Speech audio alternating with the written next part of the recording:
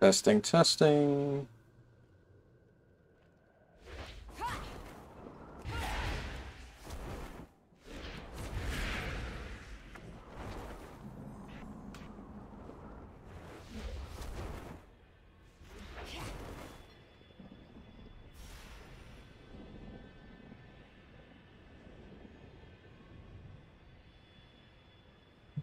All right, testing. Can you hear me? Just want to make sure it's working.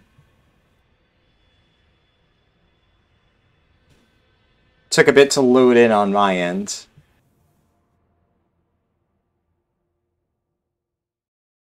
All right, cool.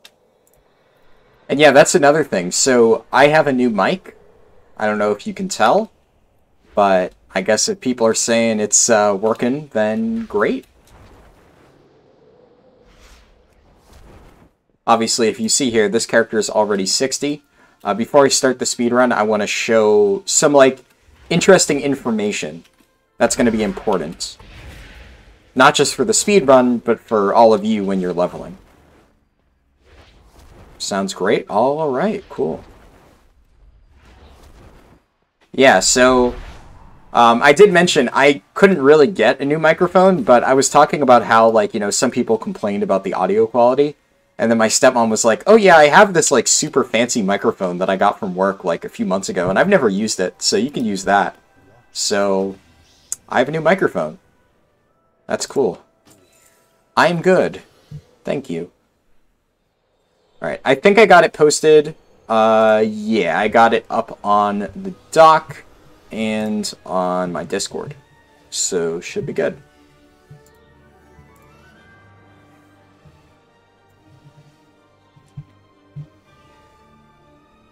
Also, just going to close out the document to avoid any more lag. But yeah, so. Interested in this because I thought there was no way to speedrun. So that's the thing. There is no way to speedrun from 50 to 60. Which is something that I really want to, you know, make the important distinction of. Have I done the speedrun before? I've leveled on Shadowlands before. I don't know how long it takes, because they've changed the values, like, so many times. So the reason why I'm waiting until now to do this is because they have changed the actual required XP values, like, I don't even know. It's been like 20 times by now. Something crazy. So it's pretty much been impossible to actually figure out what the right, like, leveling route is, because, you know, there have been times when you finish the quest line and you don't even have enough side quests to do. There have been times when you hit level 60 before even finishing the quest line. Yeah, it's complicated. So we're going to figure it out. That's mainly what I want to do. The trick to speed running Shadowlands is not so much how fast you can get to 60. It's how fast can you get to 60 while finishing the quest line at roughly the exact same amount of time. So instead of just maximizing like your time on the quest line or your experience gain, you want to get like the perfect balance of both. You want to get a lot of experience, so obviously you hit 60, but you also don't want to go and do extra side quests so that you hit 60 by the time you finish Revendreth. Because, will I put this as a VOD? Yes, this will. All of my streams will be as VODs on the channel. But the interesting thing about Shadowlands is, unlike other expansions, both things are a requirement. You need to both be level 60 and you need to finish the quest line. Like, in order to access endgame content, that is. So, it's not necessarily a matter of doing one or the other. You need to do both. So, the best route will be the one that has the least amount of downtime between both. So, ideally, you hit 60 and you finish Revendreth at roughly the same amount of time. You know, if you're finishing Revendreth and you've hit 60 like an hour ago, then, well, that's inefficient. If you finish Revendreth and you're still level 59 and not even started towards 60, then that's also inefficient, because now you're going to have to go out of your way to do extra side quests. So, I think a decent amount of people are getting in here by now. I want to show a few things. So the reason I'm in Bastion right now on a level 60 character, as you can see, is I want to quickly talk about the changes they've made to leveling consumables. So, you've seen me use a ton of different consumables and stuff in my different speedruns. Here, it's going to be a bit different. So I have basically most of the basic consumables that you're going to want to see. First, Cracked Radnax controller. This still works. All the way at level 60. So this thing is really overpowered, because as you'll probably see, the trend is that most of the items I use in my runs don't work. This one does. And that's the thing. So Brian's Gate just said, if you've taught me anything, it's that gun shoes are life. Yeah, but here's the thing. Watch what happens if I right-click gun. They still work. Wait, what? They're not supposed to. Well, I was about to demonstrate how gun shoes are disabled at level 60, and they're not. So, as far as I know, they used to be disabled at level 60, but they apparently aren't. So, that's some interesting information we now have. So you don't need to stack Cracked Radnax controllers. You are able to use gun shoes, so that's good to know. Some things that don't work. So, Draught of the Ten Lands, it doesn't specifically say this on the tooltip until you pass level 50. So, a lot of items, I didn't even bother including them here. You can clearly see in the tooltip. So, like Lightfoot Potion, it'll say not usable above level 50. Draught of the Ten Lands, it doesn't say that, but as you can see here, if I try to use it on a higher level character, yeah, it requires level 50 or below. And yeah, so, I know that, like, you know, Wednesday is probably not, like, the most ideal streaming thing. The reason I did this is because I've been doing a ton of testing on Shadowlands in the past few days, on top of schoolwork, as I mentioned. If you're in my Discord, I've also been doing a ton of schoolwork. Hi, Pootie. Good to have you here. Glad to hear you like falling asleep to my videos, ex-editor. So, actually, funny little tangent. A bunch of people have said that they find, like, my voice relaxing and they like falling asleep to my videos, which is cool. But I remember telling my dad that, and I'm like, oh, I think it's cool that, like, you know, so many people have said that. And my dad's like, oh, yeah, I can understand. Whenever you talk for a while, I tend to fall asleep, too. So, you know, my dad took that opportunity to be an asshole, as usual. But anyways, back to Shadowlands stuff. So, XP pots, they don't work, but they do work at level 50. So, as you're going to see, I will have 10% extra experience when I am doing the Maw. But as for other stuff, Haraldin, do you have a Twitter? Okay, so Twitter, I am going to make one. That's one of those things where, like, a lot of people have asked. I did make a Battle.net community. I've been working on that. Twitter is something I'll probably set up tomorrow. Like, I just finished all my school projects, so between school projects and, like, preparing for this stream and just Shadowlands in general, I haven't had a ton of free time, but all my projects were due tonight, so they're all done. So tomorrow I'll have, like, a lot of free time, and I'm not streaming tomorrow. So tomorrow is going to be just a lot of setup, like Twitter, etc. I'll get that done. Not sure if this was asked before. I don't know how long it's going to take. I am not going to be leveling in a group of 5, though. And generally speaking, I don't think leveling in a group of 5 will help you outside of the Maw. It can help a little bit in the Maw, but outside of that, not as much. And I will say, for people saying that they almost missed it, I'm going to be explaining stuff, so I've purposely taken this time at the start of the run to explain stuff, both because I think it's, like, you know, informative, but also because it gives people time to get in here before we actually get on with the run. So, other stuff. Flasks, you know, they work, so you'll still be able to use that. Augment runes, they still work. All of your consumables at, like, level 50, you'll still be able to use them for, like, raiding and stuff like that. Potion of Unbridled Fury, I mean, I can just auto-attack this guy for a little bit. Yeah, you can see. It works. So, basically, anything that you use while raiding, you'll be able to use all the way till 60. It's only certain leveling consumables, specifically, like, Swiftness Potions, and previously Gun Shoes. So, for people who just joined, Gun Shoes still work. So there was a while on the Shadowlands beta where Gun Shoes were disabled. I thought they still were, but I guess at some point they re-enabled it, because right now I'm level 60 and I'm using Gun Shoes. I don't know why. Did any classes have heavy changes in the Shadowlands beta? No. So, I mean, it depends on if you're talking about, like, beta changes, like Covenants and stuff, depending on where it was before. But if you're talking about from pre-patch to beta, as far as I know, everything that you have access to on pre-patch right now in terms of core class changes, it's the same on beta. By the way, for the people asking how long, I'm guessing somewhere around 6 hours. Maybe shorter. We'll have to see. Also, some other things. I can show this. I'm not going to be using Minari Training Amulet because I've recommended to people the stat stick that you get from Heart of Azeroth is just better, in my opinion. Like, this is going to be a minor speed increase, but as you can see here, by equipping this, it takes 30 seconds for it to actually be usable. So it's not like I can just put it on and then get the speed boost. So I would recommend just, you know, use your Heart of Azeroth as a stat stick. Don't bother with this, but if you're leveling like an alt and you don't have Heart of Azeroth, this does still work the entire time. So this is a speed increasing item that you can still use. Some other stuff. Let's show off Bear Tartar. I'm 99% sure that Bear Tartar works, and I'm going to be using it for quite a few points in the run. So let's just get this buff. Then I can do this. Kill this mob. Now, I'm not sure. Does Bear Tartar... No, so it doesn't require you to kill a mob that gives XP or honor. So you can see here, speed increased by 88. So Bear Tartar, that still works. One thing that I haven't tested that I'm curious to test is Electroshock Mount Motivator. Also, real quick before I move on, mount equipment, this still works. So, I've thought about it. I'm going to be leveling as Vengeance.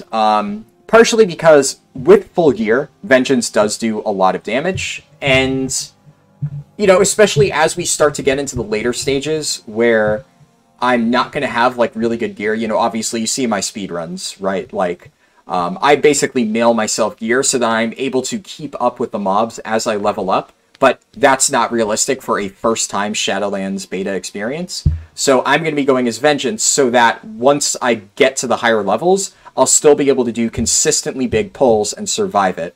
Also, the nice thing about playing Vengeance is you're going to have access to just anti-daze by default because you're a tank. And that means that you can use light step hoof plates without worrying about like getting dismounted at all. So that's a really good combination. This does work. All mount equipment works, including water walking and stuff like that. But as you'll see, I'm going to have to go out of my way to find a body of water. Some people have asked me how useful like water walking equipment is in Shadowlands, and I would say I agree. I do enjoy Vengeance more, so there's that. You basically have to go out of your way in order to find like bodies of water in Shadowlands. So, you know, if you think back to like BFA like Nazmir, Zandalar, parts of it, a lot of Kul Tiras, and then, you know, Legion, High Mountain, Val'sharah, tons of bodies of water everywhere. Not the case in Shadowlands. In Shadowlands, there's barely any water. It's really not something you need to worry about. So, like, this is basically... The reason I'm in Bastion is because, if I recall, one of the only places that actually has water is, like, very, very select areas of Revendreth, and this area in the middle of Bastion. And you don't actually go here as part of the Bastion quests. Yeah, so there's, like, a little lake here. So I can just show off some of this stuff, so you can see... Oh, well, I messed that up, but we'll show it next time. Shimmer Scale Diving Suit, as far as I know, still works. Yep. So, like, this stuff works, but as I said, you're not actually going to need it. It works, but it's not actually practically useful. Just worth mentioning, I suppose, for the sake of completion. Let me test out Electroshock Mount Motivator while I wait. So, I believe that increases my speed. I have Deja character stats here, so this should tell me. So if this falls off... Okay, so because I have light step hoof plates and, like, my fast riding, this is not actually giving me any increased speed until I get the third stack. So this does not stack past 100, or past, like, after you hit 100, it doesn't stack with other stuff. And I probably wouldn't recommend using Electroshock Mount Motivator, because you basically need to get it to 3 stacks to even benefit, and then it's only a 10% speed increase, so it's like, not really worth it, in my opinion. It's just something else that you'd have to, like, try to remember, and I don't know. I just don't think it's really worth mentioning. One thing, I guess a lot of people probably are curious about this. Goblin Glider still works, you know, classic. That one you'll still be able to use. And finally, let's show XA1000. So XA1000, it does still work. But like I said, I don't even know if there's a single point in the run where you actually do need to travel across water. So, yeah. Will I be able to replace Bisque gear from BFA in early Shadowlands quests? No. Not really at all. So if you see here, hold on, let me just move my microphone real quick, because it's like, I have it in like a weird position. Not used to this new microphone. It's very, very bulky. Can you still hear me okay? That's still good? Will you need Goblin Gliders? Yes. I mean, I generally say get them. They're going to save you time over the course of a run at some point. But also, there is a decent amount of verticality. So, Revendreth especially has a lot of, like, cliffs, and you have to go, like, up and down elevators. So, obviously, you still have to take the elevator up, but being able to glider off the side instead of having to, like, you know, climb down from the elevator, that's going to save you time. One of the other big areas is this point, so Heroes Rest in Bastion. So I can take this teleporter to get, like, up and down from Heroes Rest, but for example, there is a quest in the western part of Bastion that you have to go to towards the end. So normally you'd have to go all the way over here, take the teleporter, and then you'd have to then mount up and run. But as we've already learned, Goblin Glider is faster than mounted speed. It's even faster than slow flying. So I can show it when Goblin Glider's off cooldown. But I can basically climb up here and Goblin Glider off and then reach this cliff, and it saves me a bit of travel time. I can demonstrate that in a moment. But also, like, this point especially is really good for just getting around. Water Strider does not water walk without... No, they changed that in BFA, I believe. Or, yeah, it's like 8.1 or something. So not at the start of BFA, but now it is changed like that. But yes, I would recommend Goblin Gliders for multiple different areas. What is the item level of the early quest screens? I forget exactly. I want to say it's somewhere in the 70s. What's my current time? I don't have a current time. So I've leveled before on the Shadowlands beta, but it was prior to all of the changes. So they've changed the amount of experience required to complete the Shadowlands leveling process like 20 different times. It's honestly crazy how much they've tweaked it since I've leveled in the past. So basically, I tried leveling a few times. I know the general questing experience, but I don't know how long it's going to take, because at a certain point, I just stopped even testing it, because every other week, they change the amount of experience required. And it's like, I can't get any real data if they just keep changing the numbers. But now, this is what's going to be on live, so this is the perfect time to test it. How many items did I change out? So, the Demon Hunter that I'm going to be running with is in full Mythic Ny'alotha gear. So I am basically going to be replacing, like, almost no items the entire way through. Mythic Ny'alotha gear will last you pretty much the entire process, and you won't replace it until you hit max level. I don't really have... Yeah, I don't have World Quests unlocked, so I can't show the item level you get from that. But pretty much, I would say, if you've been gearing up through, like, Icecrown, you're probably going to start replacing your gear in, I want to say, like, Ardenweald / early Revendreth. So that gear is item level 100 or 110, and mid-Ardenweald to early Revendreth is when you can expect to start seeing some of that gear get replaced. But if you've been doing Mythic Ny'alotha, if you have, like, full BIS for your character going into Shadowlands, you'll pretty much not replace anything. Especially when I show the Legendary Cape. When I did my initial testing on the Shadowlands beta, I did not even replace my Legendary Cape until I started doing, like, Mythic Dungeons. A fully upgraded, like, Rathian Legendary Cape lasts you a really long time. All the way, like, to, like, I'd say you'd probably go, like, I don't know, like, 24 hours at max level without even finding a replacement for it. It's really good. And also, the thing to note about the Legendary Cape is the, like, main stat proc, Agility, Strength, or Intellect, that still works all the way up until max level. So, the Legendary Cape not only has a massive raw item level, but it also punches above its own weight because of that proc. What item level should I be looking to get? So, before Shadowlands comes out, the best thing you can do is just grind the rares and Icecrown. That'll get you gear that'll last you the first 2 zones. I mean, yeah, upgrading gear is fun, but at the same time, like, I would say I like upgrading gear when I'm leveling a new character, but if I've played a character for, like, an entire expansion, I want to feel like the gear that I farmed at least kind of matters. The cloak is a proc, yes. So at rank 12, the cloak is a proc. So, we've gotten about, like, 200 viewers since I first showed this stuff, so the reason I'm on this character was just to show off what works and what doesn't. So, necklace still works. As I said before, I'll just show that it works. Goblin Glider still works. Gun shoes, if I can find them on my bags. Gun shoes, surprisingly, still work.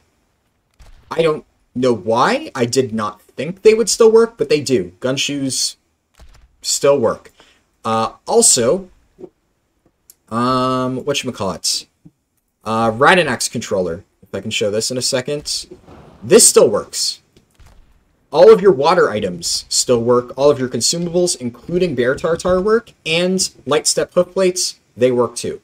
So all of these consumables that you're probably used to seeing me use, they still work all the way through Shadowlands leveling. Some consumables work up until level 51. So Lightfoot potions stop working at 51.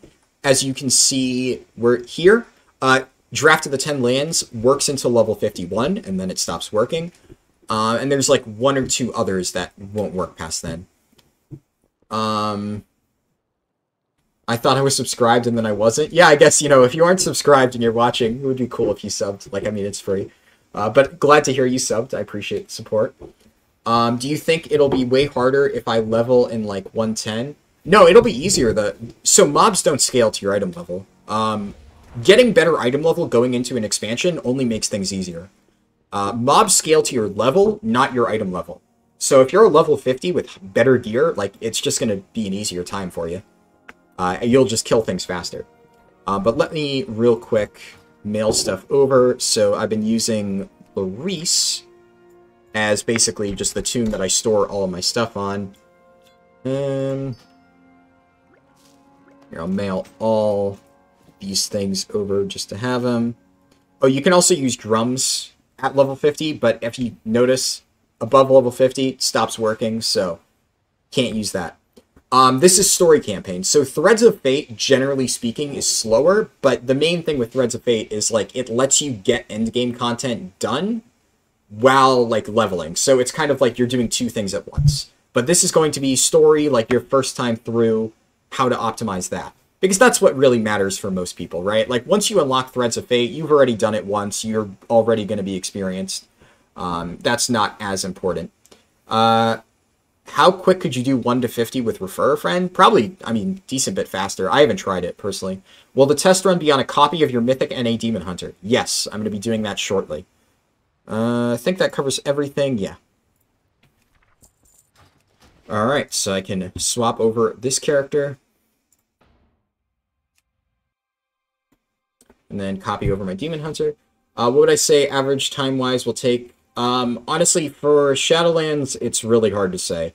I don't even know how long it's going to take me exactly. I'm guesstimating like 6 hours, 5 to 6 hours. So it's really anybody's guess for how long the average player is going to take to go through it. How quickly will you replace your Heart of Azeroth? At max 80. It's hard to say. So you see here, my Heart of Azeroth is item level 149. Now, I'm not going to replace my Heart of Azeroth for a while. But you might replace your Heart of Azeroth earlier if yours is only, like, freshly Nazjatar boosted or something. It really depends. That's the thing. It's hard to say for Heart of Azeroth because it's, like, a scaling item level thing. But then, yeah, okay, for people who are asking, Legendary Cape, in case you haven't looked too much into it. So Legendary Cape has an on-equip effect. Your spells and abilities have a chance to increase your agility. It's whatever your primary stat is. If you're a strength user, it'll be strength. By 180 for 15 seconds. Requires the Heart of Azeroth. So, as long as you're using your Heart of Azeroth, this still works. You'll notice the moment I set foot into Shadowlands, all of this gets disabled, all of my gear loses its effects. That's basically, like, unavoidable, but this interaction between the neck and the cape still works. And I still recommend using both, because, like, I mean, look at the stats in this. It's still really good. Same with Heart of Azeroth. It's just good stats. Compare this to any similar item level neck, and it's just better. So this and this, if you have it upgraded, it's still going to be useful. Let's see here. So PvP talents, I'm going to swap to Vengeance real quick. And I'm not going to use a ton of consumables for this run, by the way. This is more of a testing run. So I'm going to try stuff out. One thing you can see, this is what I've spent a lot of the past few days working on. I have all of this stuff. I have a speed set. And this, okay, this has been a nightmare to put together. So I basically got a bunch of gear with speed, because if you notice, as I mail stuff over, Lightfoot potions, since they don't work past level 50, for like any indoor area that you can't use like gun shoes and stuff for, you're basically going to need some sort of passive move speed increase. So having raw speed on your gear solves that. Do I agree that Rogue is the worst leveling class? I'd say it's like one of the worst. I don't know if it's the worst. I tried to fast forward the video and it's actually live. Yes. Take the Trinket in Halls of Valor. So somebody in my guild actually recommended that I take the Trinket in Halls of Valor.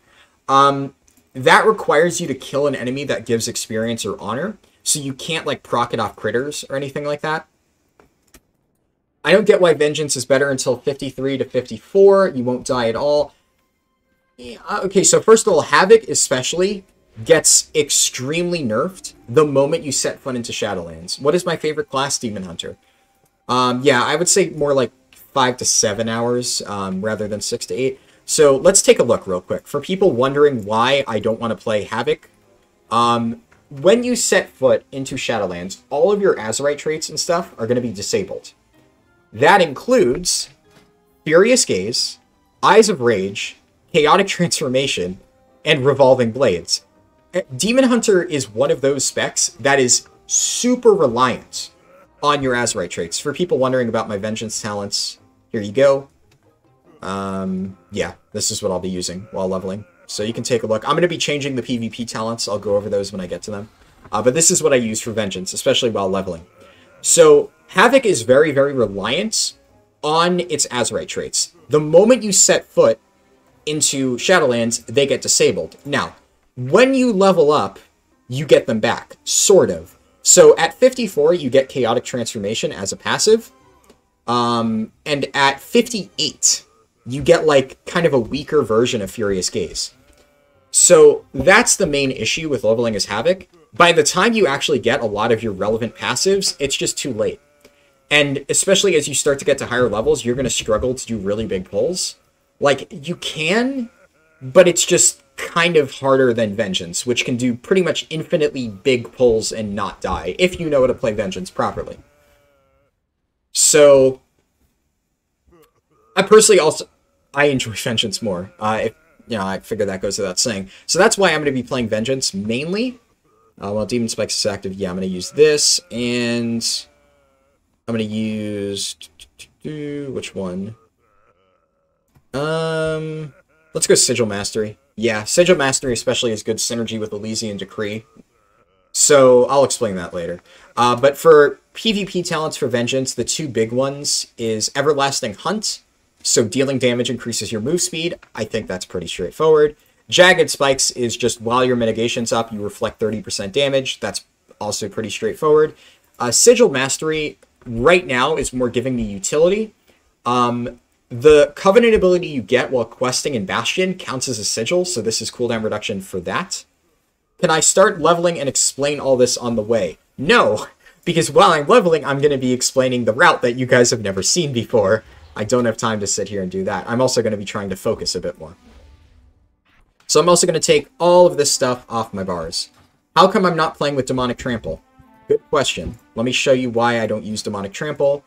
And it's unfortunate. Demonic Trample used to be really good. This is why I don't use Demonic Trample. Infernal Strike.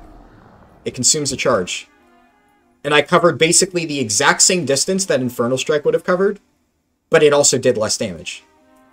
That's why I don't use Demonic Trample. Demonic Trample used to be one of the most broken talents in the game, and it is now a trap talent. Who the hell disliked my stream? I don't know. I mean, like, somebody else commented that. Like, it's YouTube, right? Like, find me a video that has a decent amount of views and 0 dislikes, and I'll find you a unicorn. Like, you know, people on YouTube dislike. That's just how it goes. Am I specifically playing Demon Hunter for speedrunning purposes? Yes and no. Demon Hunter is very fast. It's also what I main. It's my favorite class. So, mix of both, I suppose.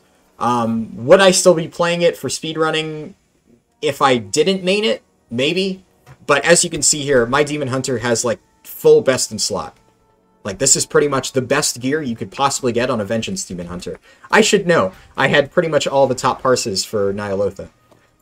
So, I'm gonna just really quickly set up my bags. I saw one with 300 likes and 0 dislikes. Oh, wow. Now that I talk... Yeah, wow, that is like 20 likes in a second. Appreciate it. I mean, it mostly is just like a YouTube algorithm thing, I guess. Personally, it's not a big concern for me. One thing, if you are playing Havoc, something like this. So, Aguas' Band of Augury, which is heavy mastery, and because Havoc Mastery gives you speed, this is useful. I will not be playing Havoc, so that's not useful for me. And then let me quickly sort this stuff out. So... Okay. That mostly covers everything, yeah. Just came back from the furry porn talk. Don't disappoint me, sir. Yes, in my latest stream, I talked about some interesting situations involving furry porn. Yeah, that was an interesting story that apparently a lot of people really enjoyed, which I'm glad. So, yeah. Oh, another thing to cover. So, Azerite gear. Let me quickly... I don't know where I put my Vengeance Azerite gear. I guess it doesn't really matter because it's going to be disabled the moment I step into the expansion anyway. Yeah, it actually doesn't matter at all. So, Azerite gear. Some of you might be thinking, oh, well, if my Azerite traits get disabled, that means I don't want to use Azerite gear, right? Maybe. So I would say this is something that you're going to have to sim yourself and figure out for your spec. But Azerite gear doesn't have secondaries on it. That much is true. But Azerite gear has far more main stat than any items of a similar item level. So Azerite gear without the traits is still actually good as a stat stick, but purely for main stat. But if your class really like heavily values haste or mastery, a lot of classes are like super heavily valued. What add-on is this? Deja character stats. If you super value haste, you might want to try to pick up some like haste items in Ice Crown that are like for head, shoulders, or chest, and then sim it. Are warlocks good at leveling? Yeah, I don't see why they wouldn't be. When am I starting the run? Whenever I finish explaining it. For now, you know, this is important. You know, it wouldn't really be helpful if I just dove in without explaining all the intricacies of stuff I'm doing. Can also put this here. Oh, another thing. So, I'm using Humming Black Dragon Scale. This is good for me because it has haste, and, you know, it's just a good trinket overall. If haste is a good stat for you at all, I recommend using this because not only is it just a solid trinket, but the proc, which is up like all the time, gives you 29 speed. Draft stops working at 51, but you can use it at level 50. So, for a lot of people who need haste, I would recommend using Humming Black Dragon Scale, this thing right here. Very, very good trinket. It's one of the few, like, good trinkets at, like, high item levels that can actually give you speed. Guaranteed. The VOD will be up, yes. Theory crafting part might be boring for the 99%, maybe, but it is important. And I still need to set this stuff up anyway. So I'm basically talking while I sort through my bags to find all of my consumables. So, yeah. I guess tough. I need to do this. But yes. So, another thing. Speed set, I recommended getting this. It doesn't matter what armor type it is. So you see I have some cloth pieces here. It doesn't matter if it's cloth or not. I would still recommend using it. And light foot potions, alright. Light step hoof plates. I have some biltong. I'm going to put biltong here, even though I probably won't use it, since I'll be using bear tartar for the most part. It's good to have it as, like, a backup. Can't hurt. I'm interested in theory crafting. Yeah, I know a lot of people do like the theory crafting, and I've spent a lot of work figuring out a lot of this stuff. So I do want to discuss it, at least. I think it's, like, important enough to be worth discussing. Yeah. Real quick, I just need to log over to my monk. Like, we're not going to be here forever. I would say I'm probably going to get started in, like, 15 minutes. But, you know. Bear with me, I still need to set up the run. Yes, and I'm aware of the Hunger of the Pack, so I explained Hunger of the Pack requires you to kill a target that gives experience. You're just losing too much effectiveness to actually get that speed boost, especially when you can already use Bear Tartar. The thing about speed sets is you get that speed out of combat. So the moment you hit like a macro, which I'll be setting up shortly, to equip your speed set, you instantly get that speed boost. So if I'm running, like, basically, if I want to do laps around Oribos with my speed set, I'm not in combat, and I still get that full speed bonus. But, in order to get the Hunger of the Pack thing, you have to fight and kill a mob. When at that point, you might as well just be using a trinket that helps you kill the mob faster. 50 to 60 takes about 6 hours. Why tank? Because tank can do bigger pulls, and it's what I'm more comfortable with. But mostly because it can do bigger pulls. Send mail to Linara. I'm going to send like 25,000 just to be safe. And mail over a bunch of consumables. Normally, I'm probably going to run out of consumables midway through. You'll probably want to be more prepared than I am for this. But this is just a test run. So for people who don't know, I'm going to be doing 2 more runs after this. Not like right after this, but I'm going to do another run Friday. So actually, yeah, I should probably talk about that, right? So I've been saying that I'm going to do a Void Elf Mage run on Friday. I've talked to a bunch of people, and I've kind of thought it over. I'm still going to do the Void Elf Mage run at some point in the future. So if you are looking forward to that, it will happen, just not on Friday. 2 reasons. 1, most people want to actually, like, see Shadowlands leveling. Most people I asked said I'd prefer Shadowlands. On top of that, right now with the Scourge Invasion, it's like a nightmare to actually do leveling, especially in Duskwood. And that's one of the main alliance zones. So a lot of people who have been trying to level have told me that it's like really hard because they keep getting ganked by like ghouls and stuff like that. So yeah, I think honestly it would be a more enjoyable experience if I just postpone the Void Elf Mage run until after Shadowlands launches at some point. It'll give me more time to prepare. It'll be without the Scourge Invasion messing things up. And, you know, you guys probably want to see more Shadowlands content, seeing as that's what's coming out next week. 6 hours for you or normal folk? I mean, honestly, Shadowlands is relatively linear, so I would say probably 6 hours for me, maybe up to 8 hours for normal folk. Not that much of a difference. How do I have patience to level up so many times? I don't know. I think it's fun, honestly. It's really something that I enjoy. I know a lot of people may think it's crazy, like, what, you actually enjoy doing this? No, I do. I mean, I will say, if I did 10 to 50 runs non-stop, I'd probably get bored. But, I mean, I'm doing Shadowlands. This is a complete change of pace. I've only done a few runs, and it was way earlier in the beta cycle, when they hadn't, like, fully ironed out all of the zones. Should you go Windwalker or DH? That's up to you. Both are good. All right, now I'll be logging over to my actual Demon Hunter, and we'll be getting started shortly, I'd say. Do I have a Twitch or just a YouTube? Just a YouTube. I don't stream on Twitch. How much gold do I usually spend on a 1 to 50 run? About like 50 to 100k if I'm doing like a world record attempt. I would say, yeah, 50 to 60 would take you anywhere from like 6 to 8 hours, maybe 6 to 9 hours, probably. Do I have a list of items for min-maxing leveling? Yes, I have a video exactly on that on my channel. Shouldn't be too hard to find. It's like a list of all leveling consumables. You're going to go to sleep.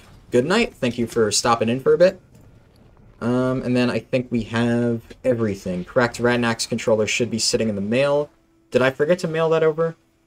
Let's just go with 1 Cracked Radnax controller. You know what? If I don't get the full use out of it, it's not a big deal. Like I said, this is not a super high prep speed run. We're going to do what we have to do. We can get rid of some of that stuff. We can get rid of that. I don't really need health stones. Should I return to WoW for Shadowlands? I mean, that's your call. Personally, I think it looks entertaining, but I've also been playing WoW through BFA, so you know, you may have hated BFA. I'm not saying I liked BFA. I think BFA was a garbage expansion, don't get me wrong. But at the same time, I don't know, I think Shadowlands looks better. Is Shadowlands going to be like the best expansion ever? I don't know, probably not. But is it going to be fun? Yeah. How do I make so much gold? I don't. I'm usually dirt broke after doing a run, and I try to like scrounge up whatever gold I can or borrow it from my friends. Will the XP potion work in Shadowlands? Right at the start. So you'll see when I start the run shortly, it'll work in like the first zone I do, and then it gets disabled the moment I hit 51. So it's 10% experience from 50 to 51, which, you know, it's something, right? You might as I would say bring at least one, just so you have that one potion for the first hour. Other than that, the almost done. Just trying to get all my setup done. Want to clean up my bags beforehand. That's one of the nice things about not doing like a 10 to 50 speed run. I don't have to just go. I can take my time to clean up my bags. Which is why it's like everybody's like, you're not going fast enough. It's like, yeah, that's one of the nice things about this run. I don't have to go at like the speed that you expect me to go. I can take my time, which is, believe it or not, actually more fun for me. I go fast in speed runs because I have to get a fast time. But when I'm actually trying to set up my bars, I do like to have the most amount of time that I can possibly get. Gotta clear up all my stuff here. Heard a lot of people saying that even without bonus experience, you still hit 60 while completing the campaign. Not anymore. So it used to be that you would hit 60 while doing the campaign. Now you need to do a bit extra. I'll explain as I get into the run how I'm going to approach this. But you normally, on your actual run, will have to do some side quests. And that's what we're going to figure out as we get forward through the leveling process. So, Lightfoot Potions. I'm going to put Lightfoot Potions there. I won't be using Health Stones because, well, you know, I'm not a Warlock. And I don't have access to a Warlock. So, there's that. Rogue or DH for mostly PvE. Both are really solid. Rogue does a ton of damage. Demon Hunter may not do as much damage as Rogue, but it provides a buff that every single raid needs. So, what's my favorite AoE class? I mean, is there such a thing as an AoE class? Every class can AoE. Who is the big Tarn NPC by the AH? This is something only in beta. It's a vendor that gives you access to every single raiding trinket for the purposes of testing. This will not be available on live servers, as you might imagine. It would be kind of OP. Do I do any PvP? Only world PvP. And before I forget, let me change to Sigil Mastery. So once again, this is the setup that I'm going to be using. So Sigil of Chains, Fracture, Spirit Bomb, pretty straightforward. Demonic is better than all of the other options. Fallout, Abyssal Strike, Last Resort, also pretty straightforward. When is the fishing speed run? Yeah, no. That's all I'll say, no. No plans. And then, yes, I'll do this. I could probably take Swap Blaster off my bars. It honestly does not matter that much. And then I could just throw this stuff down here. And this here. I think we're mostly good to go. I just want to make sure I'm not forgetting anything. I do want it to be a decent run, even if I'm not going to be going, like, insanely fast. Is this a good way to see what leveling in Shadowlands looks like? I would think so. So here's the thing. A lot of people might be thinking, oh, it's a speed run, so it's not going to reflect my leveling process. It does. So Shadowlands is a very linear expansion. Will I level with War Mode off? I'll be leveling with War Mode on. On my main? Bring it on. Somebody wants to try and gank me? Yeah, go for it. I will be War Mode on the entire way. Oh, is this a good way for the content lore? I mean, I'm going to be honest, I'm going to skip cutscenes because I don't care about the lore, but I can try to give you, like, a TLDR on what happens. Like, I've watched all the cinematics and stuff already. Unpopular opinion, maybe. I really think the lore in this expansion is absolute garbage and really not interesting. If you care about it, I've watched all the cutscenes in its entirety, but I really don't think it's interesting. Like, I've loved the stories in past expansions. I thought BFA was rather dry. But I thought the Legion storyline was really good, and Shadowlands is just not that. It's boring. It's really boring. Is this spoilers? It's a Shadowlands beta stream, so, I mean, I guess. Like, yeah. If you care about spoilers for, like, the few quests that you're gonna do in, like, less than a week anyway, then yes, there are spoilers. But, like, at the end of the day, let's be honest, who cares? You guys are gonna see this in less than a week anyway, and 99% of you, if you want to see the story, you can go on Wowhead. They have, like, literally every cinematic posted already. Yeah. And no, I would actually say that the writing in Shadowlands is probably worse than BFA. So just, you know, keep your expectations low. It's not really that great. But yeah, I think we're all set up. I am going to do this. Just want to make sure, do I have everything? Oh yeah, experience potion. So this will last me for whatever the initial process is. And we should be good. So you basically start off right here. One of the reasons I haven't started the timer is everybody is going to start standing right here with all this setup already done for the very beginning of the expansion. Eventually, as far as I know, this is where you're going to start. You'll get this quest automatically, and then you'll just talk to Nazgrim and start it. So let's go on and get this started. So, Nazgrim, okay, yeah, great start. Nazgrim isn't talking to me. Well, you know, it is beta, right, guys? It's beta. You know, bugs are to be expected when the expansion is going to launch in literally 3 days. Okay. You're kidding me. It's not even lag. No, it's not lag. For people wondering, there's no lag going on here. I'm not going to restart the timer. It's going to be 1 minute. Like, as you can see, I'm getting 0 lag. It's literally just the NPCs not interacting. You know, it's beta. What do you expect? Reload? Maybe. I'm just going to phase out and phase back in, see if that fixes it. Could I restart? I could restart the timer. Alright, close splits. Is it worth it to do a lot of quests but not complete it and when launch comes out? I think they're nerfing that for a lot of popular hubs, and now I'm getting an endless load screen. Imagine it bugs now. What will happen when thousands of people try to press the button? Yeah, you know, it's Blizzard. They haven't, you know... They don't have the money to build proper servers, right? A small indie company like them? Yeah. Can't expect much. There we go. Will they scale PvP? No! PvP scaling is gone. Completely. Kaput. So right now, if you try to fight somebody that is at a lower level than you, you are going to have, I guess, a higher power than them, which is good. Most people are really happy about that. You guys want the Shadowlands experience? Go to Gorgrond. Yeah, pretty much. Are you kidding me?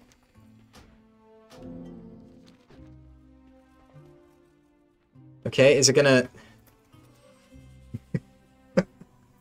Okay. BFA release was smooth.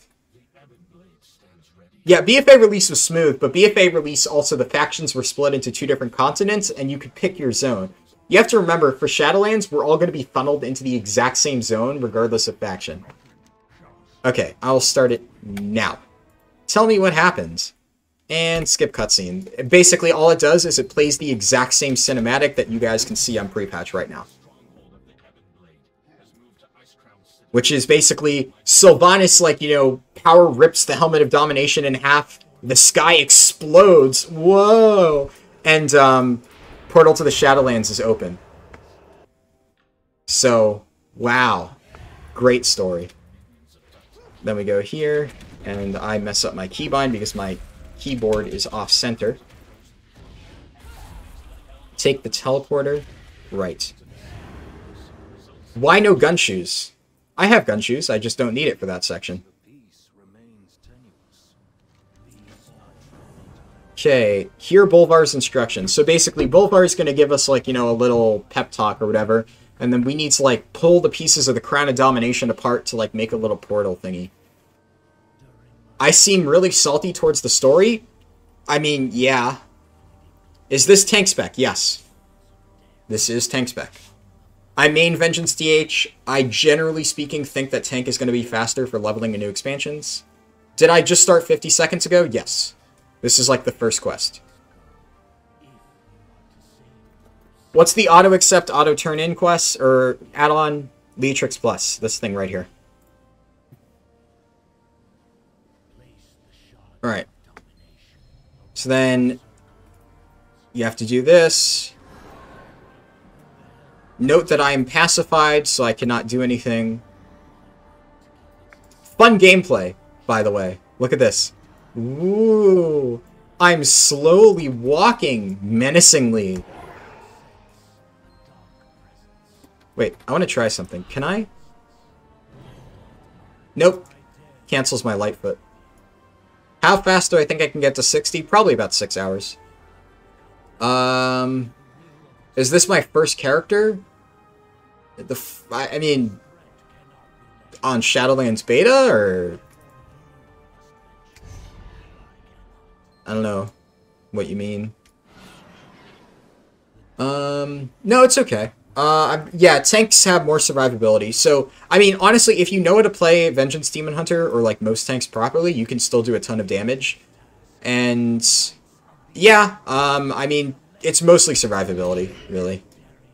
Tanks do a ton of damage and can do really, really big pulls because they just don't die. Chat firing on all cylinders today. Yeah, I know, right? Saw a few messages that I'm like, well, I'm not reading that. When did I first start playing WoW? 16 years ago, when I was 5 years old.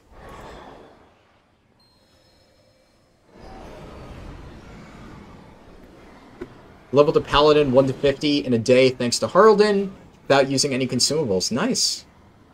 Glad to hear I helped you. Is Campaign or Threads of Fate? Campaign is going to be faster, but I would recommend using Threads of Fate just because, you know, whether or not it's faster isn't what's important when you're leveling alts. It's the fact that Threads of Fate lets you get endgame content done while you're already doing your leveling. So it's like, it's more of an efficiency thing. But obviously, first playthrough, you have to do the storyline.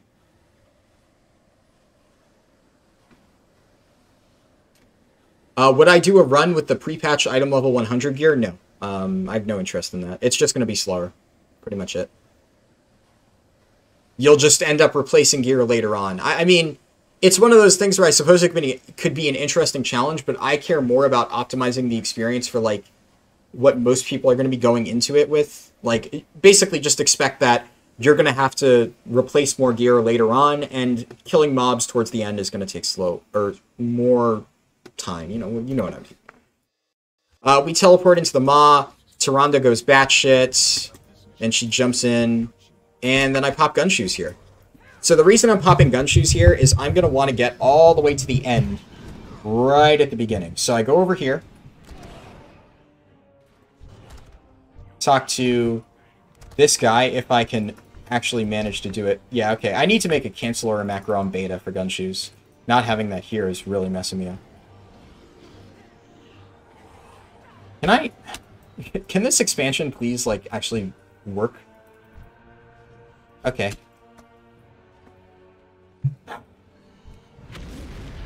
Great leveling experience, Blizzard. This comes out Tuesday, by the way, guys.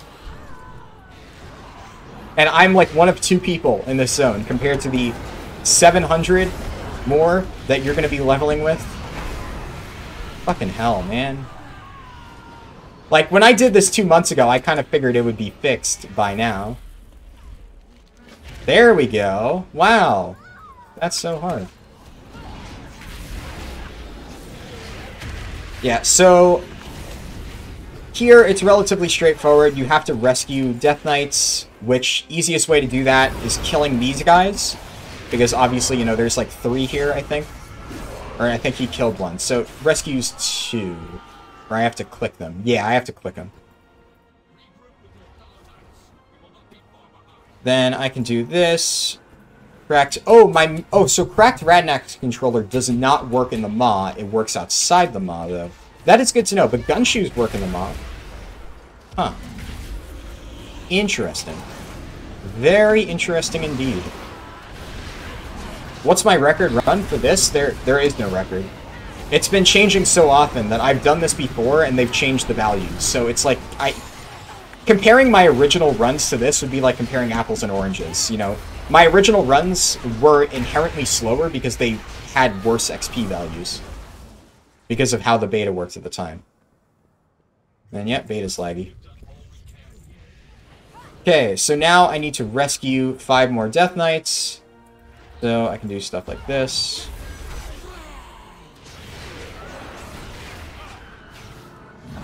I would recommend, so there's a lot of mobs, obviously, that you can kill here for these quests. You know, kill the Mossworn and rescue the Death Knights. That is going to be the major bottleneck, killing that mob. You're going to want to head there, like, immediately to get that out of the way. Retail is super laggy. Yeah, what else is new? Also, one quick thing I'll show. I can try to glider over this river. Oh, it actually works if you glider over it. So, if you land inside that river, Darien Moorbrain death grips you out. I'll try to show that in a second. Oh, that mob just despawned right in front of my eyes. Okay. Cool. Great. Oh, man. Off to a great start. Okay, Death Knights rallied.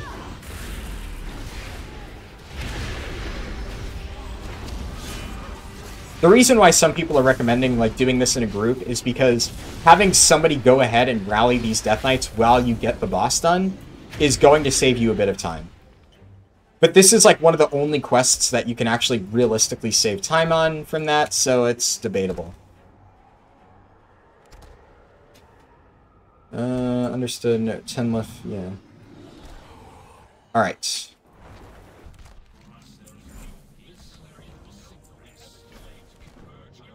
First clue found. So I go over here, find that it's Jaina. I guess one thing I'll take a detour to show off. If you run into this area, Gorgoa, wait for it. Darien death grips you out. So you can basically run a little bit into it, and then you get kicked out. I don't know if there's any practical, like, knowledge there, but I guess it's something that's worth covering, so you guys don't accidentally, like, try to gun shoes through it and then get fucked over. So, the more you know. Then you have to go over here for Jaina.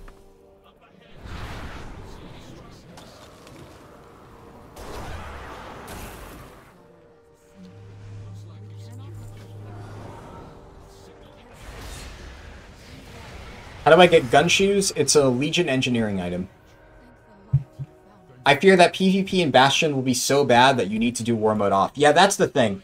You're gonna want to get through the Maw as soon as possible so that you're in Bastion with no competition. If you're one of the first people to reach Bastion, then there is going to be zero competition. But if you take a while, well then you're going to be competing with other players. And those other players will likely want to murder your face off. So, gonna be a bit tricky.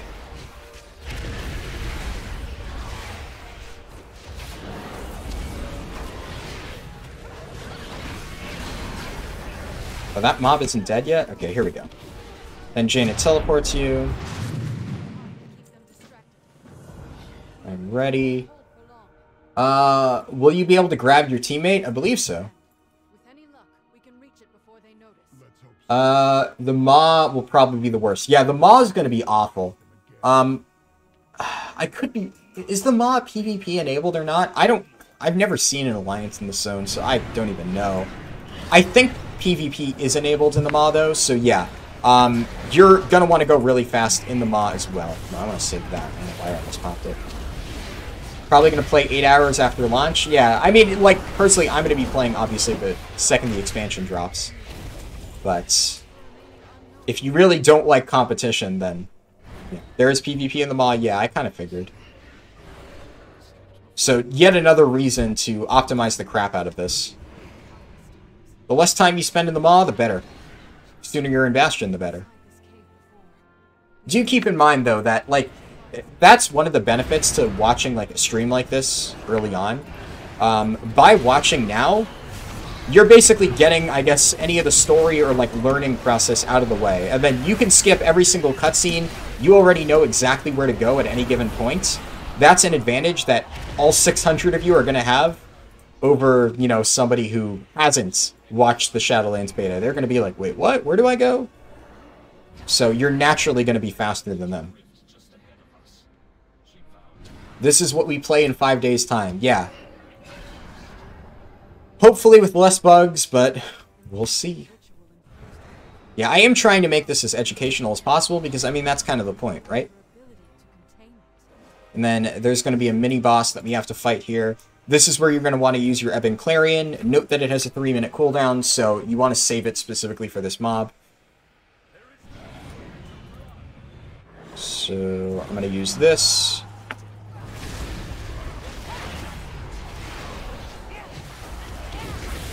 Got my new computer in beta access. Ooh, nice. Yeah, so I guess you can follow along.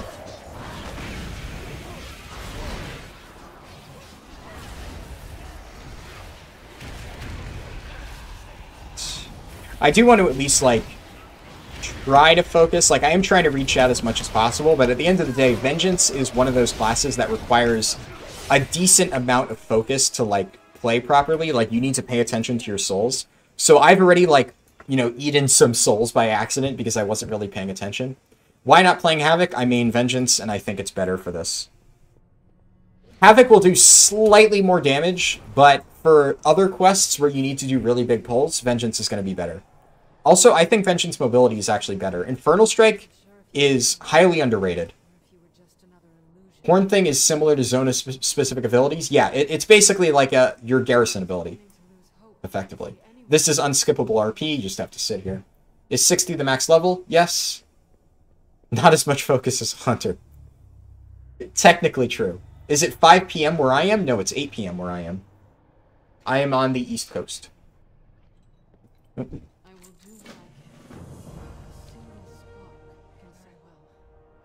1 a.m. where you are. Wow. Well, I appreciate you still tuning in. XP Potion works at level 50. So the moment I hit 51, XP Potion will no longer work. Yeah, Infernal Strike, that's the thing. Infernal Strike and Dash, technically Infernal Strike is slightly faster, but some people think Dash is better because, like, you know, you also have Dash and then Vengeful Retreat. But in reality, Infernal Strike is much more versatile. There's, like, way more that you can do with it. Like, Dash is really janky if you try to go up cliffs. Infernal Strike can easily get you, like, over obstacles. Blah. And it has a lower recharge. Infernal Strike is just really, really good.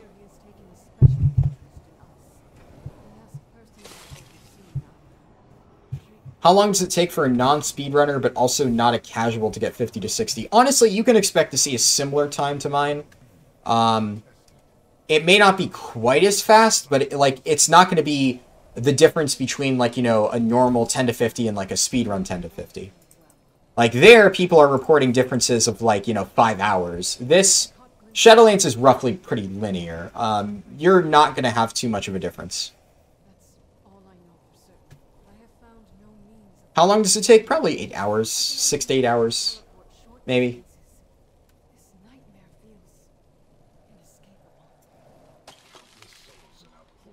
It still works at 51, but you can only use it at 50. Ah! See, that is something that I meant to test, but wasn't sure. I just kind of assumed it didn't work. But that's good to know. I'll try to remember to pop one at the last second.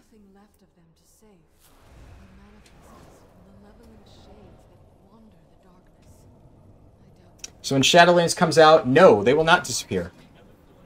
So, I guess, yeah, while the RP is going on, this is what happens.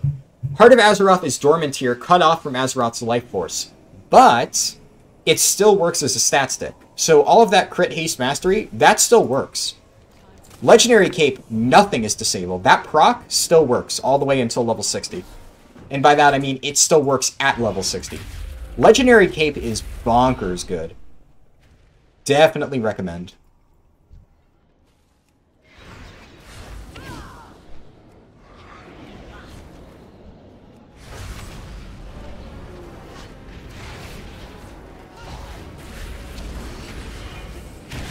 From what level will I start to replace my gear? Never. Basically, like, I won't replace my gear until I hit 60. You can expect to replace your gear probably around Revendreth. Yeah, use the helm while it's weakened.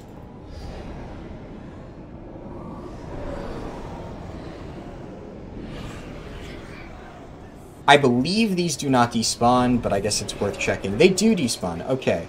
So you can't pull them too fast. That's something I never tested, but I guess it's good to know.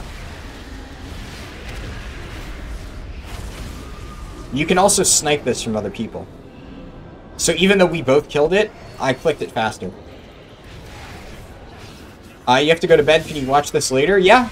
VOD will be up on my channel. So you can watch this whenever you want.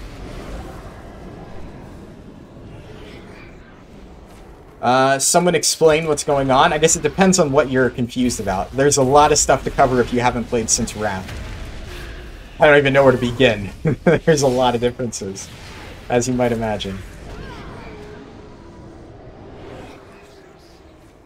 First run took 16 hours. Yeah, it's... Like, my first run also took a while, specifically because I did it during, like, the time when, like, the XP was completely fucked. And, like, you basically had to grind dungeons to even hit max level. Obviously, now it's lower. I think as soon as this hits, like, a lower...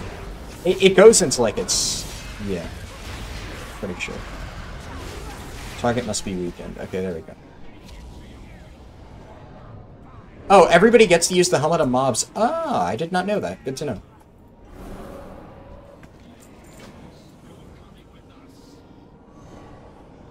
And gun shoes. Whee!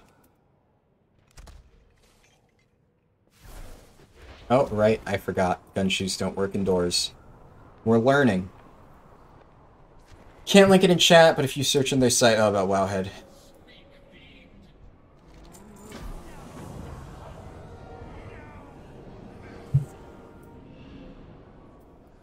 Someone asking what the best way to level characters is. Well, the first one you're going to have to level through campaign.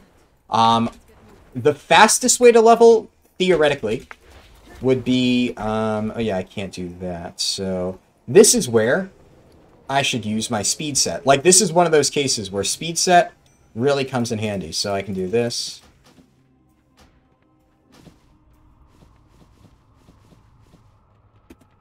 And now I move really fast. So you can't mount up. Obviously, I should have saved gun shoes for here. I forgot. You know, half paying attention, trying to respond to chat as much as possible.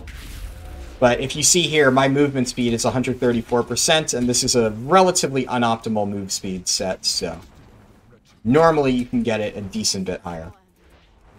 But any long stretch where you're out of combat, you're going to want to use a speed set. Save this set? Yes, I meant to do that. I forgot to do it earlier.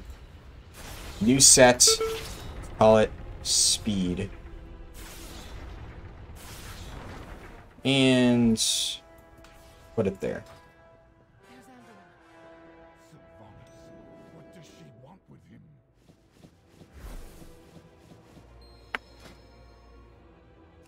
And Havoc. Let's just save it as Havoc AoE. It doesn't really matter.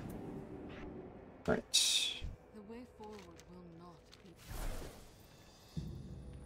Can I beat 4 hour, 17-minute level time on launch? What do you mean? What is that, like somebody's record on beta that they got or something?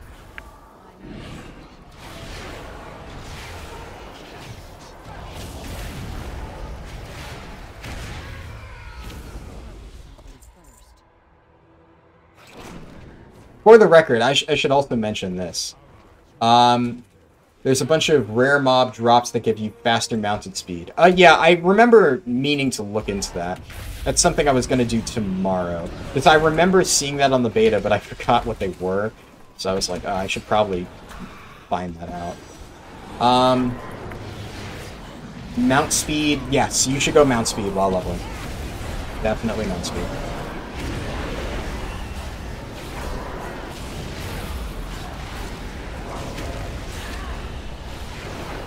Genji's group. Yeah, I mean, if you're... Okay, no. If you're leveling as a group, you are going to have a faster time. That's why, like, a lot of people are saying, oh, are you going to get world record? No. Like, Genji and, like, the other world first raiders level as a group. And leveling as a group, if you have 4 other people, or, like, even 2 other people as fast as you are going to have a faster time than somebody leveling solo. That's just how it works. I'm going to be leveling solo, as with 99% of the player base. And lag.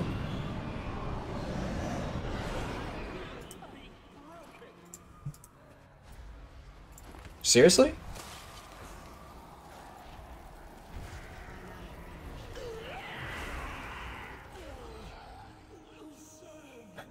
Yeah, World First also requires Alliance, that's true. Yeah, I can't even loot anything. Cool.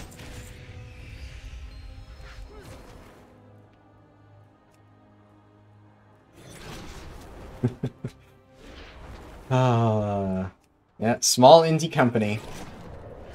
You know how it is.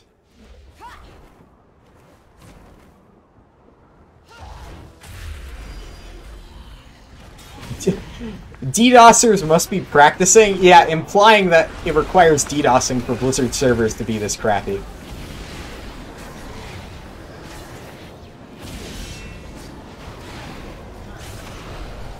Gonna be a rough speed level? I mean, I'm not trying to set any world records here. There is no world record. It's beta. I'm doing this more for practice and to show you guys what the route looks like. If it takes me 50 seconds to loot a single mob, then what are you gonna do, really? You know? Honestly, if anything, I'm showing a realistic leveling experience on day 1 Shadowlands. This is what you're all gonna be going through. But worse.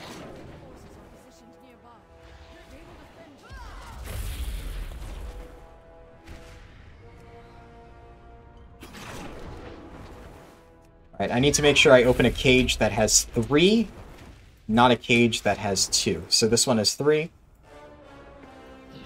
So I open that.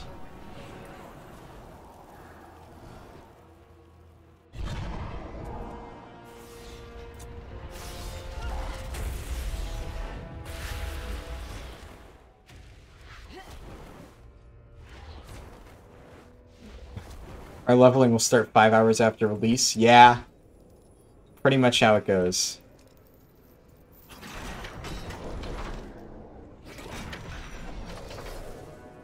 Alright, now we wait for Anduin to be interactable.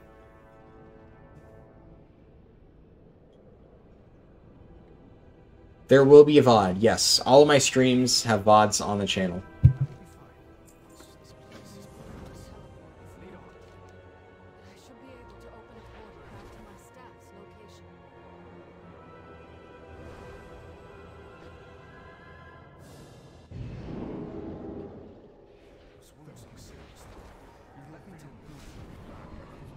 Alright, make it talk. Music seems sweet. Yeah, I don't know. I just didn't bother to turn music off.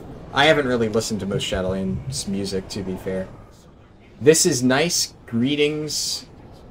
Good vibes to the speedrun. Thank you. Glad you're enjoying it. You can glider from the boss mob here to Anduin's platform, so it's slightly faster to do him after unlocking all the cages. Though there are cages around Anduin, so... I mean, you can glider, or you could just Demon Hunter jump, right? So... Unless I'm missing something. Like, that's pretty much exactly what I did. I don't know. I don't think it's really much of a time difference. I can test it. I'll obviously do some minor timing differences.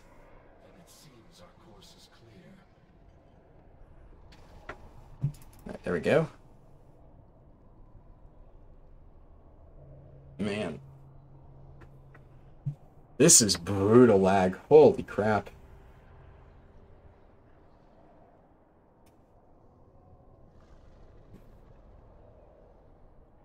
It doesn't even say that there's any issue. I think they need to hook up some more potatoes to their servers. Saved you about 45 seconds? I guess I'll have to see exactly what you're talking about, because I don't really see how that would save time. Maybe I'm missing something.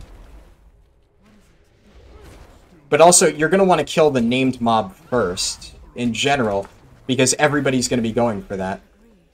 Right, yeah. No idea how to find it. We will do our best, but this waystone may be our only means of escape. If there's a way out of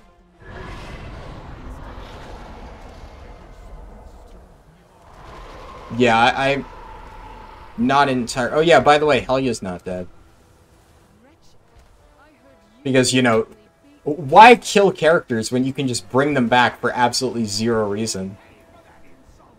Oh yeah, you know, she died like 2 times, but nope, psych, she's alive, because we're too lazy to write new characters. So let's just rehash the same character from 2 expansions ago. You remember this character.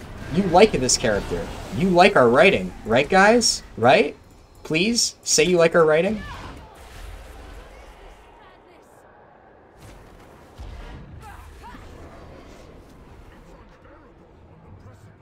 Yeah, you know, if you care about having a high school tier fanfic, or high school fanfic tier storyline spoiled for you, whoops, but I mean, you're watching Shadowlands beta, so, you know, actually not really matters. Yeah, I mean, I've made my thoughts on the story pretty clear. I think it's bad. Like, really bad.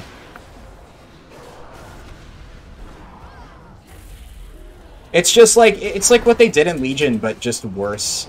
They parade around characters that it's like, you remember this guy, right? Yeah, he's here too. Why? I don't know, we ran out of ideas, and creating original characters is hard.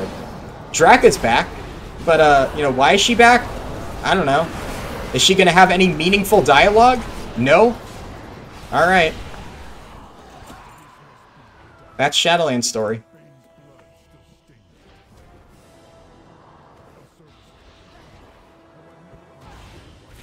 I mean, yeah, maybe that is what you like. I don't know. I mean, if they bring back characters for, like, meaningful reasons, sure. But if they just bring back a character for the sake of bringing back a character, that's just lazy. At least in my opinion. Will Arthas be the final boss? I don't know.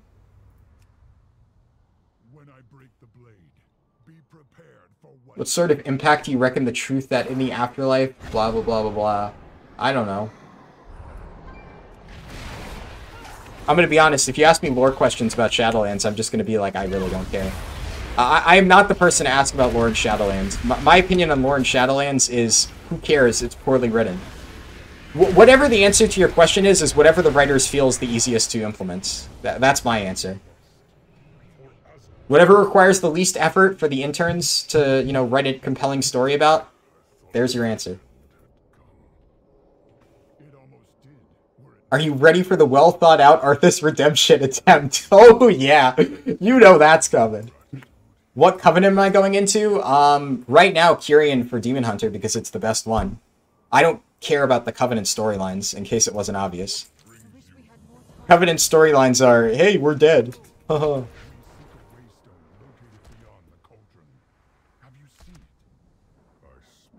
What's my item level? 133. It did not seem important. The jailer's forces paid little heed. What do you think it is? It's nothing to do with the Pelagos nerf. Demon Hunters don't run Kyrian because it's, you know, Pelagos is good. I mean, Pelagos, yeah, obviously was the best soulbind, but... Like, I mean, yeah, some people might swap off Kyrian. Demon Hunters, or at least Vengeance. I don't know about Havoc, but probably not. Vengeance is going Kyrian. Like, unless something changes. Sinful Brand is just not really competitive anymore. And Necrolord and Night Fae are just absolute trash for Demon Hunter. It's... Your UI gives me cancer? Okay, cool. I don't care. My UI works for me. You know?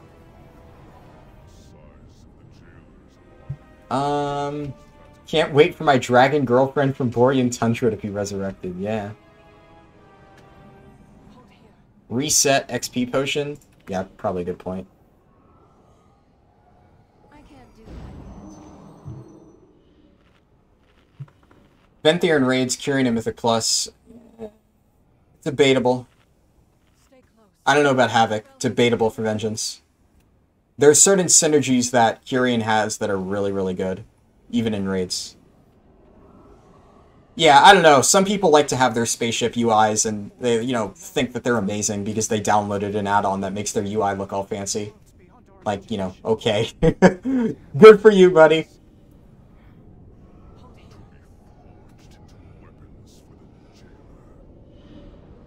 Really optimizing those gun shoes? That gun shoes actually was intentional. You speed up their run speed slightly. You literally don't need gun shoes at all for, you know, the rest of this. So that's actually where you're supposed to use gun shoes. Some of the other gun shoes were inoptimal, but the last two were perfectly fine.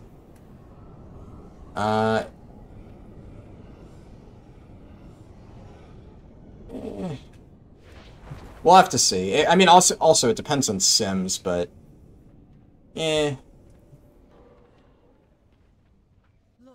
on the platform. they did nerf one of the most overpowered combinations for whatchamacallit, Elysian Decree. So we'll see.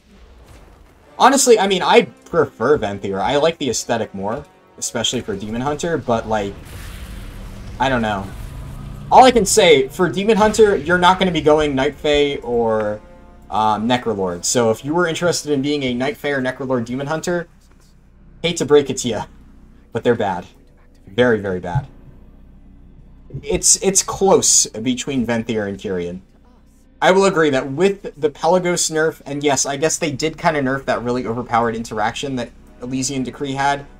Yeah, it's possible that Sinful Brand might pull ahead in single target. I don't know what the Sims are showing right now, but I know it has been relatively close. Hit that XP pot before leaving, already did.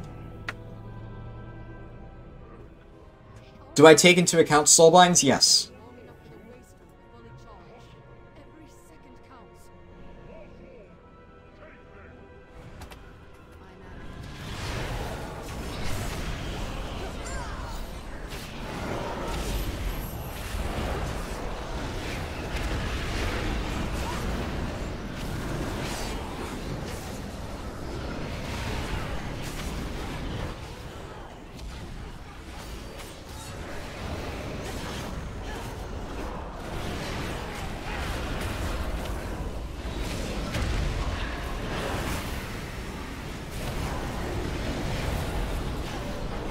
I ate a few souls there. Whoops. Going Venthyr on your Havoc? Yeah.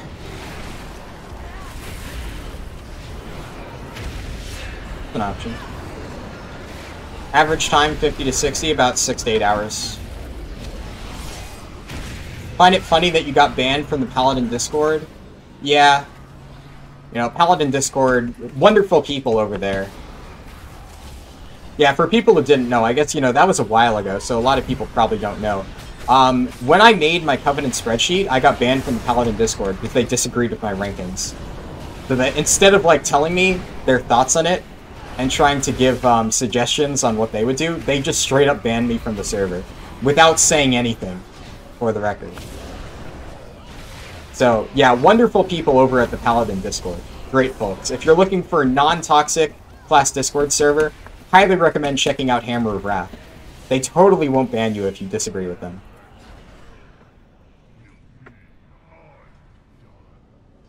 Yeah, it is pathetic. What can you do? People are gonna do what people are gonna do.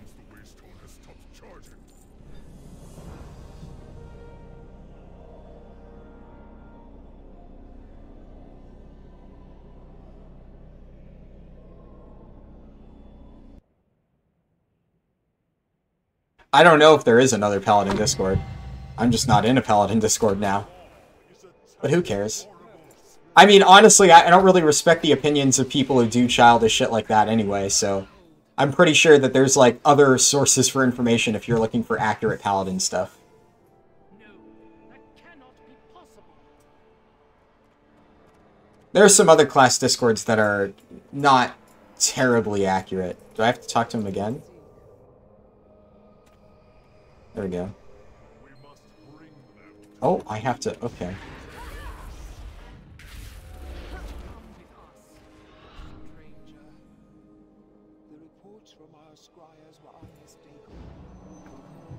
Shuddered, as if reacting to some change.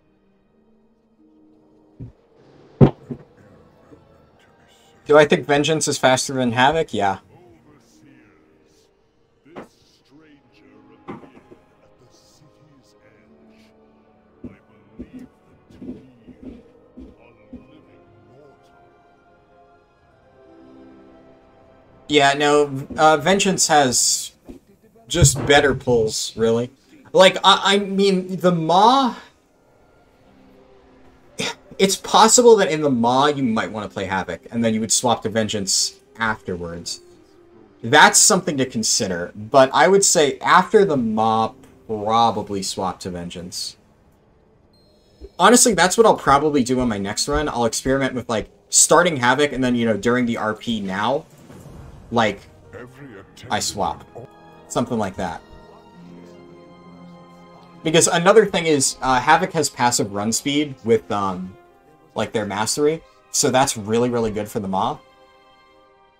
It's hard to say for sure. But also, you know, you're most OP inside the Maw, so that, if anything, is where you would want to play Havoc.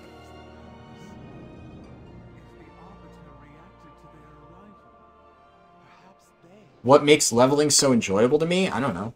I just enjoy it. I like optimization. I optimize pretty much everything I do, whether I need to or not. It's just fun. So, yeah. Leveling has a lot of room for that, and that's why I enjoy it, I guess. Not ours. I will bring this mortal before her. With her God, Oribos has so much RP. Blessed be her voice. come forth, Alright, there we go, 51. I pray the arbiter blessing. How fast do I think this will be? 6 hours.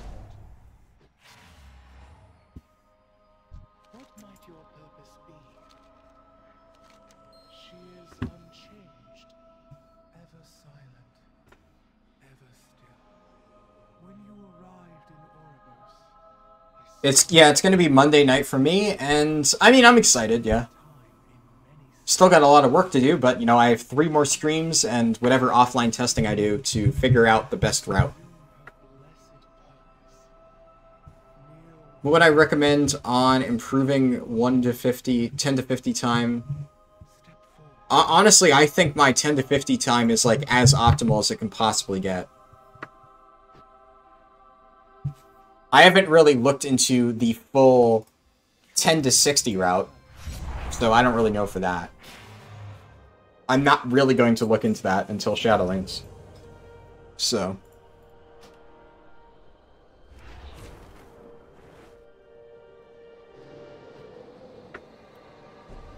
Scared of being tilted on launch because of immense PvP and lag? Yeah, I mean, it's gonna happen, right?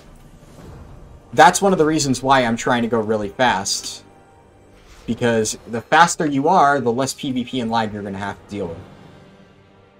XP pot stops working. You can't use XP pot after you hit 51. But you can use it at level 50, and it works as long as this buff lasts. So for the next 57 minutes, I have XP pot up. And then once it expires, I can't use it again. So there you go.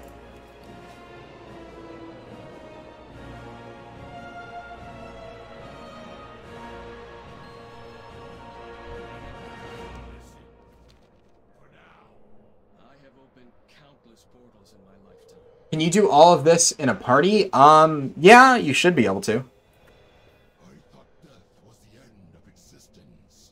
Here, it seems, death is a power that Okay, so yeah, if I use OBS, I can put an overlay. I'm well aware that I could put an overlay. I don't know. I mean, it's easy enough for me to answer questions. If somebody asks a question I've answered 50 times and I'm, like, busy, I just won't answer it. But if I'm not doing anything and somebody asks me a question, then I'll just answer it. You know, it doesn't hurt me.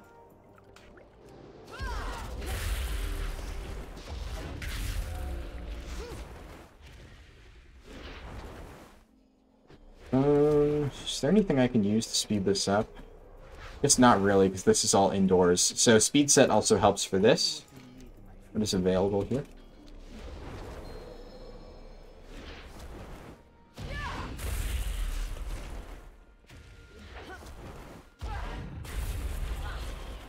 Who will win, shark or bear? I would say a bear. Just got the world boss mount? Nice. Congrats, my dude.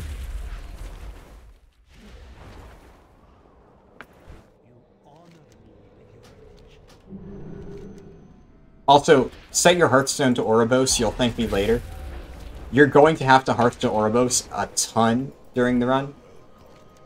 Like, you don't have to, but it saves you whatever, like, the 3 minutes of light halftime is, so it's worth it. Bear has Iron Fur and Frenzy regen? Yeah. True. Thought the bonus stopped when you hit level 51. I did too, but somebody let me know it didn't, and it appears they're right.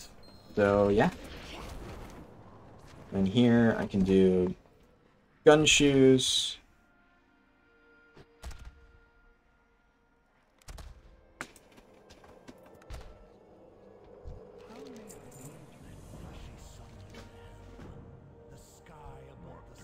Which one do I have to talk to? Okay, I talked to all the ones except the one I needed.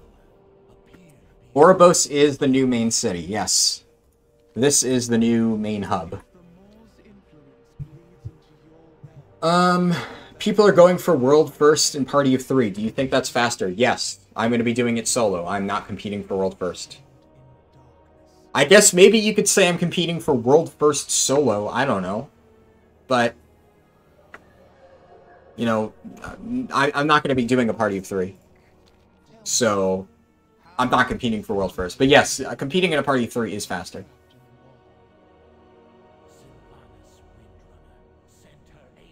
And yeah, you can mount in the middle and run in, but using gun shoes is faster than mounting. Gun shoes are like as fast as like a flying mount, so it's just faster. Also cuts out the mount time. The winged Kyrian of Bastion ferry souls from the mortal realm into the shadow. Can I do a rundown of what food pot buffs I use? Greater Flasks of the Currents and Bear Tartar. Also, Infinite Augment Rune that you get from Rajani. But it would seem this is the only clue our mortal friend has to follow. It falls to us to open the way for them. Overseer Kasher. I want more races to RP with on Moonguard. More exotic races, if you know what I mean. I know what you mean, Jabba the Hutt. Can you hit 60 with just the campaign, or do you need side quests? As far as I know, you need some side quests. So I said I was going to talk about this earlier. I'm going to be doing, today, only the campaign. Just to see how far that gets me. Because the trick to, you know, optimizing Shadowlands leveling is figuring out what the least amount of side quests that you have to do is, so that you don't, like, lose uptime of the campaign. So I'm going to figure out, if the only thing I do is the main campaign, how many side quests will I need? That's what I'm going to try to figure out. So we'll see. And then from there, we can figure out what's the most efficient side quest hub. And then on the second run, we route those in.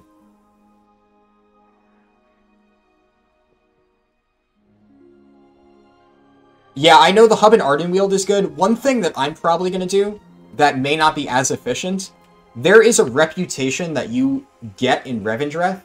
It's like a faction where you, like, farm... Follow Kasher. Transport pad. Did I... Seriously? Okay.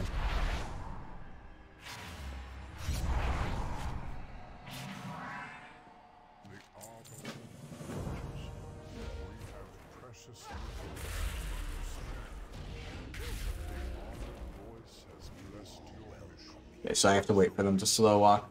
What about a party of 4 or 5? I don't know, man. Azeroth Autopilot will recommend Bastion? Yeah, I'll figure it out. I don't trust Azeroth Autopilot.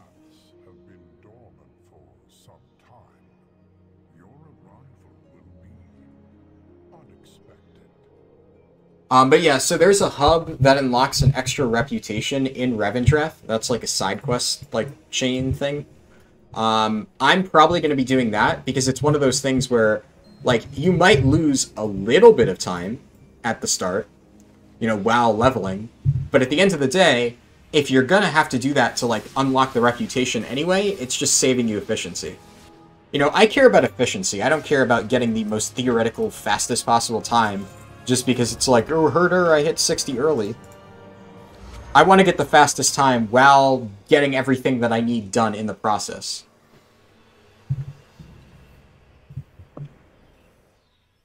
I would recommend getting out of Bastion as fast as possible. I agree with that. Did Azeroth Autopilot kick me from their Discord server? I've never been in Azeroth Autopilot's Discord server. I didn't even know they had one. Why does an add-on need a Discord server?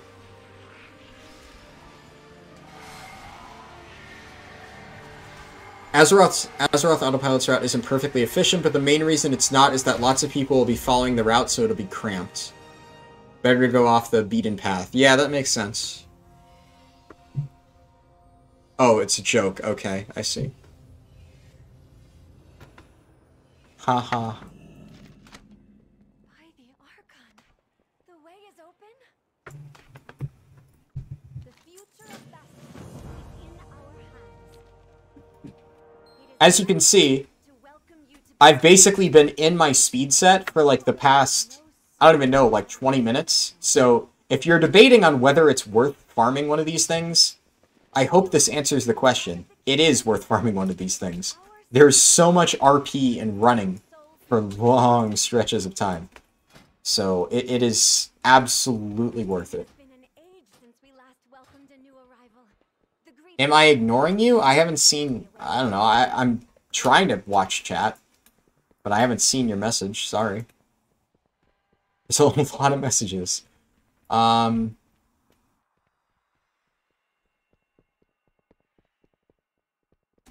I leveled 45 to 50 in Vol'jin.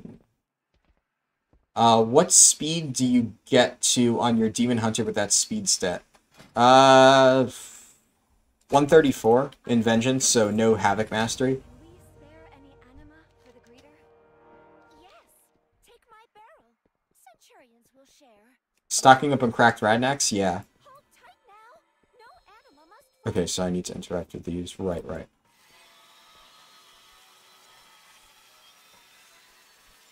Pay equal attention to all 564 of us. Yeah, I'm trying. Does the beta usually run this close to launch? Beta runs past launch. I don't think they ever officially shut down the beta.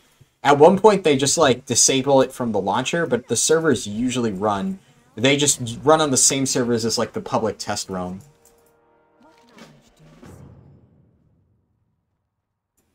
seek? I'm not dead. I've come from Azeroth. Greetings, denizen of Azeroth. We prepared a number of activities to help you acclimate to your new existence. Welcome, new aspirants, to the first station in your journey through Bastion. I must prepare my station. I will meet you there. Step into the pool, friend. Passing through the veil can be traumatic. Allow us to cleanse the pain of that ordeal. Wouldn't be efficient to change to Havoc. No, Havoc isn't faster. I mean, I guess, like, you have Havoc Mastery, but Infernal Strike is, like, in many ways better. You have to remember. All deeds from your previous life will be collected and stored. So, yeah, sure, you'll have, like, Havoc Mastery, but I don't think it's faster. As seen through the eyes of aspirants like yourself. You can use gun shoes. Yeah. Their voices bold and How may I serve? once former life. Archon's wisdom prevails. Tyrion, in service of the Maw? Why don't I auto-click? I don't know. What is the meaning of this? I'm sure there's some setting for that I'll have to look into.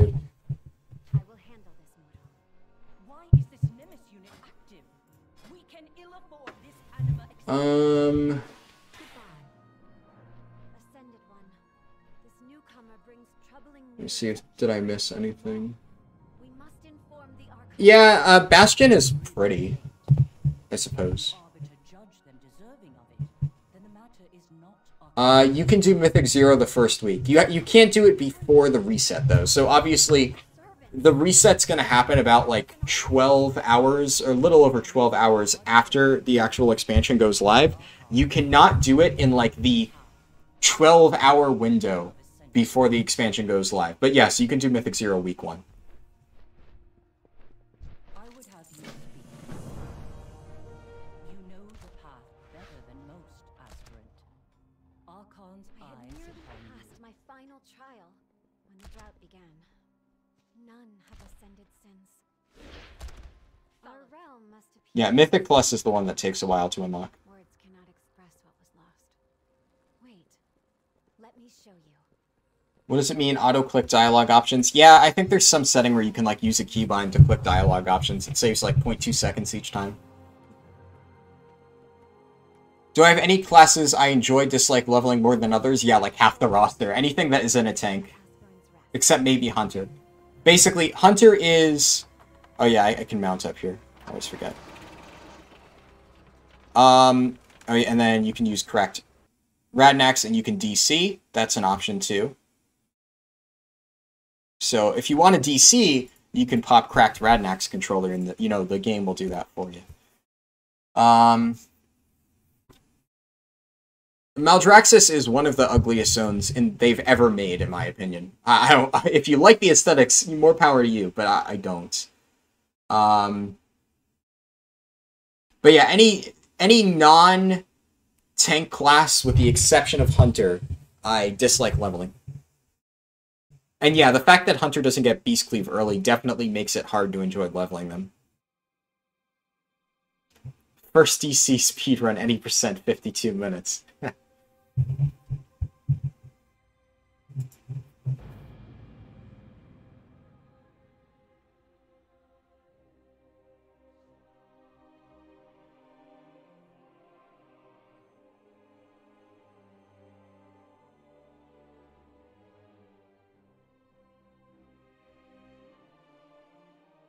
What about Affliction Lock? I just don't like playing casters. It's really just as straightforward as I don't play casters, so I don't enjoy leveling casters. Like, I'm not saying that leveling a caster is bad or something, I'm just saying that I don't personally enjoy it. You might enjoy it, I don't. We have different opinions. Isn't that beautiful? Alright, here we go. Now it didn't DC me.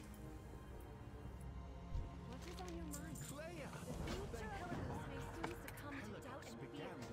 Make haste. We have little time.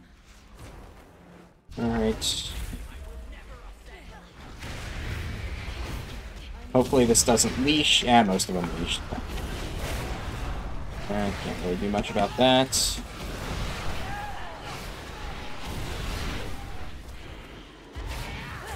Whoa! That was weird.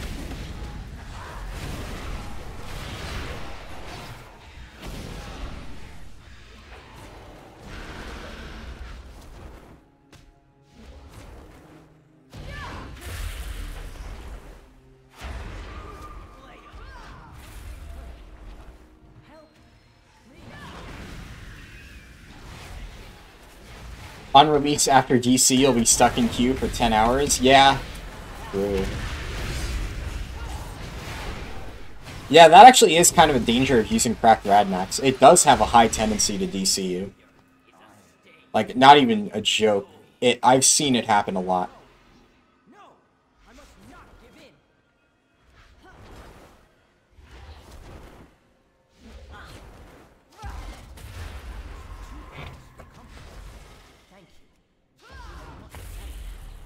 What spec DK do I level? Frost is the fastest. You would have fallen if not for that mortal. I thought I could succeed on my own. Oh yeah, for people asking what gear it drops, item level 90. So, your Ice Crown gear will last you a decent bit. Must we walk? I am fairly fatigued after my trial.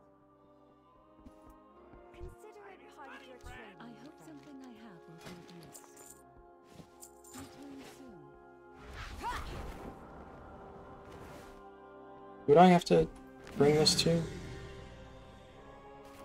What is this quest?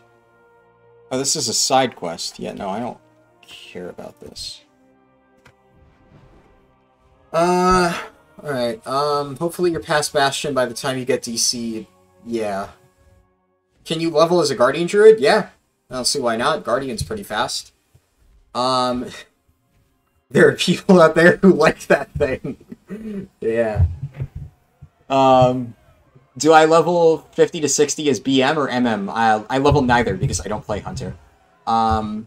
Ice Crown gear is candy with the rare spawning every 10 minutes. I honestly couldn't tell you. I mean, I'm half joking, but I honestly do not know what's faster, BM or MM. I'm not the person to ask. I don't play a Hunter. So if you're looking for, like, the optimal speed strat, I don't have answers for you.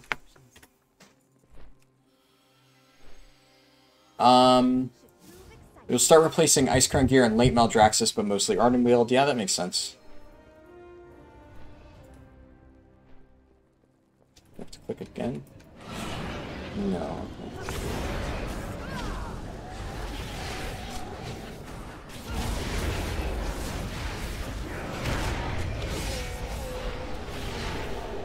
What about Feral versus Balance? I have no idea.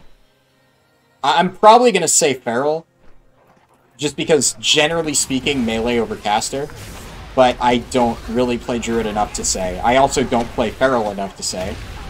So maybe Feral is like the exception. I've kind of shit on Feral a lot. If we're asking Feral versus Balance, my answer to that is Guardian. Because I don't think either one is efficient. Seriously, it's going to put this bleed on me? That's so annoying.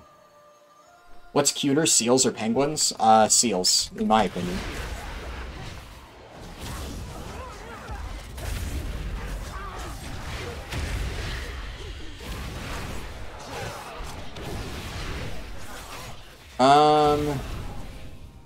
Starting a level Druid and was going Feral. Is Guardian that much faster? Yes. Yes, yes, yes, yes, yes. Way faster. Did I not tell you? This one bears promise. Huh. Nice. They will truly be able to help us? That is up to them. First, let them see. I use Leatrix? Yes.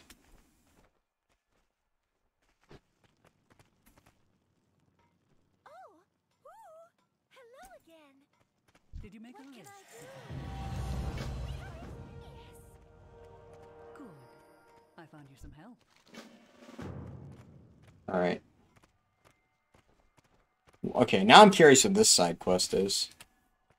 Balance for leveling is utter trash unless grouped. Yeah, I could see that.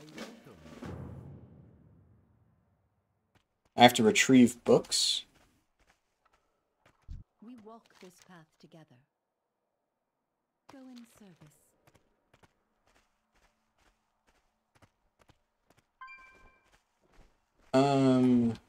Moon can accidentally hit other factions in battle mode.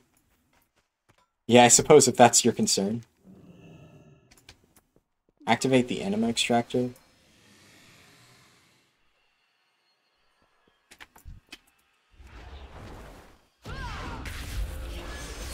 It's too far away. Okay.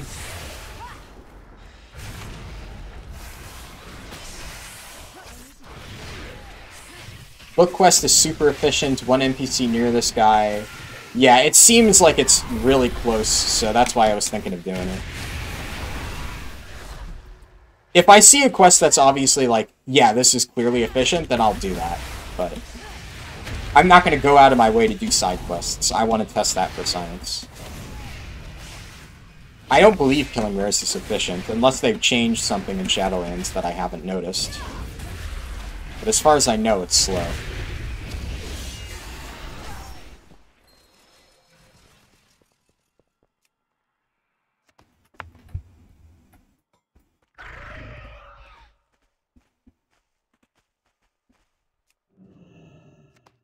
Am I gonna focus any professions on my main?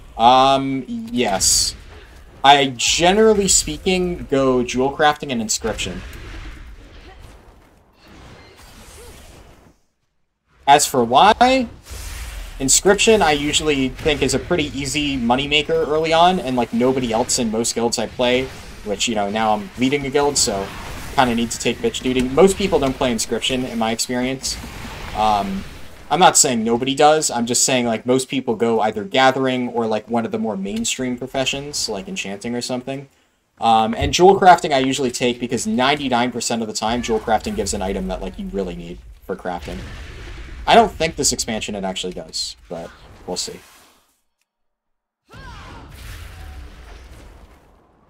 Okay, I'm gonna pop glider.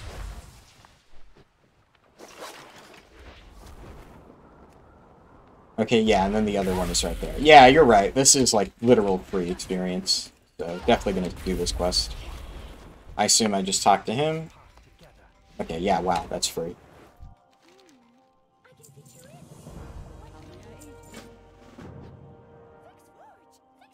Stewards exist exclusively to be of aid to us. They become rather depressed when they cannot perform their duties.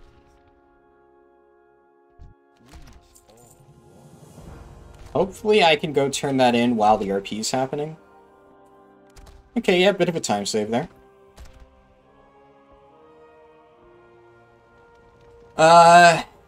If you want to maximize money at the start of the expansion, yeah, that's true. I mean, generally speaking, yeah, you want to go gathering professions while leveling up if you're trying to maximize money. I don't really care that much, so... Do I have to interact? Oh, I have to carry raw forge materials. I see. But I assume, yeah, this one you can Infernal Strike with, so...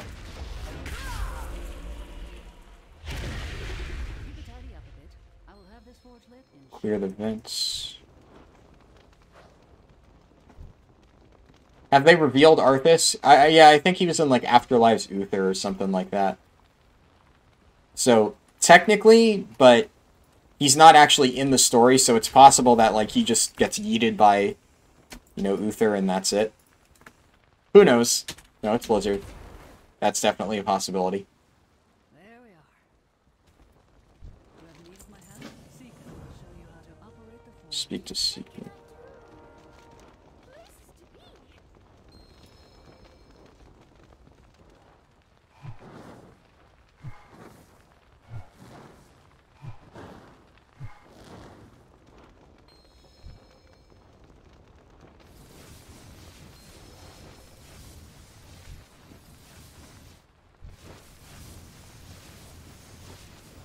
I forget how to do this stupid quest. Oh yeah, you have to do this.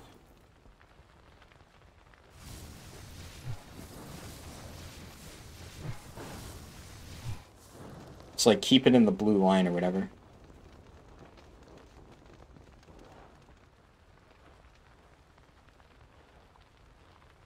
And...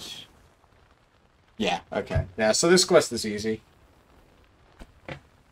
Wasn't sure if I was missing something, but no, it's just that simple. Come. I have need of your hands. Hold the armor steady? Okay. Hold the armor steady now. This Jewel crafting looks nice for casual gearing, so you're not wearing leveling greens. Yeah, I mean, I guess. I mean, I usually go jewel crafting. I'm gonna make sure that I have, like, most professions covered in my guild. But yeah, 90 item level early on. it is finished. Alright. Come on, lady. Claire may be right to place her faith in you. Go in service.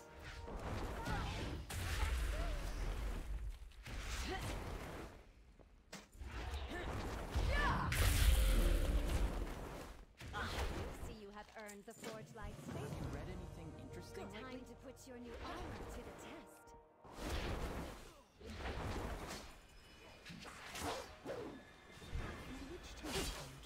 Challenge you.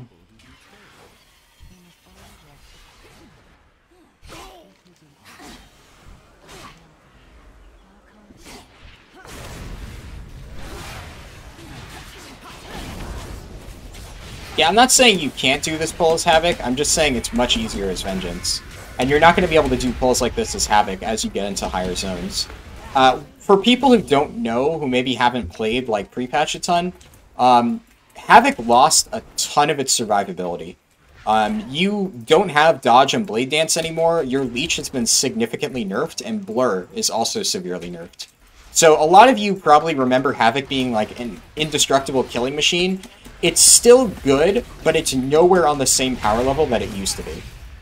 So Havoc is actually relatively squishy on big pulls now. Especially on physical pulls. So you probably remember, like, Havoc's main weakness was magic. Now it's weak to pretty much everything. You can't do Blade Dance dodge to just cheese stuff.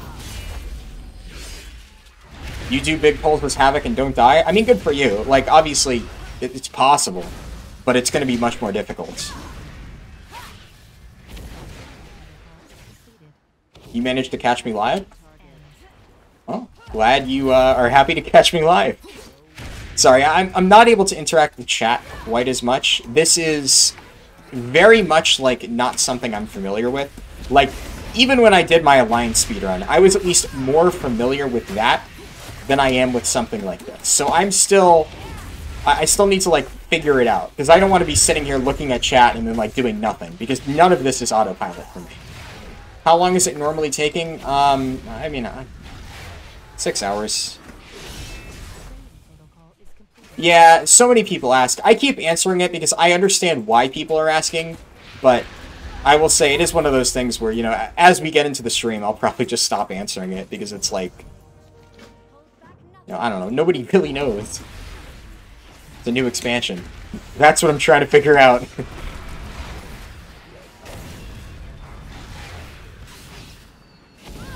I'm going to memorize this VOD before launch.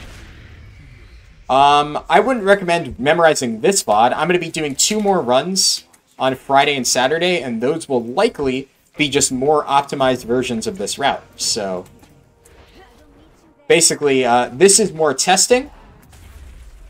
I'd recommend tuning in for the Friday and Saturday streams, and each one should be consecutively, like, more optimized than the last. And then hopefully on Saturday, I'll have a really optimized route for all of you.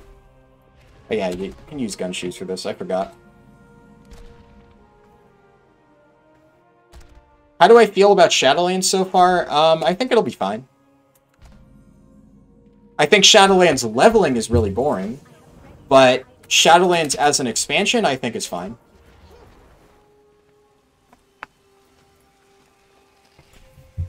Am I going to have a Google Doc with the 50 to 60 notes? Yes, I do plan on doing that. I also might make a video depending on how much time I have.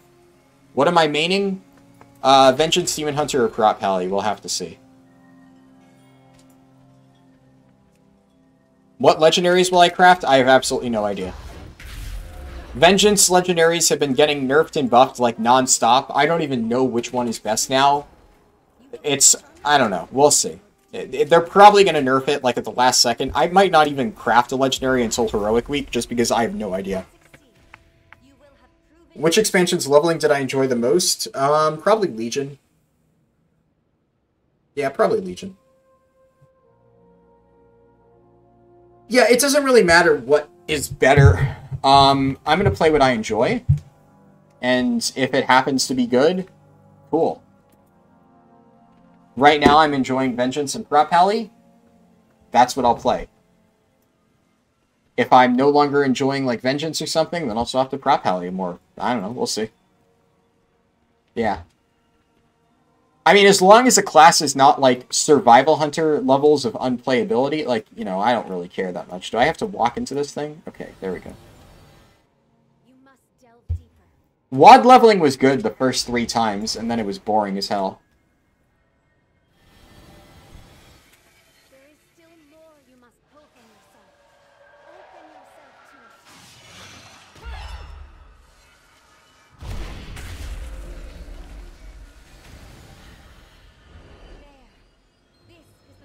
Do I play Holy Pally? No.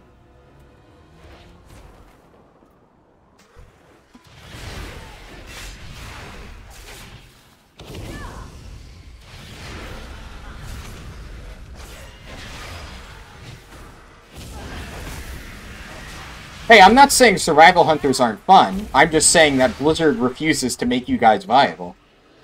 That's the thing. You know, I generally play what I think is fun, but if Blizzard nerfs a class into the floor like they do with Survival Hunter, I mean, it has nothing to do with fun at that point. At that point, you are basically just trolling by picking Survival. Don't get me wrong. I like the spec. It's just not viable. Not because I'm saying that people who play it are bad or whatever. It's just Blizzard refuses to make you guys good.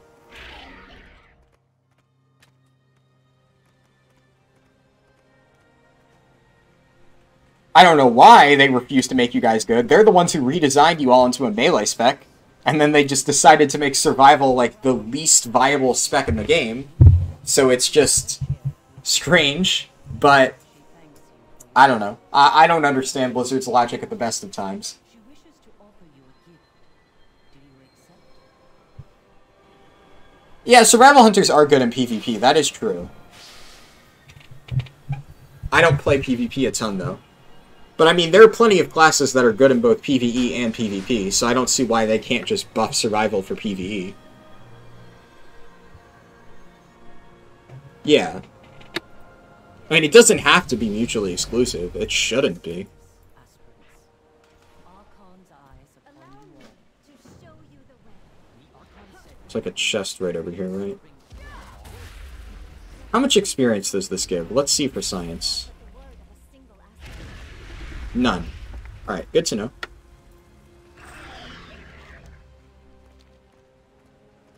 Probably faster to use Gunshoes here.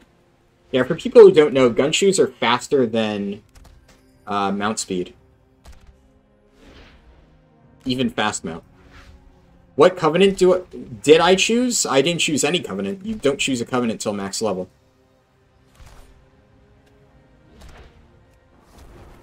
Oh. Okay, that was kind of sick.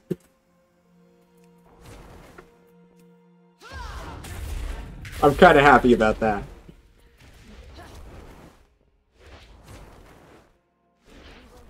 However we can.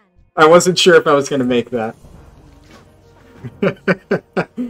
Head to Temple of Purity? Okay. Not have worsened since I was last there. I like the idea of Hunter having a melee spec. Yeah, it's one of those things. Good in theory, poor in execution, especially because Blizzard just makes it do no damage. I don't even think Survival Hunter, as it stands, is a badly designed spec. It's just, if you design a spec and then refuse to buff it when it ends up being weaker than you anticipated, what's the point of redesigning the spec? They haven't buffed it, at all since Legion. I know they have, but I'm just saying they buff it and then it still ends up being underpowered. Name for me one time when Survival has actually been a viable meta pick for PvE. Not talking about PvP. And also, it's not like something can be only good in one type of content.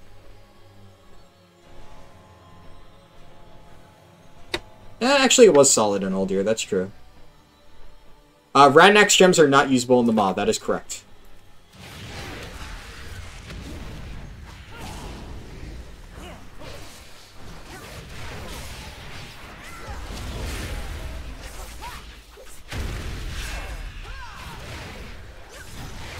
Am I routing that jump in on launch day? I mean, now I kind of have to, right?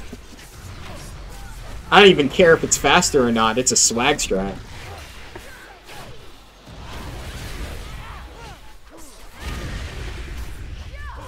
Forgot that I had to kill something here. Still using my feed set for that. Whoops. Do I believe Shadowlands is ready? No. But doesn't really matter. It's releasing, and that's really all we can say.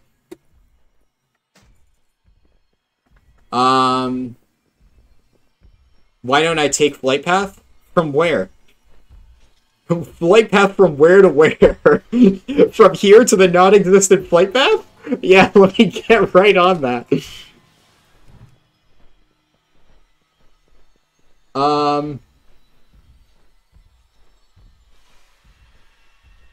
Can people get flying in Shadowlands? No.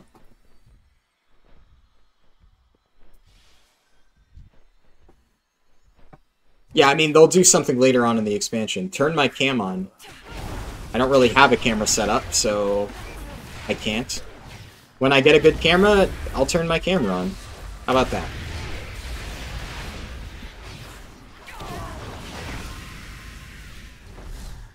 There's a quest over here, right?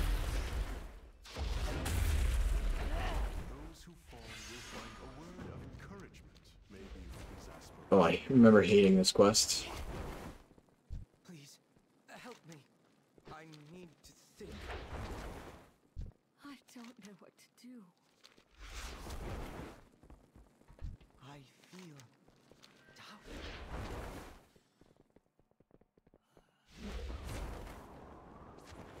Which ones do I have to talk to? I'm out of range.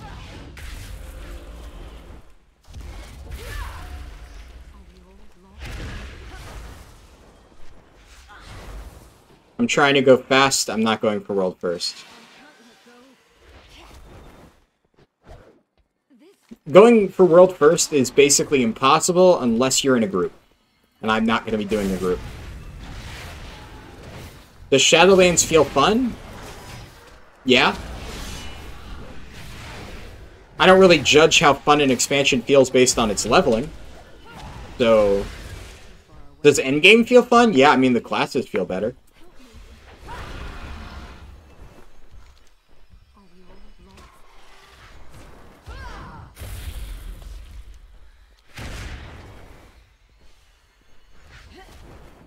Please, help me. I don't know what to do. I need to get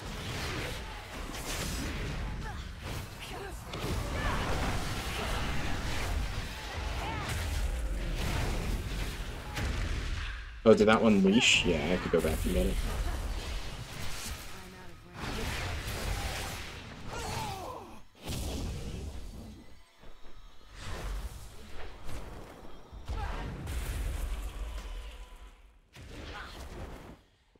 Yeah, you choose a random option. As far as I know, it doesn't matter. I remember the first time I did this, I tested it, and I couldn't really find any discernible difference between, like, one talk option or the other.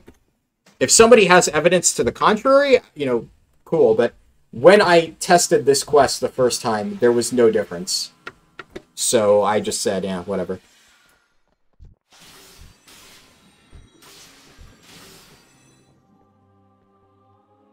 I know I'll be hating this quest. Yeah, it's RNG. Sometimes they instantly get credit. Sometimes you have to kill a mob. I don't know. It's just an annoying quest.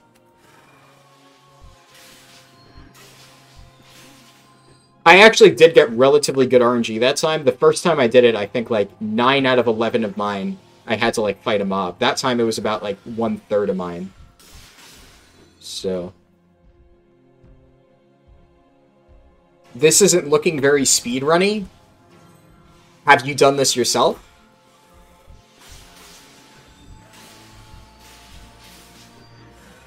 What's your definition of speedrunny?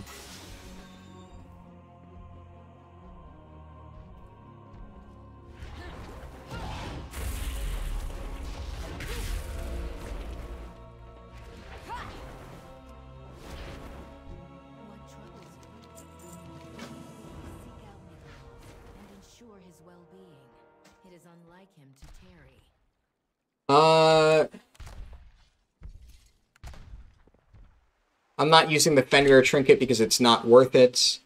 You gotta move your camera like crazy to make it seem faster. Yeah, exactly. The choice is yours. You know how to find us. Not even heavily breathing? What kind of speedrun is this? I know, right? I'm such a casual, man. My favorite are the comments where it's like, oh, if it's 5 hours, could you really call it a speedrun? Ugh. Like, yeah, okay, you do it in 5 hours or less and tell me how it goes. Not to mention, there's millions of games out there that actually have 5-hour speedruns that aren't WoW. I'm just testing to see if this actually works. I don't think it does, but, you know, this is a run for science. I'm pretty sure this doesn't speed him up. I'm pretty sure we have to walk with him. But you never know. Yeah, okay, we have to walk with him. Yeah, I mean, there are speedruns that are really fast, but there are also speedruns that take, like, 5+ hours. I mean, honestly, a really popular example right now, I would say, would be, like, GTA 5. Look at GTA 5 speedruns. They're, like, around 6 hours.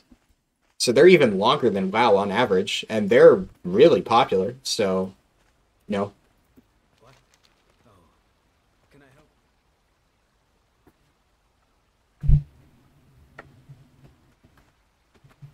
I mean, yeah, and there's, like, obviously tons of other games. I just picked GTA 5 because that's actually a relatively popular speed game at the moment. I've seen a lot of people playing GTA 5 speedruns. What you just saw, I am not alone in my malcontent. Yeah, haven't out of bound glitched even once. Yeah. To this temple, all these aspirants, their anguish. Watch it on 2x speed to make it a real speed run. Yeah.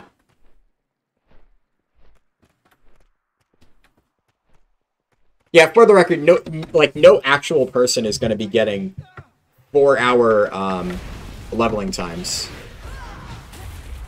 Don't go into Shadowlands expecting you're going to be doing it in 4 hours. I'm not going to be doing it in 4 hours.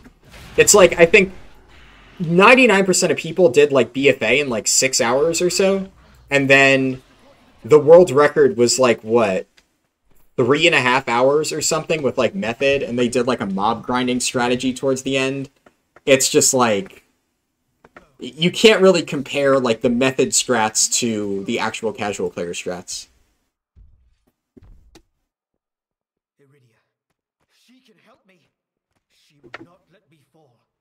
I don't actually do speedruns of like any other game. I've done like casual speedruns of other games. But none that I've like done like really optimized or submitted, usually just for fun. Would a Radinax cancel aura macro be too tryhard? No, it's a good idea. I've been meaning to make one and I'm just too lazy, but I'll do one before Shadowlands launch.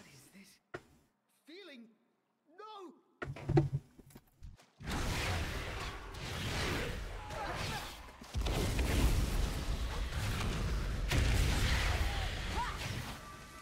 Yeah, unfortunately there's no way to speedrun the RP, so yeah. Not much I can do to speed that up.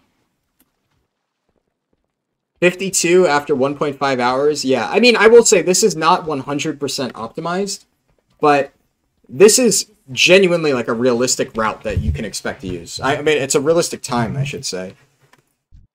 The route is going to be the same no matter what. Pelagos, find the stewards.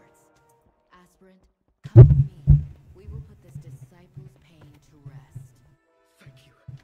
Thank you. 19 hours, 34 minutes for Pokemon Stadium 2. Complete the game. That sounds cool.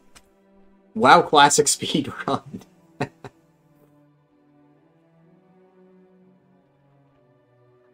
Even if you're not speedrunning WoW, time management has always been a part of the game. Yeah, exactly. That's the thing. Not every speedrun is like, oh, out-of-bounds tricks, you know, backwards long jumps, ah. It's, you know, a lot of it is just optimal routing and stuff like that. 6-hour speedrun, 4.5 hours of which is RP. Yeah, that's actually pretty accurate. I mean, you saw there was like a 30-minute stretch there where I had 0 combat. I was just running and talking. There's no way to speed run that besides, well, run faster, which I did.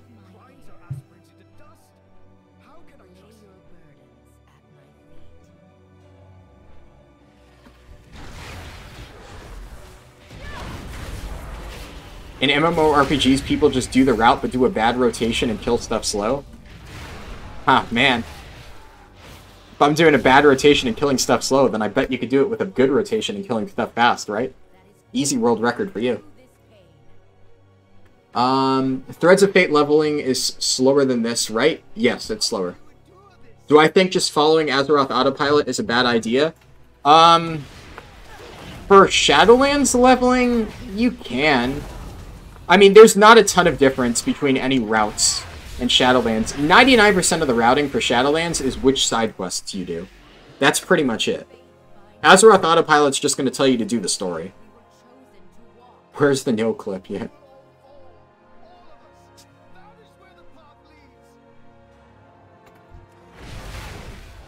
Like, look at this quest. What can I do to speed this up?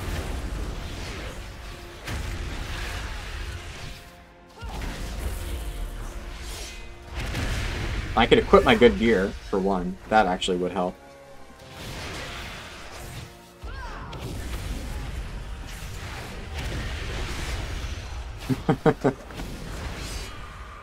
Better rotation, yeah. Press buttons faster.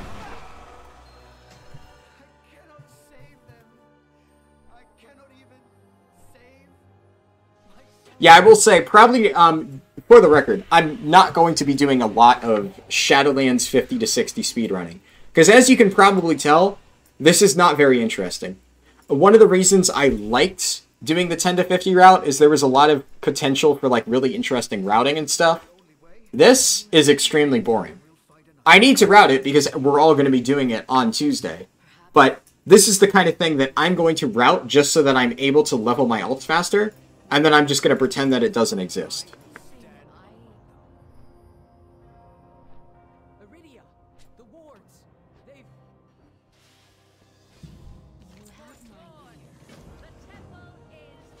We'll see. I might do other speedruns, like some people have asked. I might do like more 10 to 50 speedruns. But here's the thing. There's not going to be anything different than like a 10 to 50 speedrun and like a 50 to 60 speedrun. It's going to be basically, you add the time for 10 to 50 and 50 to 60, and that's about it. And 50 to 60 is going to be this.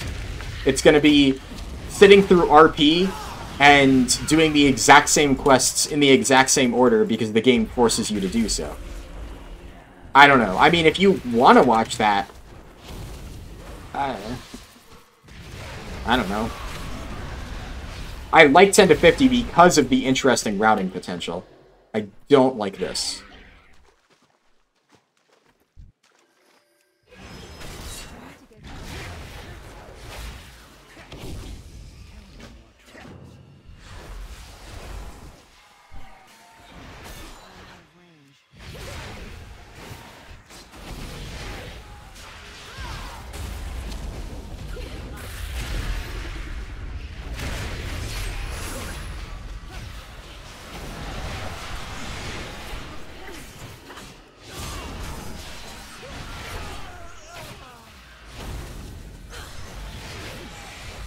What does this do? Damage taken increased by 300%.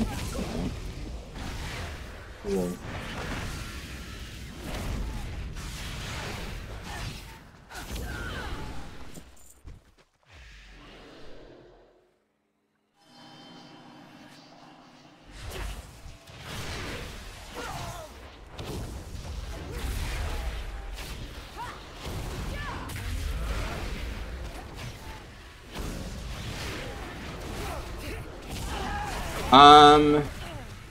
What was I saying? Yeah. So we'll see. I know a lot of people obviously want to see more, like, different class combinations and stuff, like, you know, Void Elf Mage is the obvious one that I'm definitely going to do. But we'll see. I just don't expect that I'll be doing a lot of runs after 50. I'll obviously do all of my classes leveled up, but I mean, most of my classes I'll be leveling in Threads of Fate, as I've mentioned. Because it's not about whether or not it's faster, it's about being efficient. If I need to do this stuff at max level anyway, then might as well. I believe it's better level as Vengeance, that's why I'm leveling as Vengeance. If I thought Havoc leveling was faster, I'd be in Havoc right now.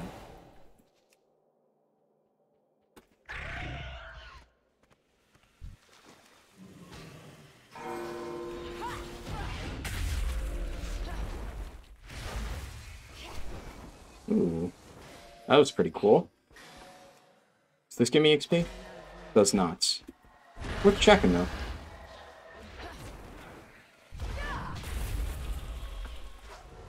Yeah, this side quest is definitely worth doing, just because you can do it at the same time. Okay, is this a bait bug? Yeah. Sexiest race in WoW? I don't know. Undead.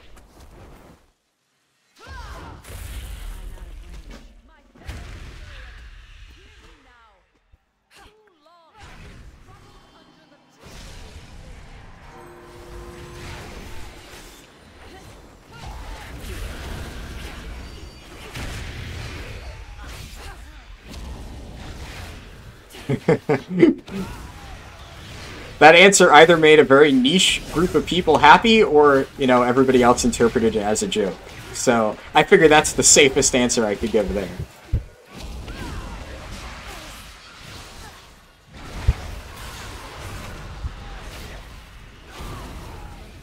Favorite WoW expansion, Mop?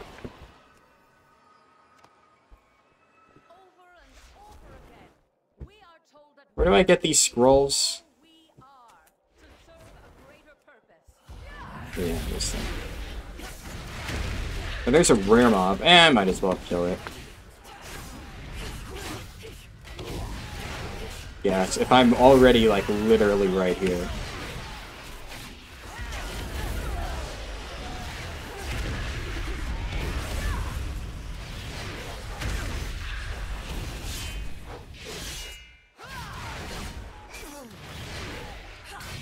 Did I like Kata? I mean, I was pretty young when Kata came out, so...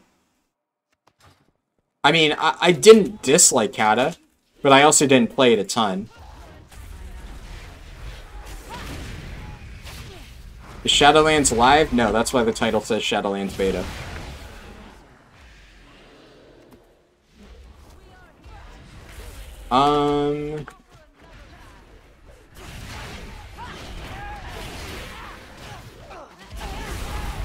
I think if you had played a Locke and Mop, you'd be a believer. I know how OP Mop or Locke was. Like, I know Destro was like absolutely bonkers.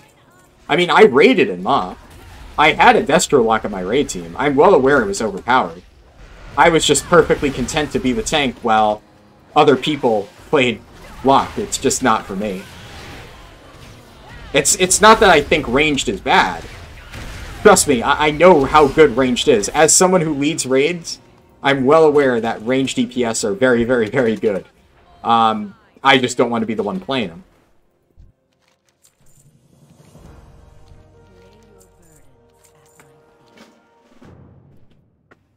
I got a beta key? Yeah, like months ago. I've had beta. I'm just only now using it to test Shadowlands leveling. Before I've tested endgame stuff. But Blizzard has made it quite difficult to test Shadowlands leveling because they've constantly changed the required XP values. Would love to have Haraldin be my raid leader. Well, as it so happens, my guild is open for anybody who wants to join. So, there you go.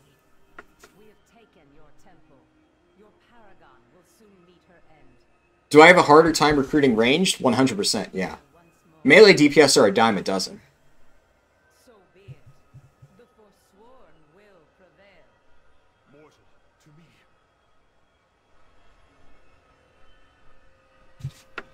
me. Yeah, I've talked to somebody. What is your purpose? Hold on. What server is this? Torghast. How would I say the general leveling experience is in Shadowlands? The first playthrough, in my experience, extremely boring. The second playthroughs, when you're doing Threads of Fate, is more fun in the sense that it's nice because you get to, like, knock out two birds with one stone, right? You're doing your world quests as you do the leveling. So, it's time efficient, I guess. Best tank for Shadowlands? There's no right answer for that question. It depends on the scenario. I can give you the worst tank for Shadowlands, which is Prot Warrior. Second worst is maybe Guardian Druid, but it's much closer after that. After that, the other four are all very, very close, depending on the situation. Do I have Feral Survivals on my raid team? No. I mean, if you're like the best Feral or Survival in the world, and you're able to be in the top 20 DPS, then go for it. But 99% of the time, that's not the case.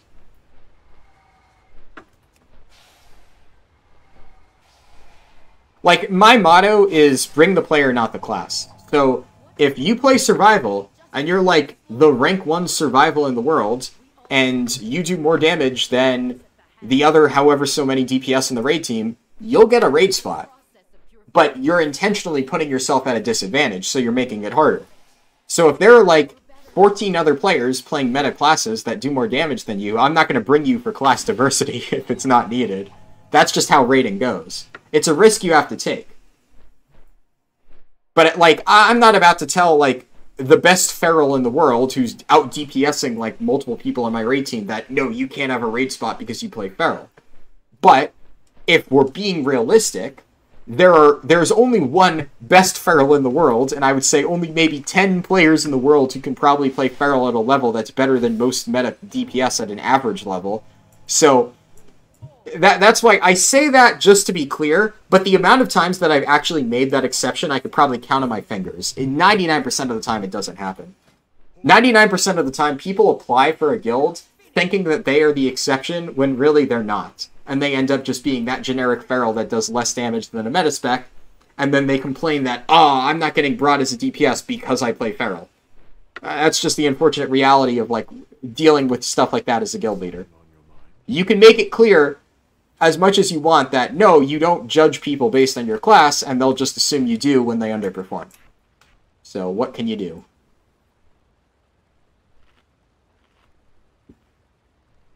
But that, I mean, that's really what you have to do when you're raid leading. That's the reality of it. Okay, server lag, can't handle my quests. There we go.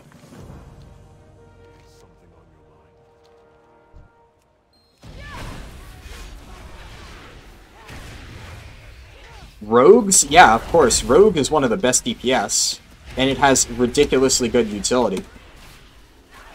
I'd be crazy if I had Shura Rogues on my raid team.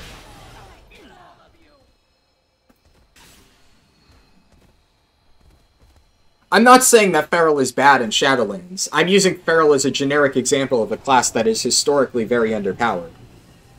And saying in the cases when it is underpowered, like with, like, you know, Windwalker Monk or Survival Hunter, which are also historically underpowered classes, that is generally the approach I take.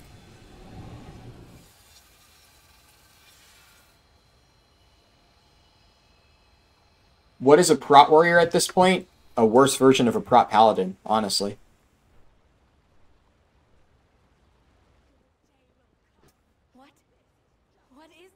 What server? So for people asking, I just noticed a few people are asking on what server I play. I play on Horde Mal'Ganis. My guild is called Determined. What about Retribution Paladin? I don't know. I don't really have any thoughts on Retribution Paladin. It's good, I guess. It's not bad. But yeah, I'm the guild leader of Determined on Mal'Ganis, CE-focused raiding guild. If you're interested in playing any role, hit me up, I guess. I'll post my Discord tag in chat. Hold on. Arlden, number 2316. So feel free to add me on Discord. My Discord server is in my like Discord broadcast, so you should be able to see that. So yeah.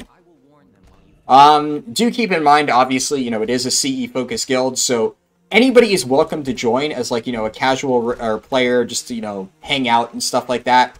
Like, I won't turn away anybody, but if you're specifically looking for a Mythic raid spot, it is relatively competitive, especially now that I've started streaming and I've gotten a ton of new recruits.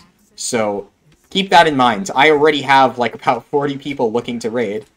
I mean, like I said, though, the best players come. Right now, you know, people always ask me, what spots do I have open? There are 19 spots open. The only spot that is taken is one of the tank spots, and that's me. CE focused means cutting edge focused.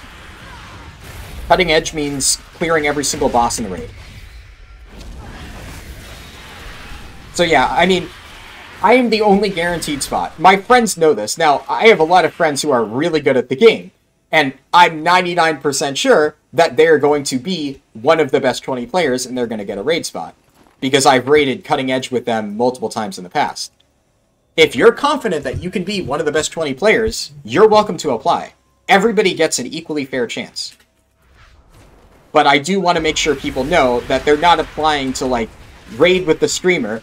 They're applying for a chance at raiding with the streamer backed up by their performance. Just to be clear. If that's something that interests you, everybody gets a completely equally unbiased opportunity to trial and prove that they're one of the best 20 players. How far in the world rankings is the guild? 0. I haven't raided in this guild before. It's a brand new guild that I'm forming for Shadowlands. How do I determine who the better player is, who levels faster? Obviously performance-based. Do I play Feral Affinity when leveling as Guardian? Yes. I will say, that's the thing though, like, you know, speaking of guild ranking, obviously it doesn't have one. It's a new guild that I am now forming. You know, I have not led this guild up until now. I've led raid teams in the past. But, personally, I guess my mentality is, I don't care about guild, or, like, world rankings or whatever. I, like, lead a guild to get cutting edge. I don't care whether we're, like, #1 in the world at it. I don't like to be inefficient. I don't like to, you know, take 10 years to finish a raid tier because people are fucking around and, you know, not paying attention and not preparing. Like, if we're wiping to a boss because people are, like, intentionally messing up or not doing what they're supposed to do, obviously, yeah, that's not good. And I dislike that. But if we're not, like, at a super high world rank because, like, you know, we're trying to play at a more, like, reasonable, casual pace while still getting cutting edge, I mean, who cares? I mean, you can use your guild status. I mean, I'm not saying that it doesn't matter. If you are in, like, a top 100 guild or something, or whatever, or you have prior experience as a top 100 guild, it obviously reflects the fact that you are a good player. I'm just saying that's not the mentality that I have towards my guilds. Like, I am not leading my guild with the intent of, like, I'm going to get a really high world rank. I'm leading my guild with the intent of, I'm going to get cutting edge at a pace that is enjoyable and fun for everybody. You bear interest in craftsmanship. The conduits are active. Supply them with the anima I gave you. I get that. It's a healthy indicator for what you can expect from leadership and skill of raiding. Yeah. No, that's fair. Yeah. What's the guild name? Determined. I guess I can spell it in case you can't understand my pronunciation. Like, obviously, I mean, here's the thing. I will say, normally I would say you can expect the quality of a guild depending on, like, what rank it is. But at the same time, I have been in guilds that are, like, top 100 or almost top 100. I would say sub-top 100, as I've discussed in my video, is worse in most cases. Because it's, like, wannabe top 100. And that's just the worst. So even if a guild is, like, really good, sometimes it's not a great raiding atmosphere, and it's, like, not really the most stable environment. Like, I've seen a ton of, like, top 100 or close to top 100 guilds implode because their raider is basically, like, just driving his raiders like a taskmaster. It's, like, fucking insane. And then eventually everybody says, okay, fuck this shit, I'm tired of this. And then they all quit the raid team, and the guild explodes. So, I don't know if that's the best way to lead a guild either. Going purely for how fast can we get this done, and ignoring the, you know, needs of your raiders and their time restrictions. I think, you know, a mix of the two is important. Yeah, for sure. What a Sean Cat just said. I agree. How many days a week do I raid? Currently, it might change. We'll have to see. The current plan is Tuesday, Wednesday, Thursday, 8 to 11. Now, 9 hours, pretty standard for Mythic guilds.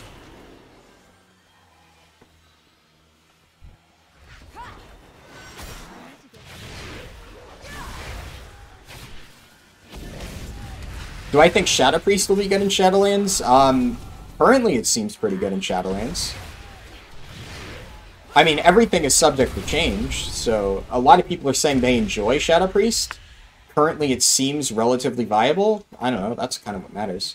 How's the run going? alright, I guess. I don't really have any, like, frame of reference. But so far, it's solid.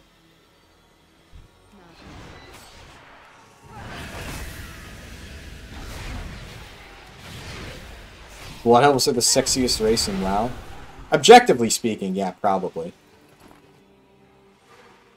Can I really not loot the last quest item? Okay. Do I have time in my run to change T-Mog? I mean, I could, but I don't need to. I'm still using the same gear that I used at max level, or at 50. I would love to try World First guilds that do 7 days a week.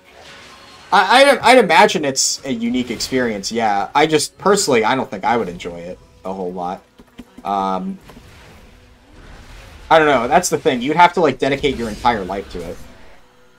Even when I was raiding, like, I've been in, like, 4-day guilds that raided, like, 4 hours each day, and it's just... I don't know. I would say once you start to get past the 10-hour-a-week mark, that's where it starts to just get a bit much for me, even. And I'd like to think I have, like, more tolerance towards raiding long periods, especially with the speedrun stuff, than most people.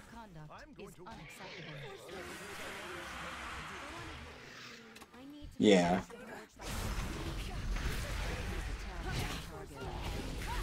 Like, at the end of the day, you know, I don't want to spend every waking moment in raid.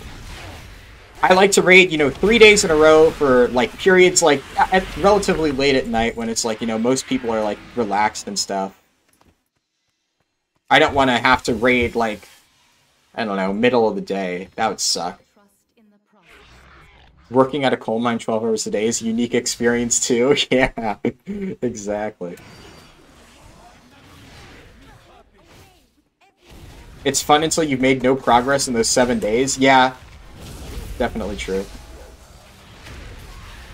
That's the one thing a lot of people don't realize. You know, I mean, obviously, I haven't raided at a world first level, but I've been in guilds that are advanced enough to, I mean, like I said, get cutting edge, and especially once you reach the end bosses, like, one thing I've consistently seen in every single, like, cutting edge guild I've been in is you always have, like, a few people that haven't done cutting edge before, right? And the main thing that really shocks people when you hit cutting edge is how different the last, like, 2-3 bosses are than the rest of the raid. Like, everybody flies through the raid, and they're like, wow, this is easy. And what they don't realize is that the last 3 bosses of most raids take longer than, like, the rest of the raid combined. It's a big step up. That's where most of the progression time goes. So every single time I'm in a cutting edge guild, you inevitably have, like, 3 to 4 people leave on the final boss or on, like, the second to last boss because they expected, oh yeah, we're just gonna breeze through. And then you hit that final boss wall and they're like, oh my god, this was much more difficult than I expected.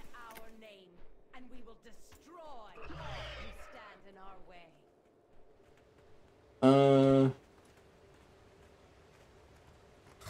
I PvP? No. I'd like they put otters on female Tauren. It's probably a weird sexual thing that I don't understand. I prefer raids that happen like 3 to 4 hours before bed. Yeah. Like, you know, that's the thing. I usually go to bed at like 2 a.m., generally speaking, on like an average day. So, for me, like, my raids end pretty much exactly then. My raids end at 11. Oh, udders. Okay. I was gonna say, I don't know what otters mean. I know what an otter is, but I don't know what it means in that context. But udders makes a lot more sense. But yeah, so, you know, my raids end at 11. And that's pretty much exactly 3 hours before I usually go to bed. So it gives me plenty of time to, you know, talk to the raiders, like, review the raid night, you know, maybe browse Reddit or whatever I feel like doing. I guess I'm just gonna have to sit here and wait for the lag to dissipate. Pretty much everybody at Kil'jaeden and Legion. Yeah, Kil'jaeden was bonkers. Like, Kil'jaeden was every single, like, one of those bosses, like, combined. Kil'jaeden was awful. And I would even say Avatar was worse than, like, the majority of end bosses in other tiers. So, yeah, a lot of guilds fell apart in Tomb of Sargeras. That's why, like, a lot of people really hate TOS because it's probably where their guild fell apart. And I get that, but honestly, from a design standpoint, God, was TOS such a good raid. It was so much fun. If you have Azerite armor 110, would it be better to have normal 110 gear? It depends. Honestly, sim yourself is the best advice I can give. Do a sim, see if the main stat on Azerite outweighs the secondaries. Entirely depends. Locate the first offering?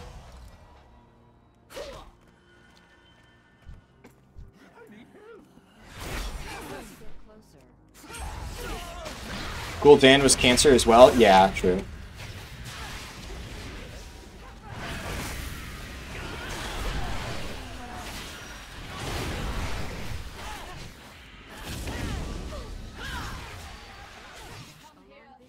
Please no Taran and Panda conversation again. Yes. Definitely true. It's where mine fell apart, yeah. I mean, I ended up getting Cutting Edge Kil'jaeden, but I had 2 guilds fall apart. No, wait. Yeah, 3 guilds fall apart before I got there. So, yeah, it happens. But, still a good raid.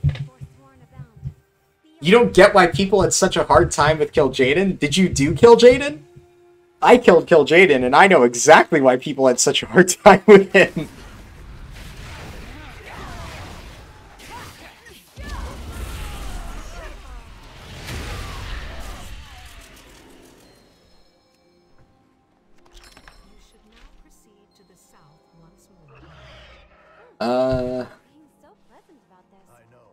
Speak in Spanish? No. There you go, I spoke in Spanish.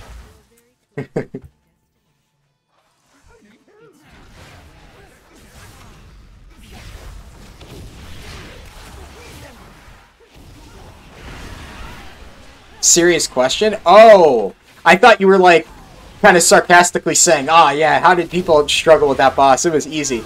Kil'jaeden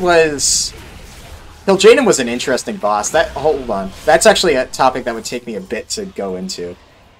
So I'm gonna wait until I'm like on like an RP quest or something, and until I've caught up completely with chat. Kil'jaeden was overtuned, as somebody said. Yeah, that's another thing. I don't know. He wasn't necessarily bugged as much as he was overtuned to the point where he was unkillable. Like, I don't know if I'd call that a bug so much as just bad playtesting.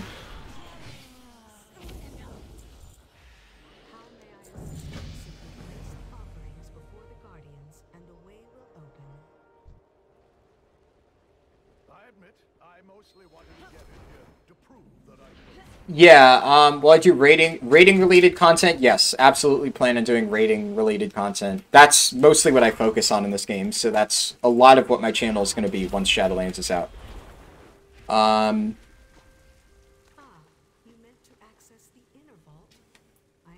So, basically, the thing with Kil'jaeden, as some people have said, he was ridiculously overtuned. The main issue with Kil'jaeden is, like, Blizzard playtested him with, like, if I remember correctly, it was like they had full cooldowns up for every single phase transition. So as somebody said, he was mathematically impossible for about a month. And even then, it was so ridiculously tightly tuned, even after nerf, that you had to have every single person in the raid performing completely perfectly, like, mechanically, to just be able to survive the boss. Like, otherwise, you would just get absolutely fucked. If one person messed up their job, you were done. That's it. You lose.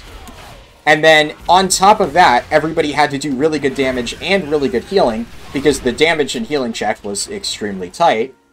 I mean, for tanks, it was extremely brutal. You had so much damage going out at the same time. I mean, honestly, it was just a really hard fight. Kil'jaeden had a ridiculous amount of difficult mechanics that every person in the raid had to do, and it was just really tightly tuned. So, hey gamer, will this run be up on the channel later? Yes. All of my streams will be up on my channel later on.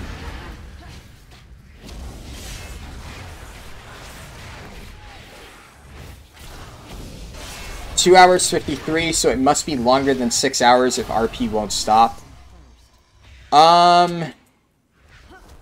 Yeah, I mean, I don't know.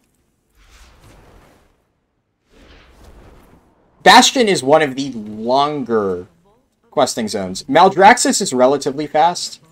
And then I would say, like, Ardenweald is, like, medium, and Revendreth is about as long as Bastion. So, it's hard to say for sure.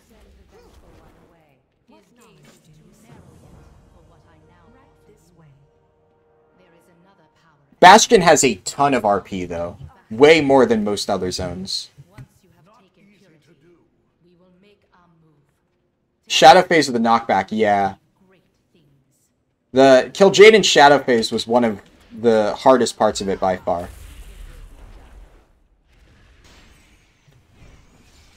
Most people still can't kill KJ, yeah. Well, a lot of Kil'jaeden's mechanics would just, like, one-shot you because they knocked you off a platform and into the abyss. And yeah, I do apologize for people. I know, like, it's a Wednesday stream, so a lot of people can't really make it. Like, I get it, you know, you have work and stuff. But I'm still going to be streaming the same times as before on Friday and Saturday. This is, if anything, just a bonus stream. I've been meaning to test out Shadowlands leveling, and, well, if I'm going to be testing it out, I might as well do it on a stream. So here you go, bonus stream, middle of the week. What knowledge do you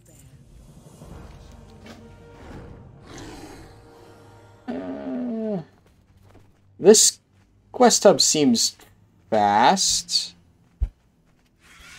Sure.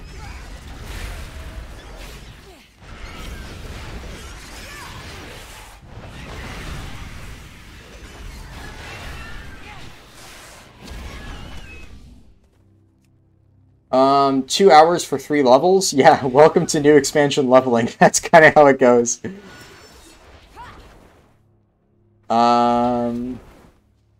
What else can I do? Yeah, oh, I think I'll pull up to here. This is good.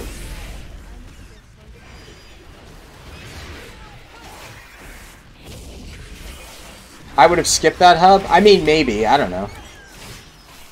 I just figure it's right along the path, and, yeah, we'll see.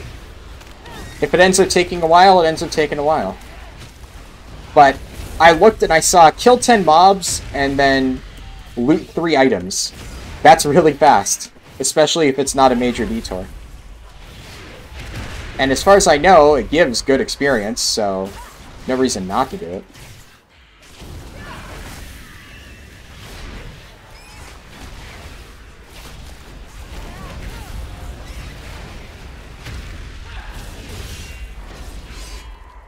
Bastion RP, while hard to speed up, is also hard to slow down, so good for release crowd. Yeah, true. Yeah, Bastion RP, there's really not much you can do about it. I remember Bastion being a very slow zone.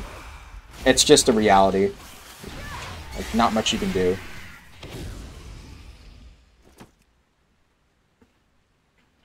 "4 AM gang? Nice to have you.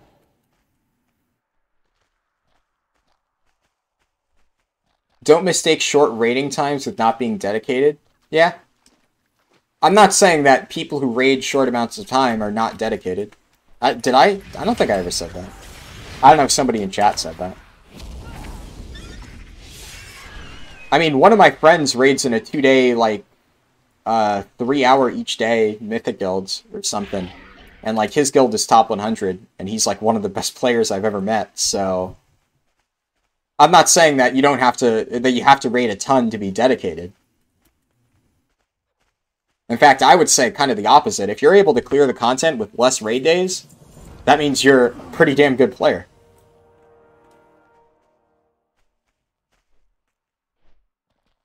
Yay to turning in on the stream at 4 AM. Glad I can give you something to watch at 4 AM. I found Bastion to be extremely boring to level in. I agree. Bastion is probably my second least favorite zone. Maldraxxus is just so bad. Like, it's hard to compare to that. But Bastion I really don't enjoy either. I find Bastion to be just such a boring slog of RP after RP. And, man, like, I don't know. I hate it. That said, Ardenweald is much better, and then Revendreth is actually a really good zone. So, it gets better after this. It's just a shame that Shadowlands does not start on a good note, unfortunately.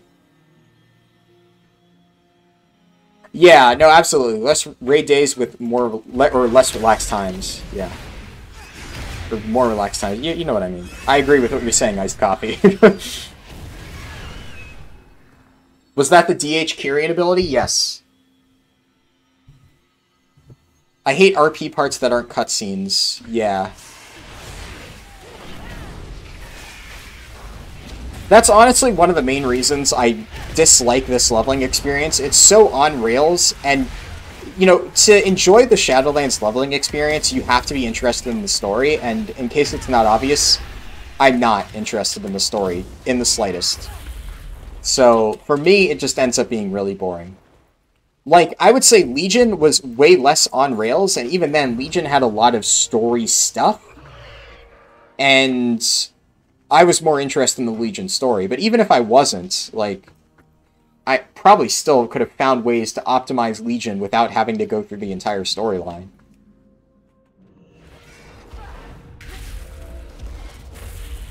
There is story in WoW? Yeah, there used to be.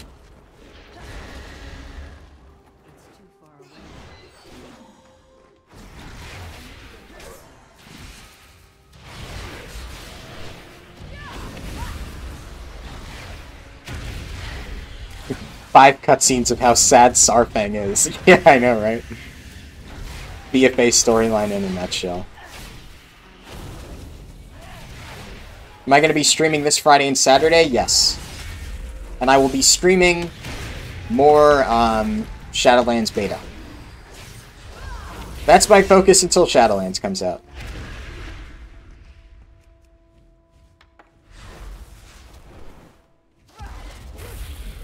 Is Bastion worse or better than Drustvar? I've actually never done Drustvar once.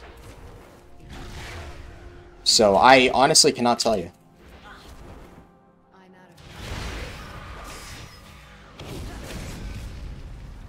What other games do I like, if any? Oh no, WoW is the only game I enjoy. I hate all other games. No, I play a ton of other games. I've discussed them in detail in previous streams. I mean, honestly, discussing every game I enjoy, we'd be here forever. To name a few, my favorite game of all time, I've said this before, is Undertale. Other MMOs that I enjoy, primarily Final Fantasy. Final Fantasy XIV is an amazing game that lots of WoW players love to shit on for absolutely no reason. It's a good game. People are just salty because it's a competitor to WoW. I mean, I don't know, there's tons of other stuff. Hotline Miami, Fury, Katana Zero. Those are games that I really like. Where do we begin? Yeah, I don't know. I could go on. There's a lot of games that I like. A Weeb Alert? Yeah. Oh, you know me. Total weeb. I found the Maldraxxus storyline more engaging. Yeah. Yeah, it's definitely hard to say which is worse between Bastion and Maldraxxus. You know, race to the bottom with those two. Choose one to be my companion? Sure, let me pick the first one I see. This is probably a wanted quest, right?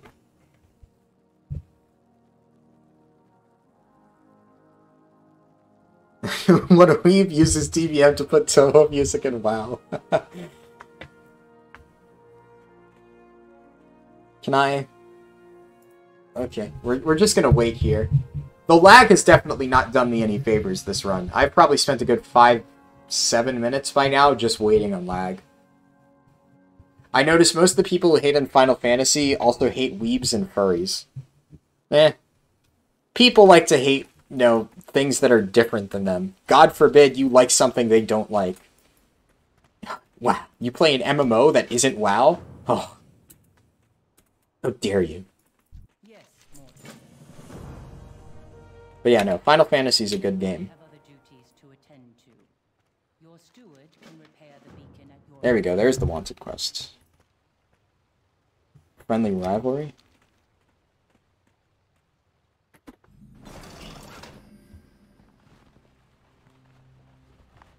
Yeah, definitely expect me to play Final Fantasy on this channel at some point. I love Final Fantasy, so I'm gonna be playing it. Eventually. I mean, right now I've basically done all there is to do, so it's just one of those things where it's like, I'm not playing it not because I dislike the game, but just because, well, I've played through all the 5.3 content. So.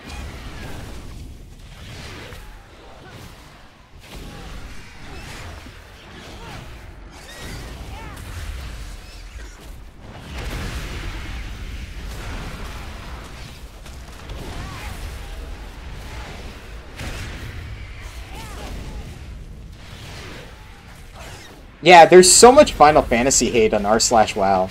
It's really crazy. I've seen so many people talk about, like, oh, Final Fantasy sucks. I don't know why people... Like, one of the funniest comments I ever saw, I actually talked about this in one of my speedruns. I saw somebody saying something to the effect of, like, oh, it's just natural in MMOs for people to shit on the developers. It's not a WoW thing. And then somebody pointed out, justifiably, that actually... 99% of the communication between players and developers in Final Fantasy is really positive. And somebody on r/WoW was said, that's just because all the people on the Final Fantasy Discord are simping for the developers or something like that. And it's like, it's equally as bad. They're way too positive while people in WoW are way too negative. It's like, no. The people who play Final Fantasy like the developers because the developers are constantly doing things that the players ask for, because they actually care about their player base. That's why it's so positive.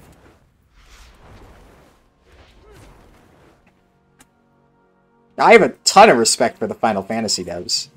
I mean, honestly, the best example I could give is the whole, COVID thing with the, housing auto-demolition. They disabled auto-demolition, knowingly losing themselves money in the process, just because they didn't want people to feel forced to pay a subscription for something like that. That's just... It's such a cool thing for developers to do, honestly. How do I do this quest? Beacon of Invocation fixed. Oh, do I need to talk to you? There we go. Yeah, Yoshi P actually talks to the community. And it's clear that they're listening.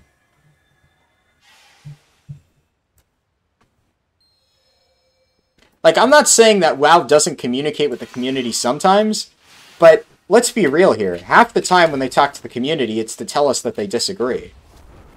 I don't think it's really much of a hot take to say that the WoW community, or the WoW developers, can do way better when it comes to communicating.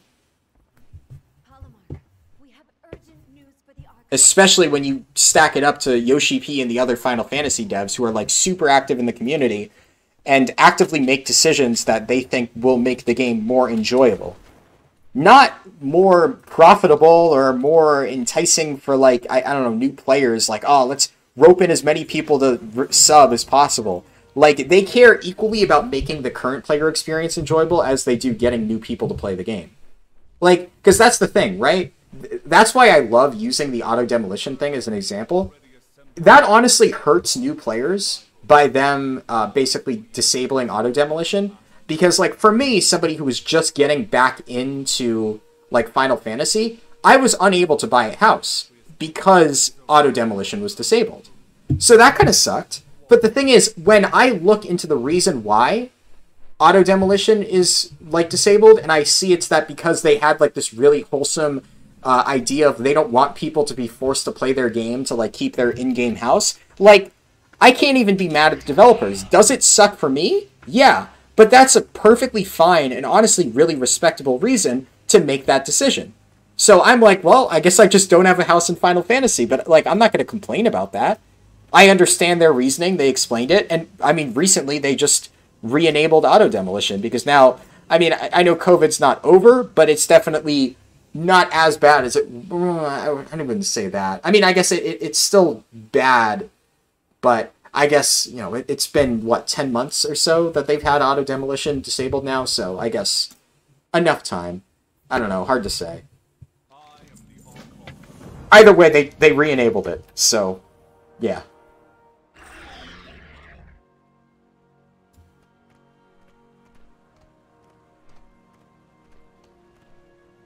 Wait, oh no, I have to go up here. What am I doing?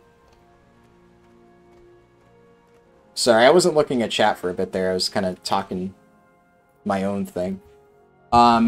People being obnoxiously hostile against Final Fantasy XIV is just hilarious. Yeah, I mean, it's just... I don't know.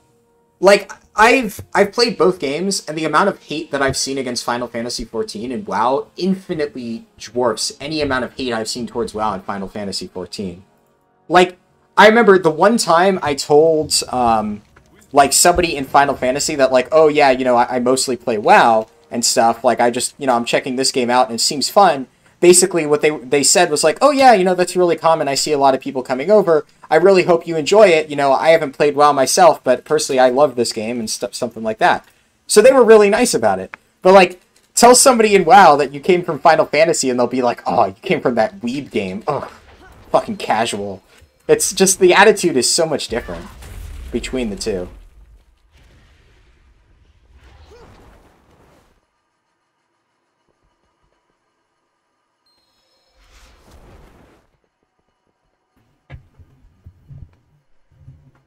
It's just not impacting our daily lives as much? Yeah, true. It is, but yeah, so COVID, yeah, that's the thing. I don't know. I mean, they re-enabled it. Like, I want to say that it's not as bad as it was, but the reality is, yeah, it is pretty bad. COVID still is definitely an issue.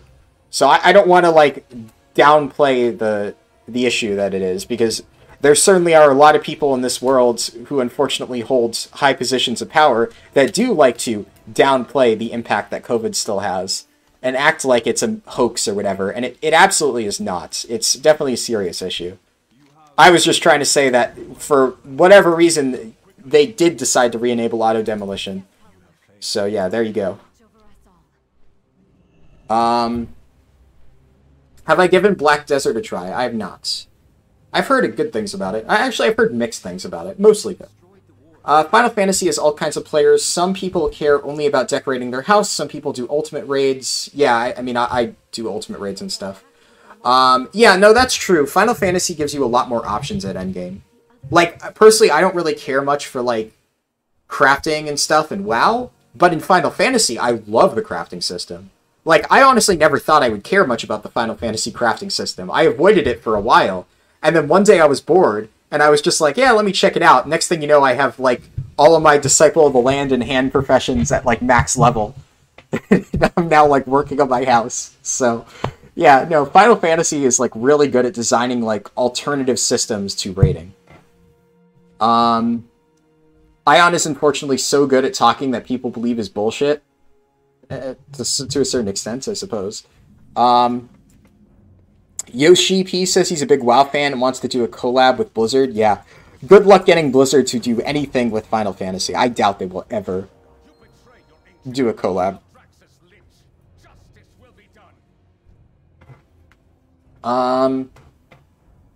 If I have to cross that damn desert for Minfilia one more time. So, for people who don't know, actually, with Final Fantasy, if you haven't played in a while, they made it so the, like, leveling experience in A Realm Reborn is way more streamlined.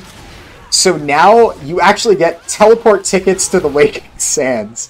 So when Minfilia says, "Pray return to the Waking Sands," you don't have to, like, take a hike across the continent. You can actually teleport straight there now while doing the quests. Which, fantastic change, because yes, it did get a bit tedious. A Realm Reborn is definitely far more streamlined now than it used to be. Which is also partially why I've said before, I've considered, you know, maybe a few months from now when I have time, doing a main story quest speedrun. It's probably still going to take me like 20 hours, but it's less tedious now, especially with the changes. And I mean, God, I just love the Final Fantasy story. If I did a main story quest speedrun, I probably wouldn't skip most cutscenes, just because, you know, I would want people to be able to see it.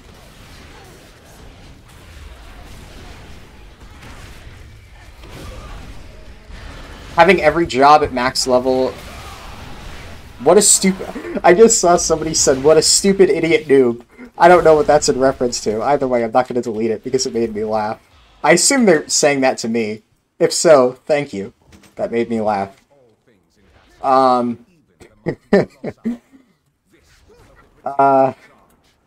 Let's see.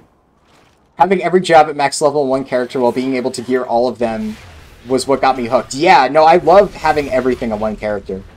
Like, that's the main reason I got into professions. The fact that I can just have my one character and have all of my professions on that one character. That's what I loved about Final Fantasy professions. I don't have to, like, constantly swap characters to, like, access, like, whatever crafting thing.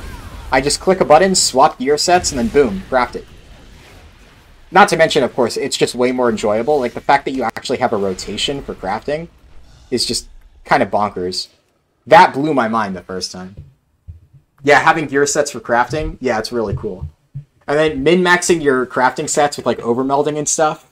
There's just, like, so much min-maxing, and, I mean, you know how much I love min-maxing. So, definitely a lot of that in Final Fantasy crafting. Would love to see you do a speedrun in Black Desert. I mean, if I ever played Black Desert, I definitely wouldn't be doing a speedrun, because I would be doing, like, a first run-through. Also, once again, we gotta wait, like, a minute for lag, so, yeah. I would say whatever time I end up getting, probably, like, subtract, like, 30 to 45 minutes off it, because this lag has just been absolutely obscene.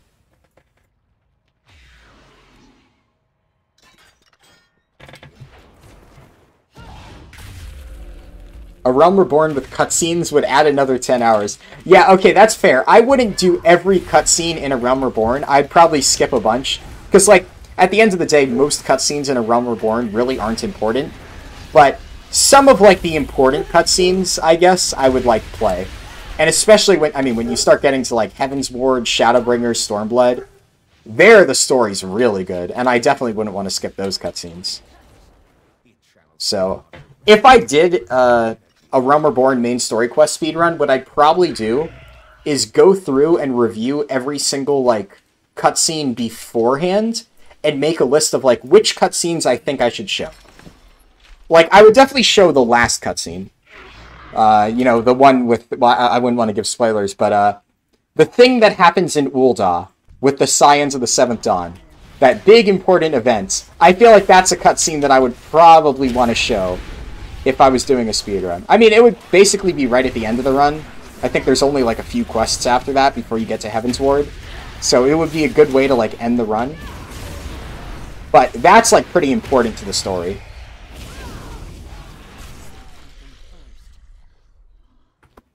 I mean, there's a 2.5 second GCD, yeah, but you have, like, 1 million off GCD abilities, so...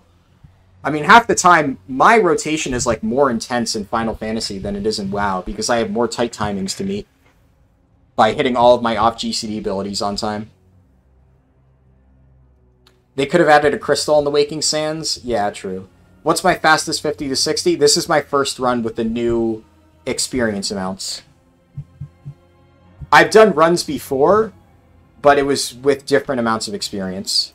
Yeah, you see there, that was like 45 seconds of just sitting there waiting for lag to go away. Definitely adding a lot of time to the run that I just have no control over.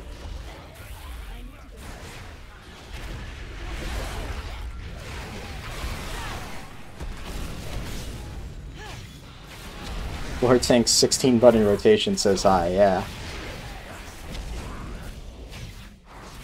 Minor Y'shtola is a thing, yes.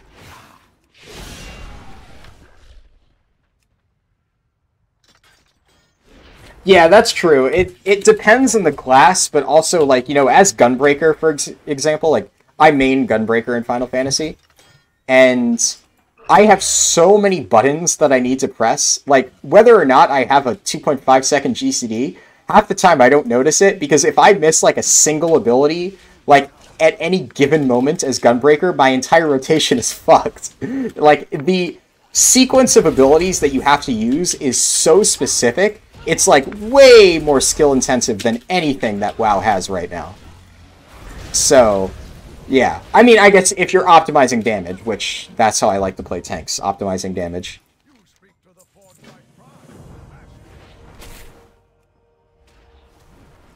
The lag on launch will be as bad or worse, yeah. No, you're not wrong. It's just unfortunate.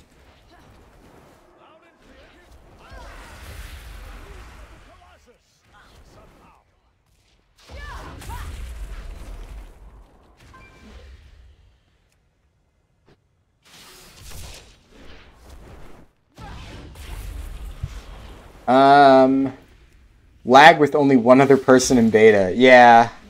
I will say, beta servers, you have to remember, they're generally, there we go, more laggy than live. But it's still not a good sign.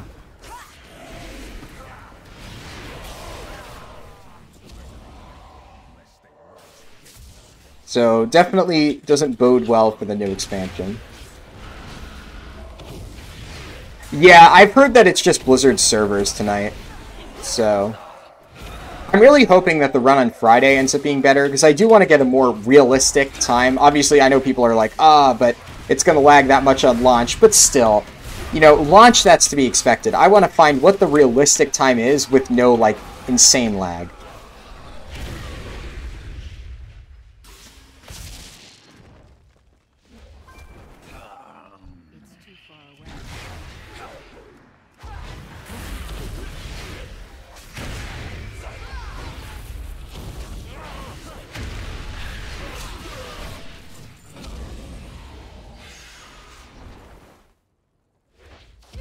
No, no, no, no, no, no, no, Shaman! Oh, I beat them to it! Ha-ha!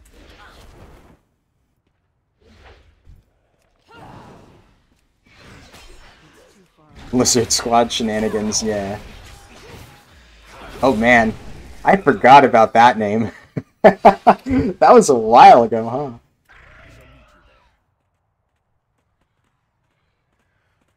And that was, like, right around Christmas. Shout out to WoD Launch, yeah. WoD Launch was something, huh? Your forces are already pushed back. You have lost charging. Buy me time. Hold down your beasts. They will perish just like the rest. Does Party Sync work for 50 to 60? I don't think so. I'm pretty sure it doesn't. I love using Super Bolide with a newbie friend who rolled a White Mage. The best part is using Super Bolide after they use their full heal. Just keep them on their toes. Super Bolide is like my favorite troll ability as a tank. I wonder if the servers are going to get DDoSed again. I hope not. I actually didn't have too much trouble on BFA launch. But it's definitely going to be much harder now with everybody in one area. I'm having lag right now on a live server, yeah. Terran Mill EU has been a lag fiesta for the past 3 days. Yeah.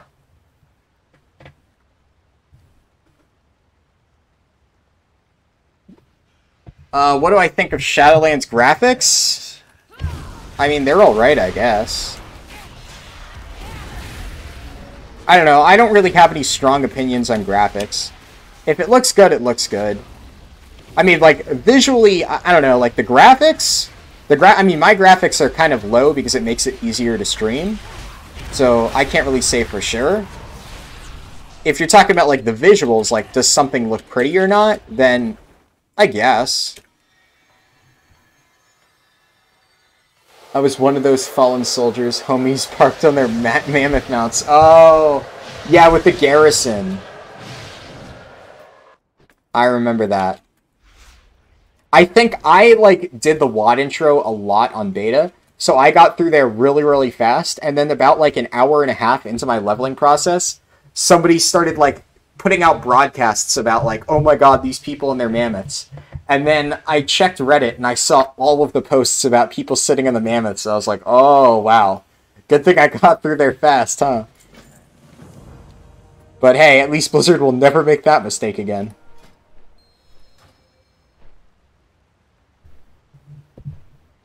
The Paragon of Courage was at the heart of the temple when the attack came. Ever watch the VOD of Athene's world record? No. Lend her our aid. Area 52 US has been a PowerPoint for the last few hours. I love describing like lag as a PowerPoint. That's like my favorite description for it. Something about that, just like it gives the perfect visual.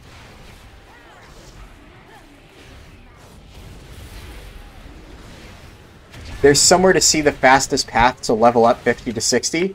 I mean, you're watching it. There you go. Congratulations, you stumbled into the right place.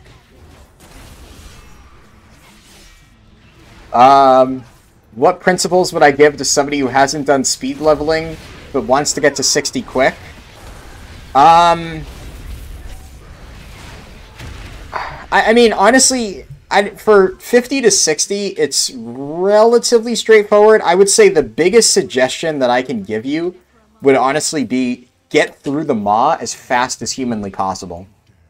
Like, I know that you might be thinking, oh, I'm going to go at it a bit more casually, but you have to remember that, like, this expansion, the fact that it's linear is both a blessing and a curse. It makes it easier to level through, but it also makes it really hard in terms of competition.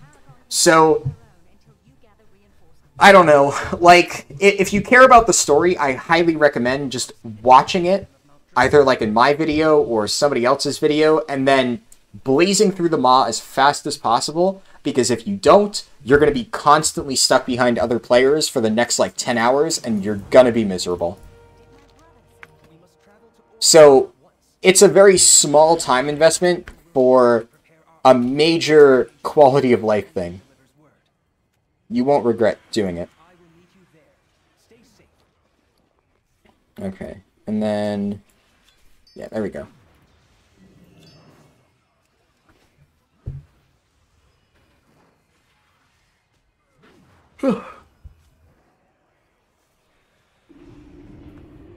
Can someone explain the mammoth thing?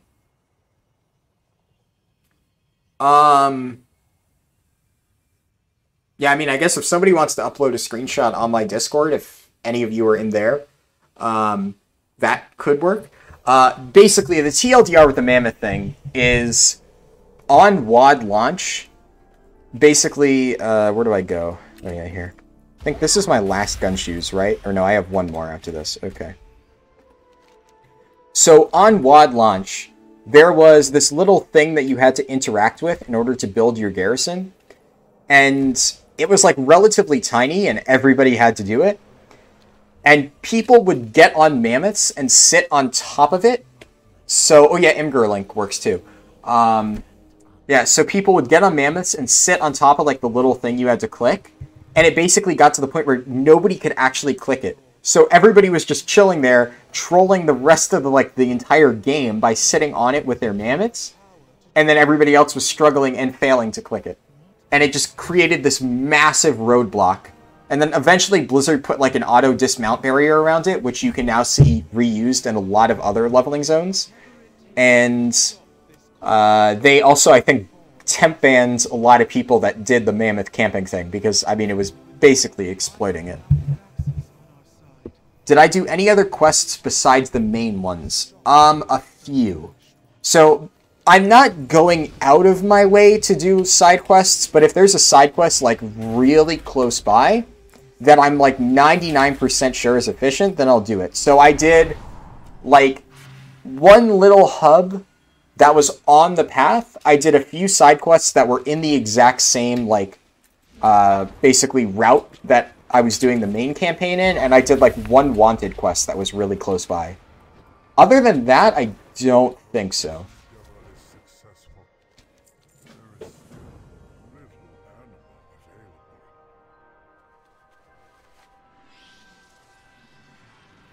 Is bear tartar really better than stat food?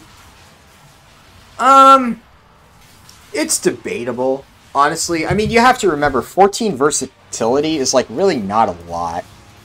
So, you get, like, a tangible time save by using Bear Tartar.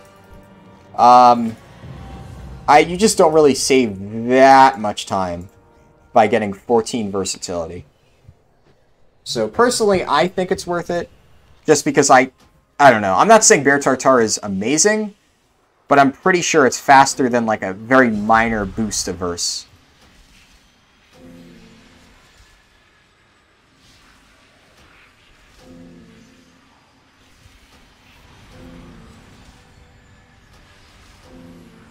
I'm also just clearing out my quest log. I probably would have done this if I noticed it. I didn't notice that, huh?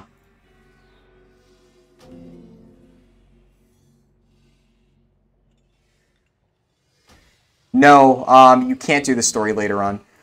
So that's the main thing. I mean, but with that you mean, like, experience the story later on? Yes, but the thing about Shadowlands is you have to go through the entire story. It's like if Lore Master was required to reach endgame. Honestly, that's the main reason I think it really sucks as a leveling experience. So, you have to go through it. The only thing is, because it's so linear, like, that's why I would say experience the story before the X-Pack launches or later on. Get ahead. The earlier you get a lead, the more smooth your entire experience is going to end up being.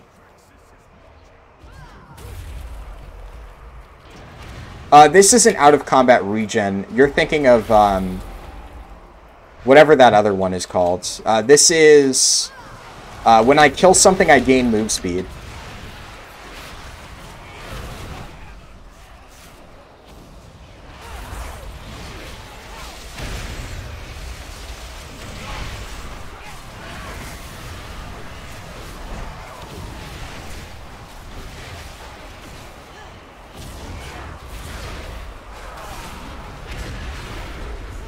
You can't get flying at Shadowlands launch, like with most expansions.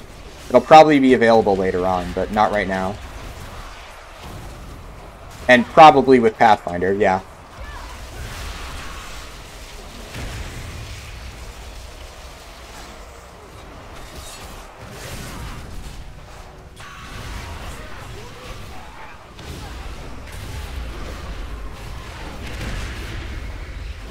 What item level of gear did I start out with? 133, whatever I have from, like, Mythic Ny'alotha.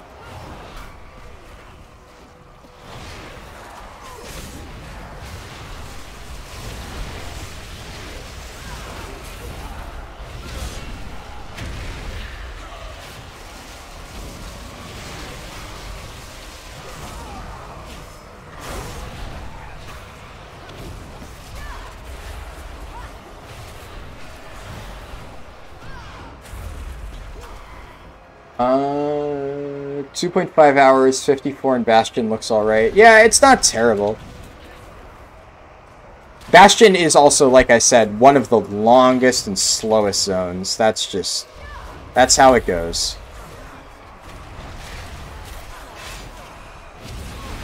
Maldraxxus is a lot of fighting. Which, I mean, if that's what you like, maybe you'll enjoy it. I don't know.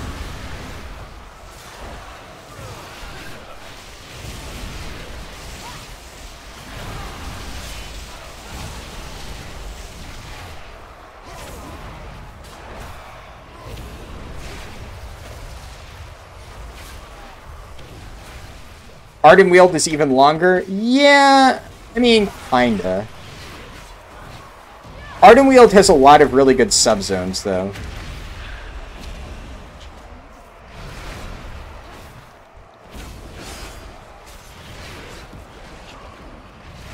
This is Maldraxxus, yes.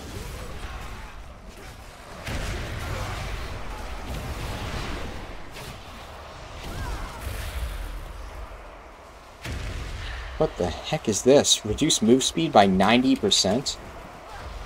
God damn. No, you do not get to pick a zone you want. That's what I've been saying. Shadowlands is 100% a forced linear questing experience. There is zero choosing zones.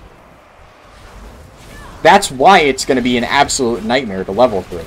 Everybody's going to be doing all of the zones in the exact same order, regardless of faction, whatever. So imagine every single player in the game being stuck in this area with war mode on.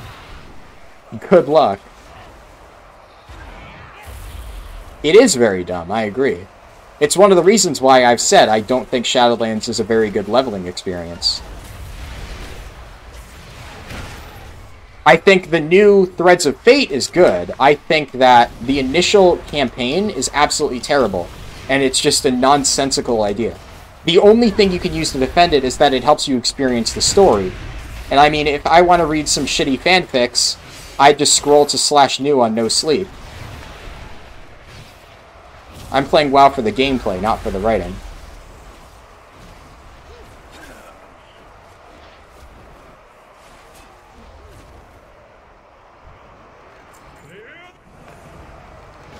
What ability is this? Oh, that's my... yeah. What did they do? They keep changing this. Commission a duel against a condemned demon from the Theater of Pain. Vanquishes your foe, releases an empowered demon soul, and creates a pool of blah blah blah blah blah. Okay, so now they made it so only the only thing that you get from the pool is like defensive benefits. Right, I remember that now.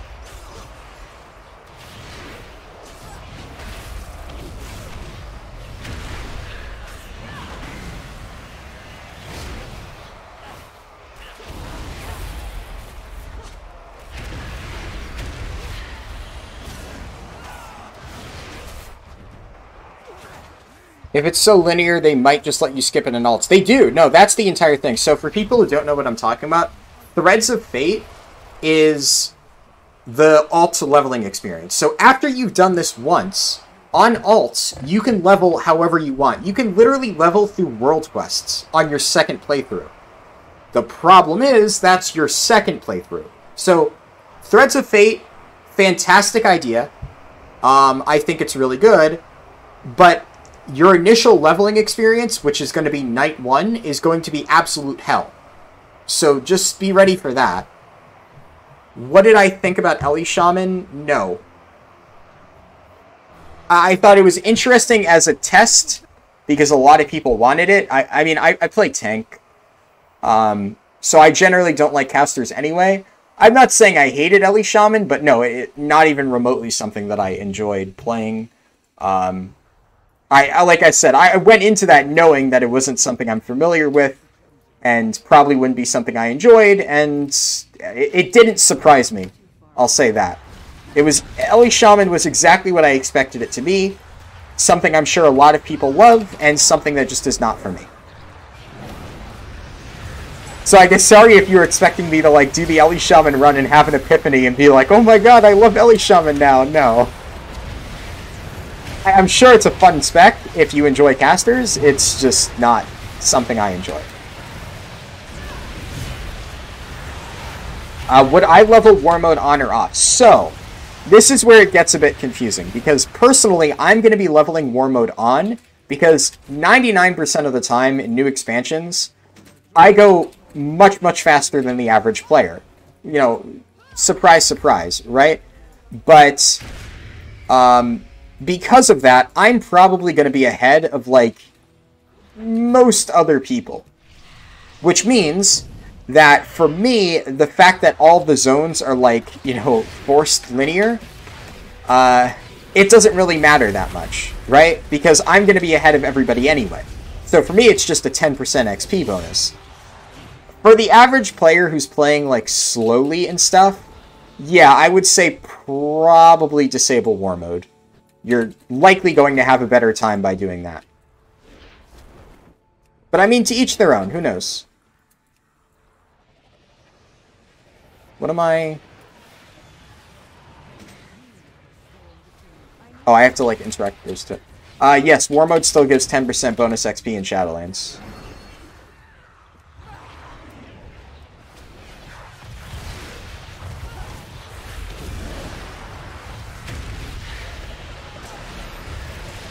On my 6-hour run on the Druid, Ardenweald is by far the place I spend the most time in. Yeah, Ardenweald is long, but I don't know. Ardenweald is way more, in my opinion, like efficient than like Bastion, for example. Bastion's long and inefficient and boring. Ardenweald is long, but actually relatively efficient.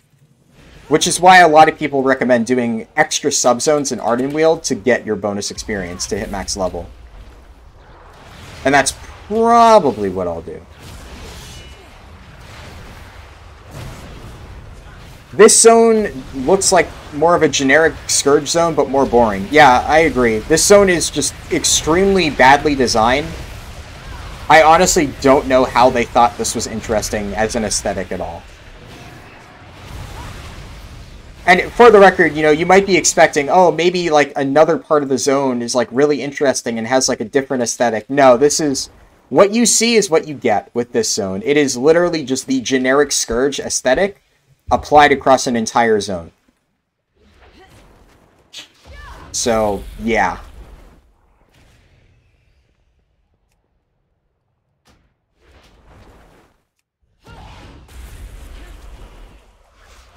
They need to make more bright zones. I mean, they have Ardenweald and Bastion, so it's not like they don't.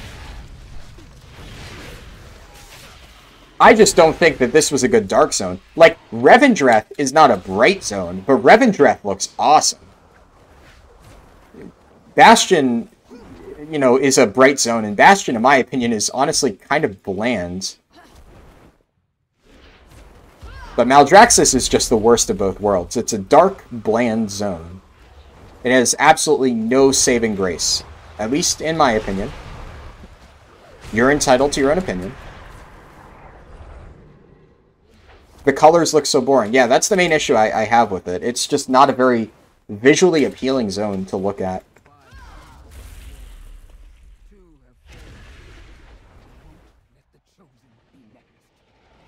The way you feel about Maldraxxus is the way I feel about Bastion. Yeah, no, I mean, I honestly feel that same way about Bastion, too.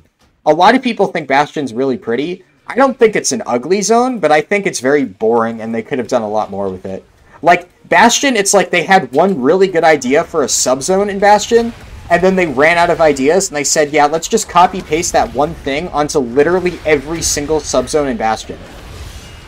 Like, Bastion had so much potential, and then they just copy-pasted the exact same aesthetic to every single corner of it. To the point where you're just like, oh, I get it, it's a pretty temple with yellow forests. Oh, look! It's another pretty temple with yellow forests. Hey, how about that? Yeah, I really don't know what they were doing. Ardenweald at least tries.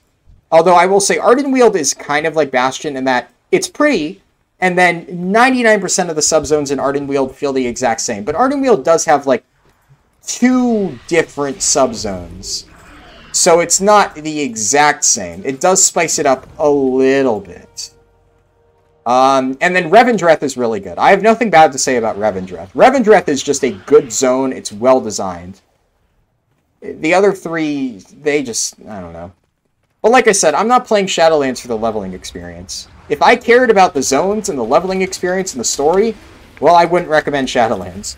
But I care about the endgame content, and all of this stuff is more like a means to an end for me. How do I get to the endgame content the fastest? Well, I have to go through these zones. I have to experience the story. I don't care if this is the most boring garbage I've ever had to play in my life. If the endgame content is good and the class design is good, I'll call Shadowlands a good expansion. So, yeah. Take my opinion on this with a grain of salt in terms of how I feel for Shadowlands as a whole. I actually do relatively like the endgame content and the class design, despite a few exceptions. So, overall, I think Shadowlands will be a good expansion, even if I think the leveling process is one of the worst in quite a while. I didn't see the context, but yes, Brewmaster is good. They got nerfed, it's still good, don't worry about it. I do Maldraxxus, but I also like Voldoom. Yeah, I mean, honestly, I didn't hate Voldoom. Ice Crown looks better than this. I agree. Burning Steps looks better than this. Also agree. How do you do this zone then? Like, to improve it since the whole theme... I mean, I just wouldn't do this as a theme. I don't think this is a very interesting theme. Like, yeah, I guess there's not much else you can do with generic Scourge zone. I'm also not, like, an artist. I'm not, like, you know, a zone designer or whatever. That's not my forte. So, I can't tell you what the best way to design this zone would be. All I can tell you is, my eyes register boring. And I call it out as I see it. I can tell you how to improve the game's class design and game mechanics and blah, blah, blah, blah, blah. I don't know how to improve the game's visual aesthetics besides... This ain't it, really. X10 Shock says, hey dude, love your content. Glad to hear it. This zone reminds me of Desolace with some added blue-green. Yeah, actually, that's a really good comparison. It really is like Desolace, pretty much. Can I Spectral Sight these guys? No, that would be really OP, though.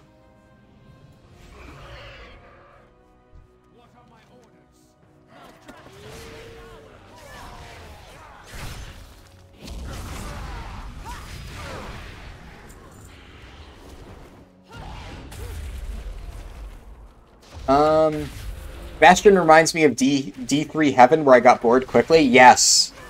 I remember going to, like, you know, High Heaven in D3 or whatever it was called, and being like, oh, that's so cool. And then it was just copy-pasted over and over and over and over. And then by the time you get to Diablo, you're just like, fuck it, dude, end High Heaven. I don't care. This is such a boring zone.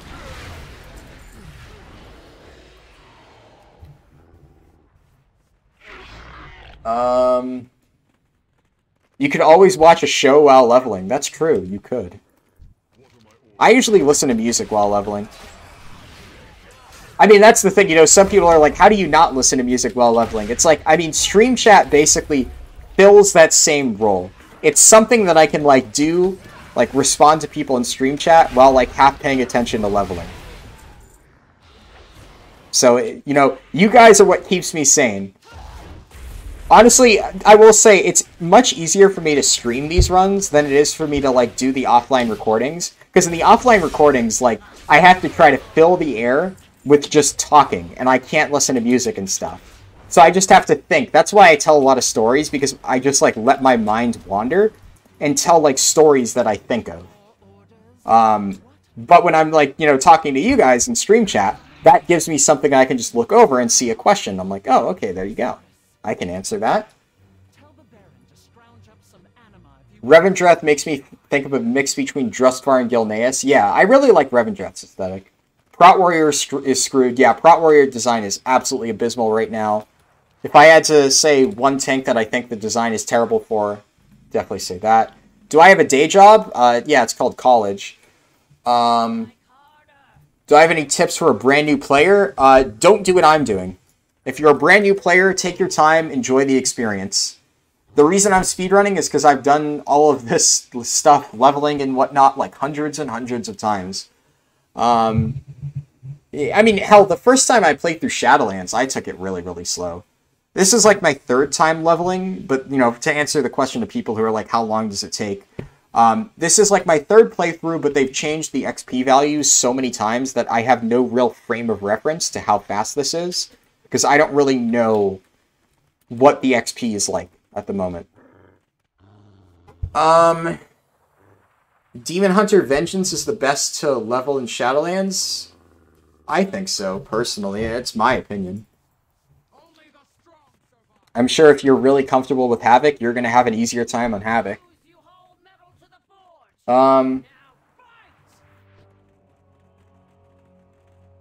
I guess it comes down to not really liking Scourge aesthetic. Nothing can be done for that. I like the look of it. Yeah, I mean, I like the Scourge aesthetic in, like, small doses, right? You know, like, you know, Naxxramas is really cool.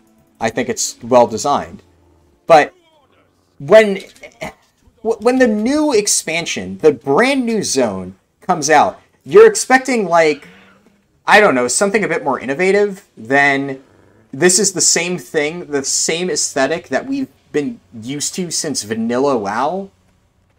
Like, I don't know. When Classic WoW puts out a raid with roughly the same visuals that you're releasing in your new expansion, it just makes you seem kind of lazy.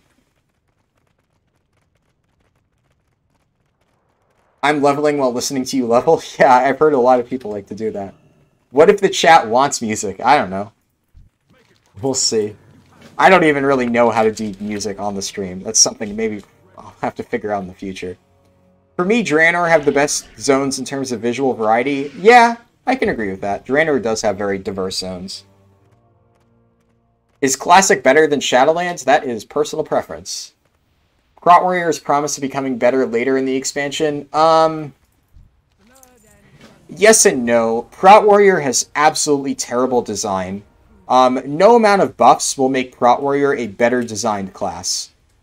I mean, if you like Krot Warrior, sure, but I think it has a bunch of fundamental flaws that inherently make it really weak for tanking, unless Blizzard buffs it to ridiculously overpowered levels like they did in Battle of Dazar'alor. But even in Battle of Dazar'alor, it was a very functionally broken class. People played it a lot because it just was really, really good. It did a ton of damage. It took no damage because of Blizzard's overtuning. But then as soon as like damage values and health values got changed when like essences and corruptions came out and the baseline didn't matter as much anymore, suddenly the fact that Krot Warrior was really, really weak, well, yeah, it kind of became more clear. And now it's even worse in Shadowlands. No music, too risky? Yeah, that's the main reason I don't do it. Don't want to get DMCA'd.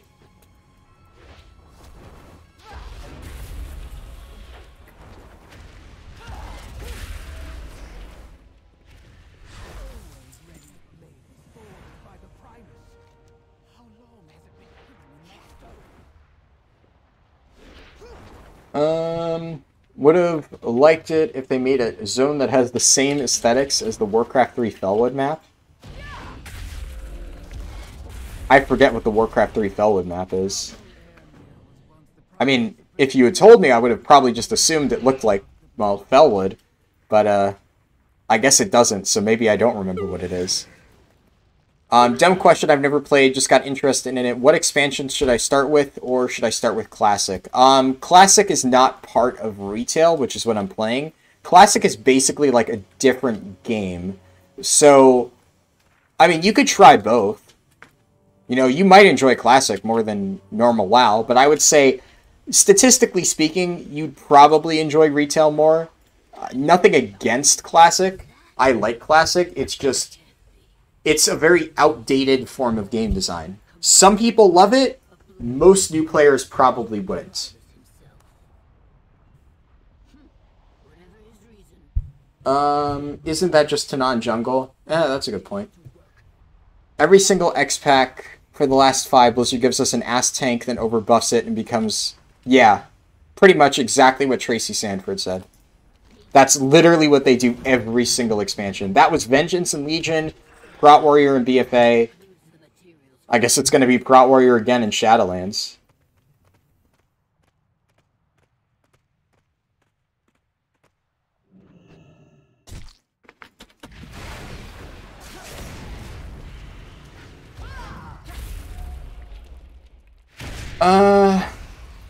Can you use items that run fast on water over lava? I don't believe so. I'm pretty sure it doesn't work. Maybe I'm crazy, and maybe you can, but I'm 99% sure that I've tested that and it hasn't worked. Unless they change something. You brought me coffee? Thank you.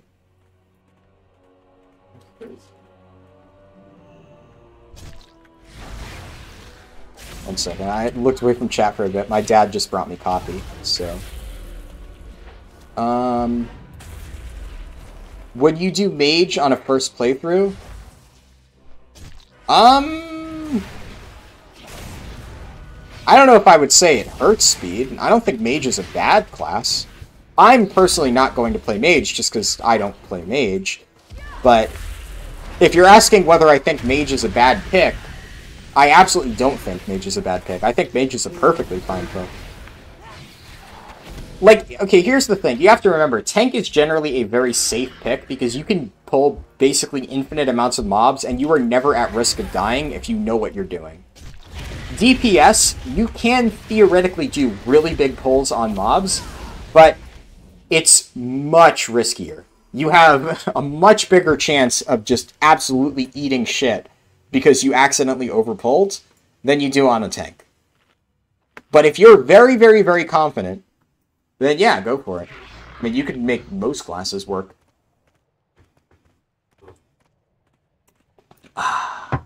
Do I think it'll be faster to level with a buddy on day one, or is solo more beneficial? It's really hard to say. I would say overall, solo is probably more efficient.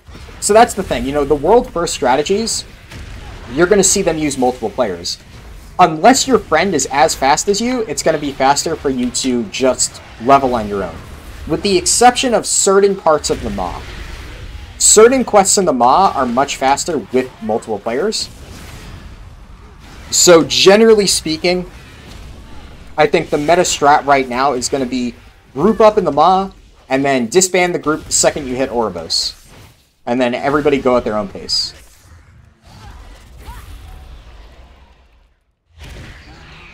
What's the name of the add-on for fast, or picking up quests fast? Oh my god. Releases Tuesday, by the way.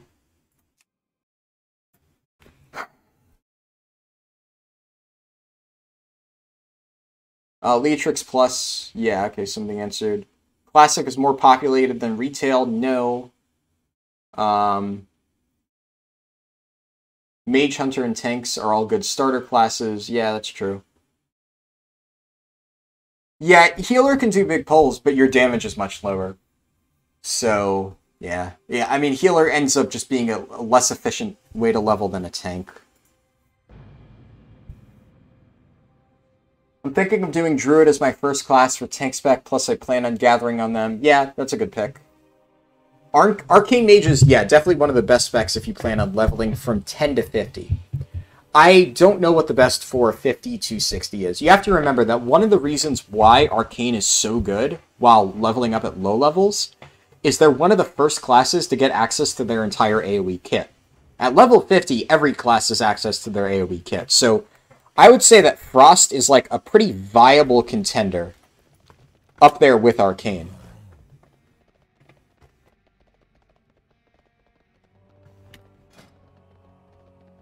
This is slightly faster than mounting when it doesn't DC you, by the way. Ever so slightly faster. Okay, if it works. There we go.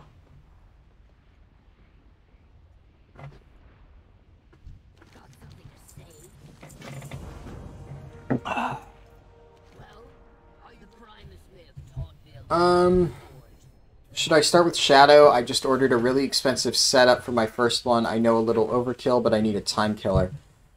When you say start with Shadow, I assume you're talking Shadowlands, because Shadow is the name of a DPS spec. So when I first read that, I thought you were asking if you should start with Shadow, like the DPS spec.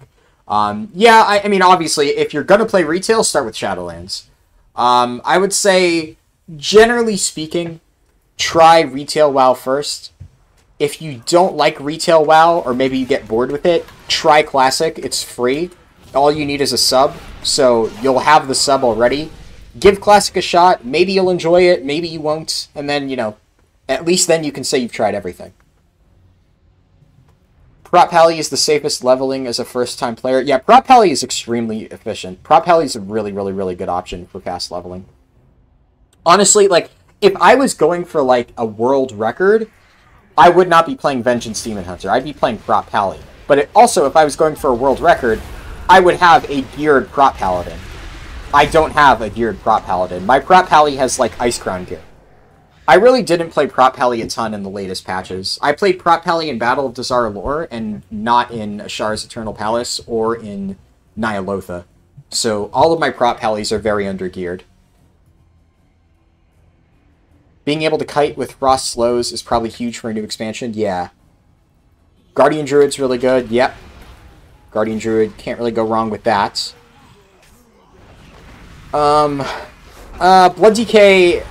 I mean, Blood DK is good in that it's a tank. I would say Blood DK is probably the second worst tank next to Prot Warrior to level as.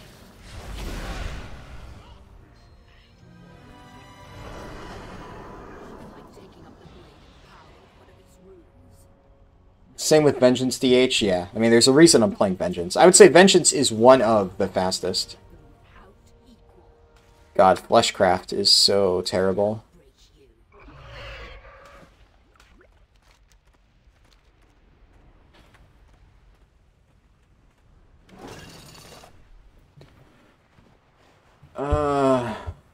Two fastest, easiest specs for Torghast are Vengeance and Guardian. I don't know about Guardian for Torghast. Vengeance, definitely. Vengeance for solo content is, generally speaking, one of the best specs, if not the best spec, in the entire game. Vengeance for solo content is bonkers good. That's my build for the people asking. Yeah, I mean, honestly, most tanks are good for soloing, but Vengeance, like, I would say Vengeance for solo content is on a different level than Guardian. Like, I would say Vengeance is the best, and then I would say probably Paladin and then Guardian. If we're talking about soloing Torghast. Overcapping on Arcane is great for beginners. If you mess up overcapping, it just does more damage. Yeah, that's true. That's actually something I didn't really consider. The fact that overcapping actually gets you damage because of the arcane charges. Blood DK doesn't hit hard as Bear. Are my VODs saved on YouTube? Yes. Is it really better and faster to play Prot instead of Ret? Yes. Prot is absolutely nuts as Paladin right now. Prot Pally is so good. You really can't go wrong with it. Like, it is easier, in my opinion, but it's also just so good. Like, you're unkillable, but you also do ridiculous damage. Prot Pally is the highest damage tank at the moment. So, especially on single target. So, look at all the damage I'm doing on Vengeance and multiply it by 2. And maybe it's slightly less tanky than Vengeance. And that's Prot Pally. It's so good. That's the thing. You know, I like Vengeance. Like, I enjoy this playstyle. Assuming they don't kill Spirit Bomb completely. But I really like Prot Pally. It's like, even though I like Vengeance, it's so hard for me to want to play something that isn't Prot Pally because Prot Pally is just so goddamn fun.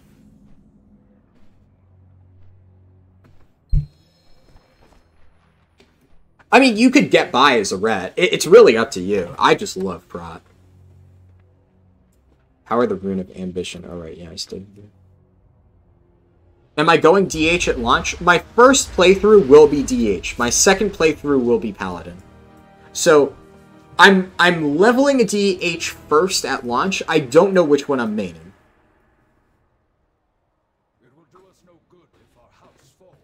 So, for people wondering, here's my current plan. I'm going to level my characters in this order. Demon Hunter first. That's going to be the day 1 stream that you guys all get to see. Honestly, I'm probably going to stream all of my leveling just because, like, I'm really enjoying streaming. So if I'm playing the game and I'm leveling a character, I might as well stream it. You know, at least, you know, you guys seem to enjoy it. So, there you go. I'll stream it for you. But the day 1 is going to be Demon Hunter. Then I'm probably not going to immediately level another character. I'm probably going to do, like, initial dailies and stuff on my Demon Hunter, just to get that out of the way. And then the moment the daily reset comes up, I'm going to level a new character.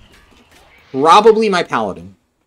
Then I'm going to have my Paladin and maybe my Brewmaster. My Brewmaster will be my 3rd character, but I might wait another daily reset to do Brewmaster. It really depends. What I'll probably do is I'll probably, after I get my DH up, and do the daily stuff, and then I get my Paladin up and do the daily stuff, then I'll have to do, obviously, a second set of daily stuff on my Demon Hunter.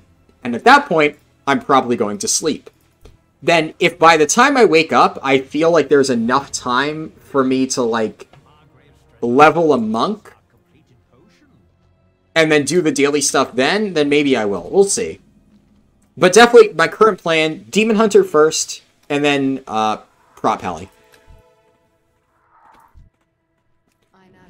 Honestly, like, expect a 24-hour stream or something on Shadowlands launch. It's not even like a special thing for me. That's just what I do. I've always played like 24 hours on Shadowlands launch or whatever, just because I like get a basically however many hours of sleep beforehand. I wake up for release and then I just play a lot. I mean, especially now, Thanksgiving break, right? Like, what else am I gonna do? I don't even have class next week. So 24 hours special 6-hour lag. Yeah, pretty much. Yeah, we'll see. The main issue is because... So, let's say it takes me 6 hours to level from like 50 to 60 in my Demon Hunter. Then it'll probably be around midnight my time. By the time I do all of my daily stuff, I'm going to say it's probably going to be about like 3 to 4 a.m. That's being really generous, saying it takes me a while to do that. I might actually, in that time, maybe have enough time to do my Paladin. Because then, let's say, I don't think it would take me only 6 hours. My Paladin's going to have way less gear, and it's obviously not going to be right at the start. So my Paladin's probably going to take me more like 7-8 hours. So by the time I finish my Paladin, it probably will have already been like another daily reset. That's just why I'm saying I might not get all my Paladin stuff done literal day one. Hold on, let me catch up on chat. My only issue with Paladin in general is they're much slower movement-wise. I agree. Yeah, no, the movement on Demon Hunter is definitely one of my favorite parts about it. I don't know. I don't hate the Paladin movement enough to, like, not use it, but I do understand where you're coming from. That definitely is something I dislike about it slightly, but I enjoy the rest of Prot Pally enough that it makes up for it. I've been waiting for the day where Blizzard just axes Spirit Bomb as a talent entirely. Yeah, no, you would think that they would do that, right? They keep nerfing it. Like I've said, you know, if they're gonna keep nerfing it, just fucking remove it. This whole, like, you know, on-again, off-again thing of, like, oh, they're making Spirit Bomb viable, or now they're nerfing it into the ground. It's just, like, it's basically like Pam and Jim, but with a talent choice. Fucking hell. Couldn't ever get into Prot. Can't tell you why. Any tips to enjoy that class? No. Okay, so I feel you with Prot. For the longest time, I really could not get into Prot Pally. I think the main thing with Prot is learning how to, like, get the most out of your utility. Like, for a while, I really hated the fact that Prot was, like, a utility bot tank. The main thing I enjoy about it, though, isn't the utility. It's, like, its burst window. I would say if you're not playing with, like, the full burst window build, try that, because that's what makes it really enjoyable for me.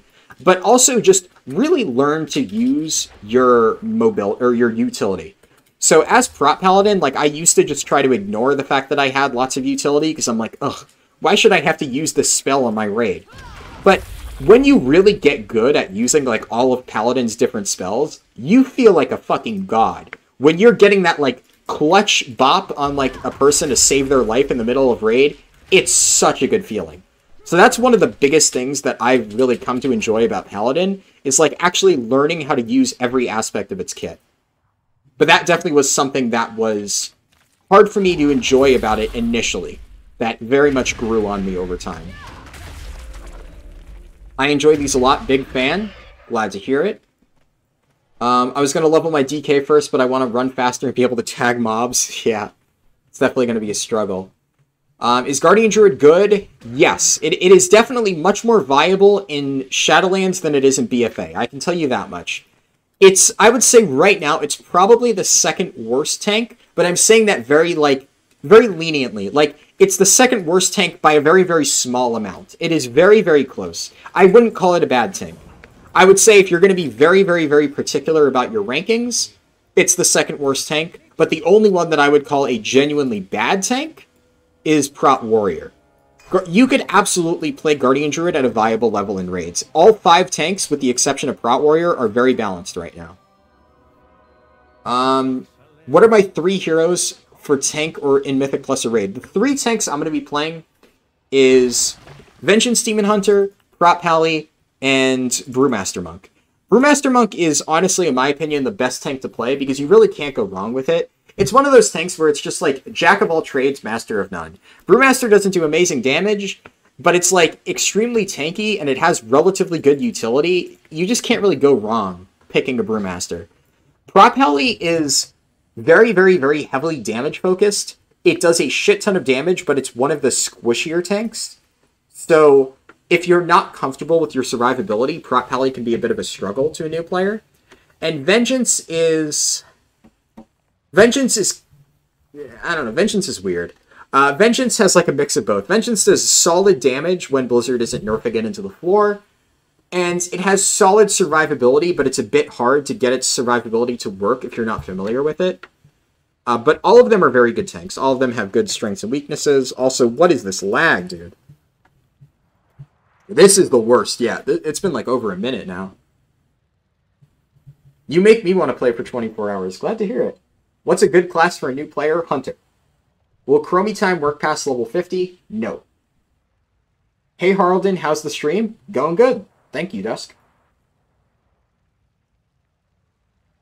Hi bro, it's your neighbor. Do we have midterms next week? Ah, no man, you missed it. Midterms were like 2 weeks ago. I don't know what state you're in. Holy shit, can I turn in this quest? What is going on? Did I experience any issues? Yeah, I can't hand in the quest because of lag. And I also can't submit this bug report. Now it works? Okay.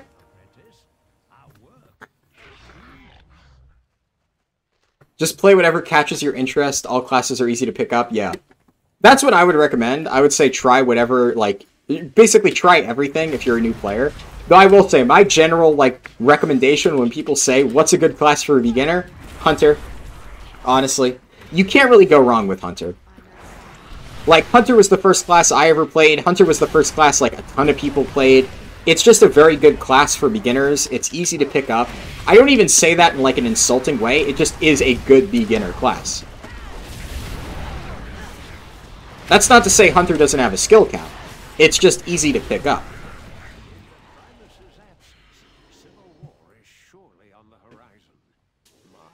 Bliss says no. Yeah, apparently.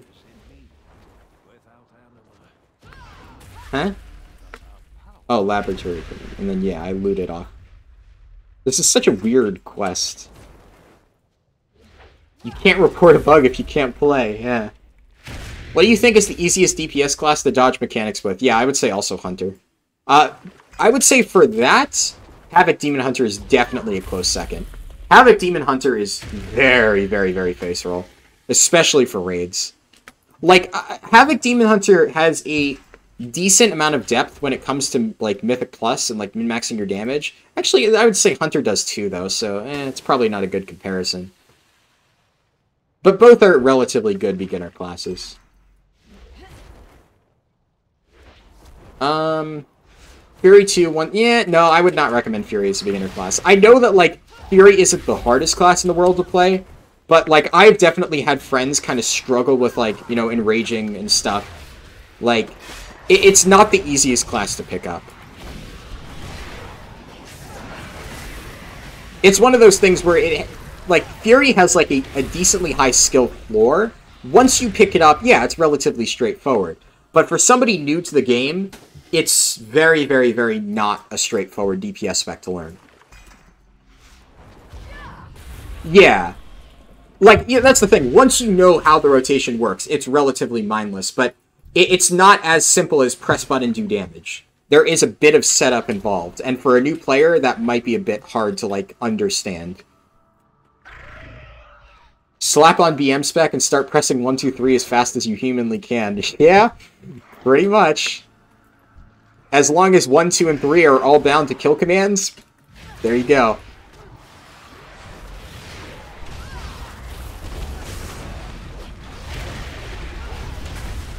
Oh, that's an elite mob. Why did I pull that?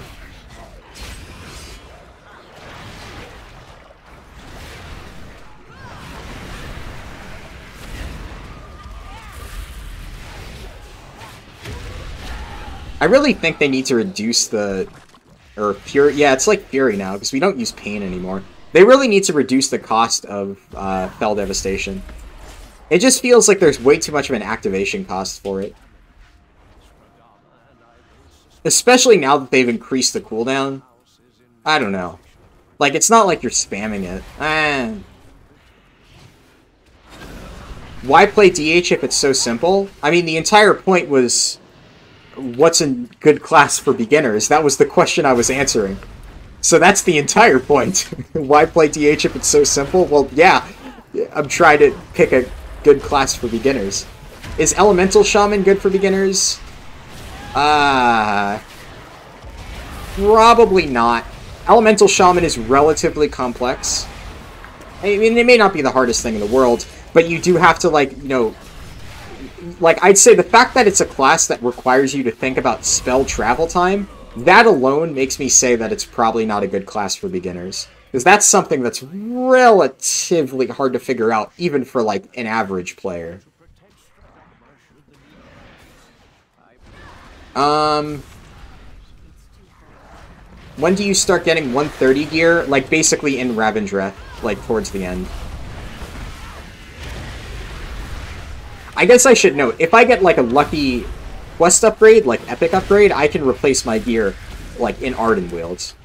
But that's RNG. That's not the base drop. There we go. BM Hunter can walk doing everything, and you can feel your damage. It's very satisfying. Yeah, that's true. BM, like, that's another thing that a lot of people don't talk about, that I actually really feel is important for me to enjoy a spec. It's, like, the meatiness, for lack of a better word, of, like, the damage you're dealing. Like, you can feel, like, ah, yeah, that spell does damage. Like, that's one of the reasons why I like Arms over Fury. Fury feels like, you know, it's so many quick hits, it doesn't feel like you're doing a lot of damage. But when you get that really big Mortal Strike, you're just like, oh, yeah, that did damage. Like, you just have that feeling. It's something that's really hard to put your finger on, but, like, thank you for saying that, because, yes, that is something that I absolutely love when I'm playing, like, classes and stuff. Like, one of my favorite parts about Prot Pally is how good it feels to use some of their spells. Like, when you press Avenger Shield, like, you can hear the thunk, thunk, thunk when it hits targets. It goes boo-doo-doo-doom, boo-doo-doo-doom. You hit Judgment, it goes bang, right against the target. It has, like, a very meaty feel to it. Like, you can feel you're doing damage. I feel like Blood, if we're talking about... Yeah, Chaos Bolt, honestly, that's one of the main reasons I've considered playing Warlock just for Destro. Chaos Bolt looks like a fun spell to press. So I would mostly play it for Chaos Bolt. Blood DK, it depends on what you're asking. How about Blood for what? Blood, how does Blood feel? Is Blood a good beginner pick? Is Blood good in general? We've been talking about a lot of stuff, so I'm not sure which one in particular that's in reference to. Sorry. It's fun and Hunter is easier, but if you master it, you're a god. Yeah, Hunter definitely has a high skill cap. Low skill floor, high skill cap. Basically the perfect combo. Okay. Huh.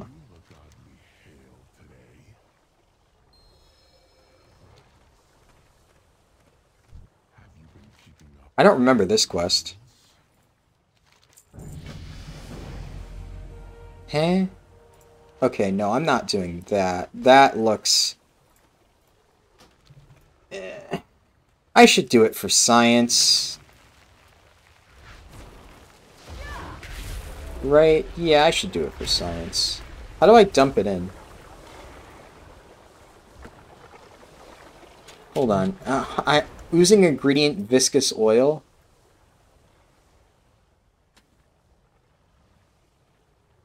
I'm going to be honest, I have no idea how to do this quest, so I'm just going to skip it. It might be good, I don't really know. I have no idea what I'm doing, and I'm not going to sit here and figure it out in a speedrun. I'll probably go back and test this off-stream just to see. And if I think it ends up being good, maybe I'll route it in. I used to love Assassin Rogue because you stack all your bleeds and watch your health drain away. Yeah, that's the thing. You know, a lot of people like dot classes. I actually dislike dot classes for that exact reason. I like my damage to be very upfront and bursty. I don't like doing a lot of setup and then, you know, watching the damage tick away. I like having this big hit. Yeah, big number. Boom, it deals damage. That kind of thing. That's what I enjoy, and like what makes a class fun for me. Or one of the things. Why is Demon Hunter your favorite class? I just love the mobility, and I really like the playstyle of Vengeance. I think it's fun. It would take me way too long to explain why I like Vengeance, but I would say the two main things is I enjoy the playstyle, and the mobility is obviously a big factor. Mobility is very, very fun on Demon Hunter.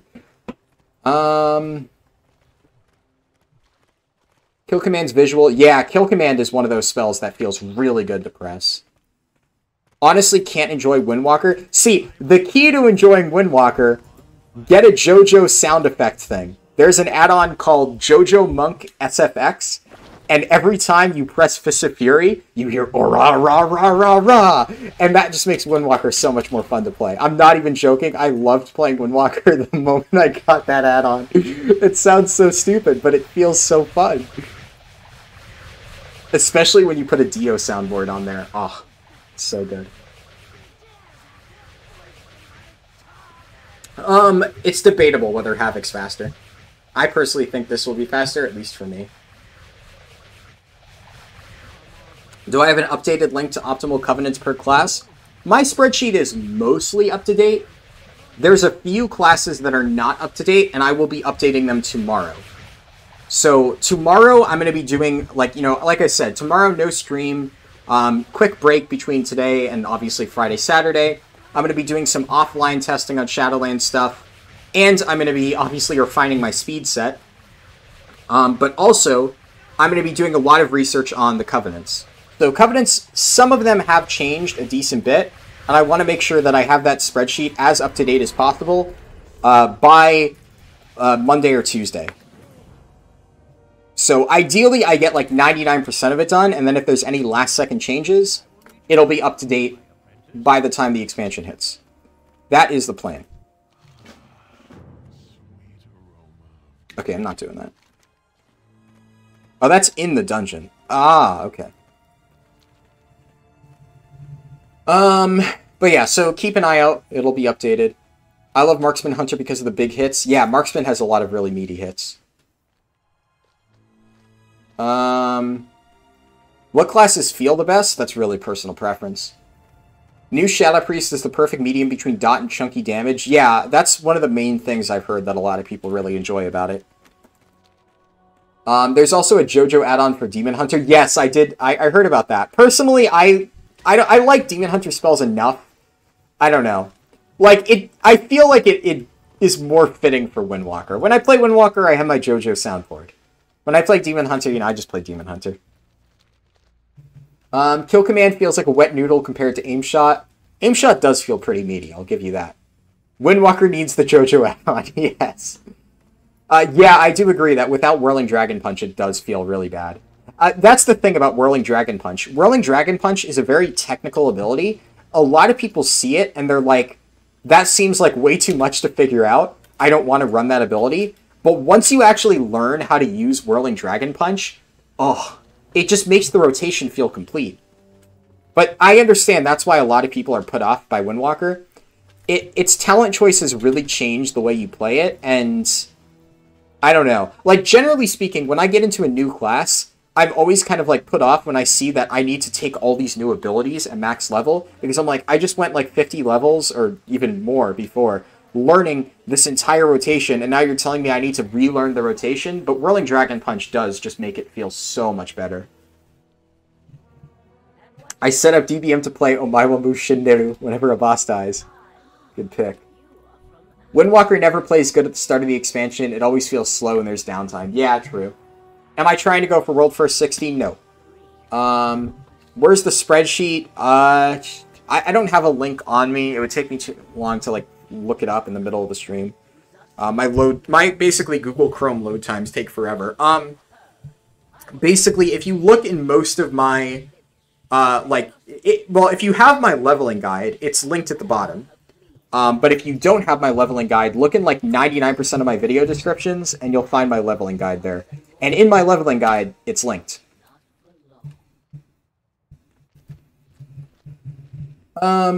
I used to play Windwalker before Whirling Dragon Punch was a thing. I love the spec and WAD.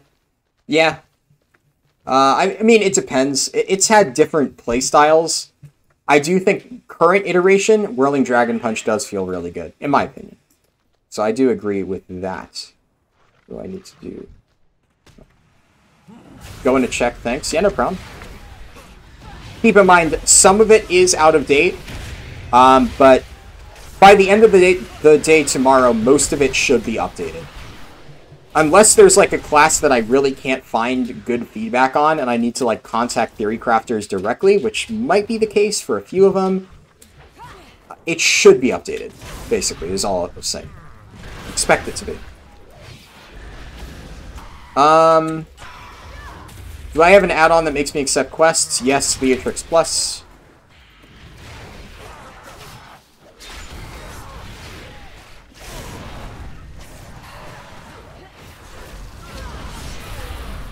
Bucciarati lines for vengeance? Okay, whenever I first checked the add-on, it definitely did not have Bucciarati lines. That's awesome. I may need to check it out again, because that sounds really cool. Especially if it yells sticky fingers whenever I press an ability. That sounds awesome.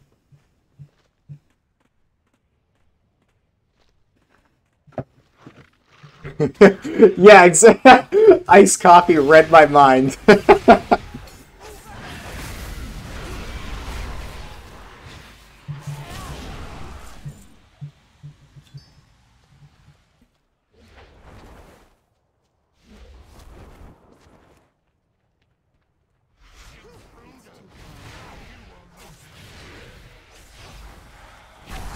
Is my level guide for both factions? Yes. It used to be for Horde only, but as of like a week ago, it's fully updated for Alliance. The route should be, like, well explained for both of them.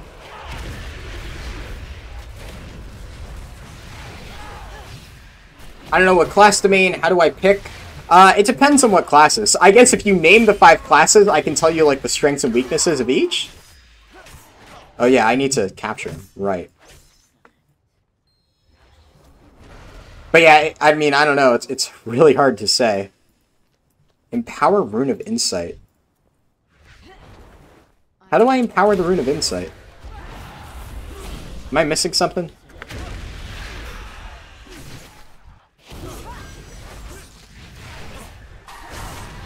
You have no idea what I'm talking about?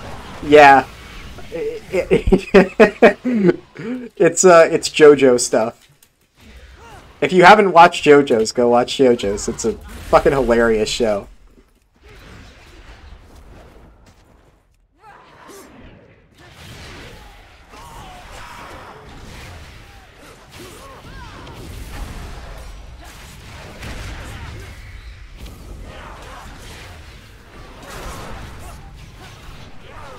Hold on, a lot of people are asking. Let me see if I can find it.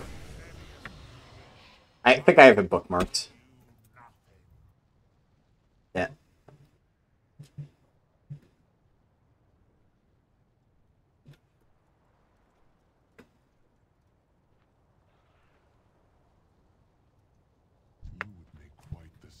Alright, I assume you're talking about damage then? Fathom's power. Meet Marilith at the seat of the door. Oh, different thing. Okay, yeah, there we go. There you go. Been using the leveling guide for Alliance to level my alts, and I must confirm it's great. Thank you. Shaman, Warrior, DH, Rogue, Druid. I would say, so Warrior provides Battle Shout, so that's, and Demon Hunter provides the magic damage debuff, so those two always are really good and valuable because they provide a really strong group buff. Rogue is also really, really good in terms of, like, damage. Right now, if you play Sub-Rogue, it's, like, insanely strong. Druid, generally speaking, just has really good utility, and its damage is never bad, so you can't really go wrong with Druid. Shaman, I would say, is probably the weakest pick out of those. Not to say that Shaman is bad, but if you're not sure, basically, unless you're super devoted to making Shaman DPS work, which you can do, you're not going to really have much of another option because Shaman doesn't have a ton of really valuable raid utility. So you're basically going to need to be really good at Shaman to make Shaman work. Whereas Demon Hunter, if you're like slightly weaker at Demon Hunter than like another player is at like a different class, you might still get brought because of the buff. So, what Covenant do I choose for Vengeance DH? Vengeance DH right now is kind of a toss-up between Kyrian for Elysian Decree and Venthyr for Sinful Brand. Both are really good. I would say Elysian Decree is much better for AoE. And for single target, some people have been saying that with the nerfs, Sinful Brand is slightly better, but Elysian Decree is really, really close. So I would say if you want, like, an overall good pick, go with Kyrian, because Kyrian's going to be really good for AoE, and it's going to be almost as good for single target. If you're mostly focused on raiding, then you're probably just going to want to do Venthyr, yeah. I want Gionor's theme to play when I pop my DPS cooldowns plus trinkets. I'm sure there's a way to do that, but that does sound pretty cool. Oh yeah, as for Brewmaster, Brewmaster's kind of tough. So before, like, so here's the thing. Brewmaster was like probably one of the tanks that might actually change their covenants because of the recent nerfs to Kyrian. Brewmaster was looking very heavily Kyrian up until like a few weeks ago. Now it's looking like if you want pure survivability, you're going to go Necrolord as Brewmaster. And if you want damage, you actually probably will go Night Fae. Like, Kyrian is a good mid-of-the-pack option, but it's nowhere near as strong as it was before. So I think, like, Brewmaster is one of the ones that is probably the most inaccurate in my spreadsheet, because they've received a lot of changes recently, and it's been coming in so fast that I just haven't bothered updating it, because I'm just like, I'm just going to wait and see where they settle with it. Because otherwise I would have been changing Brewmaster literally every single week, and I'm like, fuck it. Guys, is it really better to be Raid Leader tank than DPS? No, I would actually say ideally the best Raid Leader you can be is range DPS. I like Raid Leading and I play tank, so I Raid Lead as a tank. But I will say it is actually harder to Raid Lead as a tank than it is as a range DPS. As a range DPS, you're kind of like stepped back a bit from the fight. You have full view of everything that's going on.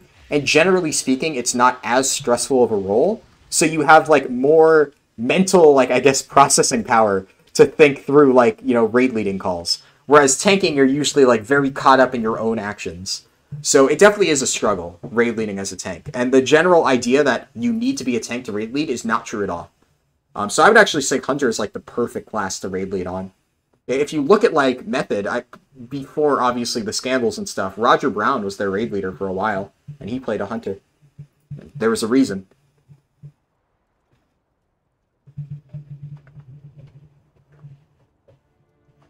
And yeah, that's what Sean Katz said about choosing what your guild doesn't have. That's absolutely true.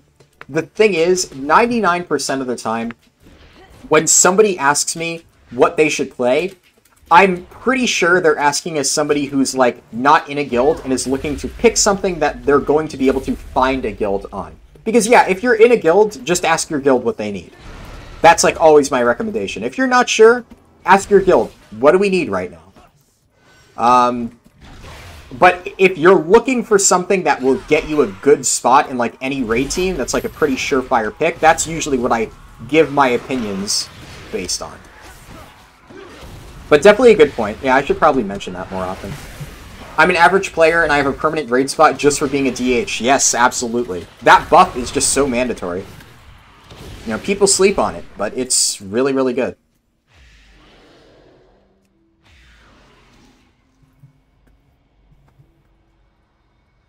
Do I have to do anything with this? I don't think so. I think that... Oh, what the heck? And then that's... Yeah, okay, cool. So I need more Maldrasite dust, and I need to kill the guy down there. I'm out of range.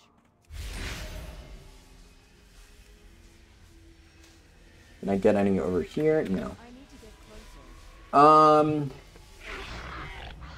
Can you switch later? So, basically, the thing that people have an issue with Covenants is you can switch, but switching frequently is the issue with Covenants. So, if you make a Covenant choice, and you're unhappy with it later on, you can switch it very easily. However, if you want to play one Covenant for one form of content and another Covenant for a different form of content, that is where it starts being really restrictive. So if I want to be Kyrian Prop Pally for Mythic Plus, and, Necrolord Prop Pally for raids or whatever, actually probably more Venthyr is a better example for that specifically, that's really difficult. Swapping back and forth is what's really, really difficult with the Covenant system. But if I were to pick, like, Venthyr on my Demon Hunter, and then when Raid came around, they nerfed Venthyr, and I'm like, ah, crap, now I want to be Kyrian. That swap is really easy. It's just the constant swapping back and forth that Blizzard has made basically impossible, and that really screws people who want to play off-specs and stuff like that. But no, you'll be able to change your choice. Do I think there's going to be one more Covenant balancing before Shadowlands? Before Shadowlands releases, no. I'm pretty sure that what we got today, we got a very minor change today.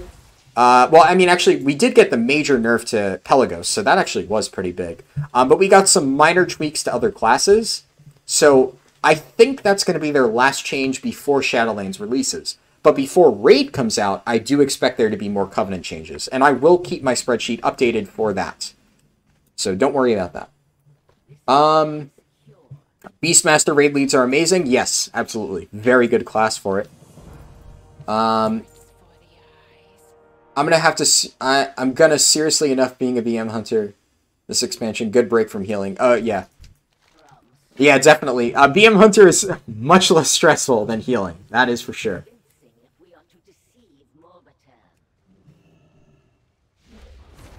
Wait, tanks don't do anything besides look at your group? DPSers usually need to work on rotation and stuff. Tanks need to do both. Tanks need to look at the group. They need to usually do more boss mechanics. Good tanks are also really focused on their rotation. Especially Vengeance Demon Hunter. Vengeance Demon Hunter, I haven't really been playing optimally, per se, because I need to pay, close attention to my souls to do proper damage as Vengeance, and I've, overcapped souls a bit because I'm trying to read chat. So I've definitely been playing this a bit inefficiently. But, what are you going to do? I'd rather interact with chat. I'm learning so much. Thank you all. Hype for Shadowlands. Yeah, glad to hear it. Harlden, sorry for this question if you've answered, but I've jumped in and out a bit. Is this my first 50 to 60 run? With the current tuning, yes. I've done about 3 before, but they were, with different numbers. So I'm not used to these XP values. Before, I would only be about, I'm 55.5 right now. I'd basically be at, 54 right now with the XP values that I'm used to leveling with. So that's the thing. I'm not really sure how many side quests I'm going to have to do.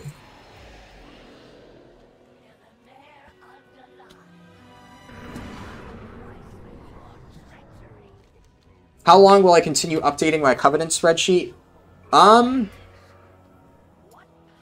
Honestly, as long as people want me to. Frankly, I'll continue updating my Covenant spreadsheet until Blizzard makes there be a viable way to easily swap Covenants.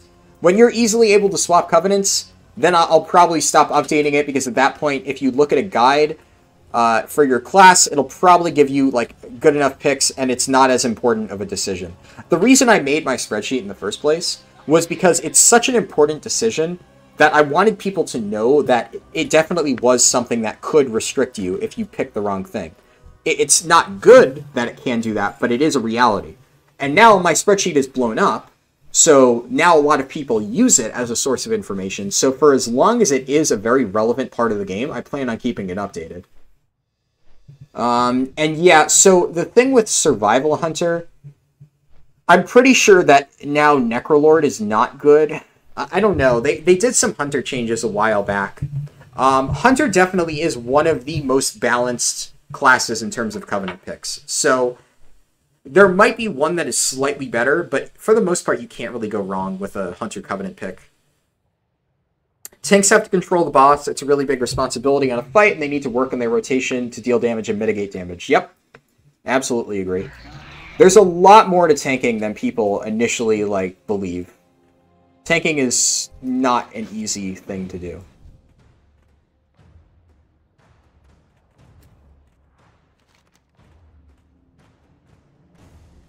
I forget if that questline's efficient. I don't feel like it is.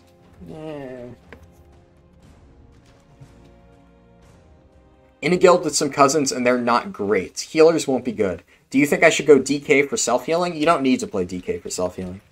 I would say Death Knight, Vengeance, and Prot are all perfectly viable options if you want like a more self-healing focused tank. Brewmaster, or Guardian is like more of a backup. The only two tanks I wouldn't recommend if you're worried about self-healing is Brewmaster and Prot. I wouldn't recommend Prot anyways, but Brewmaster is a really tanky tank that doesn't have a lot of self-healing. If you're confident in your healers, and you can mitigate damage really well as a Brewmaster, they're basically unkillable. But Brewmasters do require you to have a decently good healer to play them properly. I'm worried about Week 1 Mythic Nathria tuning since, you know, Christmas. Yeah, no, Week 1 Nathria is going to be interesting. Like, right now, the header on my spreadsheet literally says, why are you releasing Nathria on Christmas? That's a terrible idea. But, you know, they don't care. Christmas season, herder, money, money, money. Bobby Kotick needs a new jet plane.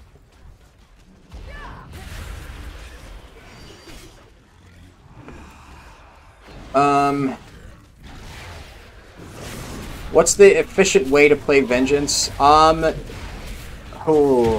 about efficient soul usage is a topic that could take me hours. Obviously, you don't want to go over 5. You can overcap souls. So, yeah, obviously don't go over 5. But there are scenarios where you want to use, like there, I did a 3-soul Spirit Bomb. I would say you only want a Spirit Bomb at 3 or more souls is the general rule of thumb. It would take me way too long to explain all the intricacies with like when you use Spirit Bomb at which points. There's a reason why I like Spirit Bomb. It's a very, very, very complicated spell that adds a lot of like technical skill to Vengeance's kit. But like you see there, I used a 2-soul Spirit Bomb because I was going to run out of range of my souls and I would have lost the damage. But by using it into an Infernal Strike, I carried that damage into those 2 mobs, which ended up being a DPS increase. Spirit Bomb is a really hard ability to optimize, but once you do it, it feels very natural. But it's a very, very, very complicated ability. If I tried to explain all of the little different intricacies and scenarios, we'd be here all day. General rule of thumb, try to use it on 3 or more. But do not wait until 5 souls to use it. If you have a good opportunity to use it at 3 souls, use it at 3 souls. What else?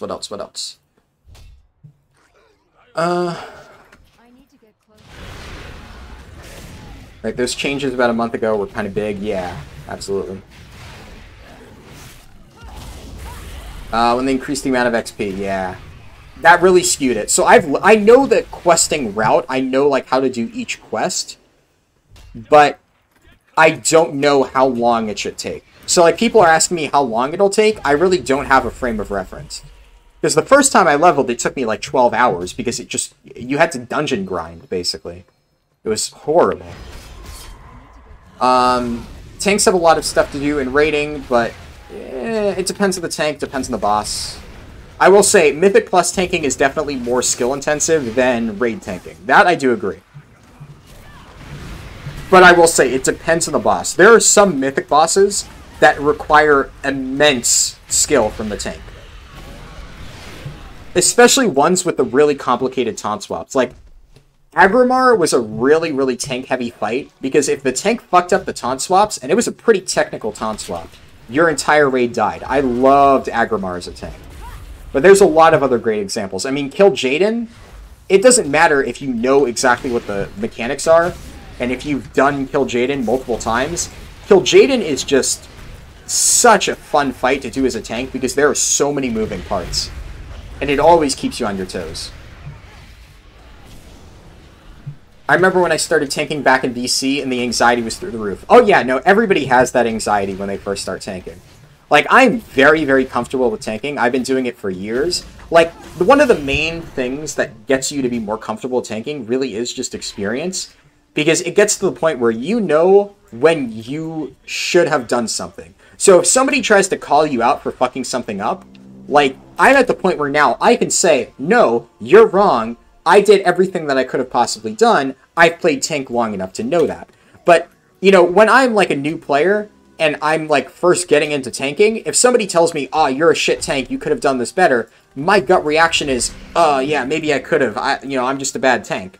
But eventually, once you've played enough, that anxiety goes away because you know if you're playing tank properly once you've played it for years and years and years. So if somebody tells you you're a shit tank, you can just be like, yeah, okay, whatever, dude. But early on, it's very stressful because you don't really know what you don't know. High Mythic Plus tanking requires a lot of focus? Absolutely, yeah. The main thing that Mythic Plus tanking has that, like, Raid tanking doesn't have is Mythic Plus tanking requires you to have, like, really good reaction time, and it requires you to think on your feet. There's so many different variables in Mythic Plus that aren't present in raiding. Like, raiding is like a choreographed dance, right? Mythic Plus, it's, you know, you have to react to multiple different things that are, like, unexpected. Both have a really high skill cap, and both are, like, difficult in their own right. One is not necessarily harder than the other, but generally speaking, it's harder to be good at Mythic Plus than it is to be good at raiding. Because Mythic Plus requires you to have better reaction time and, like, you know, being able to adapt and stuff. But I've seen good Mythic Plus tanks that are terrible in raid. So it's not like if you're good at Mythic Plus, you're good at raid. But I will say, it's generally speaking it's easier to learn in Mythic Plus than it is to learn in raid. Because learning Mythic Plus should teach you most of the, I guess, toolkit things you need for raiding.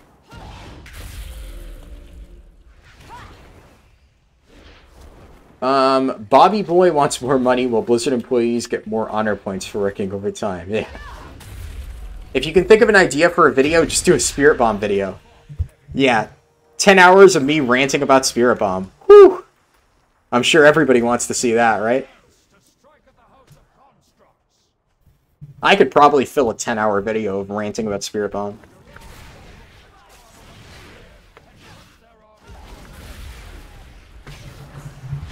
How are dungeons looking for Mythic Plus? I've heard they're pretty good. I haven't really had time to test a lot of the dungeons in Shadowlands myself, but I've heard good things about them. There's some exceptions in raid tanking to make it more interesting. Yeah, for sure. I will say raid leading as a tank definitely makes it more exciting. So there's a reason why I like raid leading as a tank. And then you get to a point where you're so good at tanking, you find little things you could have done better that nobody else could see. Yeah, exactly. That's the funniest part, where I'll do like a boss, and I'm like, man, I played like shit that boss. There were so many things I could have improved. And somebody's like, what do you mean? You did fine. You got like a 99 parse. I'm like, no, you don't understand. I completely butchered it.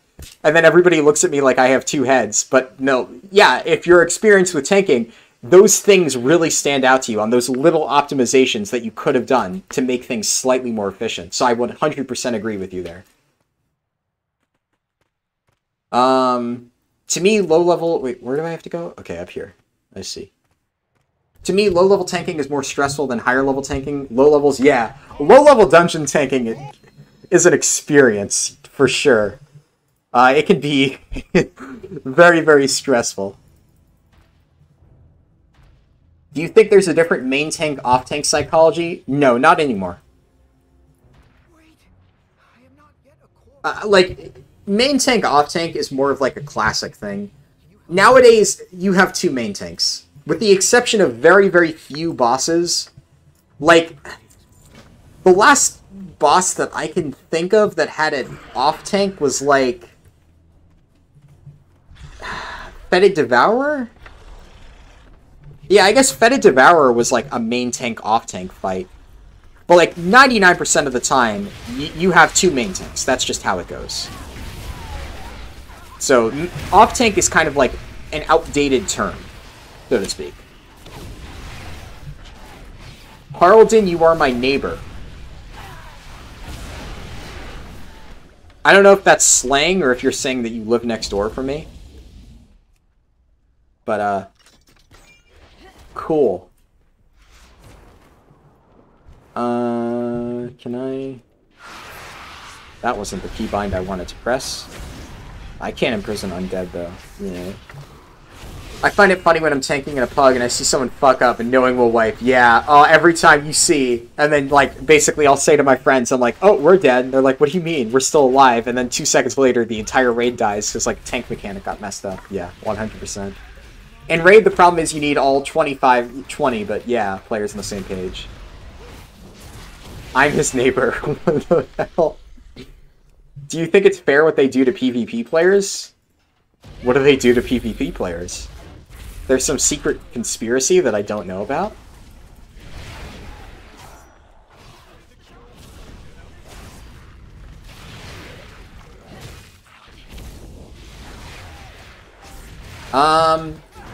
Any tips for leveling in Shadowlands launch quest/item-wise? Basically get through the maw as fast as possible. Get an early lead, like skip quests. I mean, you can't skip quests, but like skip cutscenes and stuff. Skip as much as you possibly can. Get an early lead. And then, if you want to take your time after that, take your time. But if you fall behind early, you're going to get caught behind literally every player in the game because it's a linear experience. And then you're going to have a really bad time. So that's probably the biggest piece of advice. I would also say another piece of advice that you could do now is if you don't have a lot of gear, do Ice Crown. The gear that you get in Ice Crown will last you about through like where I am now, like level 55, 56. So it helps. Divine Shield mechanic skip cheese? Yeah, for sure. Paladins can cheese the crap out of a lot of boss mechanics. Brewmasters too.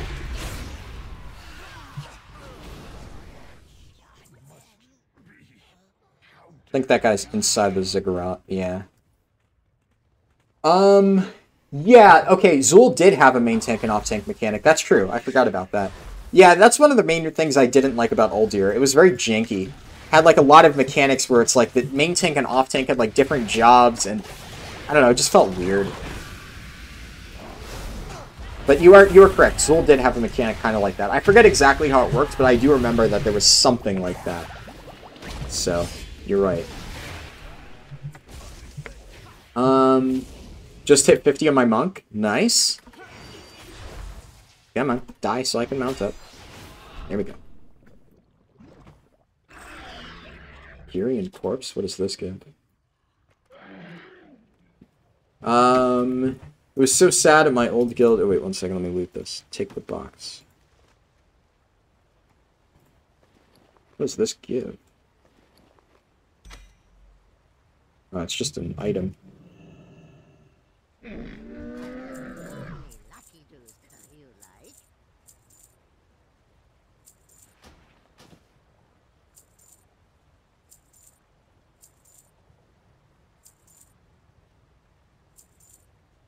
Oh, and in case it wasn't obvious, get the Bronjam bag because your bags are going to be full. And hey, 4 extra slots really doesn't hurt.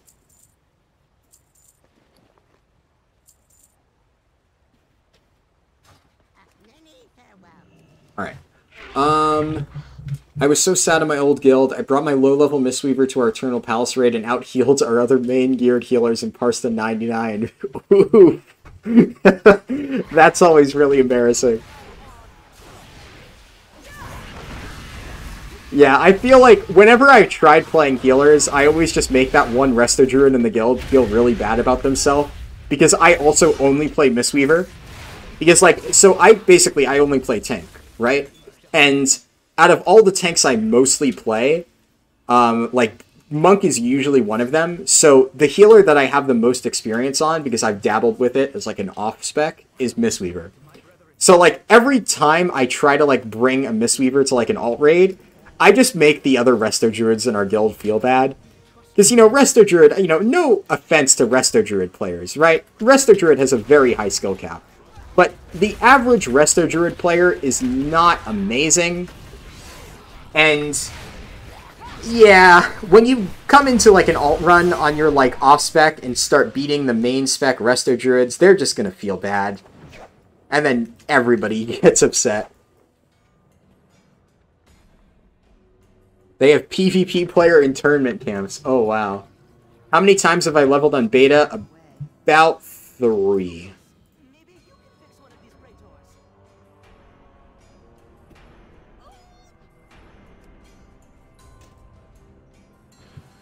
Oh, I understand Bop Cheese how to be... Yeah, Stagger. You can just cheese so many mechanics with Stagger. So that is definitely true. Stagger in general. Thank you for your recommendation. I'm playing Paladin. Reached 1.6k rating. Oh, nice. Yeah, I'm not much of a PvP person, but that's pretty good. But yeah, I mean, Paladin's fun no matter what you play. PvE or PvP. Just fun.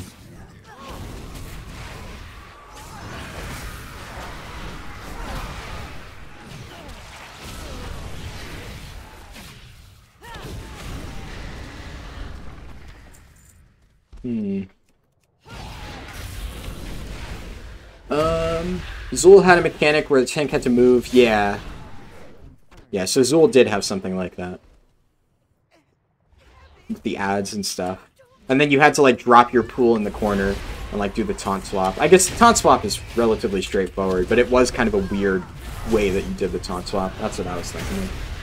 Can't wait to play the Watch the Forums Rage on opening day. Yep. This expansion's opening day is gonna be something else. I will say, at least the lag, if you've probably noticed, has calmed down a lot since I've entered Maldraxxus. It's not gone, but it's definitely better.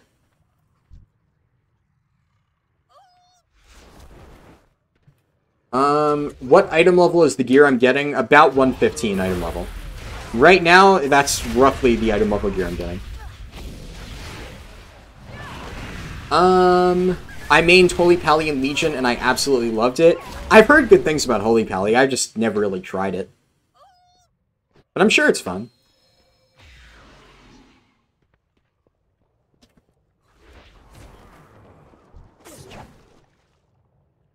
Does this work? Okay, yeah, there we go.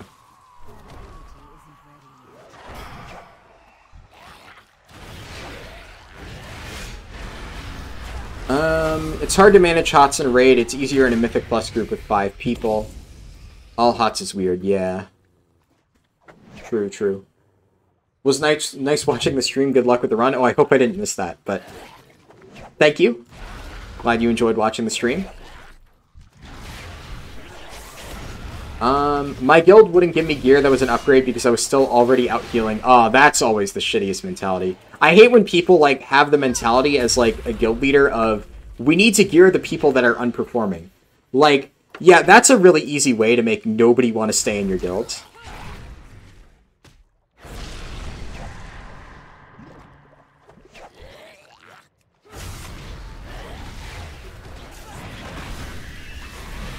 Like, obviously, if somebody is, like, roughly on the same skill level, then, yeah, sure, you can justify, like, okay, yeah, this person's slightly underperforming, they probably just have worse gear.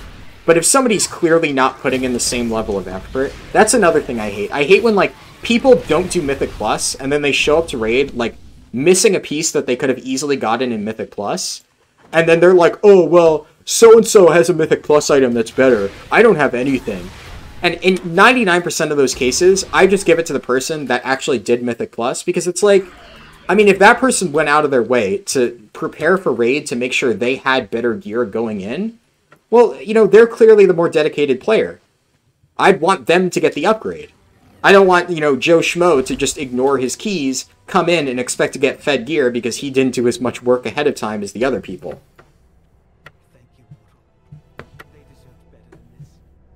Reminds me of when I had to bring my Unholy DK alt to DPS once in Legion because a new tank was trying out and I was top of the meter. Yeah.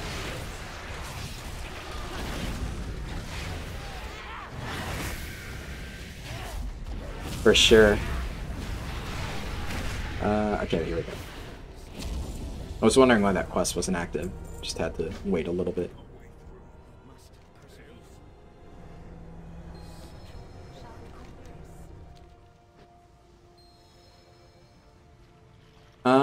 The Immortal DH, love it. Yeah. Pretty much pull anything you want. Wish I would have gotten the weapon for Prot Pally. I got it for Rhett, sadly. Well, alright, if you're talking about Nathanos, Bile Spewer disabled. How do you do that? Wait, what? Am I missing something? Ah.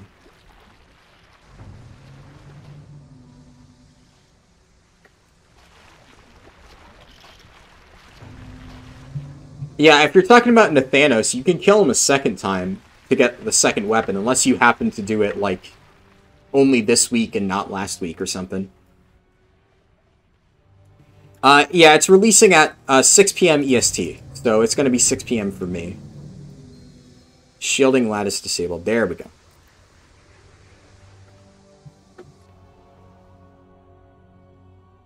Alright.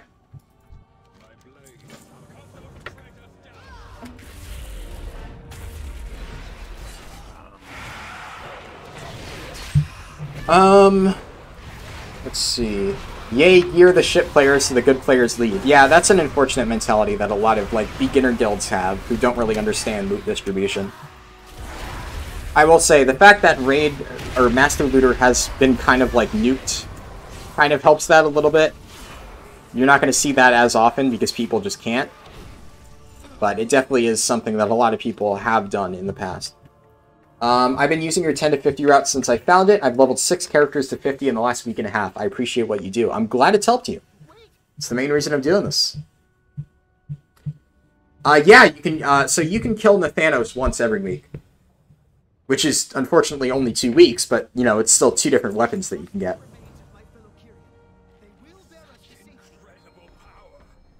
How does this work again? Oh yeah, there's like the breath attack or something. How should I know what Covenant to pick? Don't worry about it right now. I will link, I think, Q-Crow, you're on my Discord, right? Yeah, I'll link my,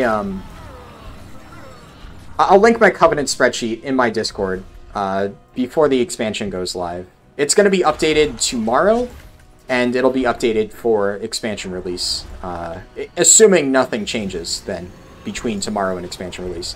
If it does, then I'll try to update it if I have time. But yeah, you should be able to look at my spreadsheet to figure it out. But like I said, I'll link that in my Discord, and I'm pretty sure you're in there. I hate it when I get a higher item level item that's a downgrade because of bad secondaries. Yes. Yeah, that's the main issue I have with removing Master Looter. It just makes it so loot's just so annoying. In the flesh... Okay, yeah, I see. Okay, so I have to kill this guy.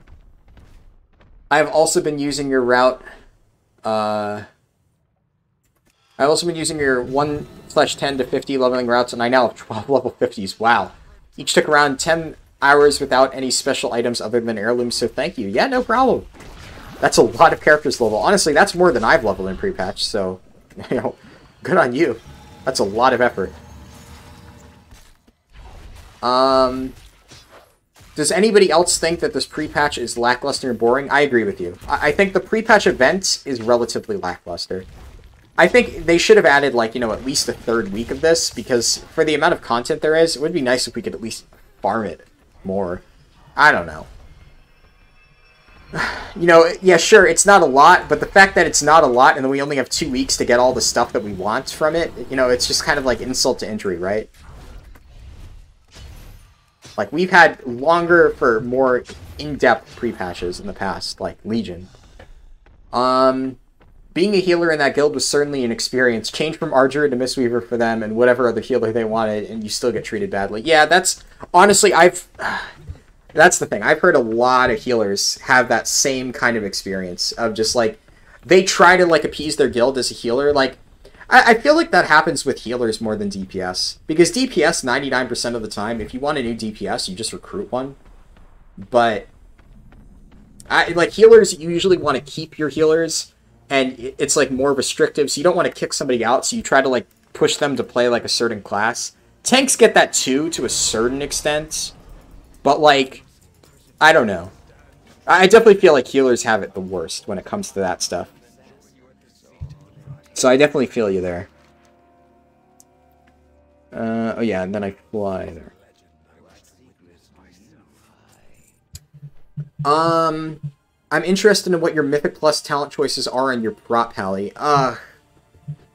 Pretty much the same as I use in raids. If you ask, like, I forget the names of all the different abilities. If you ask me, like, if you give me the names of, like, 3 talents in a row, I can tell you which one I pick. But otherwise, it's hard for me to remember, like, off the top of my head what every single row is, because, you know, that changed in pre-patch. So if you ask, like, between these 3 talents, which one do you pick in Mythic Plus, I can answer. Otherwise, it's hard for me to remember without looking it up. How often do you take raid breaks and how many minutes? I usually take one 15-minute break in the middle of a 3-hour raid. I think that's enough for people to, you know, take a break, go to the bathroom, make coffee, and come back. Wowhead also has a Covenant article. So, the Wowhead article, I've looked at it. It's not bad. The 2 issues with the Wowhead article. First of all, some people have actually messaged me and said, like, because, I mean, of course, you know, a million people have messaged me, hey, did you hear that Wowhead did something similar to what you did? Like, yes, I've heard it. But one thing that a lot of people have said is they feel like Wowhead's stuff is more inaccurate. You know, I'm not trying to diss Wowhead. That's just an opinion I have heard from a lot of people who message me. And one other issue that myself and a lot of other people have with Wowhead's rankings is they only do the best and the worst. So as I said, you know, for example, somebody earlier was saying that they really want to know what the best pick for survival is. Well, here's the thing. Right now, survival, everything is really balanced for them. There are like multiple viable picks that are very, very, very close. So one might be slightly better, but it's kind of like, you know, a shame to just say this is the best one without saying this other one is very, very, very close and theoretically could be better if they do even a minor balance tweak. So if you look at my Covenant spreadsheet, I cover every single Covenant ability on there, even the ones that are not good. I talk about why. Oh, that was you? Yeah. I mean, a bunch of other people have messaged me too, but yeah. But if you were one of the people who messaged me, you know, cool. But yeah, no, I have gotten a lot of messages about that same thing. And the thing is, it's really doing a disservice to people saying like, oh yeah, this is the best Covenant, if one is like almost as good. You know, it's just like not including all of the information, right? So, that's the main issue I have with Wowhead. That's one thing that I think is like kind of lazy. Like, I mean, come on. If a college student that is split between classes and WoW manages to make a more in-depth spreadsheet than an organization that has access to like every single theory crafter, like on a, you know, snap of their fingers, I don't know. Come on, step it up, Wowhead. I shouldn't be able to make a more in-depth review than you. Like, I guess I get that they did general class guides on top of that, but for Covenants, like, no, it's in. By the way, Sean Cat, no problem. I'm not upset that you mentioned it. I'm just letting you know that's an opinion that I've heard a lot. So a lot of people have asked me about it. But that's the thing. Like, I just feel like, you know, if you're going to make detailed class guides like that, you should cover every ability instead of just saying this is the best, this is the worst. I don't know. That's my take on it. So I'm going to be making sure I cover everything. Also here, Hearth to Oribos.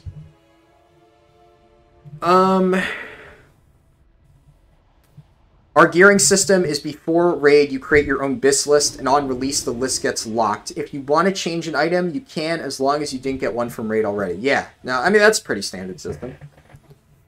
For some reason, every time I level in WoD, I get lost. It is a pretty confusing expansion. How fast do you think I could level with War Mode on? 50 to 60 or 10 to 50? Depends. I mean, generally speaking, War Mode on just makes things faster. No, excuse me. Nothing really else to it. How fast is leveling at the moment through the levels you've already leveled? I mean, you can see the timer. It's been 4 hours. I will say, basically, you can add like 20 or take away 20 minutes from the timer due to just lag. I had really, really bad lag, like up to minutes at a time waiting for a single quest objective. It got pretty bad. So like in Bastion, basically like every other mob I looted was like a 30-second delay. It was bad. So that was a big time loss. Also, you know, I'm doing this while talking to stream, so just for the record, one thing that I'm going to be working on, especially like on Sunday, is I'm going to try to get like a bot or something set up that covers frequently asked questions. I'm going to be streaming my Shadowlands launch, but I am not going to be doing a ton of chat interaction. If I have time, I will talk. But as you might imagine, I'm going to be trying to level very, very, very efficiently. And I'm not going to have a ton of time to check chat. If there's, like, literally, like, unskippable RP and I have time to look at chat, I will.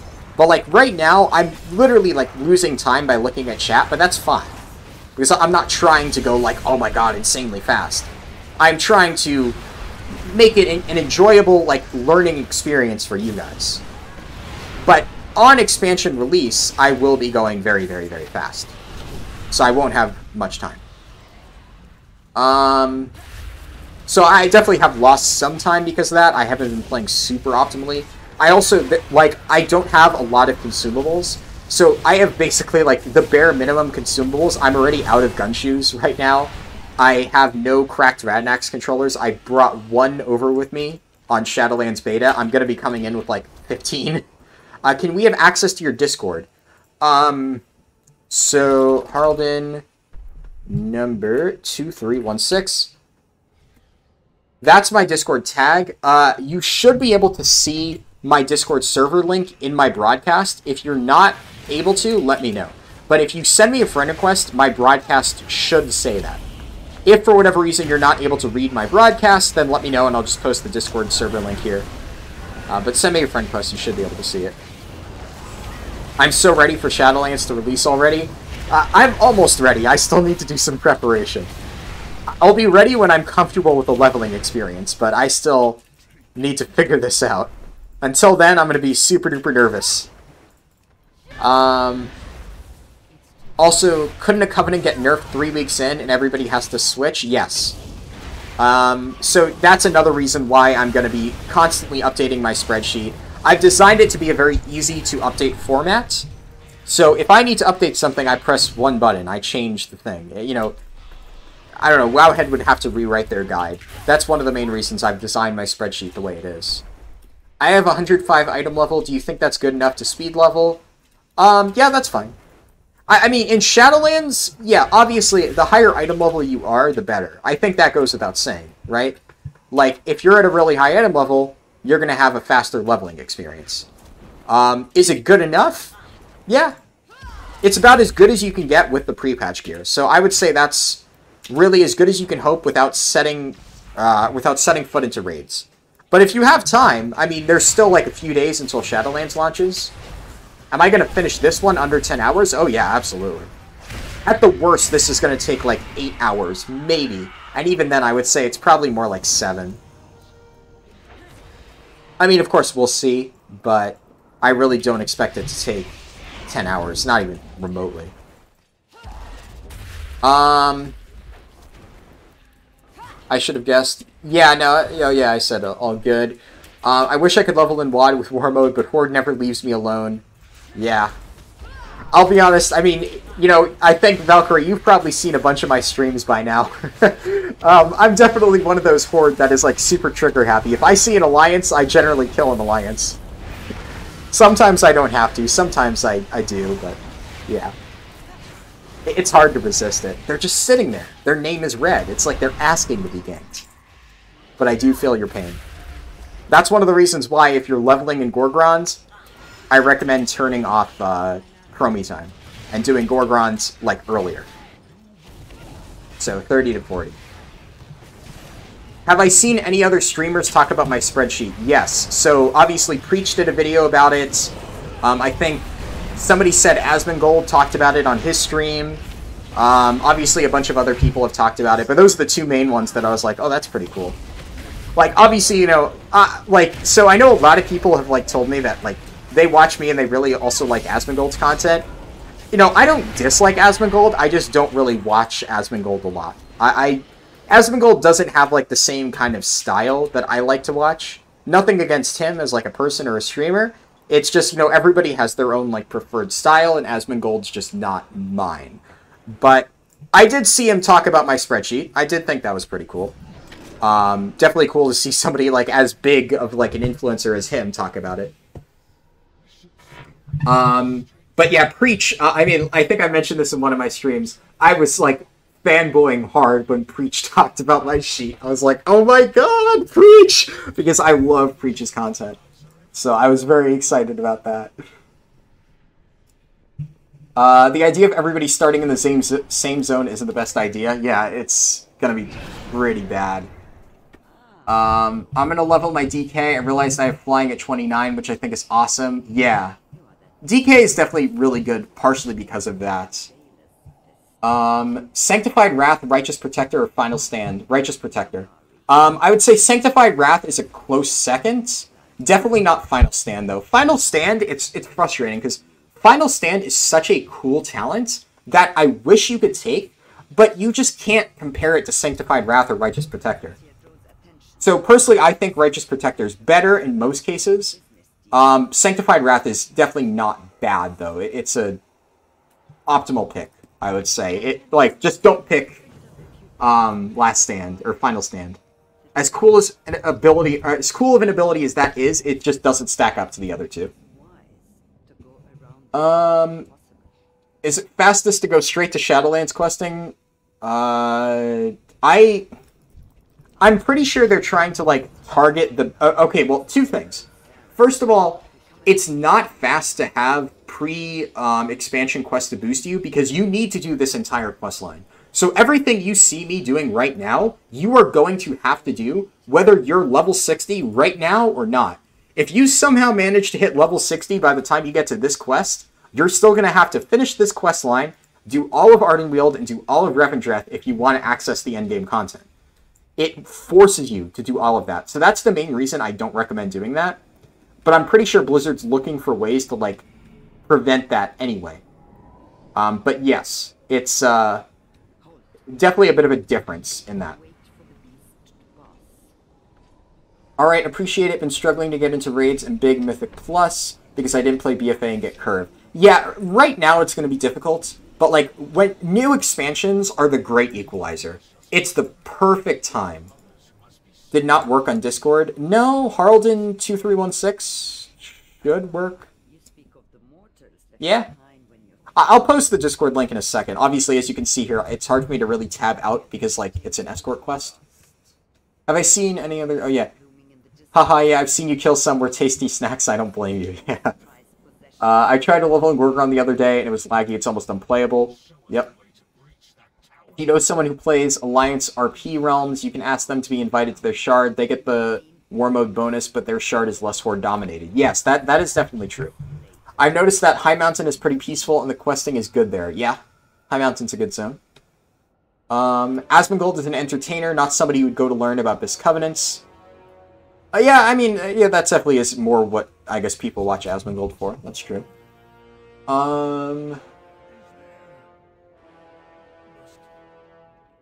It should be 2316.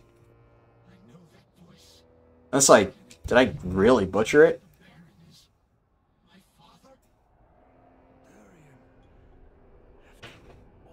Oh, when streamer mode is on, I can't check my own Discord thing. Either way, here, let me send a link real quick. But yeah, it should be 2316.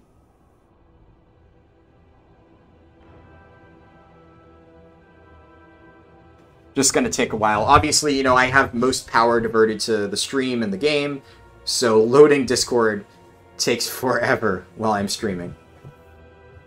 Hit in, use copy button. Alright, there we go. And so if you want to join the Discord, here you go. It's also my guild Discord. But pretty much what I use for everything. My server can't even handle people fighting Bronze Jam on my low pop server. Yeah. I mean, Icecrown in general is just kind of a laggy mess. right now. Well, go on then. Show us that one. Also, it might be hard to hear, but the voice actor for Venari is Anna's voice actor from Overwatch.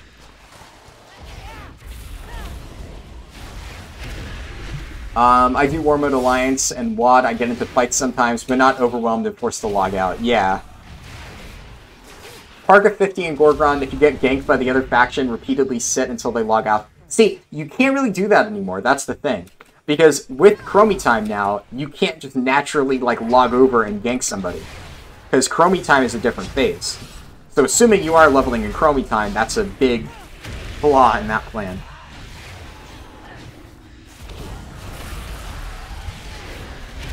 Last one, promise. Unbreakable Spirit versus Blessing of Spell Warding. Always Unbreakable Spirit. So Blessing of Spell Warding is not a bad option, but not in Mythic Plus. Blessing of Spell Warding is basically a niche raid pick. There are certain raid bosses where Blessing of Spell Warding is nuts, but as like a general purpose thing, Unbreakable Spirit. I'm pretty sure that's also Cavalier's talent row. So I actually use Cavalier for most cases, but like, you know, for progression rating and like high level keys, yeah, Unbreakable Spirit. But I would say for like world content, go Cavalier. You know, you don't really need Unbreakable Spirit for like world content. So it's one of those things where like the quality of life of Cavalier is just really, really nice.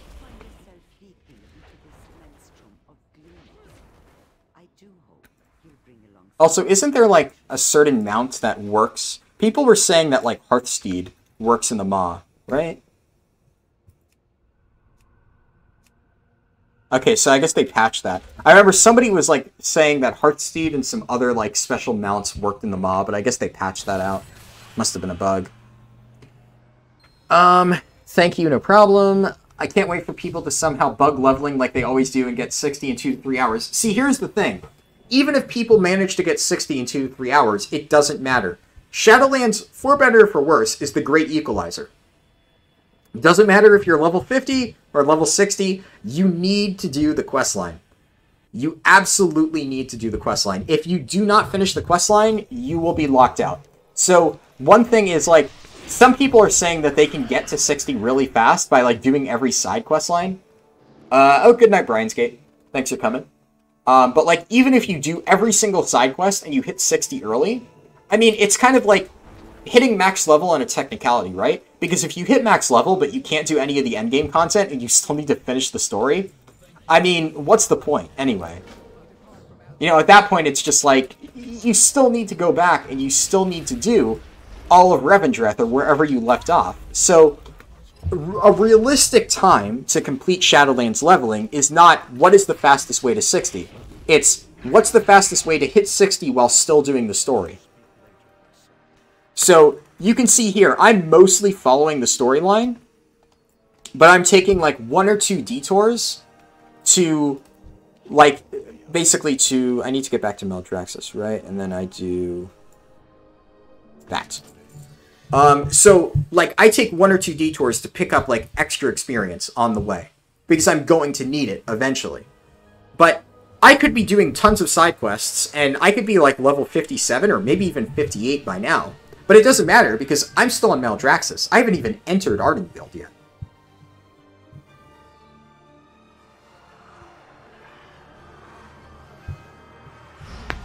I remember in MoP there was a glitch in Jade Forest where people got to 90 so fast. Yeah.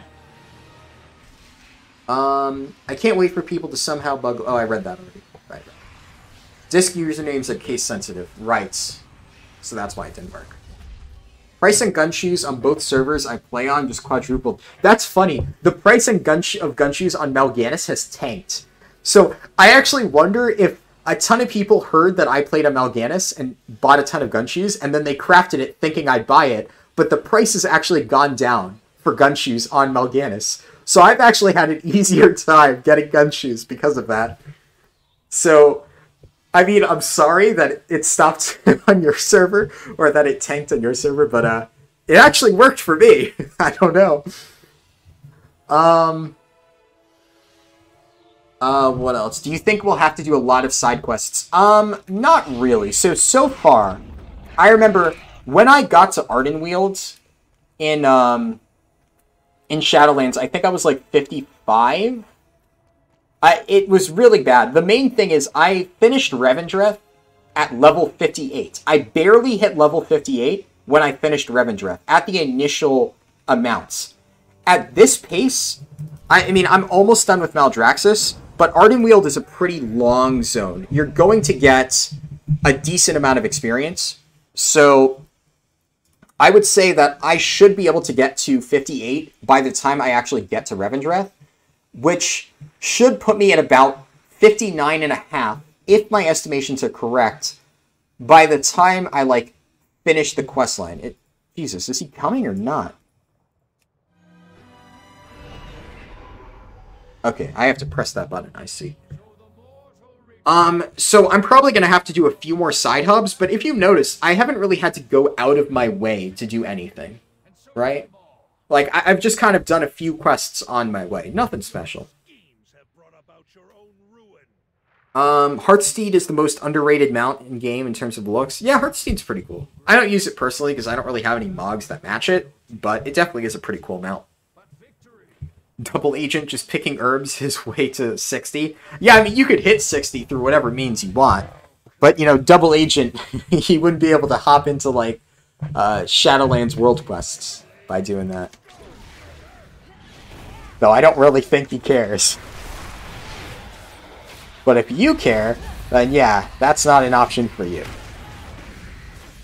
Did the WoD intro as a Mechanome? I would say Redridge, Duskwood, Lochmodon for Alliance.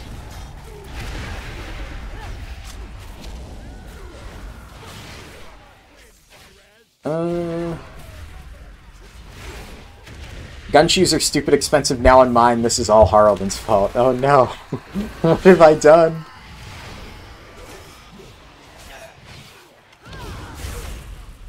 I don't know about Eastvale. I've heard mixed opinions on that. Personally, I don't think it's that efficient. People overrate Eastvale. If I saw solid numbers that really showed that it was faster, maybe. But I've seen that it's, like, mediocre at best.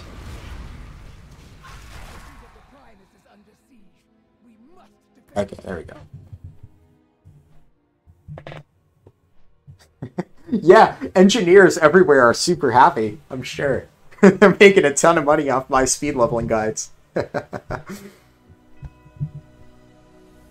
Hey there, is there an actual reason why you're leveling as Vengeance rather than Havoc? Yes, I think it's faster.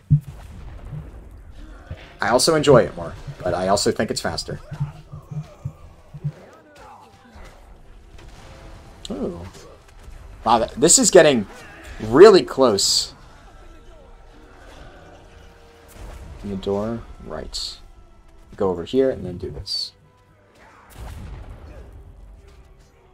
Name a more iconic duo. Yeah, I know, right?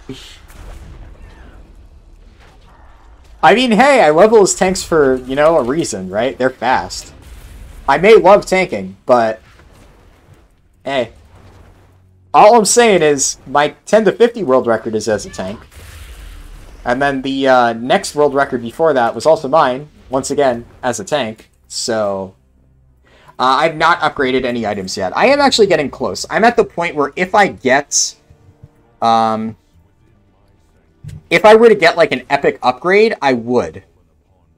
But I have not gotten an epic upgrade yet, so... Yeah. Let's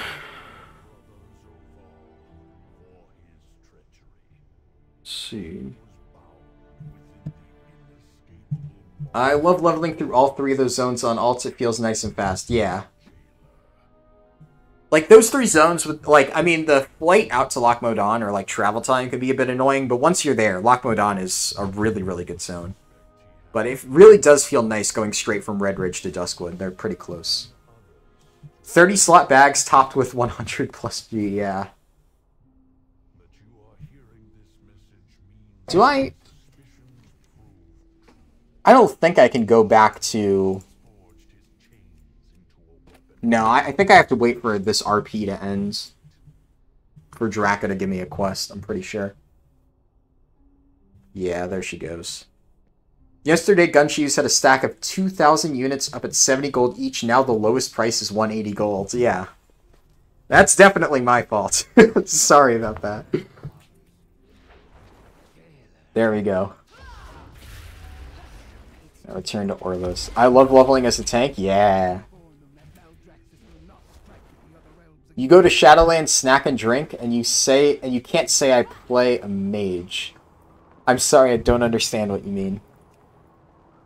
I'm not sure if that's a question or if you're just saying you like playing mage. If you like playing mage, good for you. Mage is good. If you're asking me a question, I don't understand the question, sorry. I do Eastvale because the rares around the quests are usually up. That's true, yeah. I don't know. I generally don't like designing my route specifically around rares, right? Because, so Silverpine and Hillsbrad, they do have a lot of rares, but it's still the fastest zones. Like, try any other zone and compare it to Silverpine and Hillsbrad, no rares, and it's still going to be faster. I'd imagine Eastvale has a lot of rares, so if you're just doing them and getting the rares and the quests, yeah, I could probably be faster. But the moment that I add that to, like, a guide, that's no longer faster, right? Because now everybody's doing it. So, I don't know. I wish an engineer would make a Mecha Bonds imprint matrix for me. Is that that's the item that lets you tame mechanical pets, right? As a hunter? I recognize the name, but I might be thinking of something different. So I plan on doing Paladin for Shadowlands. Are you saying that I should do Protection? I mean, you can play Ret. Like, I would say if you are undergeared, like if you have a character with like low item level, yes, you should play Protection. If you are like Mythic Nyalotha geared and you main Ret and you're really comfortable with that, you'll probably be fine with it.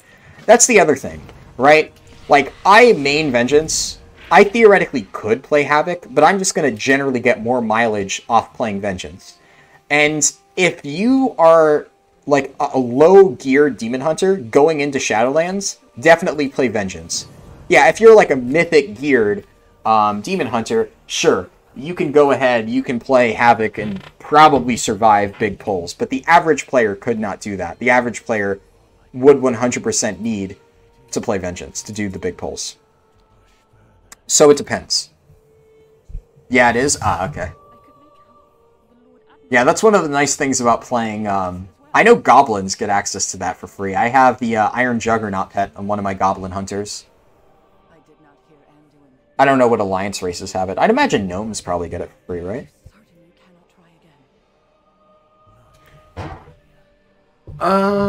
Went from 80 gold to 189. I'm probably leveling as Guardian on my Druid. Yeah, no, Guardian, I would say, even if you are comfortable with Feral, I don't know. Definitely don't level as Balance. Balance is just tricky to level as. Casters in general can be tricky to level as. But I would say between Guardian and Feral, Guardian is just the safer pick. That makes sense, yeah. Well, I mean, Mechagnomes having it, yeah, I guess obviously. Surprised I didn't think of that. But it does make sense that Gnomes would have it. So, yeah, I could see that. But the only other hunter I ever played before the Volpera one that I leveled was a Goblin Hunter. So I always had access to mechanical pets, so that's why I didn't really recognize the name.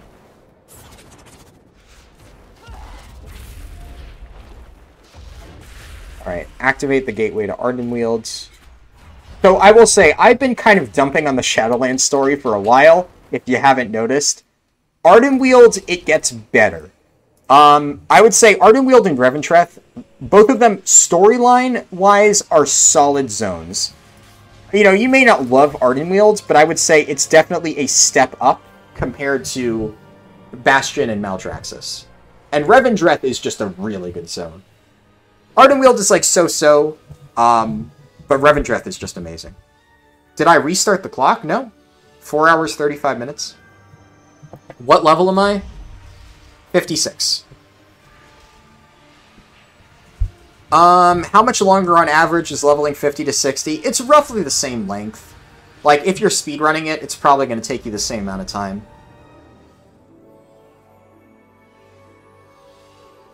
I wonder if we get new, bigger bags, 40 slot. Yeah, I wish. 40 slot bags. Cool. But I doubt it. They're probably going to keep adding, like, bags 2 slots at a time.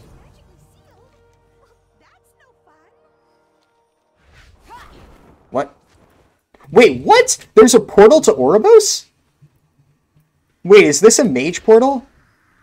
No. When has this existed? Okay, I definitely do not remember this being on the beta.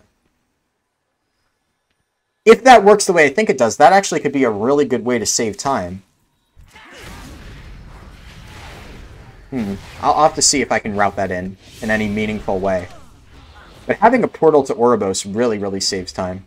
Featherlight, you placed the lily. This stupid seal just won't open. All right, you have my attention. At some point, aren't all records based on a bit of high rolling? Yeah, that's definitely true. I mean, if you're going for the record, yes. But I'm saying more for, like, a leveling guide. I wouldn't want to put, like, a high roll strat in a leveling guide. Yeah, Feral's best till 23, and then Guardian's best till 50. Guardian's not bad at low levels, but if you notice in my speedruns, I do play Feral at lower levels. Up until, I think, 23. Mage's level is Arcane. Everything about Arcane is busted. Yeah.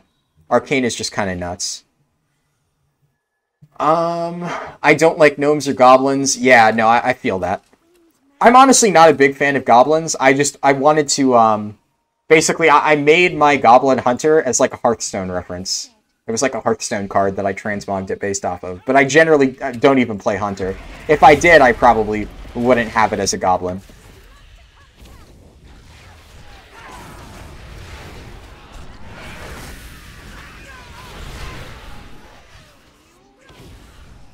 Um, 420 slot bags. Am I a Garrosh or Sylvanas supporter? Garrosh all the way. Sylvanas is just like lamer Garrosh, honestly.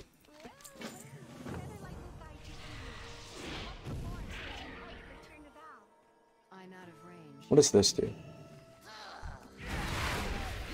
What was the point of that?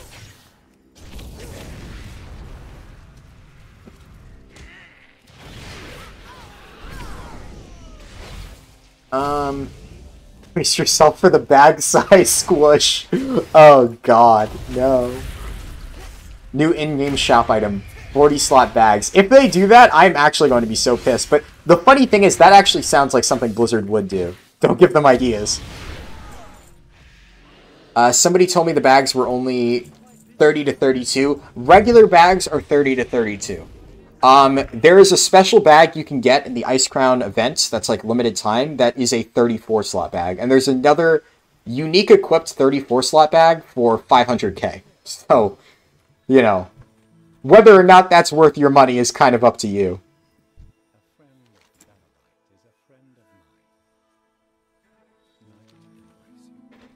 Alright, this quest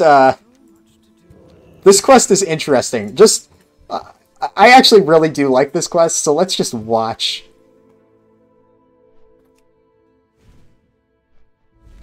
Basically, they're trying to get this item.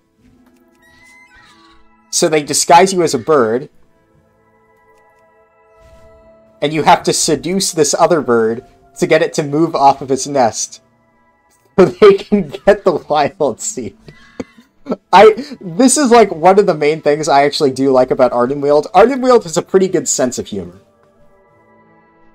Like, I guess sense of humor is kind of subjective, but the fact that you, like, literally have to seduce another bird as part of the quest, I think is very funny.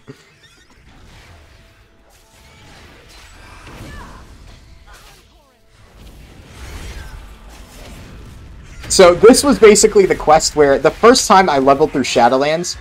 Wait, what? Server restart in 15 minutes? Oh god, no. Blizzard, why? I'm trying to do a speedrun. At least it's a server restart, not a server shutdown. Hey, maybe it'll get rid of the lag. If it was a server shutdown, that would suck. If it's a server restart, worst case scenario, I take a break to make coffee and then I come back on. Stat prio on Prop Pal, I don't really know what it is this expansion. It really depends.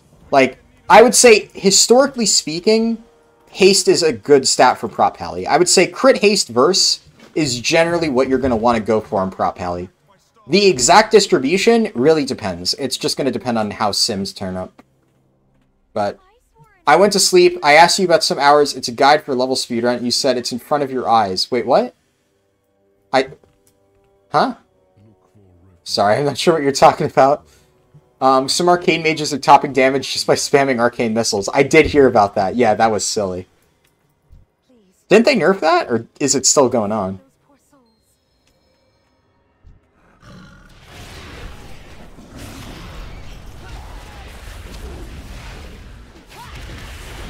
Yeah, just for the record, it's a server restart, so, you know, the run isn't dead. It just means that, if anything, I'll have to take, like, a 5-minute break or however long it takes. Oh, it got nerfed. Okay, cool. I thought so.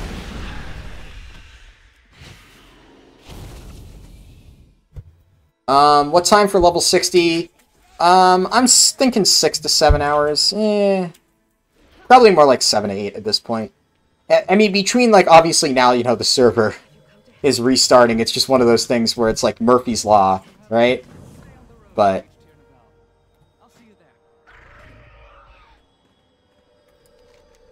we'll see. We will see. How fast can the average player? Honestly, this run that I'm doing is pretty much the average player run. This is going in relatively blind because, so I've done this before, but I've only done the quests. I haven't done this exact XP value. So this is mostly blind. I'm kind of doing a lot of experimentation. I've lost a good bit of time because of lag and stuff. This is basically like the typical casual leveling routes time that you can expect. So I'm probably going to get 8 hours. I would say that's probably what you can expect to see on like a more casual run. So yeah.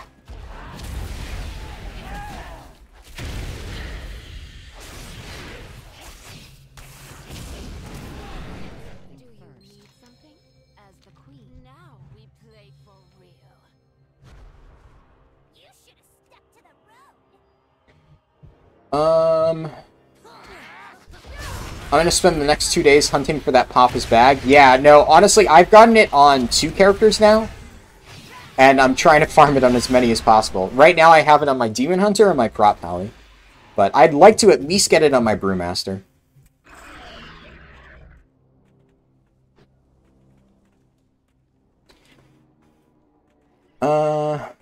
It teleports you back to Goldshire while doing the bird quest. Yes. Average player to take more like 12 hours? Yeah. My route speed? Maybe. I mean, all I'm doing right now, you have to realize, I'm doing the main quest line. You know, sure, I'm doing it efficiently, but I don't know if I'd add 4 hours.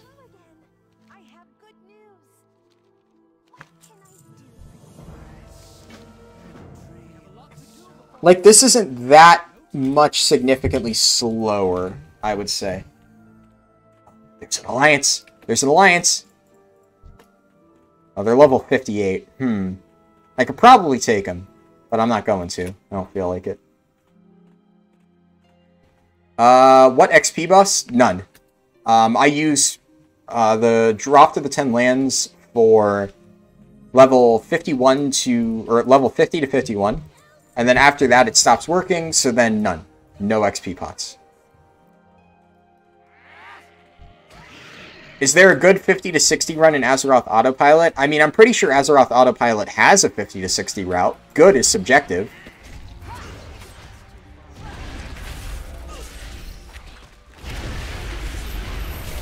I haven't really looked at Azeroth Autopilot's route. I'm pretty sure it's slightly unoptimal, but, you know, we'll see. I'm going to figure out what the best route is. This is my first run. As I've said, I'm going to be doing one on Friday. I'm going to be doing one on Saturday. If I can't somehow figure it out in those 2 runs, I'm going to be doing off-stream testing to figure it out.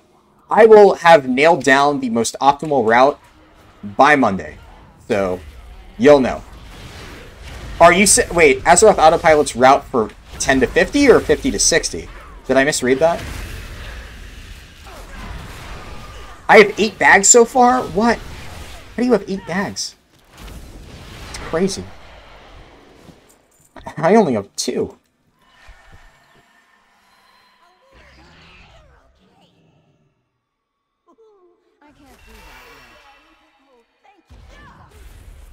I forgot to use the thingy. Did they despawn? That's actually really lame. Yeah, whatever.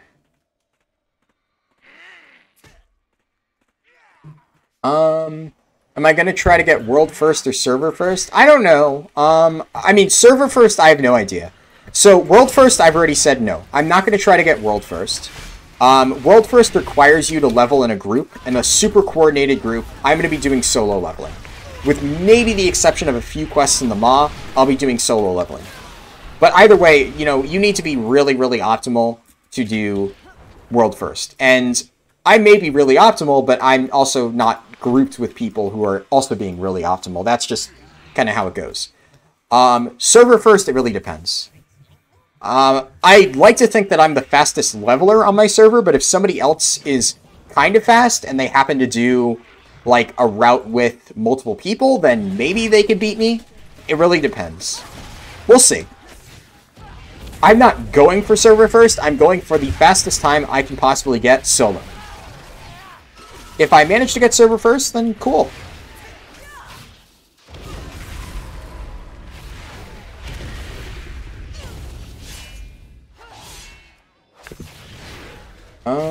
If you do the Azeroth autopilot route, you'll be doing the same order as many other people, which will probably slow you down. Yeah.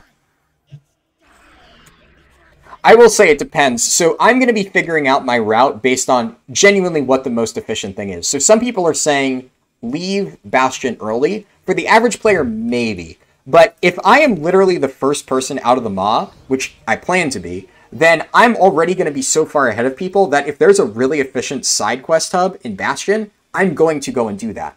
Because if I need to go and do that to get the most efficient experience, I'm still probably going to have a lead. Even if people start to catch up to me, I'll make up that lead later on. And you have to remember that, especially since Gunshoes apparently still work, and I'm going to have 1 million cracked Radnax controllers, well, I'm going to be pretty much covered. I'll be able to quickly move throughout all of Bastion. I'm going to save a lot of time there as well.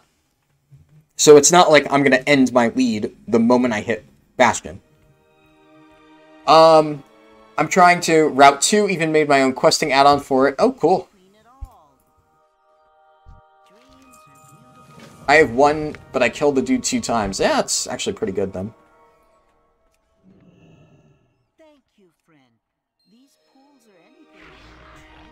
Yeah, I mean, if you want to message me on Discord about it, obviously I can't look right now. But if you have interesting skips that you want to share, my Discord tag is Harlden #2316.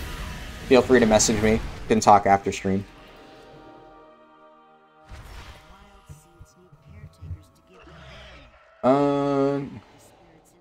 You tag the bag boss, Alt F4, and log to another character. It works? Really? Huh. I didn't know you could tag it and then log to another character. I haven't tried that.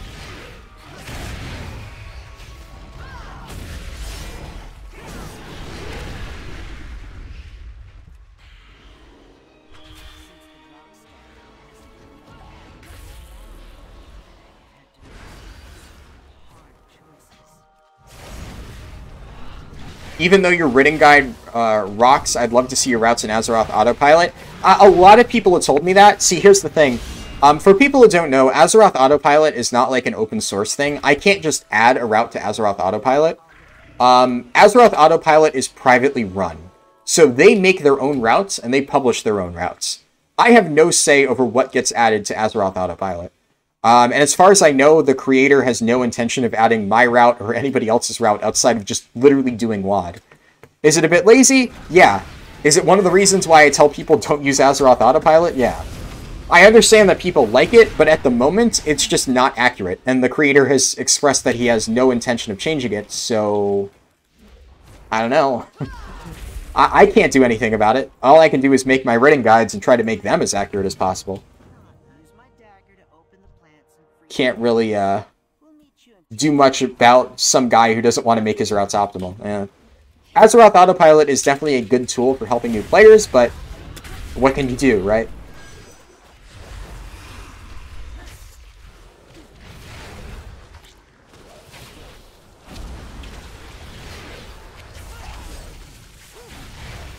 What do I think of Zygor? I know that he makes guides. I don't really have any thoughts on it. I've never looked at one of his guides. I've never talked to him. I've never watched anything he's made. I don't know. What do I think of Zygor? I have no thoughts on Zygor. I don't really know him too well.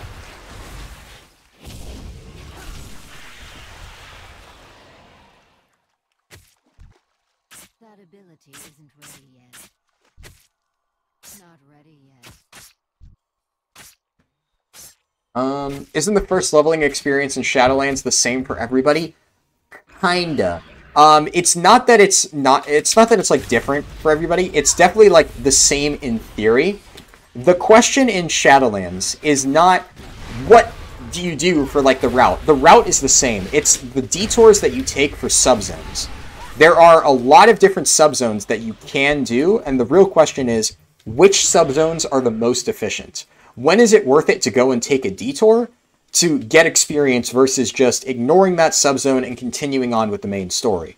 Because you need to both hit level 60 and complete Revendreth. You need to do both.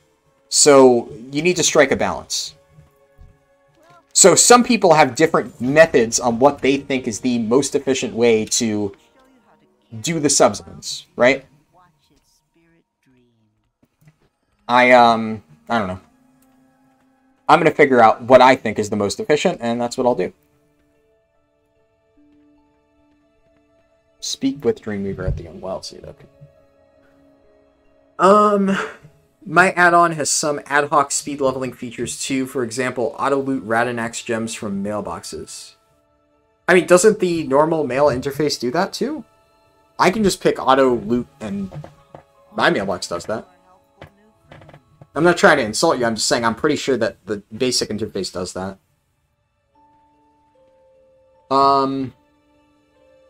Is there a better Azeroth add-on than Azeroth Autopilot? I would recommend using Leatrix Plus. So there is no better add-on for routes. Unfortunately, I would say if you want a good route, just use my guide. Obviously, I'm not an add-on writer. I don't have that.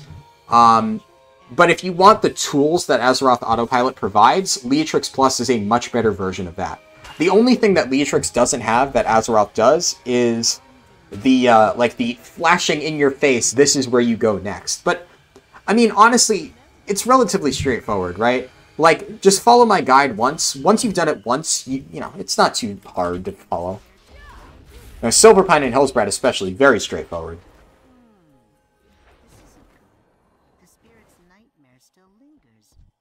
Thought Azeroth Autopilot was community-driven. Yeah, no problem. A lot of people think Azeroth Autopilot's like Guideline. I think I also saw somebody mention Guideline. Retail could do with an add-on like Guideline for Classic. Exactly, yeah.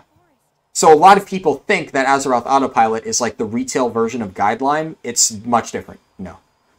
But I do agree that, yes, retail definitely could do for like a Guideline version. I just did 50 to 60, campaign war mode off, and got 60. Nice. As the moron I am, I'll still do the same as I did for BFA launch. I'll do every single quest I find. I mean, that's a perfectly fine way to level. If that's what you enjoy, go for it. I'll alert the Wild Hunt. It looks like we need your help again. Tashmer, catch.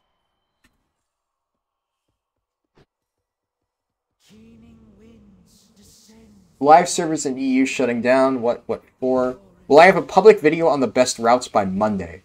Well, I wouldn't say best routes. I will have a best route, and I will try to have that done, yes, by Monday. I will say, that's one of those things where I will say heavily TBD.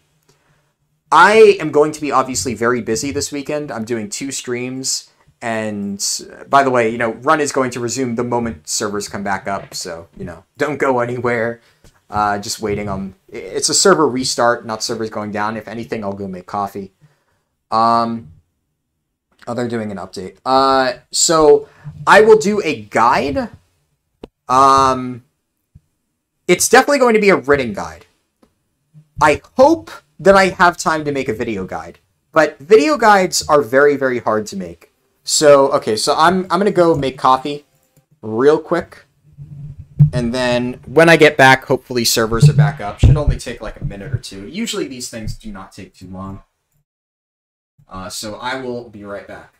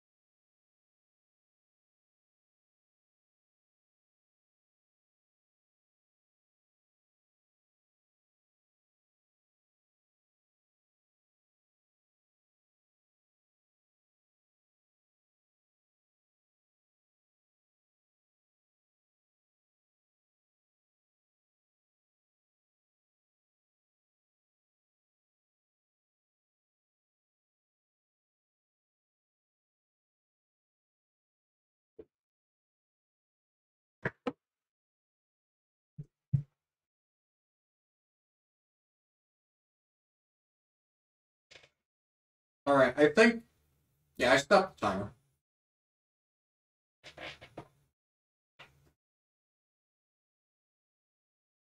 I grabbed some pretzels and shoved them into my mouth before I went down.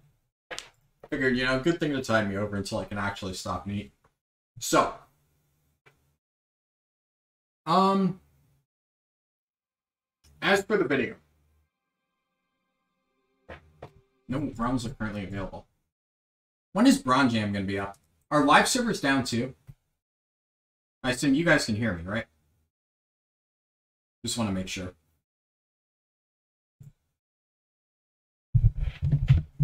Here, let me move my mic. Is that better? Can all hear me, I assume? Alright, live servers are fine, so it's just a beta thing then.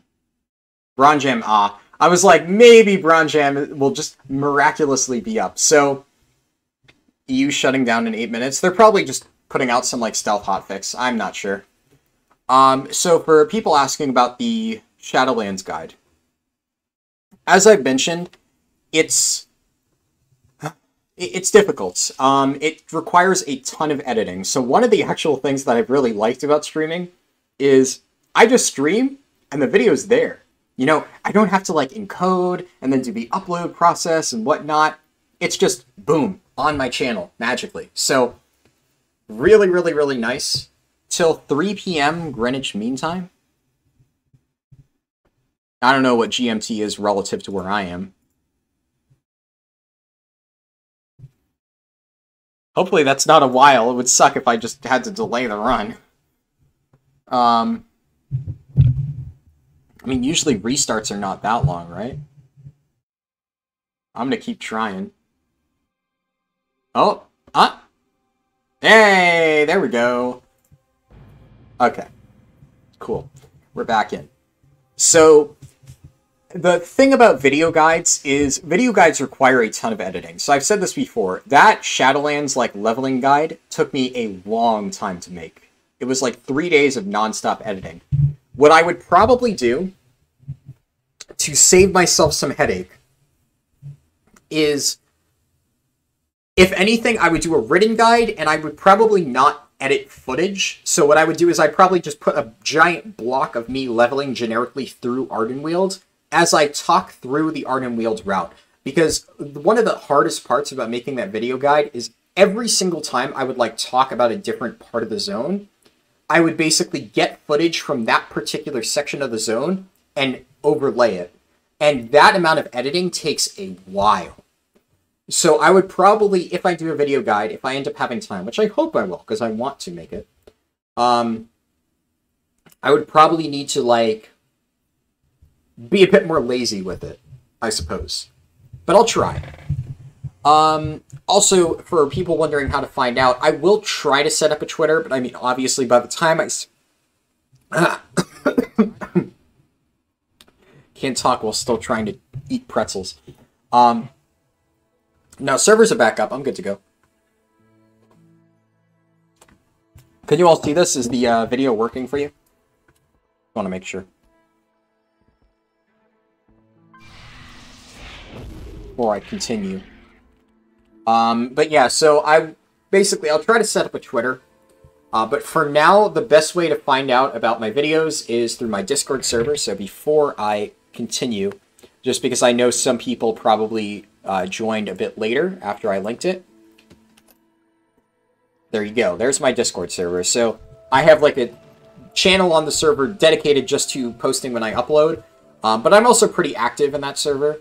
Like, I talk pretty frequently in, like, the general channel and whatnot. So, yeah, that's pretty much a surefire way to find out whether or not I'm uploading a video at, like, any given moment. So there you go. That's the best way. Start my timer. Oh! Good call. We'll just pretend that I didn't lag one of those times when I picked up a quest, right?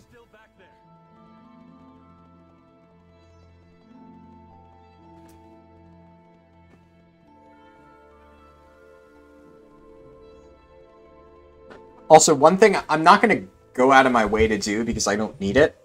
This rare mob down here. Yeah, I think it's this one up north. The Winter Wolf, then. The trinket that it drops for agility, or I think it's agility or strength, is really good. I remember using it on my Brewmaster, which I don't really have as good gear on, and it hits like a truck. So if you don't have like really good gear on your character, I highly recommend killing that rare mob up there, because if you get that trinket, it's so good. But it's like a melee DPS trinket. Obviously, if you're a tank too. Yeah, it makes up for the bit of time lost. True. Either way, you know, I'm not submitting this run to anything. I mean, there isn't even a category for this. I more have the timer here just like, so you guys know how long it took me. God, the hunt is... I don't know, it's so lackluster, because, like, look at that. A single Spirit Bomb has already out-DPS'd the hunt. And look, it's just falling so far. Like, Elysian Decree, if you remember, when I popped Elysian Decree, everything just dies. Sinful Brand is more single-target oriented, but it also hits like a truck. And then the hunt is just like... It's like a wet noodle in comparison. I don't know. What does it even... Pursuit... Healing you for 25% of the damage you deal your hunt target? It's just so bad. Yeah, I really need 25% extra healing as a Vengeance Demon Hunter. Give me more of that overhealing, please, Blizzard. I'm so glad they finally... So for people who don't know, I've been complaining on my spreadsheet for months about how they refused to make Phalanx Stomp good because they kept trying to make it like a damage-only ability.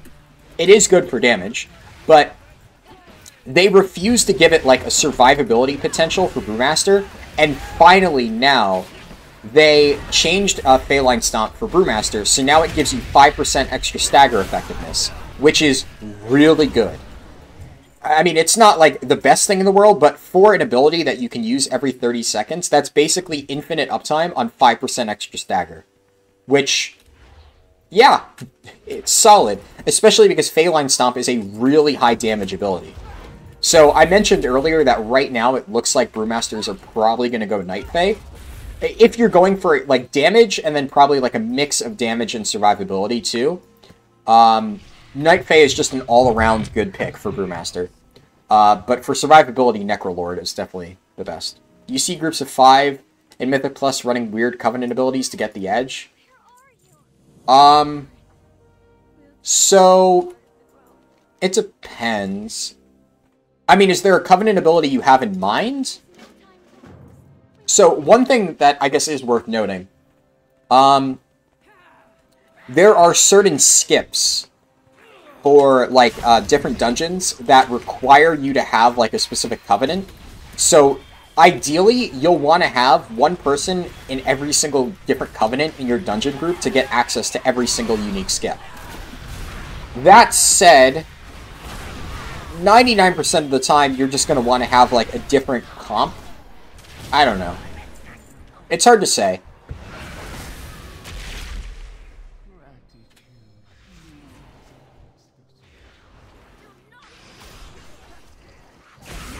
I mean, I don't know. I don't know the Mythic Plus meta at, like, high levels right now in Shadowlands enough to comment.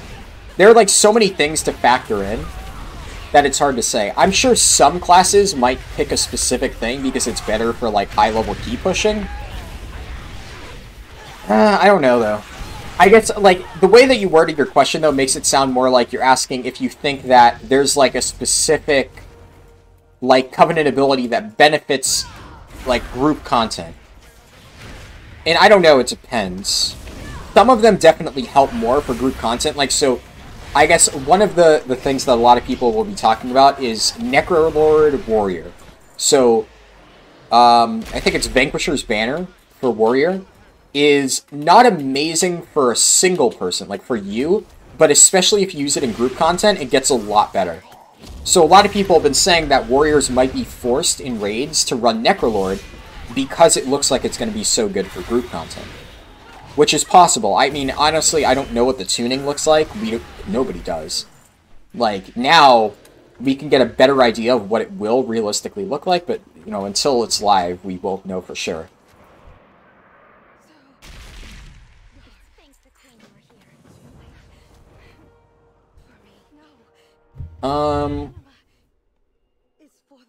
I guess that's up to the Mythic Plus guys meta. Yeah.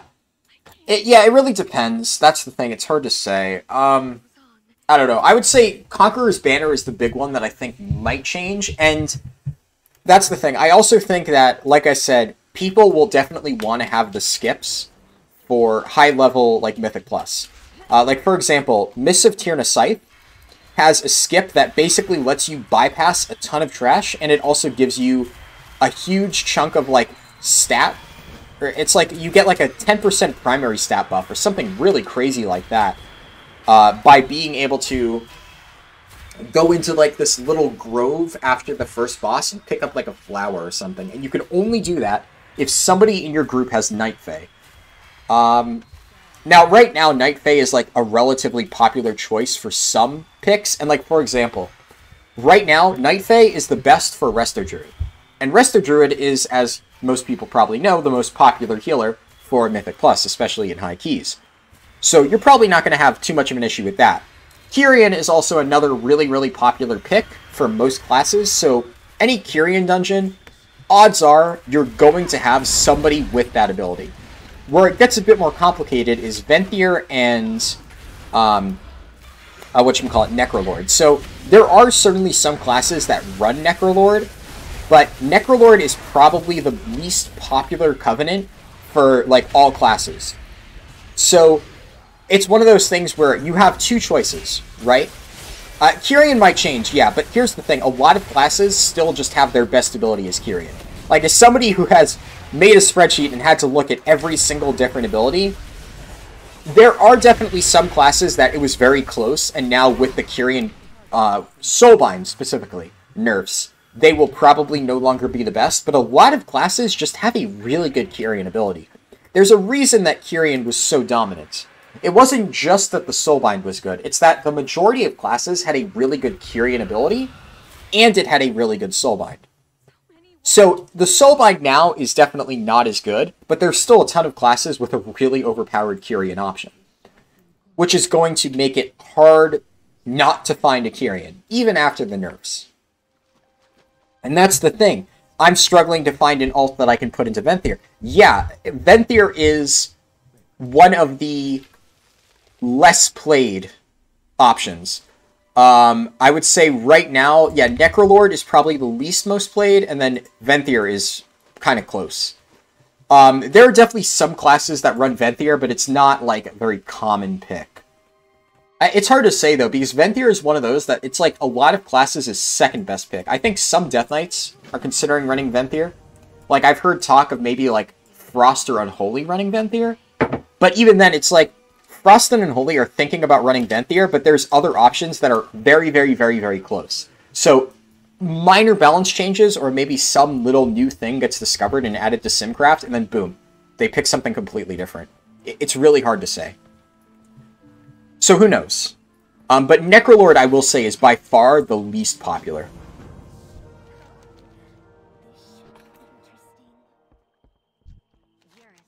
So that's the thing. For the dungeons that require Necrolord, yeah, you're going to be hard-pressed to, like, get the right buff, and then you're going to have two options, right?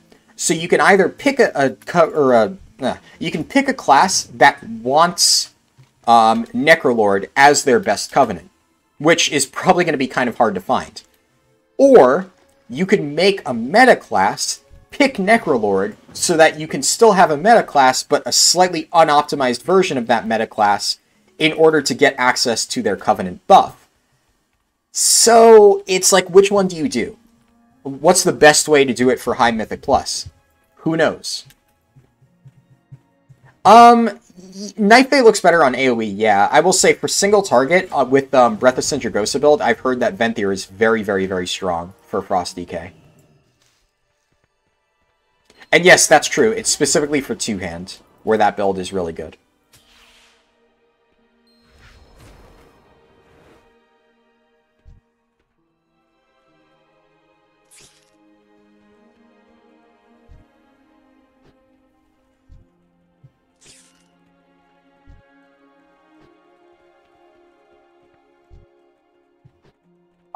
You basically are forced into an expansion in Shadowlands. There's really no choice, unfortunately, for the person who just asked that.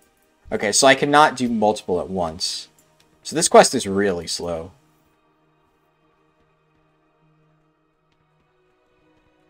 Let me see how much one gives.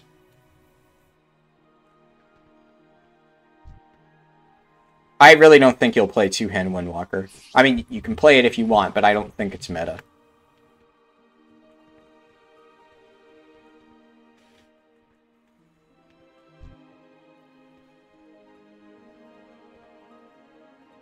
Okay, 25. So you need 4. That's not terrible. Especially if I'm fast about it. And then I quickly go like this. Yeah, so if I quickly grab 4 and then all bait them at the same time, and then they're all clumped up, then I could quickly do this, this, and this. Okay, so maybe this quest actually is good enough to route in. Yeah, no, that's the thing. Venthyr is definitely a really good choice for both Frost and Unholy.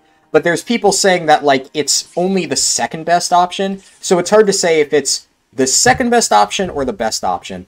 Wow, this really sparked discussion. Lots of discussion about what the best DK Covenant is. Yeah, that's the thing. I've heard a lot of conflicting opinions on it.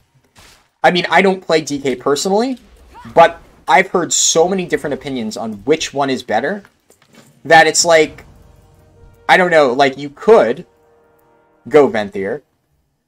So, like, I guess maybe if DK ends up being meta, and maybe, like, Venthyr isn't the best, and, like, Ventyr's only the second best, then maybe you bring a Venthyr DK, because Venthyr DK is almost as good, but not quite. So I can... Gorm Branch tested on others. Yeah, definitely within 10 hours, for sure. I'm expecting around 8 for this.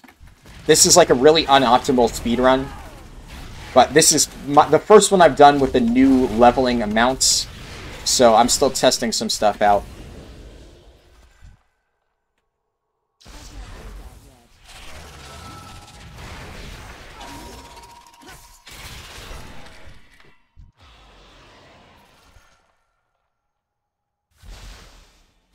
I do not think it's a good idea to pick a second best Covenant for your spec.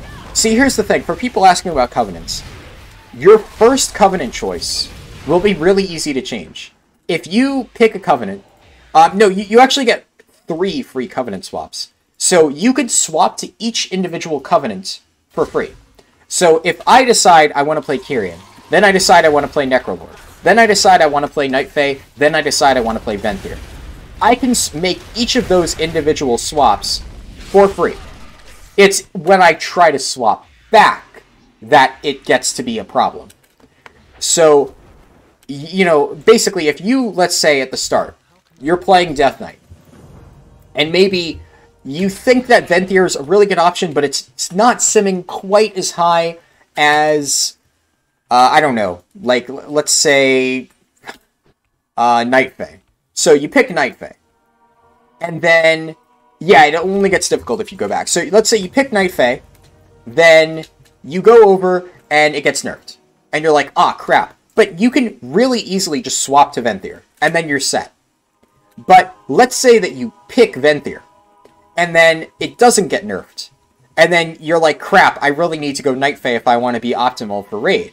And then midway through Raid, it does get nerfed. And then now you have to go back to Venthyr. Well, now that you've already started as Venthyr, now you have to do the quest line to go back. So, I would definitely recommend going with whatever your best Covenant is when the expansion launches, because you can always change it easily after that. It's only going to start to get problematic when we get later on into the expansion and everybody has already changed every single Covenant at least once. Then you're going to start to realize, ah, crap, this is starting to be a real pain in the ass. And yeah, it's gonna be. But, not much you can do. That's just how the feature works until Blizzard inevitably will change it in, you know, 9.3 or whatever. It takes like a full week. So it technically takes like 2 weeks, but it's like, you can get it like almost done, and then finish it like day 1 of the second week. So it takes 2 reset periods, but technically only like a full week of time. But like, let's say you start the process on like Monday night, it could technically only take you a day. Because you could start it Monday night, you could do everything Monday night, and then the next day you could just finish off the process. But yeah, you do have to wait like a full reset period.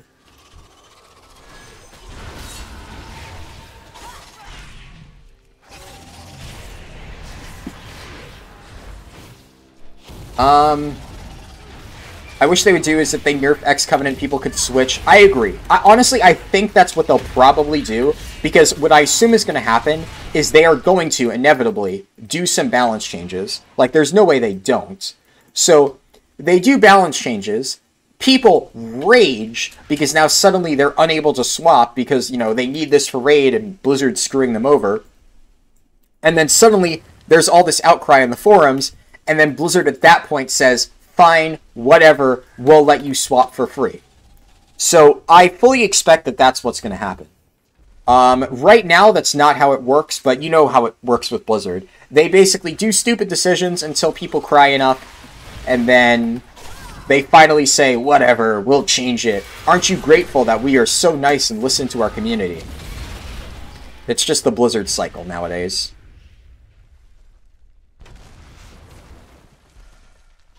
I 100% see Soulbinds as more of a problem. Covenant abilities are interesting. They're, generally speaking, flavorful and add interesting, like, gameplay differences. Soulbinds are just a purely mathematical garbage system that really contributes nothing to how you play your character, and they just add extra complexity onto a system that already has enough moving parts as it is. Like, we didn't need Soulbinds. Even if we didn't have Soulbinds, Covenants would be an extremely complex system that would require a ton of theory crafting. But when you have, like, this uninteresting math-based system to apply on top of Covenants, it's just a fucking nightmare to figure out what's best. Like, do you know how hard it's been for me to put together this stupid spreadsheet? There's so much stuff that I have to research. So many different aspects of a class that I have to, like, talk to, like, theory crafters about. Like, for every single spec to figure out what's the best. There's so much to consider. Imagine an average player trying to figure out on their own, without doing research or talking to the best theory crafters, what their best option is. Like, you just couldn't. There would be no possible way that you could do that. The system is not designed for players to be able to figure it out on their own. It is specifically designed as a way to defeat top guilds. It's a way to say, ha ha ha ha ha, we designed a system that you can't theory craft around, what are you going to do about it?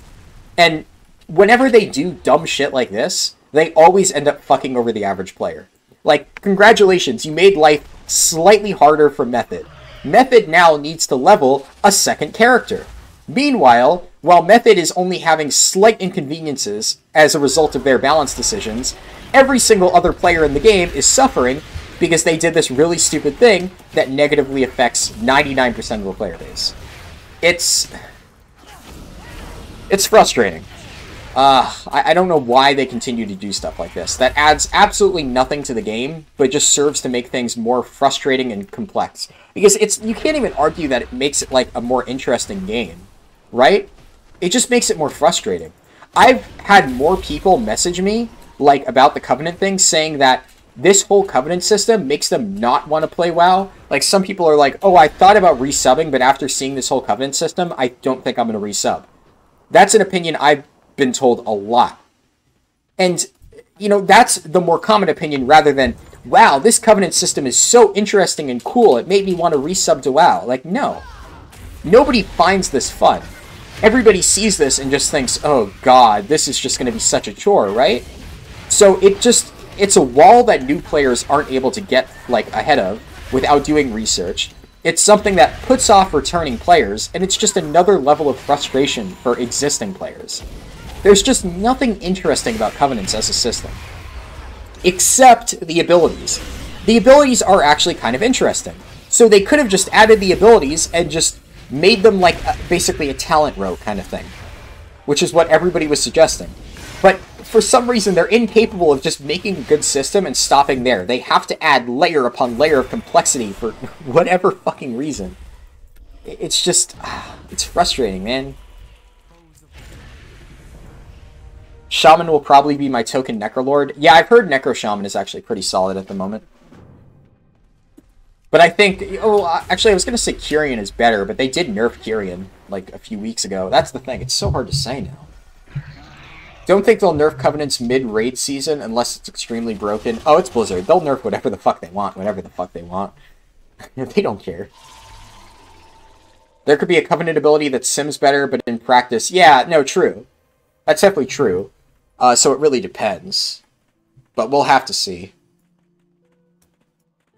Everyone's more worried about making a mistake than making an interesting choice. Yeah, that's the thing.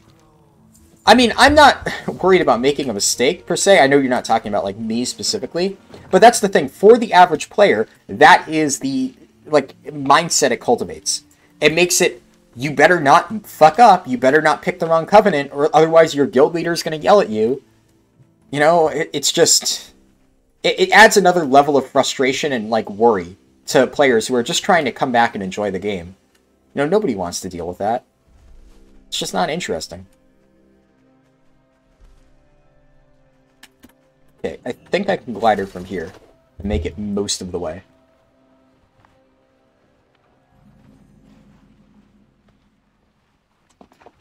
Yeah, I will say, I've said this before. For the most part, for the average player, the Covenants are relatively balanced. The difference is, for a lot of specs, significant enough, though, that if you do plan on doing even, like, moderately high Mythic rating, you're going to basically be pressured into picking a certain choice. And I would say not without reason. There definitely are better choices than others. Whether you want to argue that, you know, someone should pressure you into picking it, I don't think people should pressure you into picking the right Covenant. But, like, so here's my motto on it. I guess I'll tell you guys what I've basically told everybody who has asked me this question who is going to be on my raid team. So a few people have asked me, hey, I really want to play, like, Night Fae. Are you going to, like, bench me if I pick Night Fae and it's not my bis? What I'll tell them is, I'll be like, I understand. I'll say, at the end of the day, you know, rating is performance-based. You know, the best 20 players come. I'm not going to say, oh, you picked Night Fae, and Night Fae isn't your best, you're benched. My, like, stance on it is, if you pick Night Fae, and, like, you know, let's say you play Demon Hunter, so pick a class that I know Night Fae is not very good for. Let's say you really love the aesthetic of Night Fae, and you think the Hunt is a super cool ability, and you really want to play Night Fae Demon Hunter.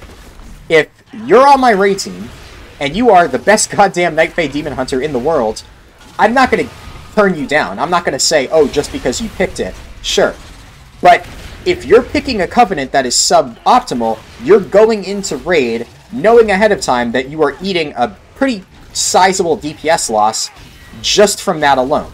So it's like, as long as you understand that if your damage is not holding up to other people because of your Covenant choice, and you get benched for that, that you don't blame me.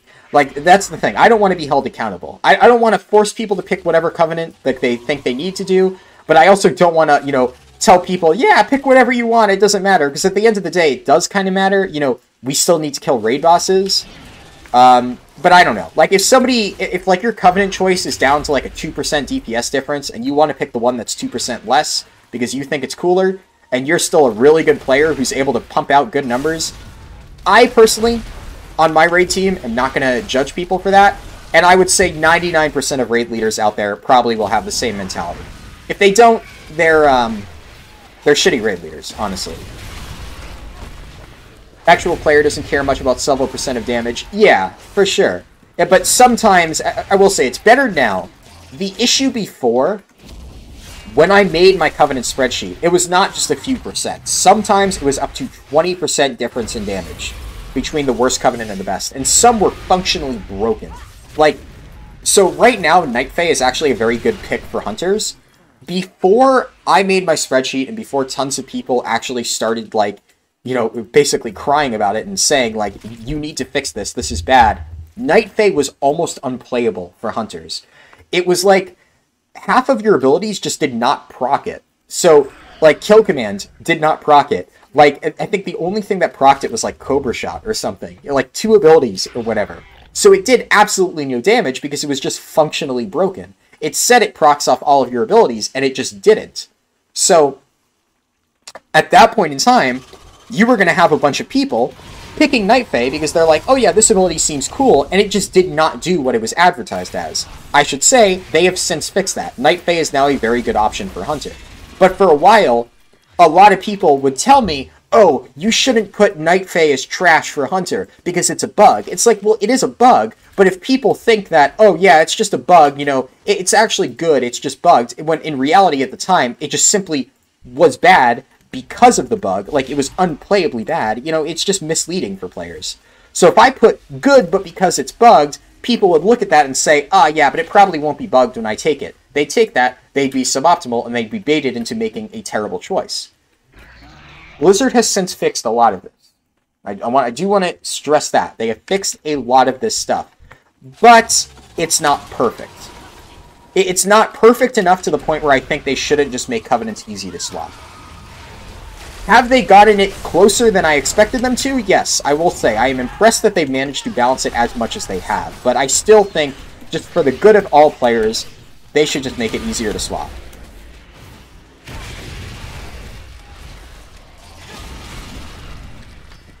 There we go. I think there'll be some, or as a hunter, I really like Faye, but I know if I don't pick Kyrian. Honestly, I don't know about that. I don't really know if Kyrian is going to be best now for hunter. Especially after the nerfs to Pelagos, I actually think that in many cases, Night Fae is a very viable pick, so you might be fine going that. There'll be some abilities like Condemn where people will take it regardless of how it performs because an add-on can just tell you when to push it. Yeah, that's actually very true. I will say, that said, Condemn is actually quite good at the moment, but I understand your point. Regardless of viability, some people will still take it just because it's easier to use. Yeah, I get that. What about healer covenants? It depends on the healer. Right now, Resto Druid, unless something's changed, which, I mean, I've been relatively keeping up with it. I don't believe it has. Resto Druid, I think, still goes Night Fae. Mistweaver, I've heard, changed a lot. Because Mistweaver, a lot of their covenants were bugged. So they've fixed that. Holy Paladin, I believe you go Kyrian because Divine Toll Holy or Smart Heals now with Holy Shock. So it's really good. I'm not sure about the others, honestly. I forget. I know Resto Shaman, Resto Shaman is probably the most lenient. I think almost all of them are good for Resto Shaman. Trying to remember. I think Priest, if I remember correctly, Disc wants to go Venthyr. Holy wants to go... Holy wants to go Kyrian, I think? It's hard to say for Holy, because whenever I tried to get feedback on Holy, the Holy Priest Discord was like, "Oh, Holy Priest is, like, too complex a class for you to understand on your silly spreadsheet. Stop trying to rank us. Talk about stuff that you understand." So basically, they were like the Paladins in that instead of actually trying to give me meaningful information, they just wanted to complain that, spreadsheet bad.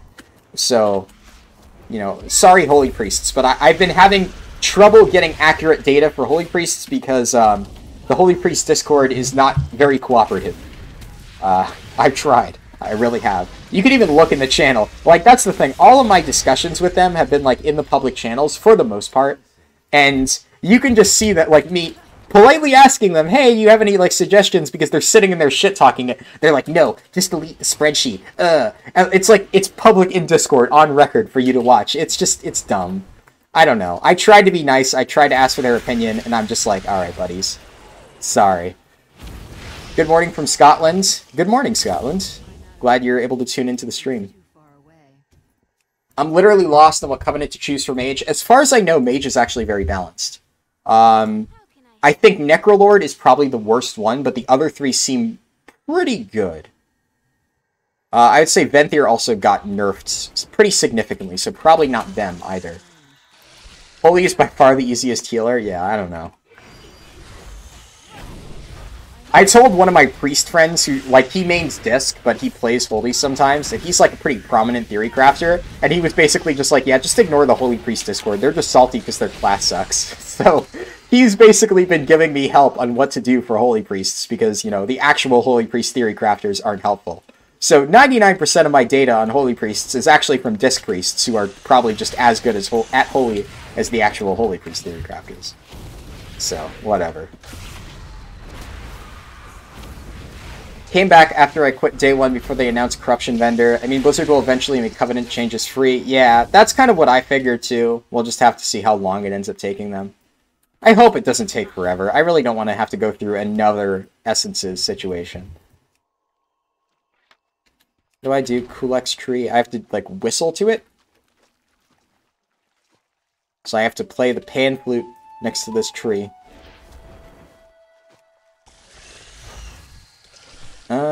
Is that a Kulex wood tree? Where do I find these things?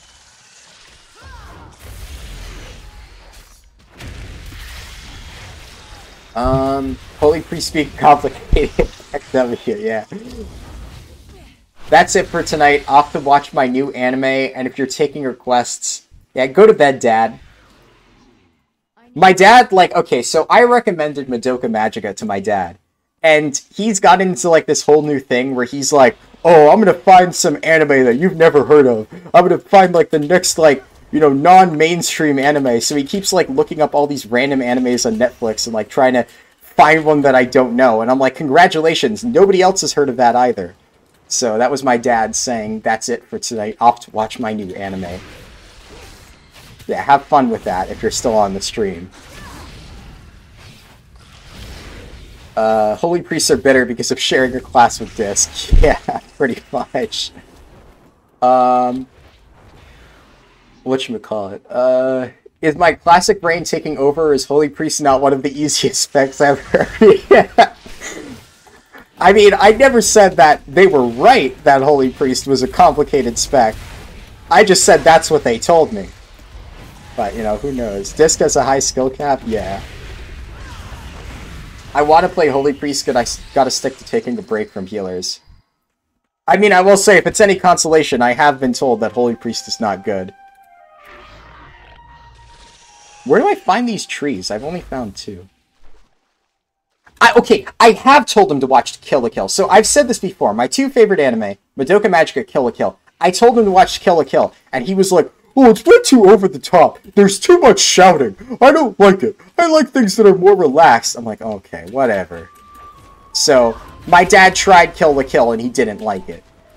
I called him a heathen, for the record.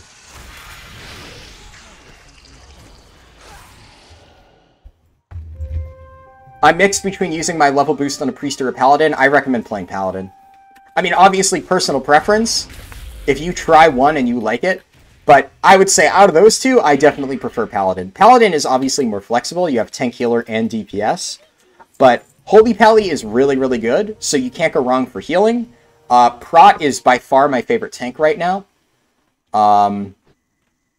But yeah, I would say also Ret. Ret's like solid. Ret's never like amazing, but it's always a solid pick. So I would say between Priest and Paladin, go Paladin.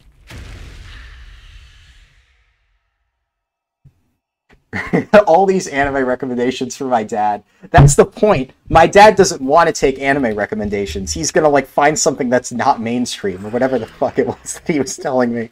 So we'll see. Madoka is kind of mainstream. Yeah, no. I was the one who told him to watch Madoka Magica. I love Madoka Magica. But that's the thing. After he watched it, he was like, oh, I'm going to find something that's not mainstream. Oh, what? It's quest turning over there. Already 5 hours in, missed all the fun.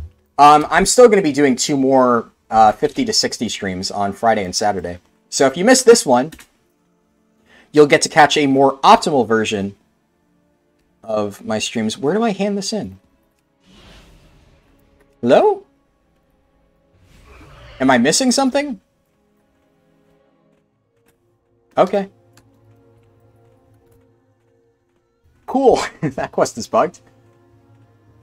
Not good. I make healers good. Fair enough. Yeah, it's all about the player. I want to get a new main, but Blizzard not removing the rep requirement for Nightborne is making that hard for me. True, yeah. Nightborne are definitely a cool race. I just wish their racials were better for tanking.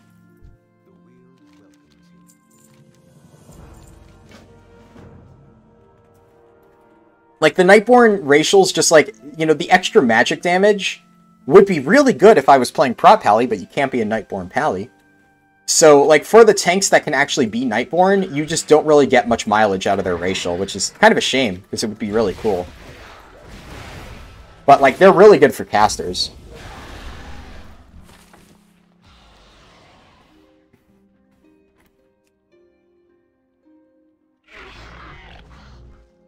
I've never seen Kamen Rider Ryuki, but I'm sure if you say so, he probably will.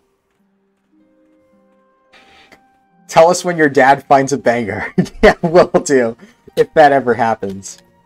My dad literally knows nothing about anime, which is why I don't understand why he's on, like, this quest to find, like, a non-mainstream anime. I think he just wants to prove that he has, like, better taste in, like, TV shows than me, or something. And he figures that extends to anime, too. Who knows? If he finds one, I'll let you know.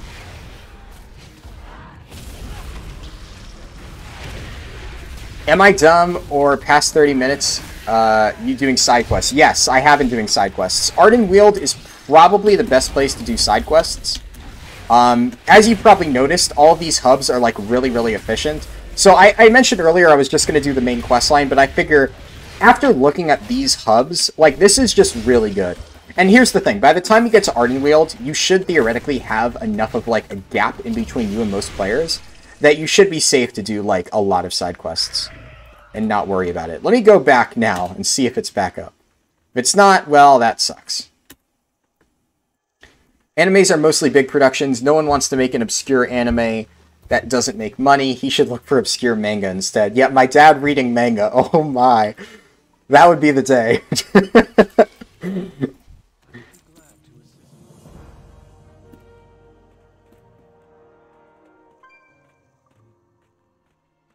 Yeah, watch at this rate, my dad's gonna, like, stumble upon Chargeman Ken or something. And for people saying report the bug, I was gonna report the bug if I wasn't able to turn it in, but I was, so I assume it was just some weird phasing issue, but...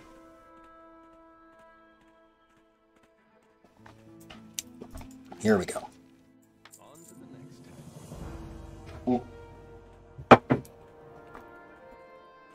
Alright. Now, side quests are complete. So here's the thing, I'm already almost 58. This honestly might be enough to get me 260 right around the time I finish Revendreth. And those were some pretty densely packed subzones. So I'm going to test some more. I did say there was one in Revendreth that I wanted to do. If I don't get to do it, whatever. I could always do it at max level. It's not a big deal. The main thing is you want to hit 60, obviously, when you finish Revendreth. If I have to do something to unlock a rep at max level, yeah, okay, minor time loss, but it's not like I'm going to need to do that on day one anyway. You're enjoying your Prot Lightborn? Yeah, Prot Lightborn is so much fun. Bro, this timer already shows me how many hours I slept. Wow, you people only sleep like 5 hours? I usually end up passing out for like 8 hours whenever I sleep. I either sleep for like 2 hours because I have a lot of work to do the next day, but then when I finally sleep, oh, it's like 8 to 10 hours. I'm just out cold.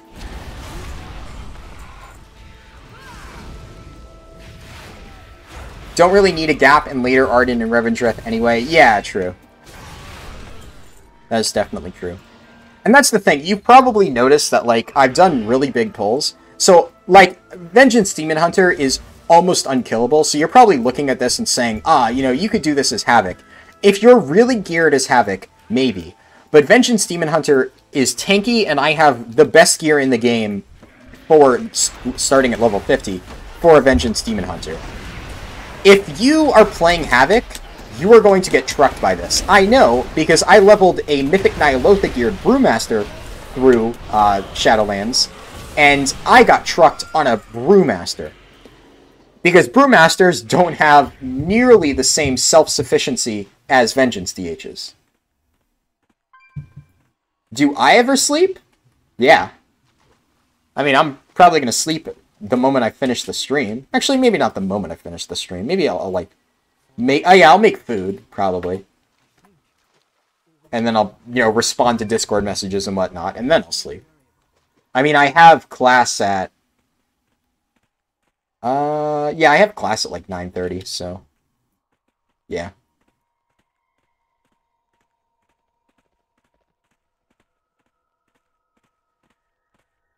I'm doing like 20 mob pulls in Revendreth and DPS spec. I mean, maybe.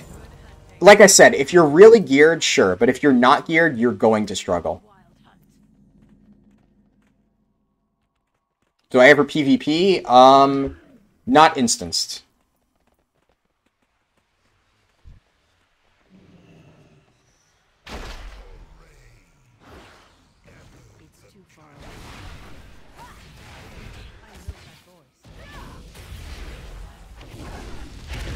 No way this man sleep. I sometimes see him on WoW way into the early mornings. Oh yeah, that's right. You did friend me the other day. I will say, I have not slept a ton recently. Between trying to prep for, like, the Shadowlands stream, like, looking things over, getting my speed set ready, and, like, obviously my projects, like, I've been working on that a lot. It's been a lot of effort. So... yeah, I have not slept a ton recently. But You know, tomorrow, obviously, no stream, so I'll have plenty of time to sleep and be well-rested for the weekends. Game design and computer science.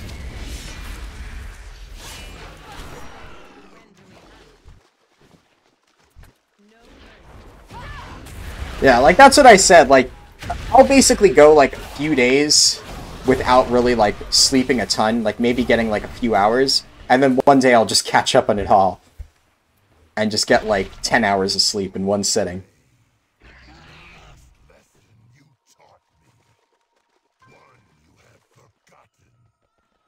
I am not using the Halls of Valor speed trinket. I am using, Bear Tartar, which basically accomplishes the same thing.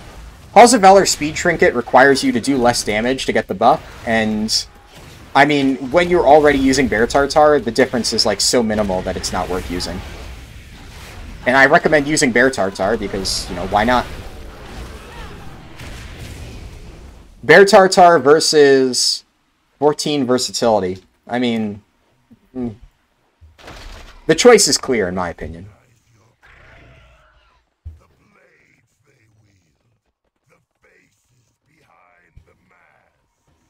Good shit, you're studying the same thing. Ah, dope. Do you think I can level up fast with the Druid Tank from 50 to 60? Yeah, Druid Tank is definitely one of the better choices. I'm starting computer science in university next semester. Any tips? I don't know. Like, I guess, like, just... I don't even know. What would I give advice for in computer science? Like, computer science, I will say, it's one of those things where, in my experience, like, it's not even one of those things you need to study a lot. You basically, like, I guess it's one of those things where you don't have to study so much as you just need to, like, experience it. You learn computer science by programming.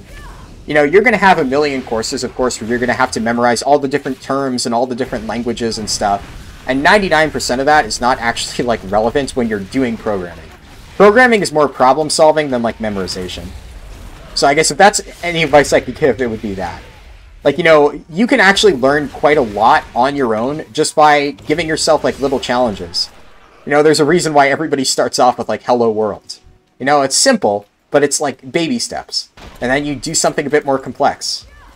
So sometimes, like, in my free time, I'll try to build, like, you know, just a fun little game. It may not be something super advanced, but, you know, if I can code, like, a cool little game in, like, C# and Unity, like, for fun in my own free time, then maybe, like, later on I learned something in school, and then I'm like, oh, I can use that and, like, some skill I picked up while making my fun little game to make, like, an even cooler game. So, yeah, it is really just, like, yeah, it's practice. It's just, like, building up your toolkit. You know, a lot of other stuff is about memorization. Computer science is more just, like, practice. Unless, you know, of course, if your class requires you to memorize different terms, which, yeah, like, a lot of them will. It's just a fact of life. That's college for you. 99% of college is just bullshit that you need to do to get the piece of paper that says you're qualified to do the work. Honestly, give it like 30 years and 99% of like majors are going to be done through like online courses, like not through like heavily paid universities. They'll be a thing of the past. Be willing to bet my soul on that. Like, obviously, if you're like a doctor or some like really technical skill, like maybe, you know, scientist or something like that, then yeah, you still need to go to like university and whatnot. But I'm gonna be completely honest, like, for example, video editing and like all the stuff that I've been doing with like, you know, YouTube and whatnot, like, I had to take classes for my major on like, you know, video editing software and whatnot. I will say that's not as much like computer science, but, you know, it's more of like a general like media major for like the game design stuff, and some of like the I guess like mandatory electives that you have to take, like especially in the 100 level, were about like, you know, filming and like using Adobe Premiere and whatnot. And I've learned like infinitely more on my own just doing research through like YouTube tutorials and stuff for Adobe Premiere in like the past month than I did in like any of my classes in like my 100 level courses. So it's just like, yeah, I don't know. There's so much stuff that you really just don't even need to go to college for, that half the time I'm just sitting there in class and it's like, why am I here? I don't know. I feel bad saying that because I know, like, you know, I don't want to, like, knock college. I know it's important. I mean, hell, I'm doing it. But I will say, I can't help but feel that a lot of the stuff that I learn in my classes, I could learn more easily and better by just watching a YouTube video. It doesn't help that 99% of the time, the people that are going to be teaching it to you just do not give a shit. So if you watch, like, a YouTube tutorial, those people do that because they enjoy it. They want to share that information. Your college professors, for the most part, don't give a shit. They're doing that to get a paycheck. And it shows. And it's hard to really, like, get a good education when the people giving you that education just don't want to be there. And, you know, maybe not every university is like that, but I'd say a lot of them are. Mine definitely is for a lot of my classes, and a lot of my friends have said the same thing.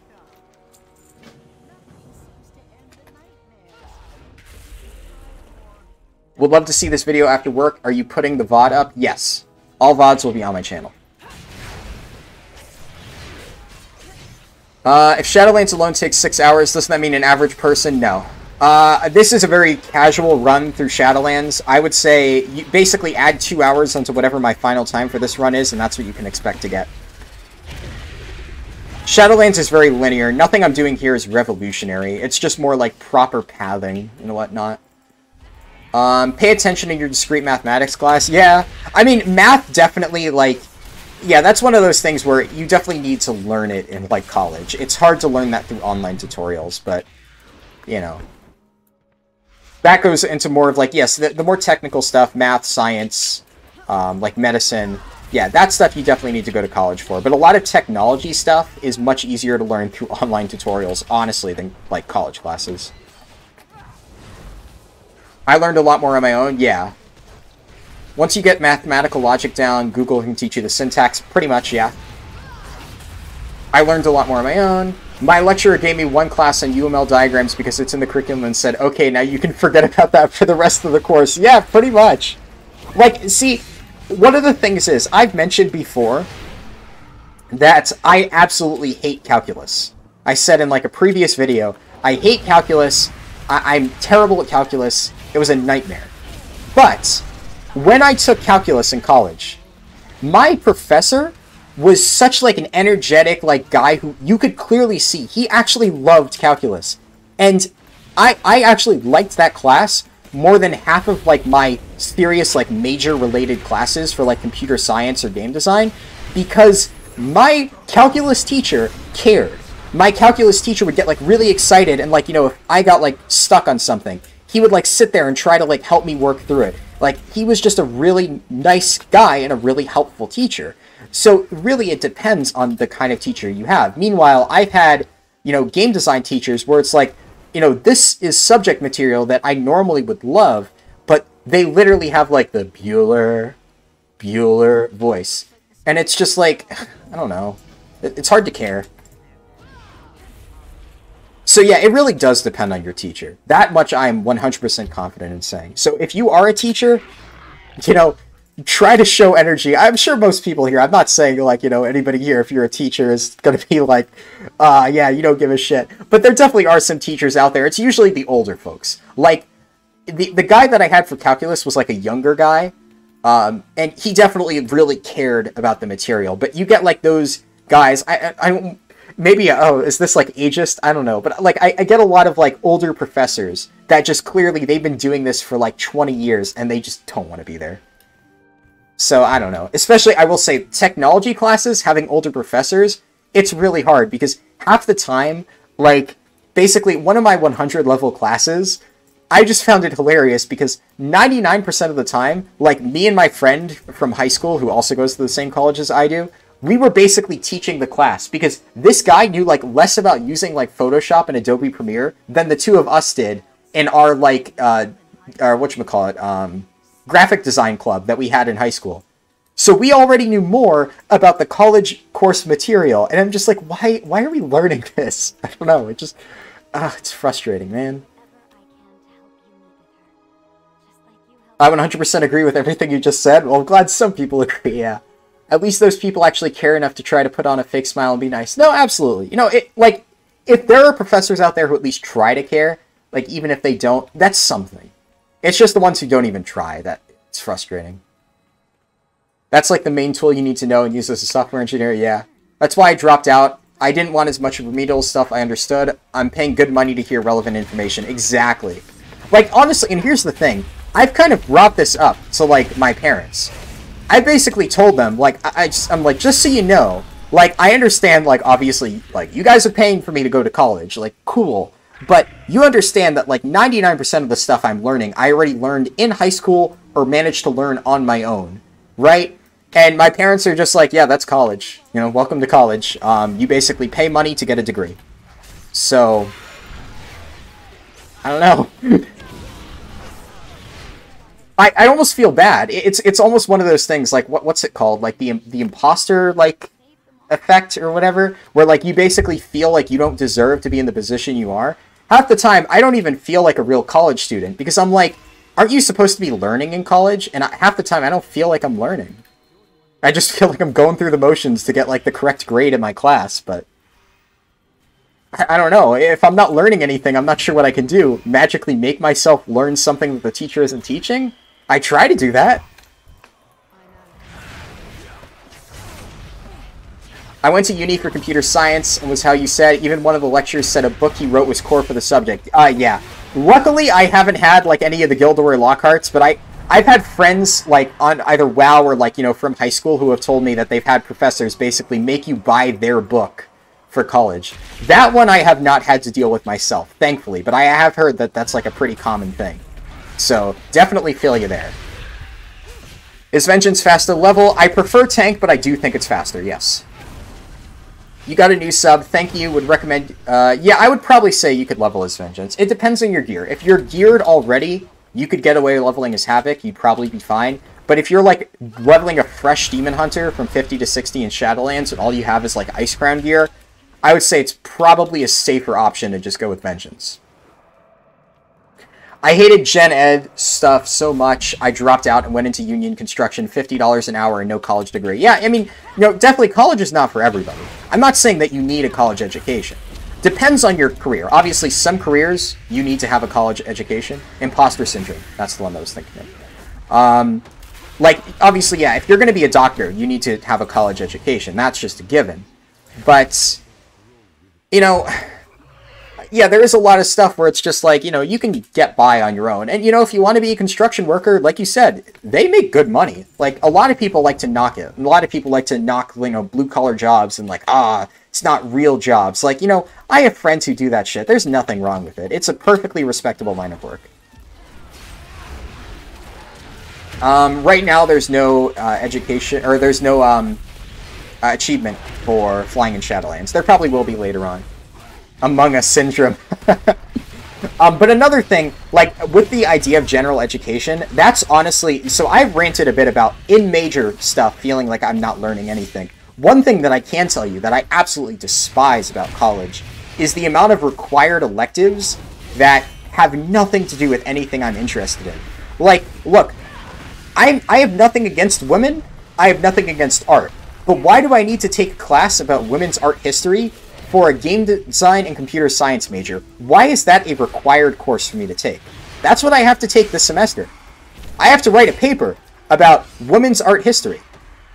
Like, why? Why is this a course?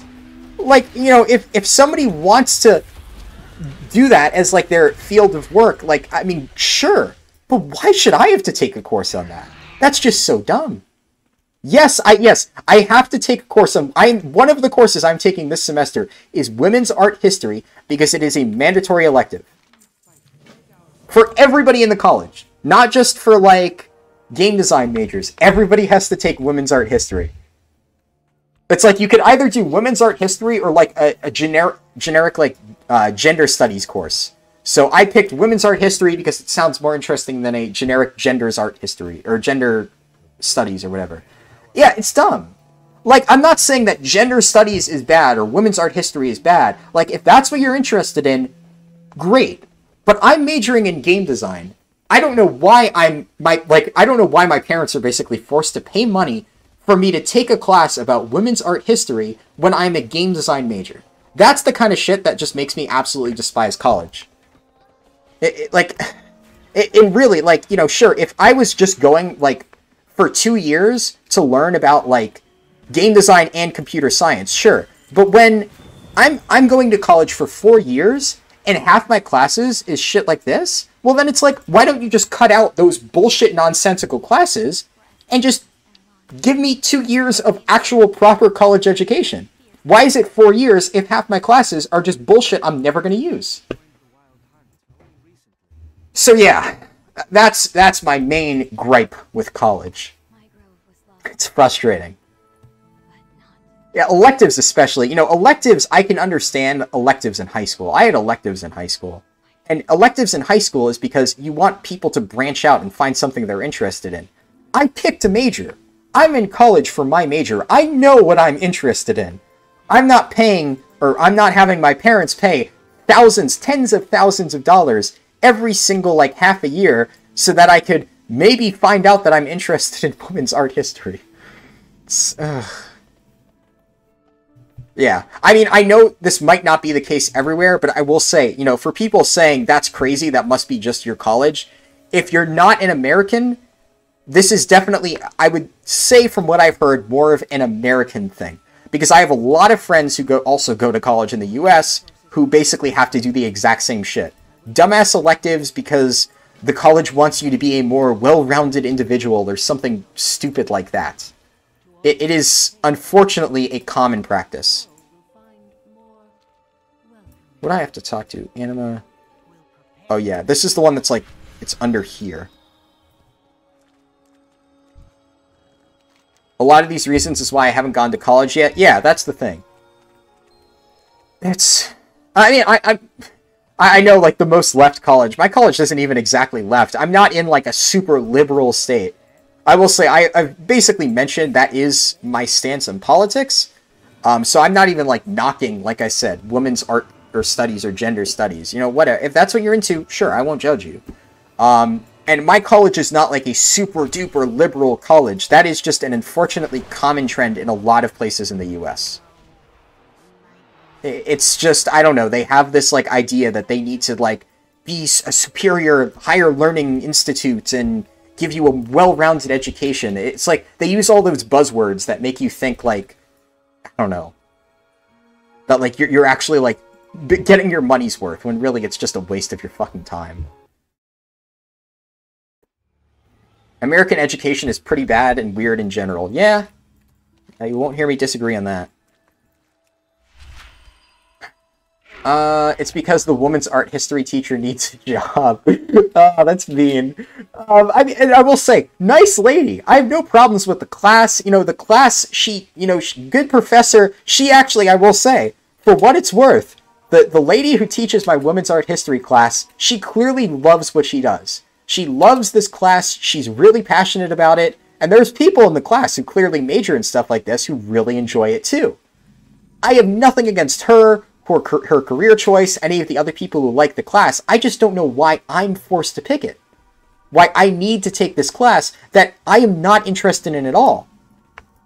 I mean, honestly, wouldn't it be better if they just had a class full of kids who were actually interested in, rather than me, the game design major, who does not give a shit and doesn't want to be there? Like, I'm adding zero meaningful conversation to that class. All of the people going into that class hoping to have, like, interesting discussions on women's art history, well, they're getting nothing out of me, because I have nothing interesting to say. I have no interesting, like, thought-provoking opinions on women's art history. It's just a lose-lose situation for everybody. I have to take the class I don't like, and the people who actually want to take that class have a less enjoyable experience.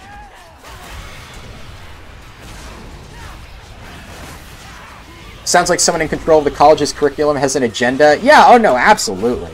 They 100% have this agenda of, like, they want to promote, like, certain ideals and whatnot. I agree. That's why I think it's stupid.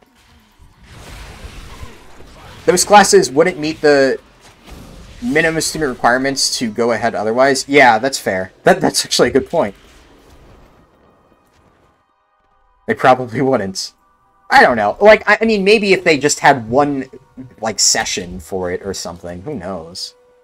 That's my college. It sucks ass. Yes, I'm not alone there. A lot of other people have the same issue. Definitely an American thing. Yeah. Unfortunately. I'm Canadian and this happens here too. Now, sucks to hear that, but I guess it's good to hear that I'm not alone in that. They just want money? Yeah, pretty much. I'm in Germany, and the worst I ever had to take was economy classes. I haven't had to take an economy class, to be fair, but... like, I will say, a lot of the stuff that I need to take is, like, more, like, schools of thought type of classes, if that makes sense. Like, stuff that's supposed to make you think. Like, you know, if you think of, like, a sophisticated individual, like, what type of interests would they have? Like, that's the kind of, like, courses that I'm forced to take. Not, like, relevant life skills. Like, you know, we don't have, like, mandatory classes in college on how to do your taxes or anything like that. It's all about, like, what's going to make you a more well-rounded, like, you know, intelligent, intellectual person, or whatever the fuck buzzwords they want to use. But those are the kind of mandatory classes that my college has. I liked my electives. I mean, I've had electives that I like. Like, don't get me wrong. I've had electives that I can pick that I have enjoyed. Like, I'm not saying I've hated all my electives. This isn't really an elective. You know, the elect kind of implies that I'm selecting it. I'm not selecting this. They're basically saying, you have to pick one of these electives to fulfill this requirement. You can pick gender studies or women's art history. These are your choices. Which one do you elect to take? Like, when I pick an elective, it's usually something that's more, like, slightly media related, but not something that's, like, directly game design or computer science related. Like, you know, maybe I love writing. So obviously, you know, game design and computer science doesn't completely fall into the category of, like, story writing and whatnot, even though I do think it's important. So I've taken a lot of classes on just, like, writing, like, creative writing and stuff like that. I also love history. So I've taken a bunch of classes on history just because I enjoy history. But, you know, all the classes that I enjoy taking, unfortunately, are not the mandatory electives. That's just like, yeah, take whatever you want to fulfill these credits. Also, 5 of those credits have to be this, like, specific list of classes that we pick out for you. So, great. I think general history is pretty useless. It depends. Yeah, I mean, I don't know. I find history interesting, but, I mean, it depends on the time period and, like, I don't know, what it's about. Like, art history, you know, personally, no, once again, not trying to knock art history. I do not find art history interesting, because to me, it's not history that I find interesting. It's not, like, history that actually mattered at all. Like, art history matters only to art. Like, you don't really hear too many stories about, like, art history having, like, an important role in actual history. Whereas, like, you know, military history, in many cases, actually influence the course of actual history. But, you know, there's no classes or mandatory classes on military history, but there's mandatory classes on art history. It's a business for making money. They don't care. Yeah. I dropped out of community college because half my degree was electives. Yeah, nope, pretty much. Especially community college, yeah. They get tax cuts with all the ridiculous classes. Yeah, probably. That's exactly why I dropped out. I feel like I would rather the professor play some YouTube video courses. Exactly.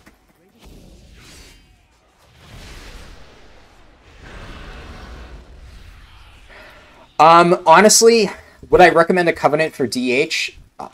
Between Venthyr and Kyrian, it is very close. If I had to recommend one, I would say go with Kyrian for AoE and Venthyr for single target, but both of them are very, very close. I would say as an all-around, all-purpose pick, you're probably going to get more mileage out of Kyrian. Because Kyrian is, like, better for single target than Venthyr is for AoE, if that makes sense. How can I learn to write amazing essays? Read. Like, that definitely is one of those things where it's hard to teach good writing.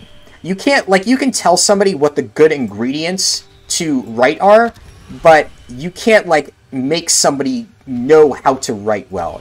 I will say, a lot of writing is really just, you either have to have, like, the gift or not.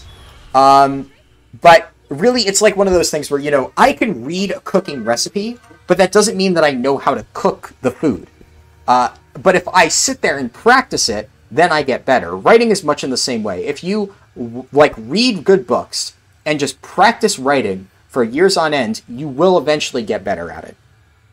But writing is not one of those things that you can just learn. You have to basically read good books to learn how to write well, and you have to write like consistently, I guess, to learn how to write. Kind of goes hand in hand. I wonder if her class doesn't have enough enrollment. Yeah, possibly.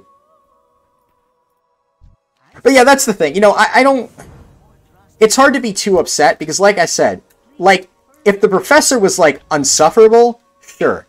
That would be, like, you know, I would hate the class. But, you know, she's definitely a good professor. She's good at what she teaches. It just happens that I'm not interested in it in the slightest. And she's a nice person, so it's hard to really hate it. Here in Sweden, we literally just sign a paper and our taxes are done. Yeah. If only were that easy. At least here. Is leveling in Guardian rather than balance? Yes, I'd say leveling Guardian rather than balance.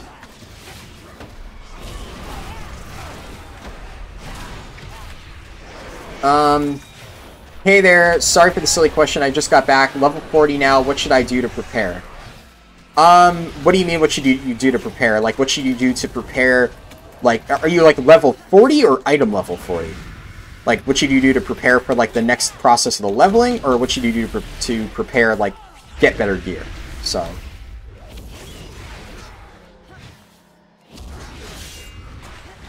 I mean, for the person saying about art, like, I'm not saying that, like, art has no place, and I also never claim to be, like, an expert talking about art. No, I like to think I'm allowed to have my own opinion. It's fair. Art has shaped the world. There's a reason artists are the first. Yeah, you know, you're not wrong, but I will say that's a fair point. The stuff that I learn about in art history class, for instance, is not so much how art has influenced history. I guess I should clarify that. There obviously is a lot of stuff, a lot of ways in which art has influenced history. What I am learning about is not art in history. It is art history. So I'm not learning about how art has progressed over time.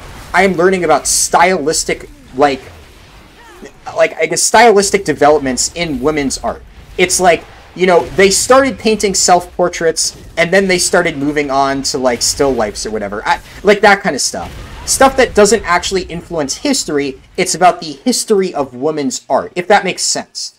So it's not necessarily how art has impacted history, or how history has impacted art. It's about specifically the progression of, like, women's art throughout history.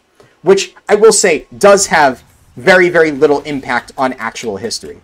You know, what time period women decided to start painting still lifes versus, like, self-portraits, that has no impact on history. I'm not saying that there is no impact on history with art. I'm just saying the art history classes do not cover what you're saying about artists and philosophers that first killed by authoritarians. Like, that's not the stuff we're going over. We're going over, like, stylistic developments in art. So, you have a point. But I will say, I think what I was saying, maybe I just worded it poorly. But I'm not saying that art has no place in history. I'm saying that the history of art doesn't actually influence history. Art has a place in history. Then they're bad at teaching. Yeah, no, sure, I agree. There definitely is way more interesting stuff we could learn about in art history. We're just not learning about that. I don't disagree that there's a lot of interesting ways that art has shaped history, but we're not learning about how art has shaped history. We're learning about how art changed over time.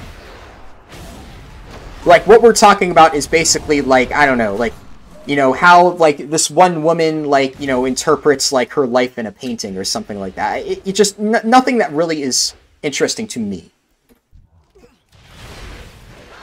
I'm not even saying it's useless information. Like, that's what I'm trying to stress. I'm not saying it's useless. I just don't personally find it interesting. That's just what I'm trying to stress. To the point where I don't think it should be mandatory.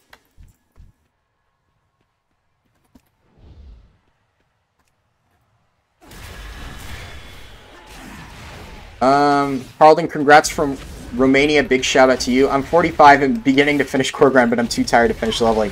Yeah, whenever I get to Gorground, I really start to feel like, you know, just the tired set in. That's when it just starts to get rough.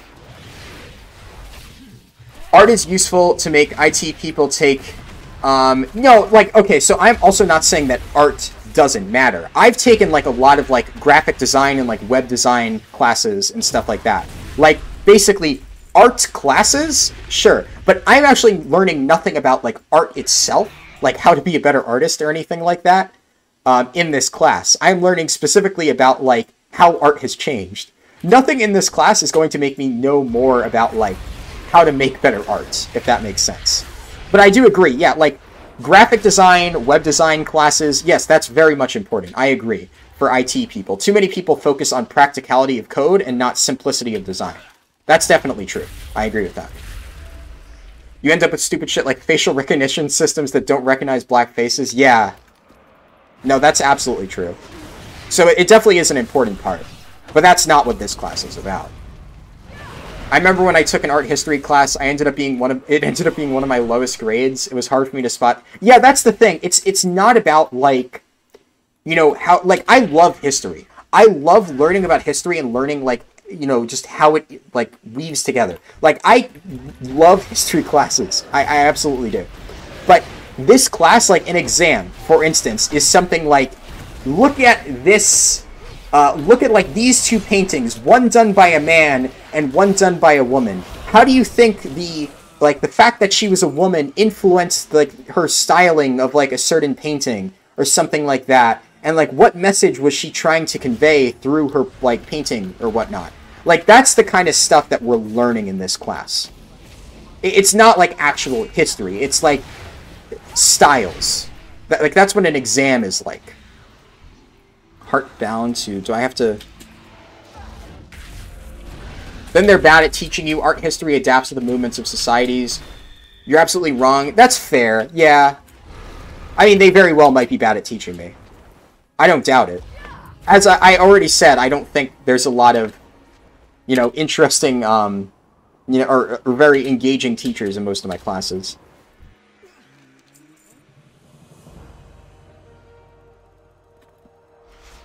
I honestly, though, I will say, it could just be me. It could just be me missing, like, not picking up, like, the subtle details that they're trying to teach me because I'm just not terribly interested.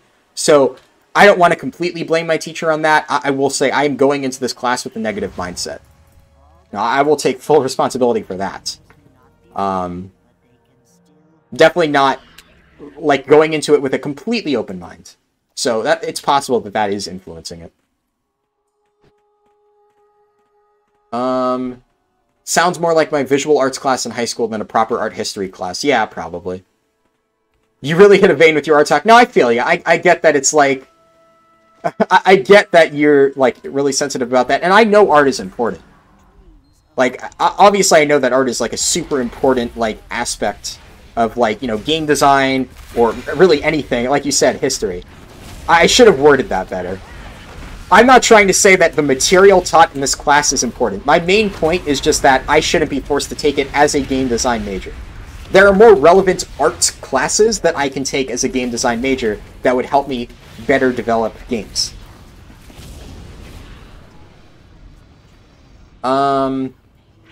He's not downplaying art, he's just not interested in studying it and pays money to be forced to learn it. Bingo. Thank you. Pretty much exactly that. That stuff is about oppression of women throughout the ages. It's super important. Yeah, no, for sure. Like, that's the thing. We have covered that a little bit. But that's the thing. It's generally, like, that is, like, the sub-note. Like, if that's what it was all about, like, if it was about, like, the history of women artists, sure. But it's basically the history of women's art, and then, oh yeah, and how does it impact the women artists, and, like, what was their role in society over time? That's, like, a subtopic that we briefly cover, but it's almost never mentioned on exams. Like, if that's what we actually were learning about, like, primarily, I would be really interested. But it's not. I'm not really good at analyzing different pieces of, like, historical art and, like, picking out the stylistic differences, and that's primarily what this class is about. Yeah, an art class like that would make my head hurt. It definitely is tricky to wrap my head around sometimes. History is like anime sometimes. It's incredibly boring and I can't stand the filler. Perfectly... That is a perfect description. Yeah, like, I mean, some stuff in history, I mean, it's boring. But, you know, also, like anime, sometimes the most boring parts about anime are really important for plot development. You know, you may not like to read about the 10, 15 years of politics building up to Nazi Germany, but it's really important to understand the political build-up to Nazi Germany to understand why it happened. And that stuff in history I love. Like, I love all of, like, the intricacies of history and stuff like that. I could read about that for days.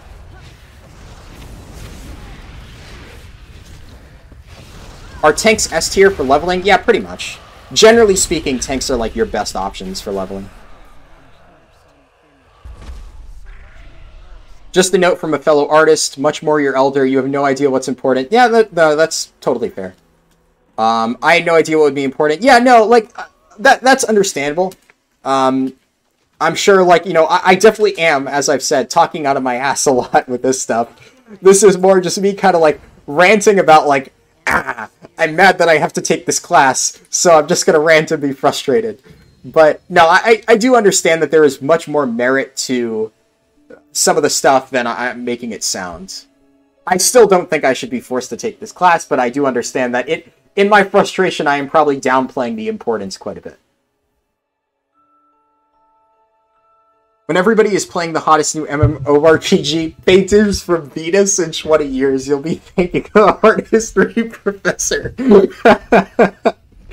Yeah. How many mandatory classes and electives you guys have there? Usually, I mean, quite a few. I generally end up taking about, like, 1 to 2 per semester. Like, generally speaking, half of the classes I take every given semester is, like, a mandatory elective or something that I have to take. And then half of it is, like, in major stuff. If you're learning about women's struggles with art in a programming education, then something's going wrong with American school systems. Yeah, it's not even American school systems. It's just, like, colleges trying to, like, promote this sense of, like, I don't know. I don't even know what the right word for it is. It's just, I honestly, as somebody else said, it's really more just for money. You know, colleges are privately owned. If they can force you to take 2 extra years of bullshit classes that don't have anything to do with your major, they'll do that if it makes them more money. Also, by the way, this quest is pretty cool. I know I've been just, like, kind of talking about other stuff, but you play as Ysera. You basically relive the Legion scenario as Ysera. This is a pretty dope quest. I know I've kind of, like, not been talking about it a ton, but, like, pretty cool. Now, one thing I wonder, if I let them kill me, is it faster? Because you're supposed to actually, like, die as Ysera. So, okay, no, so I actually, if you notice here, my health stops going down as I stop killing. So you actually need to do damage to the enemies to have them kill you faster. That's an interesting way to design the quest. So that way you can't just, like, AFK and get the quest done really quickly. That's actually interesting. I didn't realize it worked like that.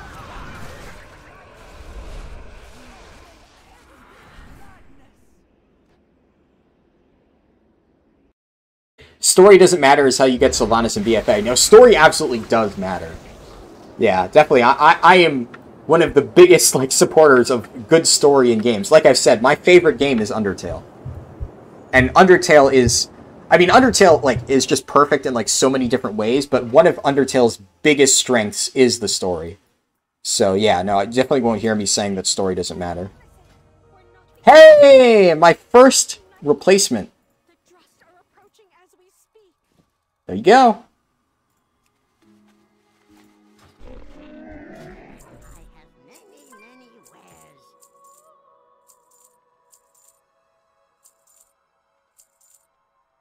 Just gonna quickly vendor stuff so I have more bag space. Yeah, for people asking how long it would take me to replace a piece of gear, there you go. Until I hit level 58.5. That's when I replaced my first piece of gear, and it was because it Epic upgraded.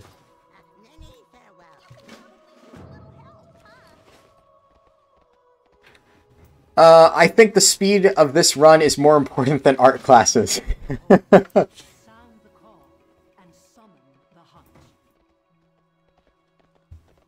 Possessed Spy. There we go.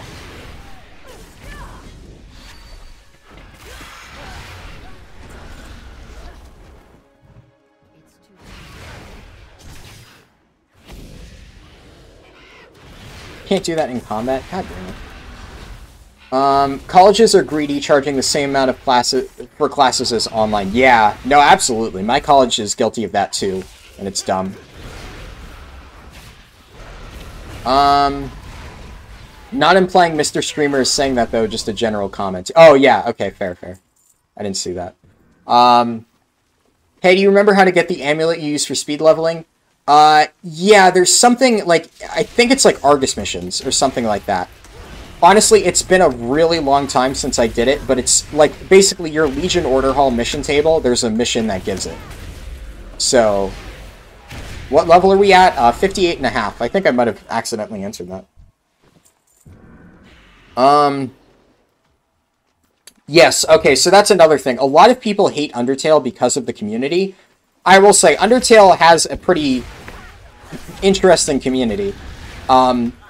I don't let that take away from my enjoyment of the game. You know, regardless of the community, Undertale is a good game.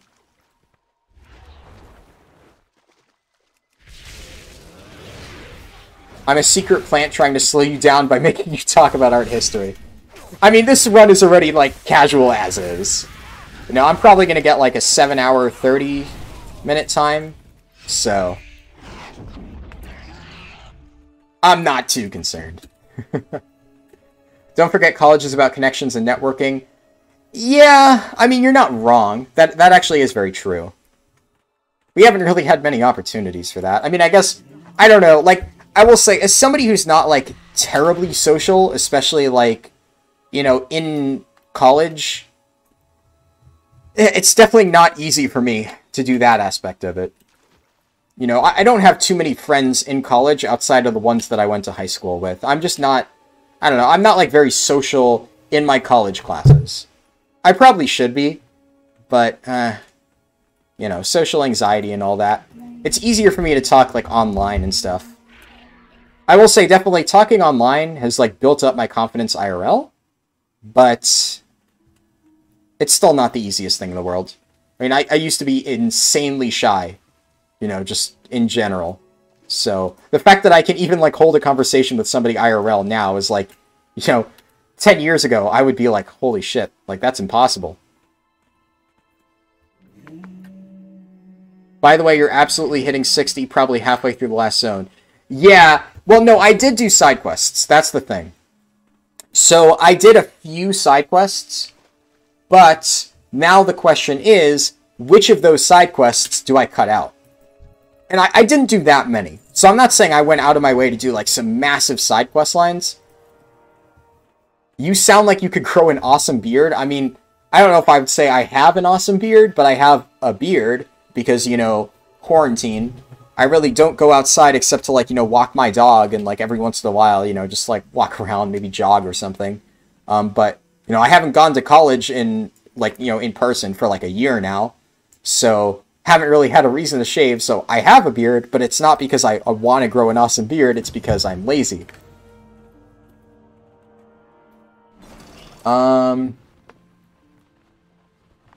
I think WoW's storytelling was amazing and super well stringed together until about Cataclysm. Yeah, I think MoP was still pretty good. WoD is where it definitely, you can see it start to fall apart.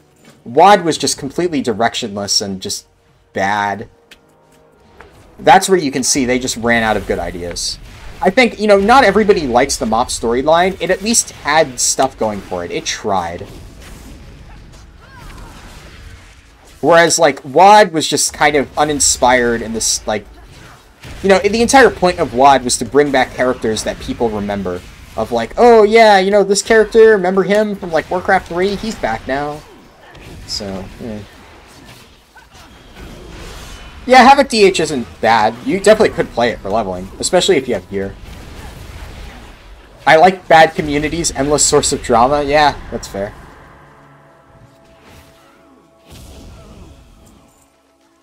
Yeah, MoP 100% did the faction conflict better than BFA. Which is why I hate that they tried to rehash it, when it was already done really well. So it just seems gratuitous to do it again in BFA, and then, well, fail to do it better. So yeah, no, I agree with you there. Oh wow, there's a ton of mobs out here. You should just push out of the zone and pull this stuff, like, on the edge. This is really, really efficient. You said you just upgraded your first piece of gear at level 58. I started with item level 133, which is basically Mythic Ny'alotha level.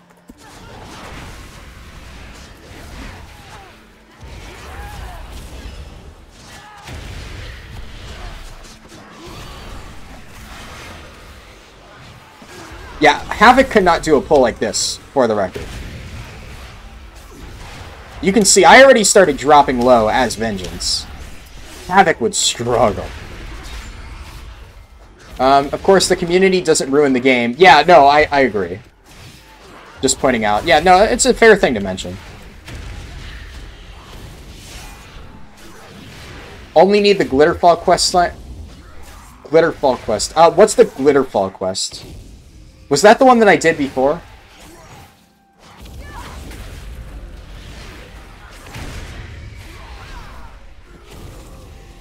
Like, I did Glitterfall Basin. Okay, so you're saying I only need to do this questline right here?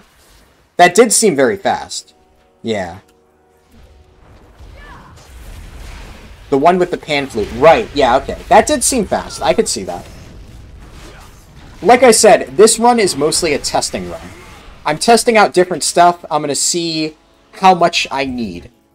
And then we're going to optimize it a bit off stream and then 2 more times on stream until we reach the best routes.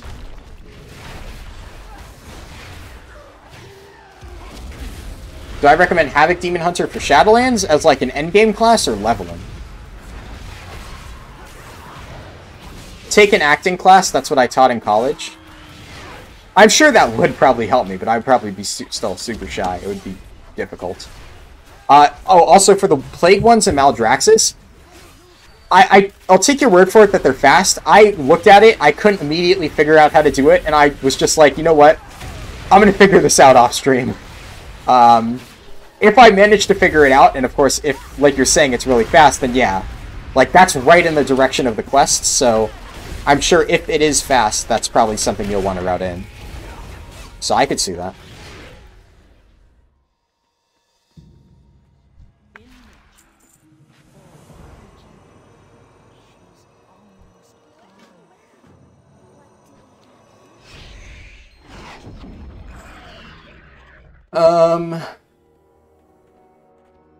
Well, so I think I got all the messages. How fast do you think your optimal time for 50 to 60 will be? Hopefully 6 hours, 5.5 hours. It's hard to say for sure. I mean, like, I'm gonna end up getting 7.5, so I know it probably sounds ambitious to say I want to shave 2 hours off that. But this definitely has been a very, very, very inefficient run. I've obviously lost a lot of time to lag. I've not really been super focused because I've been trying to read chat. And I haven't obviously optimized the side quests. So, yeah, I mean, I'd say definitely 6 hours is doable. Like, 100%. Maybe barely sub 6. 5 hours 30 would be a really, really ideal time. I had to go to sleep when you were at the beginning and we're like, yeah, I'll start in maybe 15 minutes. And I wake up and you're still alive. Yeah. I guess you were expecting Shadowlands to be faster than, like, a traditional speedrun. No. Shadowlands takes about as much time as, you know, any leveling. Really. 4 hours is doable for Ally. Yeah, I could believe that. Okay, so for people who missed it, I'm not doing the Arcane Mage run this week. I will be doing that eventually. The Arcane Mage run I'm postponing for 2 reasons. One, most people would rather see Shadowlands stuff based on the people I've talked to. And 2, right now the Scourge invasion is going on, and Duskwood especially is just a clusterfuck. Every single friend I've, like, had talk to me about, like, they tried to level in this one particular zone, mostly Duskwood, but even some other zones too. There's, like, ghouls running everywhere. It's just a nightmare. It's impossible to, like, walk 2 feet without dying. So, doing the Void Elf Mage run this week not only would give me less time to make relevant Shadowlands content, but it would also mean it would be just kind of a messy run in general. So yeah, I've decided to postpone it. It'll give me more time to prepare for it, to make it like more of an interesting run. Maybe I could do Void Elf Mage 10 to 60. We'll see. So maybe it'll be even more interesting. But I do think it's better to get more Shadowlands prep. Yeah, the worm freezing me. I mean, like, obviously, I guess it depends on the time of day, because from what I've heard, there's, like, periods of time where the ghoul spawn rate gets, like, massively increased, and then periods of time where it's, like, died down a bit. So I think it really depends on when you happen to be leveling in Duskwood. Yeah. I mean, on Moonguard, obviously, like, super populated. But, like, for example, like, on my server, I was trying to do Nashatar dailies earlier, because one thing I mentioned is I'm trying to farm a speed set. And one of the best ways to do that, unless you get super lucky with max level gear, is by farming Benthic gear. So Benthic gear, you can just re-roll the tokens until you get an item with speed, and then you can boost it up to maybe not a super fast item or super high item level, but like a decent item level. So I can get like a Benthic piece at a reasonably high item level without too much effort. All that matters is that I farm the actual tokens and then get the roll with speed on it. So I've been doing a lot of Nashatar farming, and my point being is that the other day when I was in Nashatar, there were ghouls in Nashatar camping the quest givers and stuff like that in fucking Nashatar. So that was kind of the moment when I'm like, okay, if it's this bad in Nashatar, it's going to be a nightmare in, like, other zones. Especially on my server. Oh yeah, also Ysera. I guess if you haven't been paying super close attention, Ysera's back.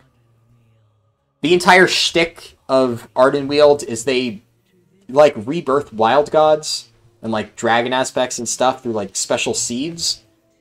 And, Ysera was in one of those seeds. Most of the quest line you spend trying to, like, purify her. And now she's purified, and now Ysera is a major character in the Night Fae storyline. So, if you really like Ysera, you're probably going to want to go Night Fae. So, fingers crossed that it's good for you.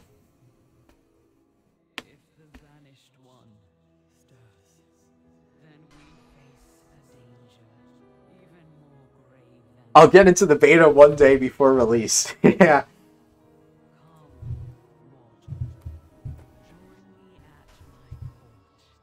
Yeah, there's so many dead bodies on Mal'Ganis in the Orgrimmar auction house. It's just littered with them. Wait, what? Well, I guess I just run back. Got a Druid alt ready to be Night Fae. Yeah, Druid's definitely one of the best picks. Thank God, because imagine if Night Fae was a bad option for Druids. Oh, people would be so pissed. But thankfully, from what I can tell, for most Druid specs, Night Fae is one of, if not the best option. So, Guardian is probably the one where it's like the most questionable. And actually, I think for balance, there's better options now. What about Ursoc? Oh, should we tell him? Oh no. Saris, are you joking? Have you not seen Afterlives Ardenweald? Because if so, go watch Afterlives Ardenweald. I'm sorry.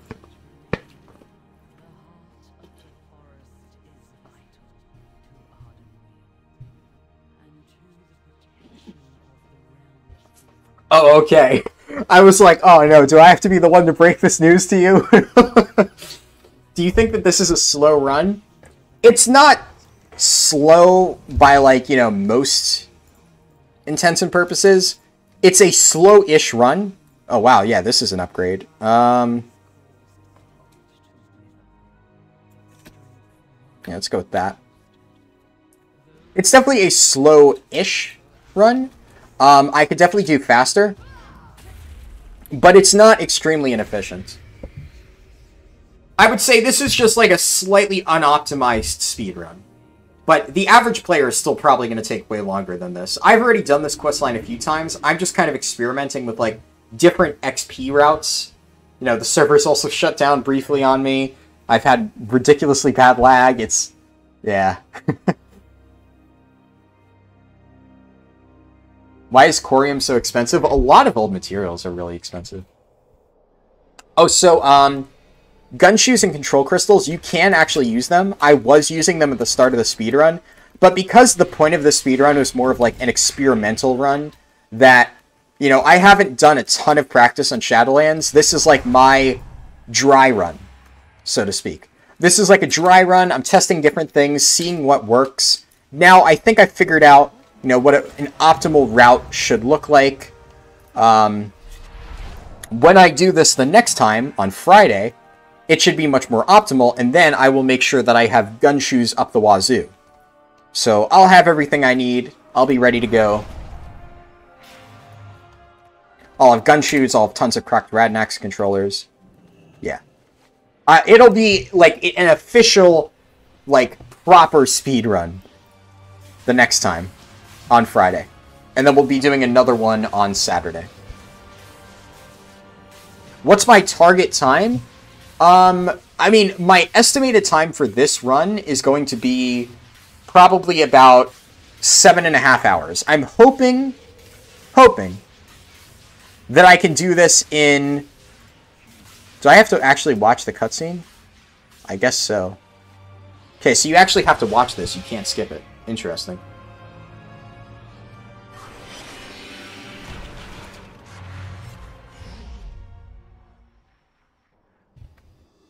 Yeah, so...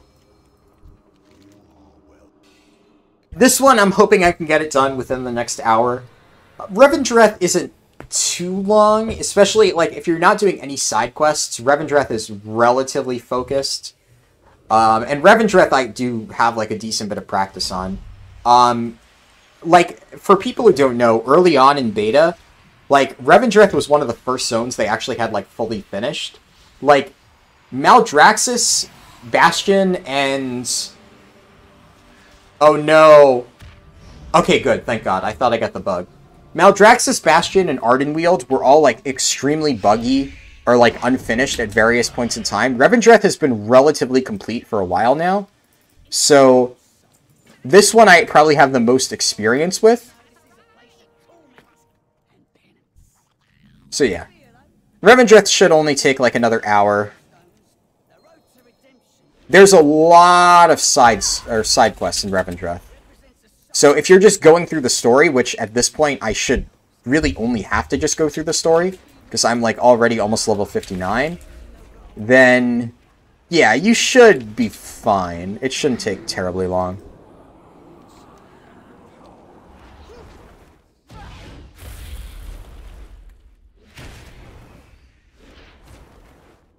We need to get 3 characters ready for a guild. They require 3 characters? Wow. I usually get, like, 3 characters ready, but that's, as a requirement, that seems kind of intense. 35k health? I am a tank, to be fair. And Vengeance has one of the highest health pools of any tank.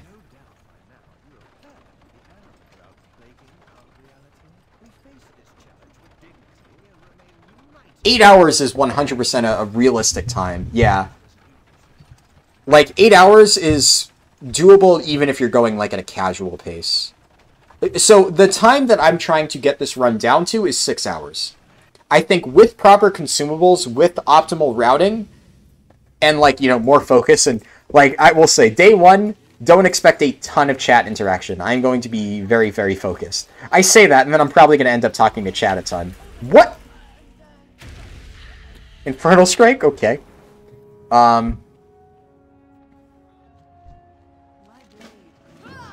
So, if I'm more focused, then, yeah, I should be able to do this in about 6 hours, the entire thing.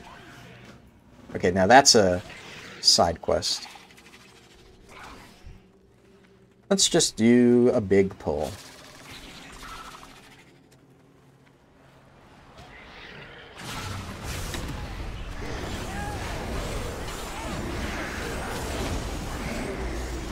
Got an MM Hunter in 5.5 hours. Yeah.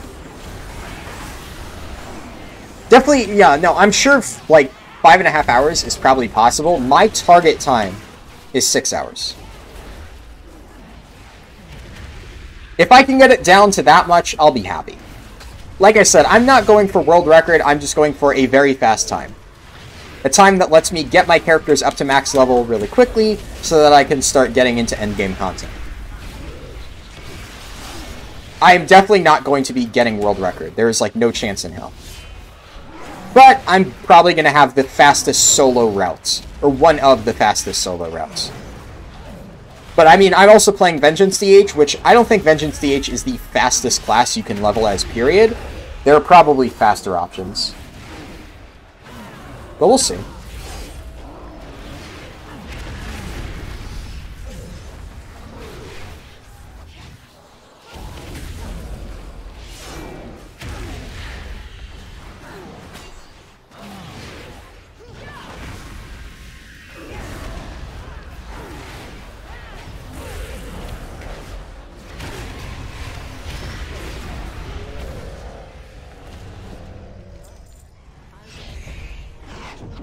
Yeah, we'll see. We will see. Okay.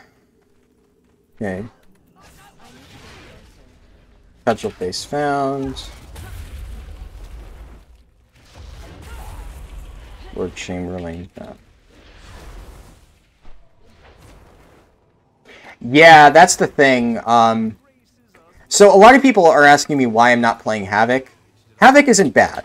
And, you know, there's a lot of people in chat who have been like, oh, you know, I'm playing Havoc perfectly fine. I'm not saying that it's bad, but relative to what you're probably used to in BFA, it's nowhere near as powerful. Is it playable? Sure.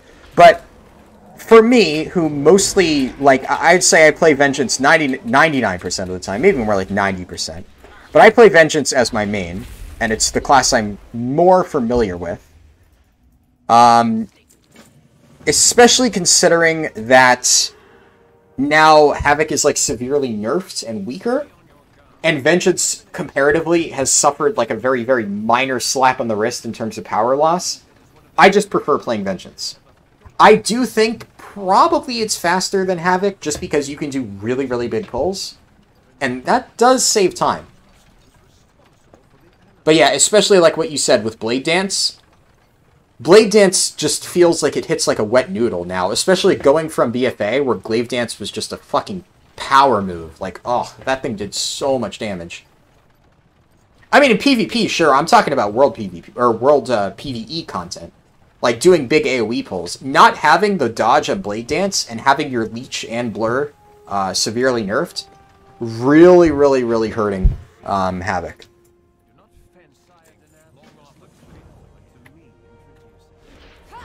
Okay, Stoneborn Rebel. Okay, for the record, I'm not saying that Vengeance is the fastest spec in the game to level. Don't get me wrong. I'm saying between Havoc or Vengeance. I believe that Vengeance is faster.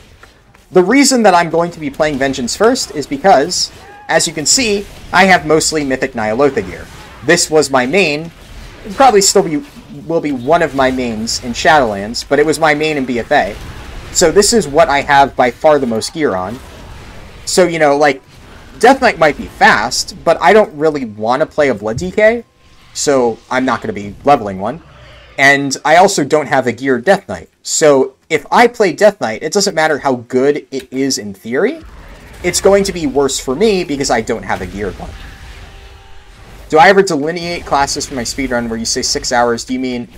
I would say 6 hours, yeah, fastest time.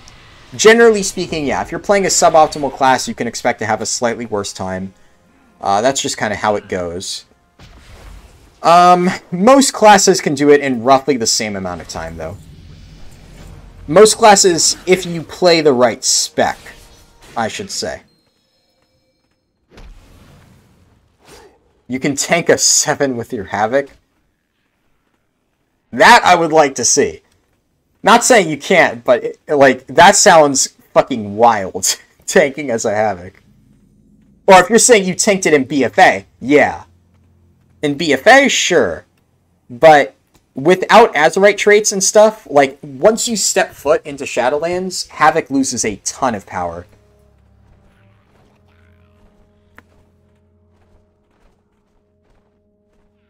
I'm in Duskhaven.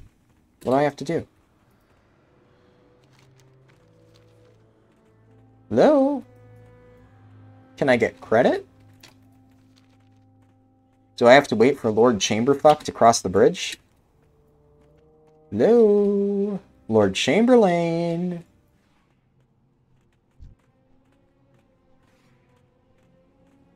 Oh, I see. I need to escort you, because you're slow.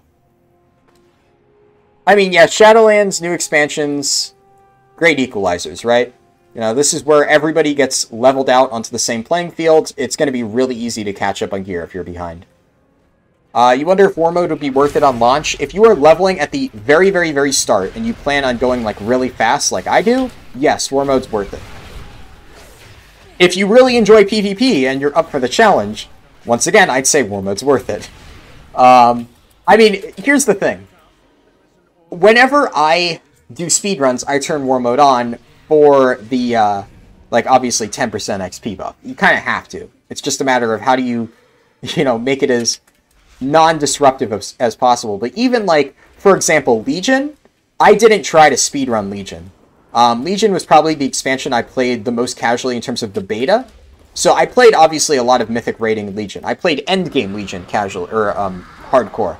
But I did, like, zero testing on the Legion beta. I went into the leveling process completely blind. And, I mean, War Mode wasn't a thing, but I played on a PvP server. And I can tell you, some of the most fun I ever had while leveling was that, like, experience in Legion. It was just so much fun. Just, so, if you remember, in Stormheim, there was that one area with the Storm Drakes, where you'd have to, like, go up the cliff, and there's, like, that broken bridge that you have to jump across. So I played a bear, and I would just sit on the other edge of that broken bridge and just typhoon people back as soon as they jumped over it. And I just sat there for like an hour, just not questing, just typhooning people off the cliff over and over and over. So, in my opinion, some of the most fun you can have in this game, if you're not trying to like speed level, is day one world PvP while leveling. Oh, it's just so much fun. Find a choke point in the leveling process and just fuck with people. And it's so much fun. Yeah, Explosive Trap too. Any sort of knockback ability, find a cliff and just knock people off. It's fun. Or just try to gank a questing area. And it's not even going to be cheesy, because like the thing is, 99% of the time, you know, you guys are going to be on an even playing field, right? So, it's just fun. It's balanced world PvP for the most part. So, I love it.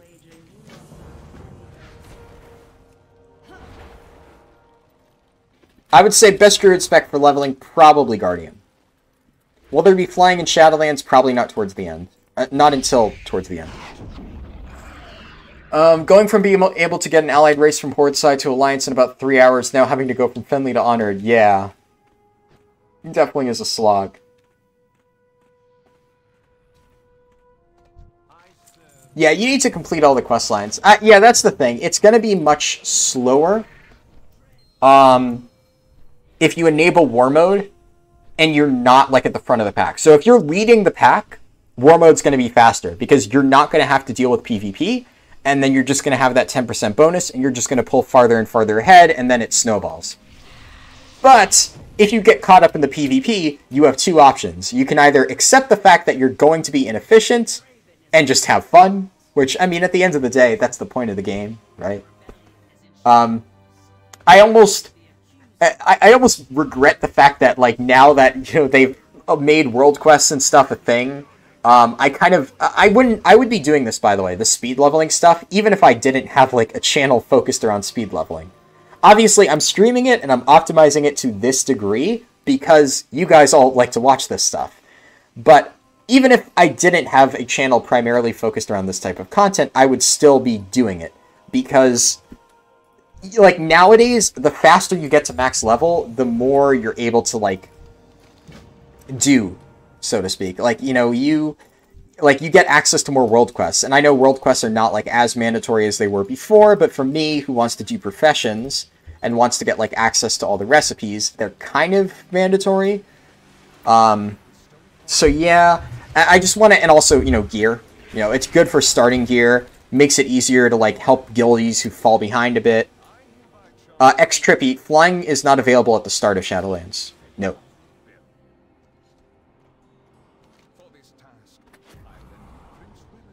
So, I kind of feel forced to do this. I do enjoy it. Obviously, I enjoy speed leveling. But I'd be lying if I said that I wouldn't enjoy it slightly more to take my time and just kill people. But, you know. You can gank people anytime. Like, day one of the expansion, obviously it's a bit more fun sometimes, but, you know, pick your battles. I'm sure there'll still be really good PvP to be had on my, like, second and third run. Like, my first run, I'm going to be going as fast as possible. My second run, well, if I have to take a detour to kill somebody in World PvP, we'll see.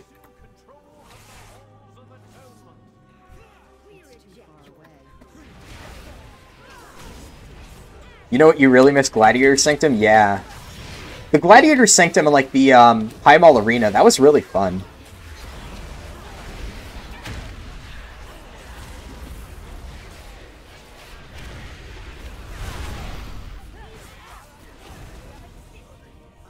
I think allied races are going to be in Shadowlands. I honestly have no clue. It's hard to say. We'll have to see.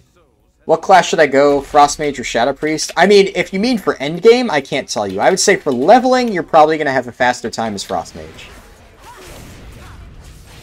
Make a Mage Portal with Tolbarad, mind control somebody, and make them take the portal. That is actually ingenious. Oh my god, I never knew about that.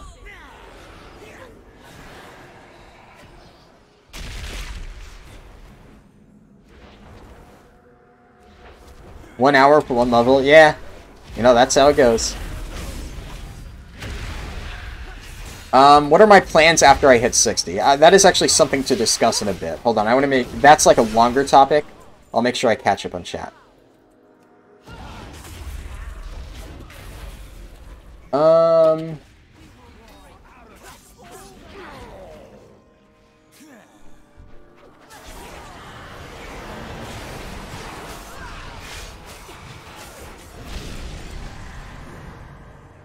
1 second. Yeah, there's RP here, so I can start this and then read. Welcome to the game. Probably dumb question. Are professions something I should be doing? It depends. It really, really depends. Professions in Shadowlands... so you're going to need them to get your legendary items. But you can buy it off the auction house instead. But if you don't want to have to buy it off the auction house, you definitely will save a lot of money by just getting the profession yourself. Also, you know, just gathering professions are always a good way to make money. So it really, really depends. But I would say that it is important. It's not mandatory, but it's relatively important. Yeah, herbalism and mining are good for gold making, 100%. Can you show the reps? That's something that would take me a while. What I'll try to do, so Sayrus, I will try to basically set it up so I can show like each and every rep on like characters for the next stream. So I'll start off the next stream and just explain that. But it's gonna, it would take me a bit to like actually, I don't know, like explain all of it and show it. Why don't I start 50 to 60 by turning in tons of completed quests? Because it doesn't really matter. You need to do this entire quest line. So for people who still don't know, Shadowlands is linear. You need to do the entire quest line in order to get to max level. Or I guess get to endgame content, so to speak. So it doesn't matter how fast you hit 60. It matters how fast you hit 60 and complete the quest line. So you can, like, let's say it was theoretically possible to hit 60 through pre-completed quests. I mean, it's not, but even if it was, you would still need to do hours upon hours of questing in Shadowlands to actually get access to any of the endgame content. Hitting 60 alone doesn't actually finish anything. Does Checkered Flag work for Shadowlands leveling? You know, I have not actually tested it. Probably something worth looking into.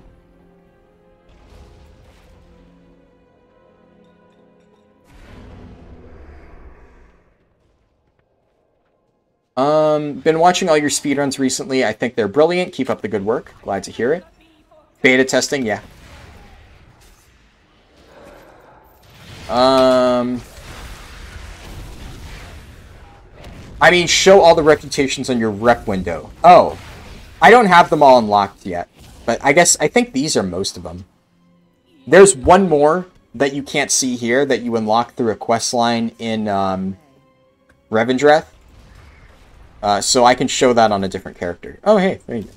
There's the item I was looking for. You don't get a ton from the campaign, as you can see here. Yeah, most you get is for Wild Hunt.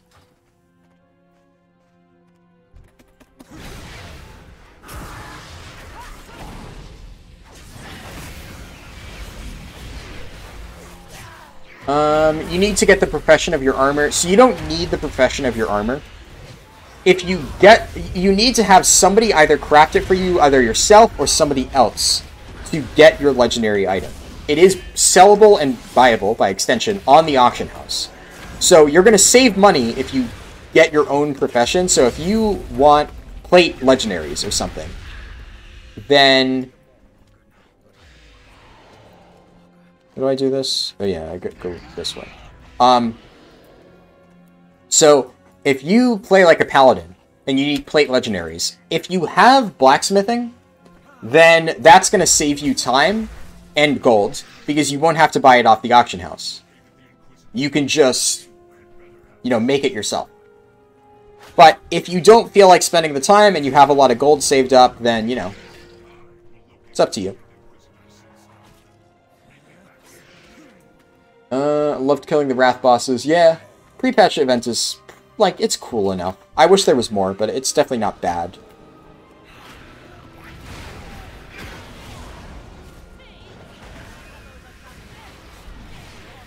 Heard that once you complete the whole thing on one tune, you can skip everything on your alt. Yeah, alt leveling is a completely different story. Alt leveling, you can do it in any order you want. Yeah. Alt leveling is different. It's called Threats of Fate, if you want to look into it.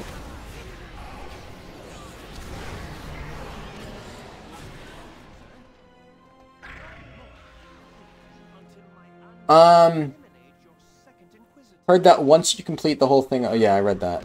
I just got flags 2 weeks ago, and I have 49 stacks left. Yeah, no, I haven't gotten that on this character, so I haven't really tested it. But it definitely is something interesting that I probably should try to test.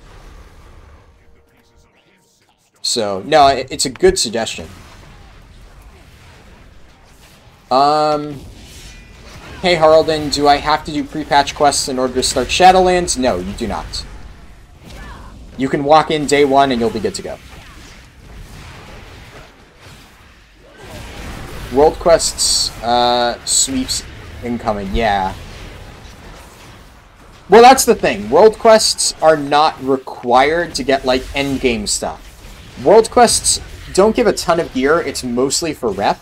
And the gear they do give is based on, like... It's like catch-up gear. So any gear you get from world quests is not going to be, like, stuff that you're going to need for raiding. It's going to be useful for getting your alts up so that you could do mythic dungeons. So I wouldn't worry too much about that. The hardest part, so to speak, about, like, world quests is just going to be the rep grinding aspect of it. That's going to be kind of annoying, but if you don't care about rep for, like, professions and stuff, then yeah. But the main reason you need to get your professions up is really just for the like, or your reputations up, is for the profession recipes. Yeah. No, I mean, that's true. But it's not as mandatory as it was in previous expansions, is what I mean. But yeah, you're right, it is something to do. So I know a lot of people will be farming it. Yeah, that's true. Pathfinder, yeah. No, you're definitely not wrong in that.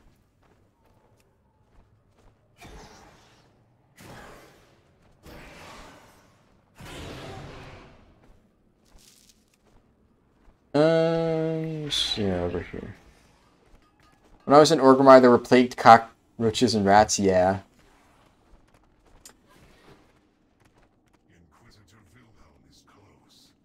What do I... Oh, I see.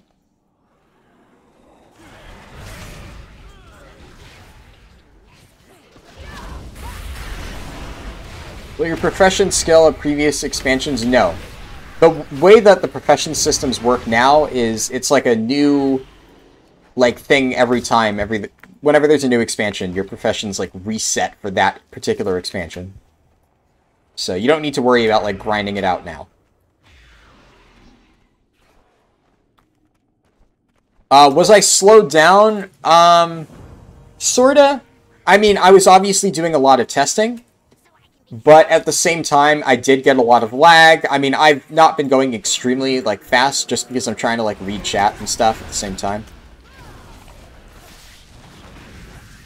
But yeah, I mean, honestly, I don't expect to get a terrible time here. And I'm pretty sure that I can optimize it down to 6 hours, like, in the future runs. I mean, we have 2 more streamed runs after this.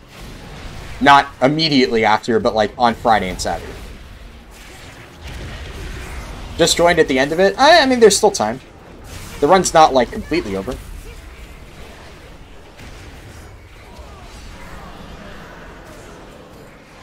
And even if I do hit 60, the point of this run is not to hit 60, it's to finish the quest line. Because that's what you need to do to get to max level content. So there's still a decent bit to go.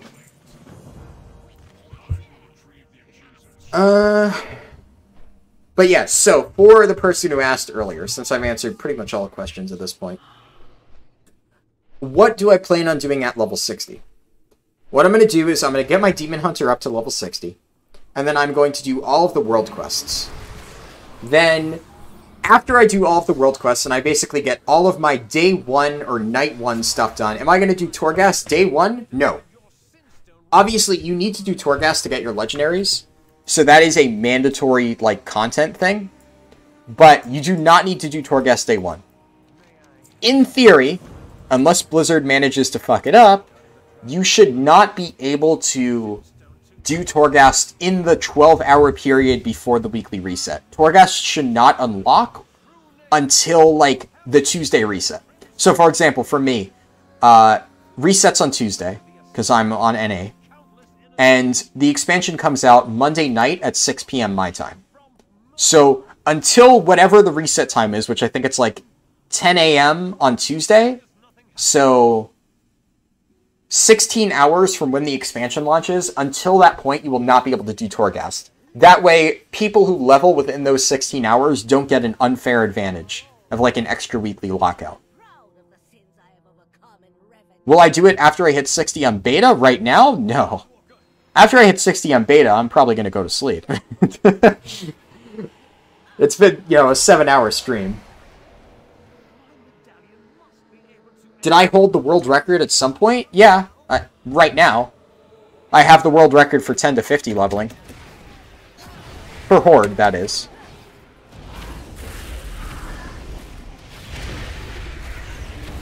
If you're talking about, like, new expansion leveling, no.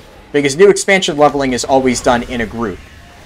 And honestly, it's kind of RNG, depending on whether or not you actually get, like, server issues, which, like, you know, I almost always do. I always have fast times on new expansions, but, you know, it's just how it goes.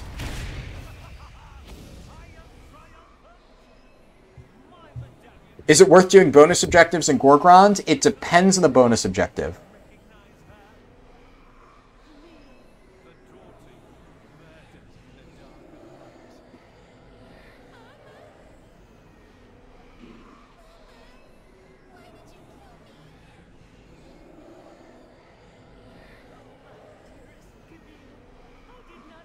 Okay, it might be unlocked, but you won't be able to get your weekly Soul Ash amount.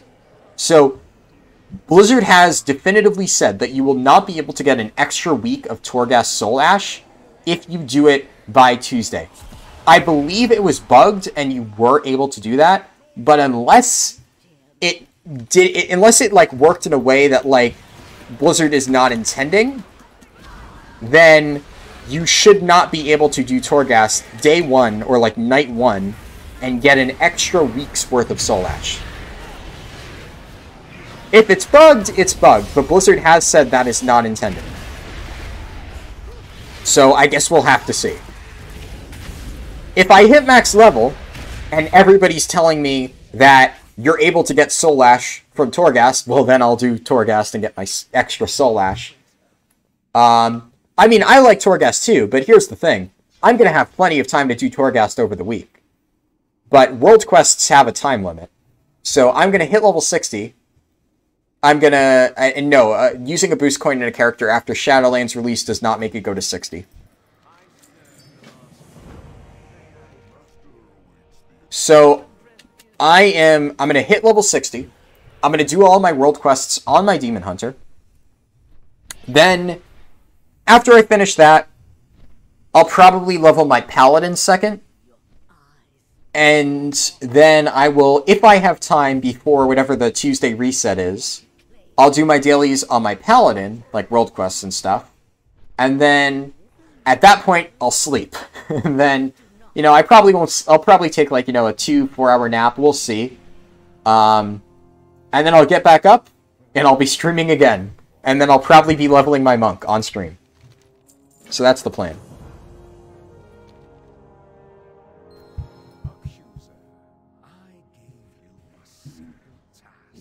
I mean, okay, they wouldn't ban you. I don't know if if Blizzard would ban you for doing Torghast. If they intentionally leave the system to be like, it gives you Soul Ash, I don't know. Because then, like, you know, somebody does Torghast and they just happen to get Soul Ash because Blizzard said that it wouldn't give Soul Ash, and then they do it, and whoops, they got Soul Ash. I mean, Blizzard can't ban you for that. I don't know.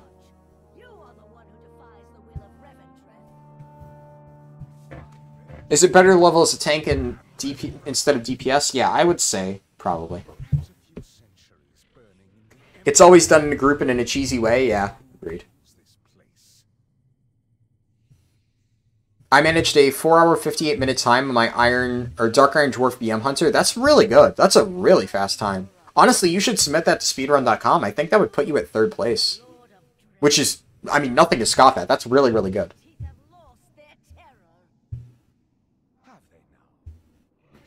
Do I know of any add-ons like Azeroth Autopilot for Shadowlands?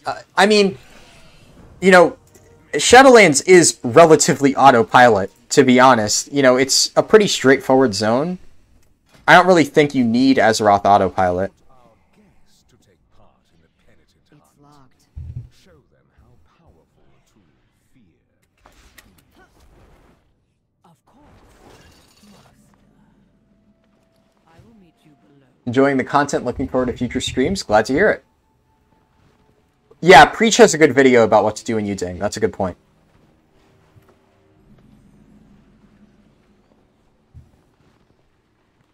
Like, one of the main things Preach mentions is that a lot of stuff, like, you're basically overwhelmed with all these different things that you need to do when you hit level 60. The reality is, most of that stuff you do not need to do until the end of the week. So, one of the only things I really need to do on day 1 is my world quests. Pretty much.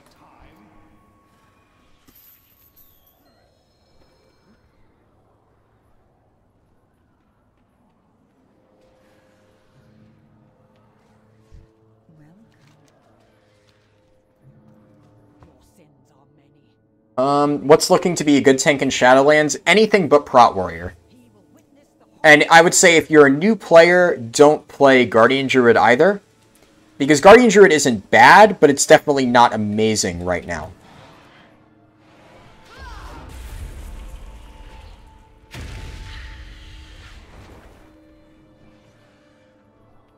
I have to really slowly pull him through. So yeah, I would say if you're new to tanking and you're trying it out in Shadowlands, go Prot Pally, Blood DK, Vengeance DH, or Brewmaster Monk. Any one of those 4 is a really solid tank that's like relatively easy to pick up and play. Heroic Dungeon? Yes, Heroic Dungeon, that too. I'll need to do Heroic Dungeon. Thank you for the reminder. I knew there was something that I was forgetting to mention. Yeah. That's another daily reset thing.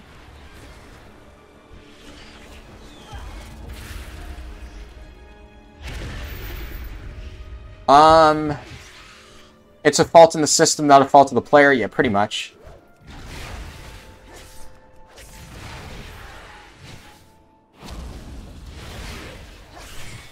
Hello? Is this quest bugged, or what's going on? There we go. Thank you, buddy. Love the runs. Glad to hear it. Oh. That was fast. They won't ban you for some things. They would lose thousands of players.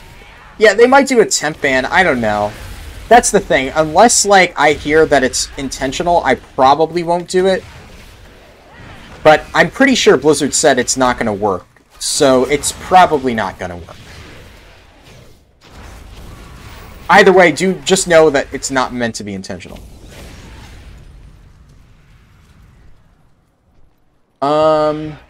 So are monks the best overall class? I wouldn't say they're the best overall class. Brewmaster Monk isn't even necessarily the best overall tank. Yeah, look at this. Rare upgrade at level 59, and it's still not better than my Legendary Cape. This thing lasts a while. But yeah, Brewmaster Monk is a really good tank, but Windwalker is not an amazing DPS, and Mistweaver is generally a mid-tier healer. So I don't know if I would say that Monk is the best tank, or the best class in general.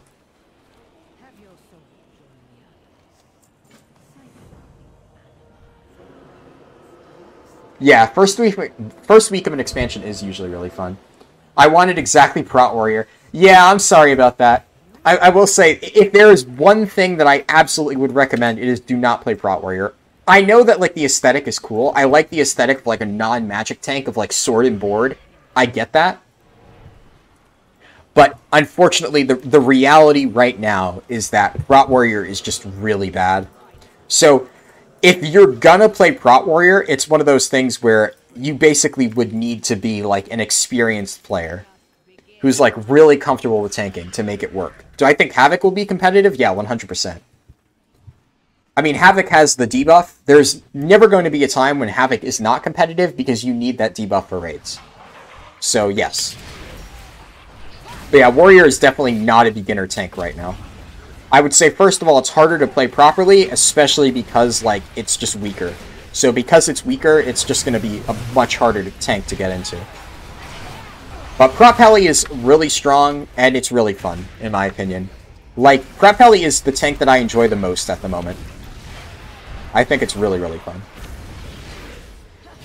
Oh, you've played Final Fantasy? Okay, yeah. Yeah, I will say, if you played Final Fantasy, I mean, most of the basics tend to transfer over. But, yeah, I would definitely say, like, Prot Pally is probably a good one. It's very, like, combo-y. And, obviously, you know, tanks in Final Fantasy are very much more, like, combo-focused. More so than WoW. So, Prot Pally would be a very good option. Demon Hunter is not the easiest tank. That is not true. If you're playing the Fiery Brand builds, Demon Hunter is the easiest tank. If you're playing Spirit Bomb, Demon Hunter is not the easiest tank by any stretch of the imagination. I would suggest leveling as a Prot Pally, personally.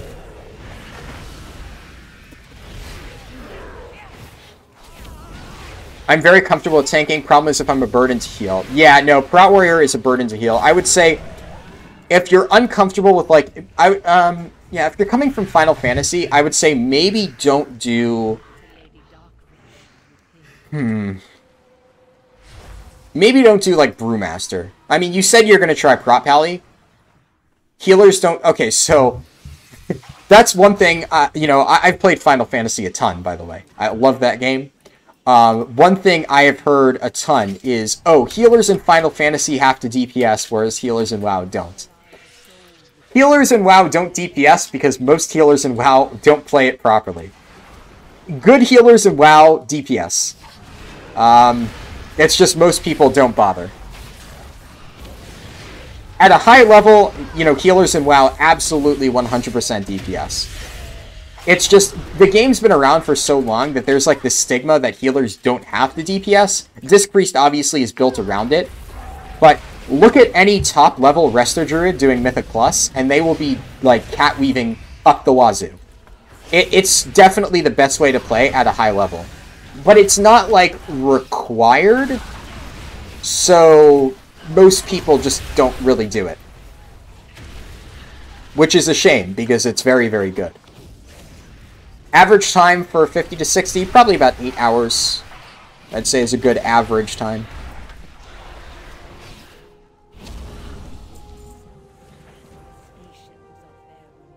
Where is this quest?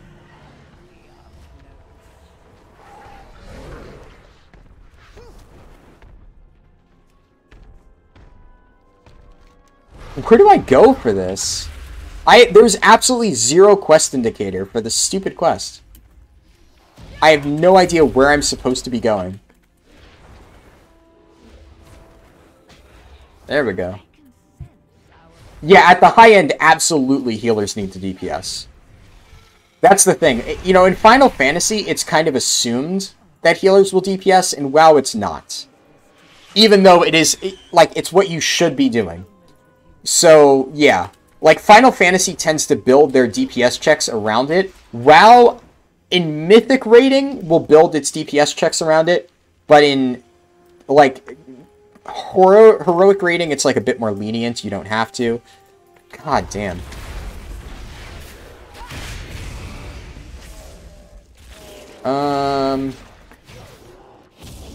Hold on, let me catch up on chat real quick. How long do I think it would take for a decent player to hit max level with friends? Honestly, I would say 8 hours is just a reasonable level. With friends, I mean, if your friends... Like, that's the thing. I don't know how slow your friends are. If your friends are, like, extremely slow, then they're gonna slow you down. But I don't know. I can tell you what a reasonable time looks like. But I don't know. You know, to each their own. Maybe your friends are extremely inefficient and they really drag you down. I can't really say. Best class for Shadowlands? That's a very broad question that has no definitive answer. Best tank? No definitive answer. Best healer? No definitive answer. Best DPS? No definitive answer. So when you say best class, that's even more generic. So, yeah, no. There's no good answer for that. Oh. Door of Shadows. I finally get that now, huh?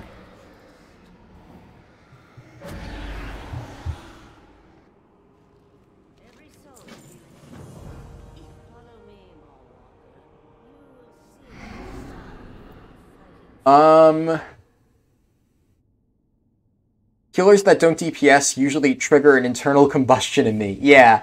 I will say, don't expect it as much in WoW. It is absolutely one of those things that people at the high end should be doing, but you will see a lot of healers not doing it. I've still seen good healers that don't DPS. It's not... Like, I want to say it's required, but I definitely have seen good healers not do it. I don't know. Like, the thing is, in Final Fantasy, the game actively encourages you to do that. In WoW, it's generally one of those things that, like, you basically wouldn't think to do it unless somebody told you to do it if all you've played is WoW and not other MMOs like Final Fantasy. So I can understand why some people may not really naturally just like, oh yeah, this is something I should be doing. So, in Final Fantasy, I feel that. In WoW, it's going to be more common. So, I would say don't, like, expect every healer to be DPSing. It's definitely an unpopular opinion, especially, like, if you're not at the top end. I didn't think heroic rating was considered rating. I mean... I feel like if I said that heroic rating wasn't rating, that would be pretty elitist, right? You know, everybody rates at their own level. Like, obviously, you know, yeah, I do mythic rating, but who am I to say that somebody who does heroic rating isn't actually rating? To them, that's what they enjoy. That's perfectly acceptable. What talents am I leveling with? There you go. I'll leave this up on screen while I kill stuff. If you have a question on why I'm picking one talent over another, let me know. Most of this is relatively straightforward for Vengeance. If a healer does too much DPS and gets aggro, it wipes the group. Yeah, no, threat's not really an issue anymore, like that guy said. I agree with that. White Mage in 14 is funny. You try to spend as little time as possible on healing, yeah.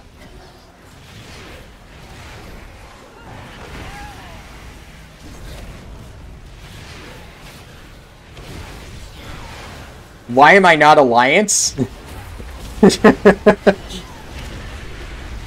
Yeah, let me just faction change so I can get a 10% faster leveling process. Might as well change my guild while I'm at it. I don't care so much about my leveling speed that I'm going to let it decide what faction I pick. If I end up being 15% slower than a player on Alliance, oh well, I don't care. You know, what can I do? You know, it is what it is. It's common enough in 14 that there's a meme around it, honest healers. I have heard that, yes. It's like, I like healer DPSing when it's optional, not required, aka R-Druid, optional, H-Pal required. Yeah, that's fair.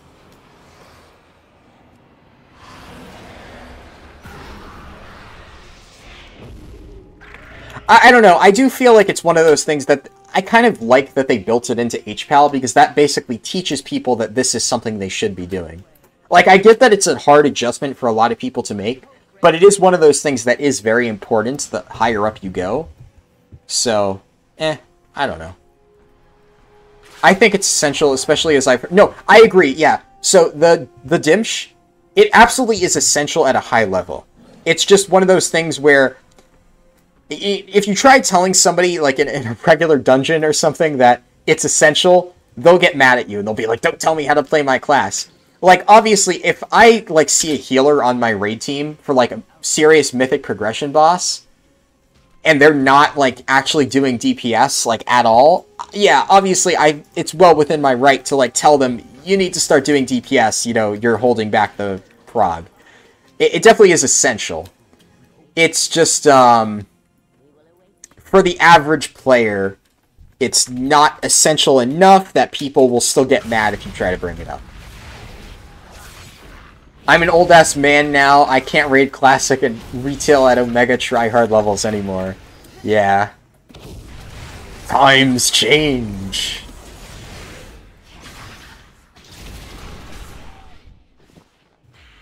FF14 healing is all about minimizing your heals as much as possible. Yeah. I mean, honestly, that's how it should be, right? Like, that's the right way to heal. It's the same thing with tanks who try to slap on, like, endless mitigation. Like, tank trinkets are a trap. I'll probably go and, like, make a tank guide and talk about that specifically. Tank trinkets are the biggest trap that you can make as a tank. Thinking that you should run a trinket that makes you tankier. Blizzard is not designing most fights, except unless you're doing them at, like, a world first or really, really, really high mythic level. Blizzard is not designing the boss fights to require you to have a tanking trinket. Meaning, if you're playing your class correctly, in 99% of content, you should not need a tanking trinket to survive. So, if you're not dead, and you're not making your healers sweat their ass off to keep you alive, then just do damage as a tank. The same thing applies. But so many tanks think they need to minimize every single point of auto attack damage to the minimal amount possible, and it's like, what are you accomplishing? If you're not dead, who cares? And you know, the more damage you deal as a tank, the, you know, less time that you spend taking damage because the mob dies faster. But so many people just, I guess, don't really process that? I don't know. What class do I suggest for somebody new to the game? BM Hunter. Or just Hunter in general. But yeah, somebody else already said BM Hunter. How do I like Shadowlands? I don't love the leveling experience in Shadowlands, but Shadowlands endgame so far, from my testing, is pretty good. And I care more about the endgame than the leveling experience.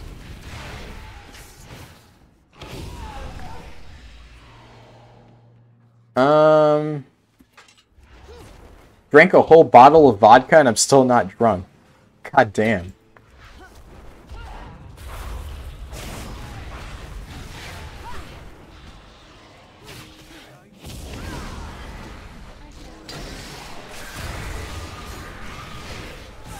I used to DPS as an HPAL before it was a thing.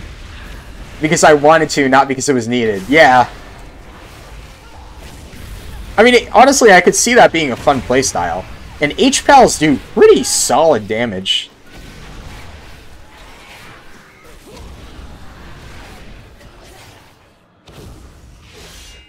It's required to have it on as Alliance? Yeah, kinda.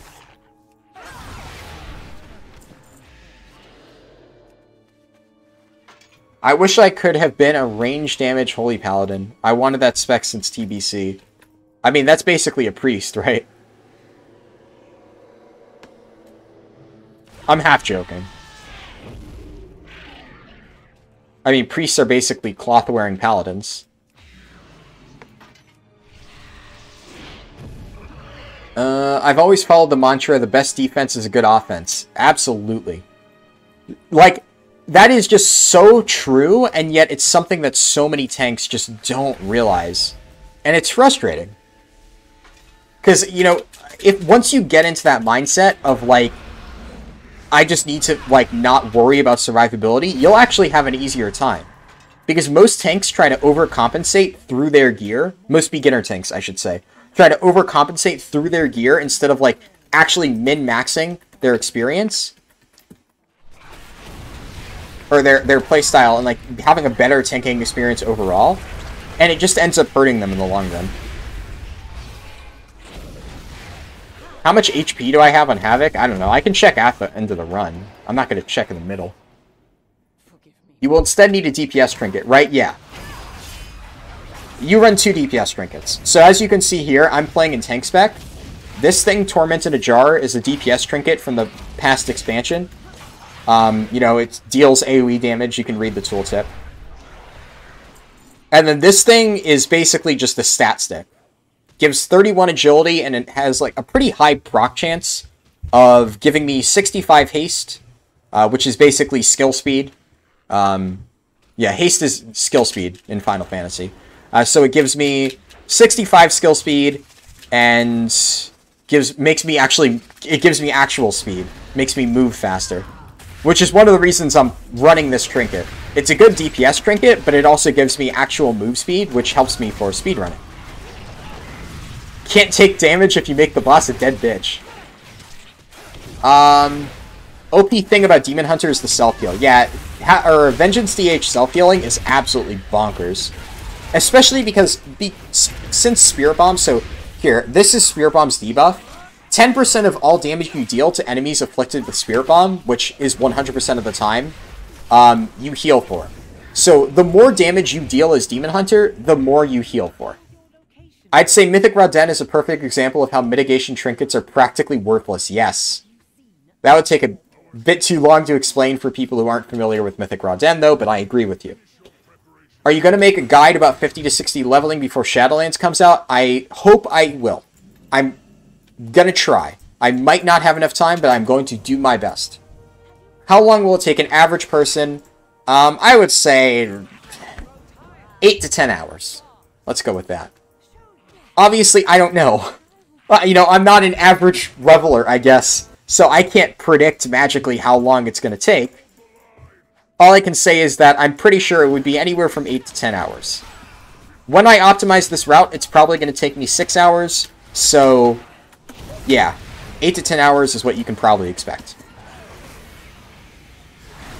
I'm going to big brain this war mode off idea. Why choose war mode on to risk PvP if finishing the campaign is enough to get 60? I mean, no, you're not wrong. Like, you don't need to have war mode on. But here's the thing. If you're going for a world first time, you want to turn war mode on, and then by doing that, it means, well, that's less subzones that you have to do. That's 10% less extra experience you need to get from the subzones. Every bit ends up counting in the end.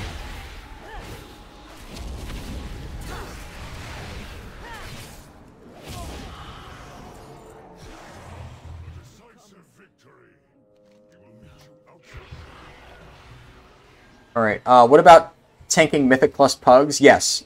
It is always incorrect to use tanking trinkets. The only time when you should ever use tanking trinkets is on, like, the final boss of a raid tier if you're doing it, like, not towards the very end. So, for example, the only boss that I would ever say it's okay in this previous tier to use a tank trinket is on Mythic N'Zoth and this particular trinket.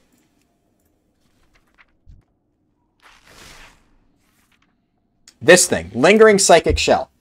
The only scenario where it is a theoretically correct choice to use a tank trinket is Lingering Psychic Shell on Mythic N'Zoth.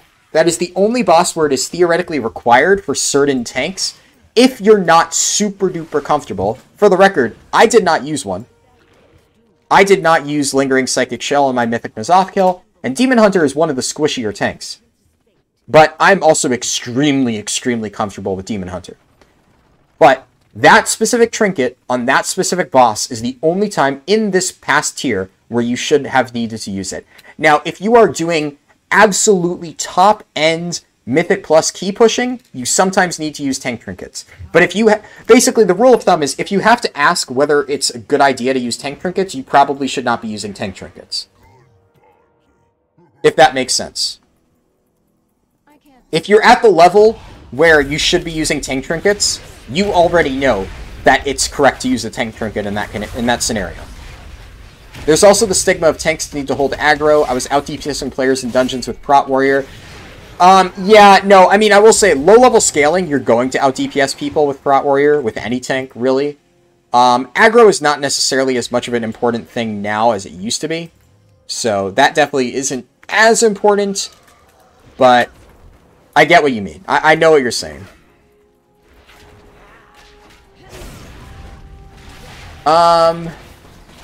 When sleeping when you were opening the portal for Shadowlands, and now I'm here again. Good to have you back. Yeah, I noticed my viewers are slowly climbing, I assume, as people are starting to wake up. Which is kind of amusing. Keep in mind, guys, I'm almost level 60.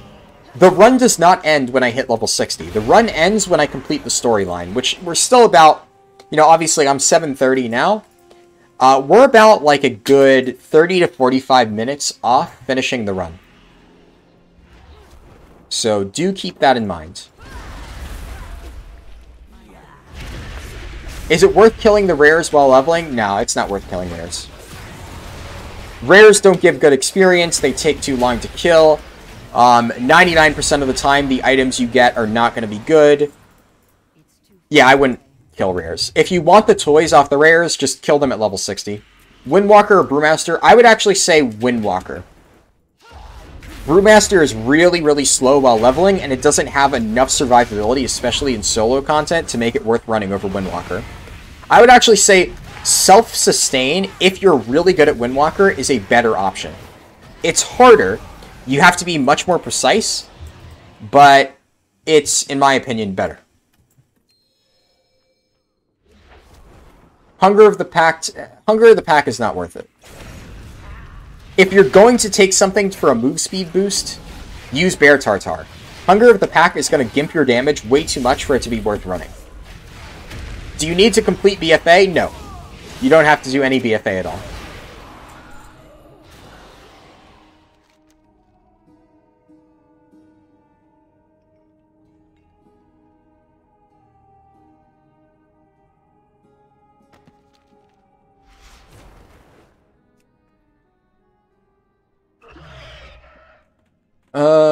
Some PvP skills are also broken. Yeah, so speaking of Windwalker, Windwalker in War Mode is really, really good, specifically because of the talent that makes it so when you use Fists of Fury, you parry all attacks in the front. So you can do some really, really big pulls with Windwalker if you play around having frontal parry with Fists of Fury.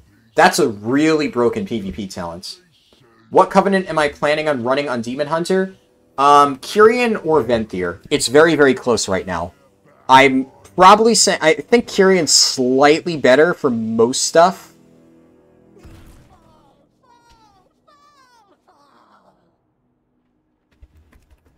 Oh, hey, Broken. I just saw. I don't know what you said. It's amazing for Mythic Plus. Sorry. What do you need to do to start doing endgame content? In order to do endgame content, you need to finish the campaign. That's why the run does not end when I hit 60. The run ends when I finish the campaign. Because that's how you get to endgame content. I solo first boss in normal Nyalotha. Yeah. Demon Hunter is really good for solo content.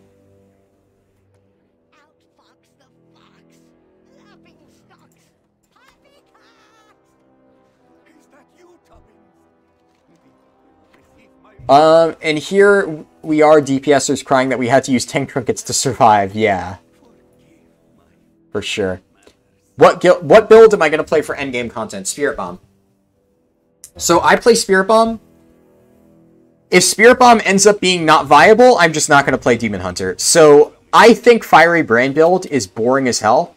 It's technically not good for raids, which is the only saving grace, in my opinion, for Vengeance right now. If Fiery Brand build ends up being good, I mean, I don't know. Vengeance just isn't going to be fun, in my opinion. The build is boring as hell to play. It's such a boring build. So, yeah, I'll play Spirit Bomb builds. And if Fiery Brand build is meta, I just won't play Vengeance. Yeah, I honestly don't care enough to try and play that. I'll just play Prot Pally. I love Spirit Bomb. I hate the other builds. For a while, you probably have heard me saying that I did not plan on playing, Ooh. Yeah, so for a while, you probably remember me saying that I'm not going to be playing Brewmaster. Or, not Brewmaster, Vengeance. That's because for a while, Fiery Brand build was like the... No, Fiery is not the tank DPS build. Fiery is the survivability build. So, the Fiery Brand build is Burning Alive and Charred Flesh. This does not give you more damage than Fallout and Spirit Bomb. This is the damage build, Fallout Spirit Bomb. Burning Alive, Charred Flesh, Agonizing Flames does significantly less damage. But it's really good survivability on multiple targets. So in raids, it's not even a survivability increase. In dungeons, it's actually a quite strong build, but there are people saying that they still think Spirit Bomb is better, which I hope so. But Fiery Brand build is like spamming Soul Cleave and nothing else. Do I think it's worth coming back to WoW? I mean, I don't know. It's up to you. Like, I can't tell you that it's worth it. Like, I think the game is still good, but everybody has their own opinion. I'd say new expansions are generally the best time to give it another shot, see if you like it again.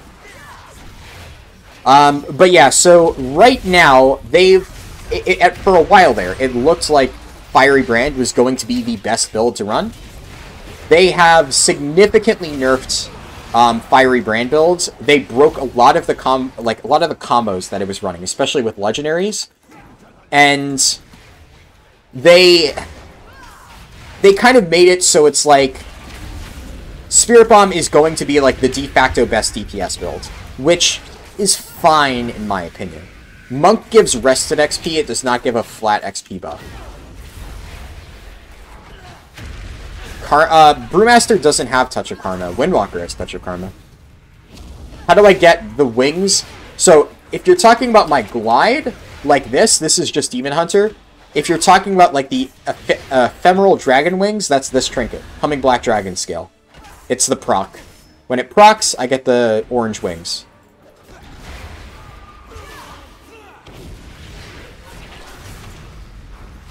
But yeah, so, oh yeah, somebody else I just looked up asked something about Spirit Bomb.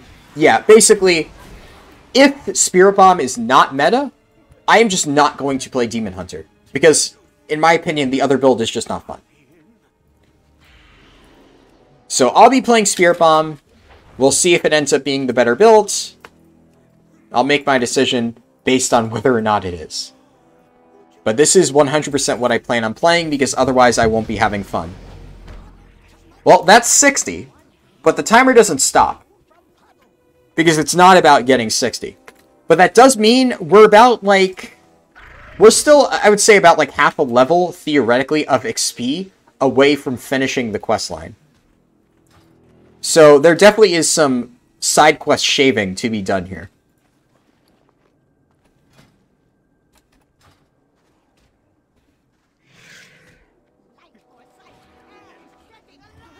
What will I play if not? Prot Paladin. Prot Paladin is... I might just main it either way. I really enjoy Prot Paladin. So, I'm already having a tough time deciding between Vengeance Demon Hunter or Prot Pally as is. So, if it ends up being the case that Spirit Bomb is not the better build, then... well, I mean, my decision's made for me. I just said I'm not stopping the timer. The run is not specifically 50 to 60. It's 50 to 60 and complete the quest line. That's what is important. That's what's relevant for you guys out there. I could theoretically stop the timer and be like, yay, I hit 60. But for everybody leveling day one, what's important is not when you hit 60. It's when you finish the quest line. That's what matters.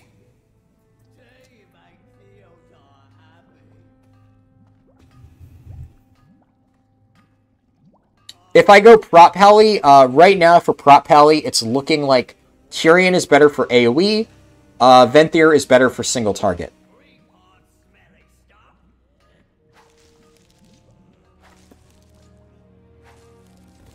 Which is one of the unfortunate things about Prot Pally right now. Because of the fact that your best Covenants are different damage types, please play Prot Paladin. Oh, I will play Prot Paladin, don't worry. I will be playing Prot Paladin whether I main it or not. I always end up playing like 2 to 3 classes significantly. I'm going to be playing a lot of Brewmaster, Prot Paladin, and Vengeance. So even if I don't main Prot Paladin, I'm still going to be playing it a ton. So don't worry about that. And I'll be, like, every single class with the exception of maybe Prot Warrior because it's just not good. Is Fiery Brand easier to play? Yes, but I don't recommend it. It's easier to play in the sense that it has a simpler rotation, but it's also harder to play in the sense that it does no damage, so you're really, really going to struggle to actually hold aggro. You can switch Covenants. So, you can switch Covenants, but not reliably. So if I want to do a dungeon, and then I want to have a different thing for raid, I don't really have the ability to just switch Covenants between my dungeon and my raid. I have to, like... there's a reason why I have 2 of every class. I'm probably going to level 2 Prot Paladins just because I'm going to need 1 for Mythic Plus and 1 for raiding. That's just kind of an unfortunate reality of how it works. Will Fire Mage be playable? I don't know. Maybe. I don't know enough about Fire Mage to really comment on that.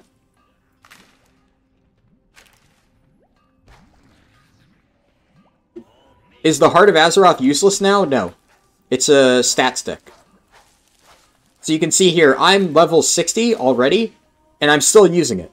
Because 149 item level is pretty good still. Obviously, it depends on how far you've managed to level up your Heart of Azeroth. So if yours is not as high as mine, you might replace it earlier, but it's still worth using while leveling because of just the raw stats on it.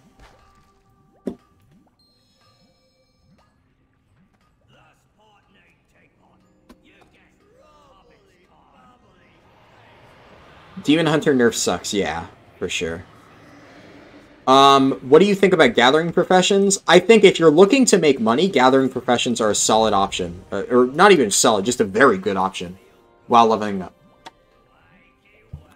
I'm personally not going to be taking them while leveling up because I'm not going to stop to do Gathering anyway because I'm going to be trying to level up fast, but definitely a good option.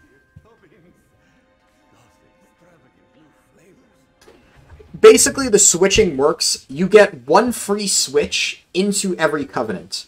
So I can go Kyrian, and then if I decide I don't like that, I can go Necrolord, then I can go Night Fae, then I can go Venthyr. I can do each of those once. You can obviously do that in any order. I'm saying you can pick a Covenant for the first time easily, no matter what. But then, if I want to return to a Covenant, so let's say I start as Kyrian. And then I decide, okay, I want to go Venthyr. And then the next week, I'm like, wait, no. I want to go back to Kyrian. Then I have to do a 2-week-long quest line to return to Kyrian. But at the same time, if I decided, actually, let me try Night Fae, I could instantly swap to Night Fae because at that point, I had never swapped to Night Fae before. The first swap, you can do instantly. The second and, future swaps require a 2-week-long quest line. What item level do the legendaries start at? The legendaries scale depending on what item level of the crafted gear you use to create them is. I'm going to be honest, I don't know what the lowest possible level is, so I'm not sure. I'm leveling my second monk right now because I only need a Windwalker for arenas. So I would actually not recommend playing Kyrian for brew. Kyrian has been significantly nerfed in general. Right now, if you're going for pure survivability for brew, you want to play Necrolord. If you're going for damage and honestly just a good all-around pick, you're going to actually want to go Night Fae. They finally added a survivability component to Phalanx Stomp for Brewmaster. Now it gives you 5% stagger.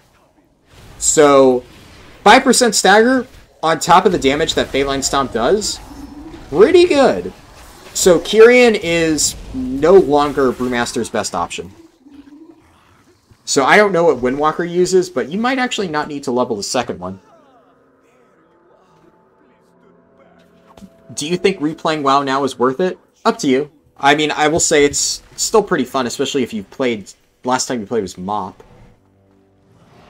Yeah, Azeroth, part of Azeroth traits do not work. So you can see here, this is all disabled, but I can still use my Heart of Azeroth as a raw stat stick. That still works. Trying Vengeance, the rotation is not bad, still used to Havoc. Yeah, Vengeance takes a while to get used to. Spirit Bomb is not the most intuitive thing on the planet, but once you get used to Spirit Bomb, in my opinion, it's a really fun playstyle. It does have like a high skill floor to get into, but also at the same time, it has like a really high skill ceiling, and it's really fun once you like start to master it and figure out all like the intricacies to it. This might be dumb, but what would the difference be between Mythic Plus character and rating character? Mythic Plus is generally AoE focused, rating is generally single target focused. So in Mythic Plus, you're going for either damage or survivability against like multiple packs of mobs, whereas in rating as a tank, generally speaking, you're trying to reduce damage taken from a single big mob or do damage to a single mob. So it's basically two different types of damage. So if I'm fighting against 5 mobs, and I have an ability that does 200 damage to all nearby mobs, well, against 5 mobs, that's 1,000 damage. At the same time, if I had another ability that did 600 damage to a single mob, well, against 5 targets, 600 is less than 1,000. But on a single target, that first ability would only do 200 damage, whereas the second would do 600. So one of them is really good against single targets, but the other one is increasingly better the more targets you're fighting. That's what I mean when I say some are better for AoE, some are better for single target. That's the reality that you're seeing with a lot of different Covenant abilities. 2 questions. How do you compare the quality and quantity of leveling content? I would say leveling content, I don't know. In terms of leveling, there's really not much of a difference between BFA and Shadowlands. They're both pretty boring. Endgame content is the big difference. Endgame content in Shadowlands is much better than in BFA, but leveling, they're both relatively boring.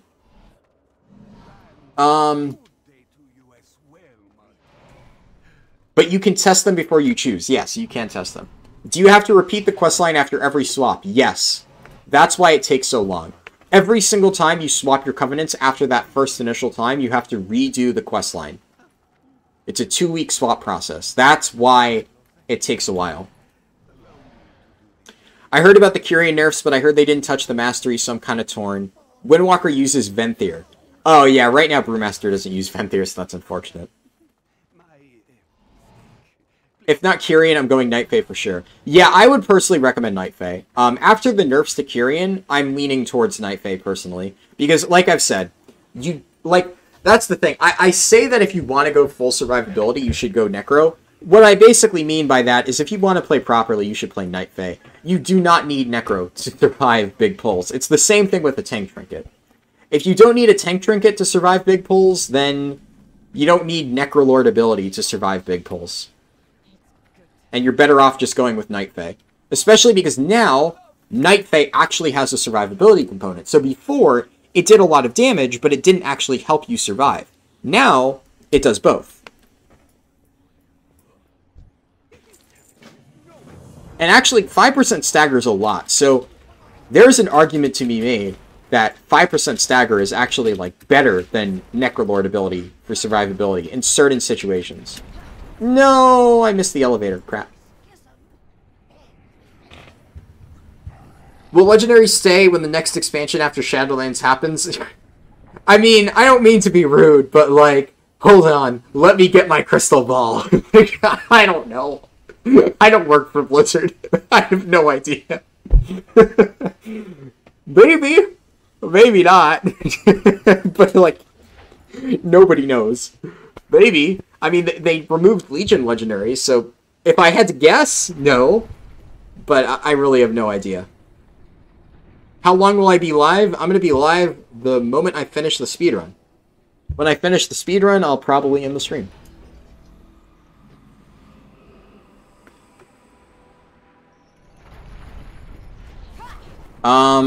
As for how long that's going to take, I'm guesstimating another 30 minutes. It's hard to say. There's not a ton left in the questline, but the part left in the questline can be a bit lengthy. So, I don't know. Is it normal to get to 60 without finishing the story? Yes and no. Honestly, I think you might just be able to do bare minimum side quest content and hit 60. I will say I like the new tuning. It's definitely good. I basically did a bit more side quests than necessary because I thought it was going to be much slower. But I'm happy with this. You're probably going to do like one quest line maybe in Ardenweald or something, and that should be enough to get you there. Now that I know how lenient it is next run, yeah, probably like on Friday, I'm going to try to do it with like literally 0 side quests. Just going through the expansion as fast as possible, seeing how fast I can get there.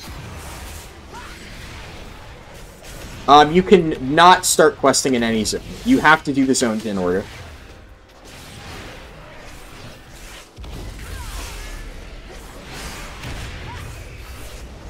I want to ask, as a new player, do you think Shadowlands is casual friendly? Yeah.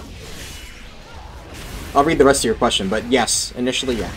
I just started playing the game for like a month, so far enjoying the game. Yes, so a lot of the changes in Shadowlands are actually hardcore player unfriendly.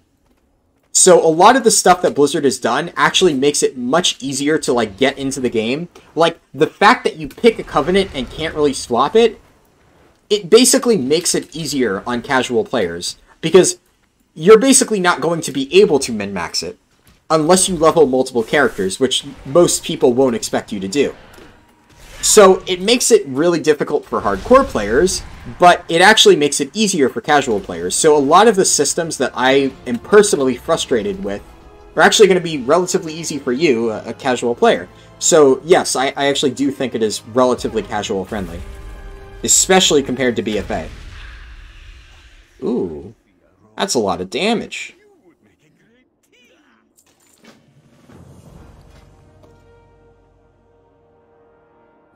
Yeah, let's go with that.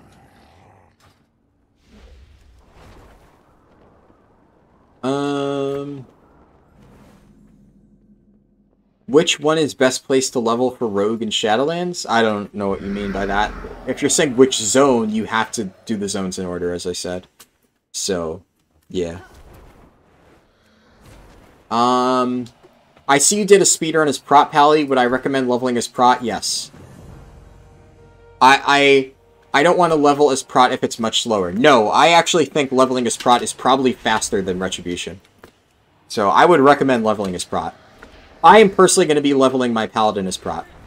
Prot Pally does a ton of damage, and it can do pretty much infinitely sized pulls without dying. Did I change any items before 60? Yes. So I equipped this, which was a slight item level boost over my Azerite shoulders. I got this, which was an item level boost. I got this ring from the end of Ardenweald, and I got these gloves. I also just equipped this, but that was after hitting 60.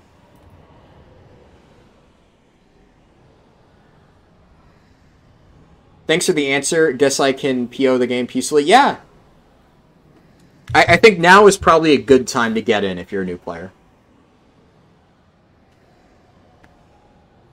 Anyone can join beta? No. Blizzard does a closed beta. So I've had beta for a while. Shadowlands has a ton of really good casual content. That too, yeah. There's a lot of, like, much more laid-back content that you don't need to, like, super min-max, so to speak. Best Covenant for Rogue? I recommend asking in the Rogue Discord, the Ravenholt Discord. I am not an expert on Rogue. All of my information on my Covenant spreadsheet is, like, almost directly taken from the Rogue Discord. The Rogue Discord has been extremely helpful in providing me with updated information, especially if you want to ask someone directly. Fu, in the Rogue Discord, one of the moderators, has been really, really, really helpful in providing me with accurate and like resources and stuff. So, yeah, if you want to know your best Covenant as a Rogue, check the Rogue Discord. They're really good. They're extremely helpful. The Rogue Discord is probably the least toxic and most like helpful and like friendly Discord that I've ever seen. It's honestly, like, the first time I started, like, talking to people in the Rogue Discord, I was like, wait, this is a class Discord, right? Like, you guys are supposed to be, like, super toxic and, like, flaming new players and stuff, but no. They are so chill. They, like, that's the thing. They get really good theory crafting discussions going. And yet, they, I don't know, they're actually nice. Surprising, right? Yeah, no problem. Yeah, that is actually pretty cool. What talents do I use? I'll keep this up on the screen. You can look at my talents. If you have a question about one, just let me know. I don't like that they took away Cancel Aura on Monk Torpedo. Oh, they did? Huh. I never really used that, but that is actually a weird thing to remove. I don't know.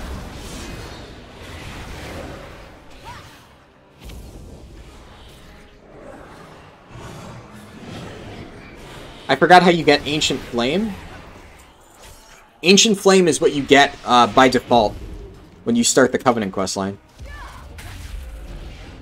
Or the Azerite Essence questline, I should say. Did they not change the Covenant questline to be 1 week? Okay, so here's how the Covenant questline works. You have to do a 1 week lockout wait thing.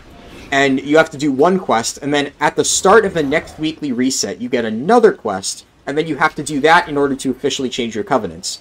So it's technically 2 weeks, but like, let's say I start the quest Monday night, right before the weekly reset. Then if I finish the first quest Monday night, and I do the second quest right after the weekly reset, then it only takes 1 day. But you have to wait a full weekly reset, so in effect, it takes 2 weeks to change your covenants. That's what I mean when I say it takes 2 weeks.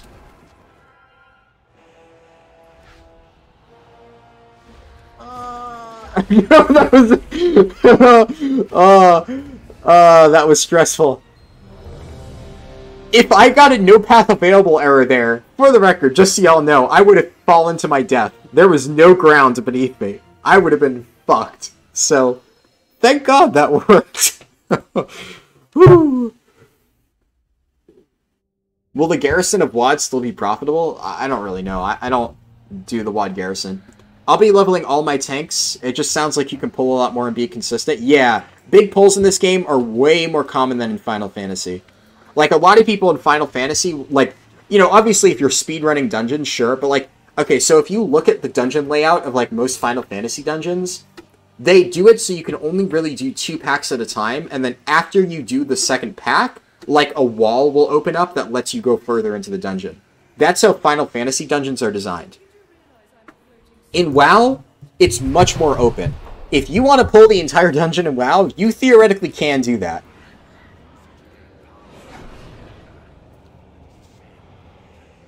Why do I have to keep questing after I hit level 60? In order to access the endgame content in Shadowlands, you need to do the entire questline.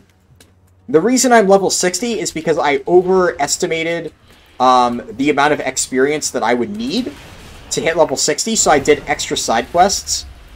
Normally, I would try to aim to be level 60 the moment I finish the quest line. But yeah, like, everybody, thoughts on... I actually haven't looked into 5.4. I'll have to look into that. So I actually don't know. I didn't realize they put out patch notes for it.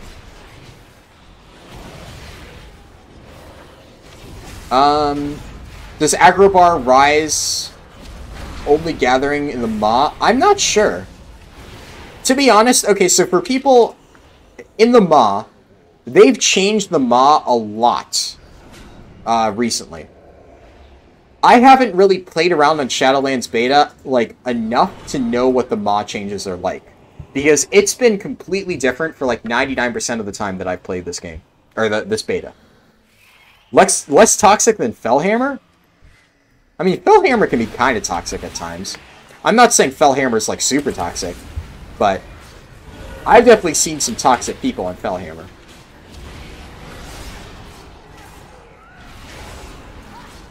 Will Ancient Flame still be viable? I mean, Ancient Flame's going to be viable for another, like, 4 days, right? Now, as you can see here, all of my essences are disabled in Shadowlands, so... Don't worry about Azerite essences. They're going away soon anyway. What was the 60 time? About, like, 7 hours, 35 minutes? Yeah, around there.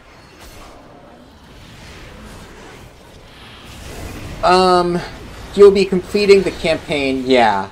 You can't choose a covenant, you can't do any endgame content until you do the entire questline.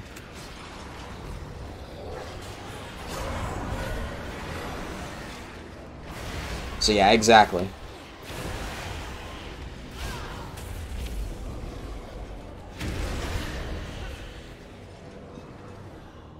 If you're Alliance using POTS, blah, blah, blah, blah, blah, and you know the proper route, there's a campaign-only route. Oh, I'd imagine, yeah. If you have enough XP modifiers. I don't doubt it.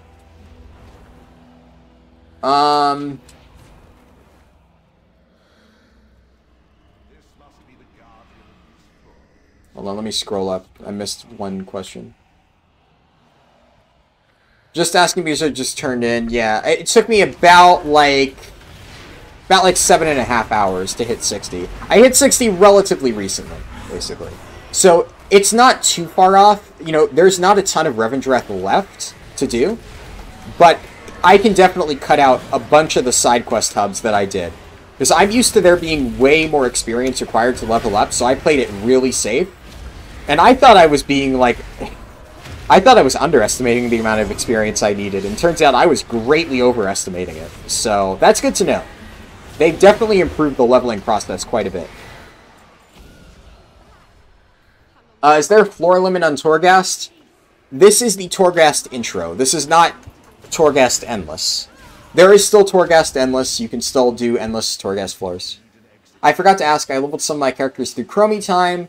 No, you do not need to do BFA at all to unlock Shadowlands. You could hop straight into Shadowlands without ever touching BFA. Don't worry about it. Do you have to do the full campaign in every alt? No. The first playthrough, you need to do the entire campaign. On alts, you have a system called Threads of Fate, and Threads of Fate lets you level up by doing, like, whatever you want. And it also lets you level up by doing world quests, which is an interesting little difference. That's something that they haven't had before in previous expansions. So, first character I do will be through the storyline, and then all subsequent characters will be through world quests. Best not leave them all like that again. It may undo your existence.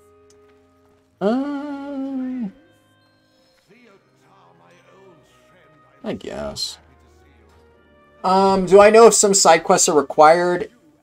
Okay, so here's the thing. Yes. Specifically in Revendreth. So, if you don't care about getting a really fast leveling time, and you want to be a bit efficient with it, a lot of the, like, Order Hall upgrades, or Covenant Hall upgrades, for the Venthyr, are locked behind side quest lines within Revendreth. So, for example, while doing the Venthyr thing, you'll eventually unlock a mirror teleport network throughout the zone, and in order to get that, you need to first research a technology in your order hall, and at the same time, you need to do a side quest line in Revendreth. Now, when you unlock it, it'll send you there. But at the same time, you could just do that side quest line while leveling up, and then you'll instantly have access to your mirror teleport network when you unlock that research. There are some other things like that specifically within Revendreth. So, I probably won't cover that because that would take me a really long time, and it's not really efficient for leveling up. But I would recommend looking into that. There's probably a guide somewhere. Maybe I could show it at the start of one of my streams before I get into it. Throat's starting to get sore. That's what happens when you talk for 9 hours straight.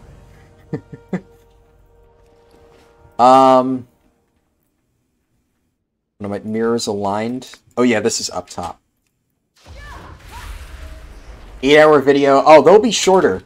So I'm doing 2 more 50 to 60 streams. One on Friday and one on Saturday. And they should be way more optimized than this one. But yeah, so TLDR, what I was saying before. If you do plan on going Venthyr, look into the quest lines that unlock your, like, order hall bonuses. And I would say do those instead.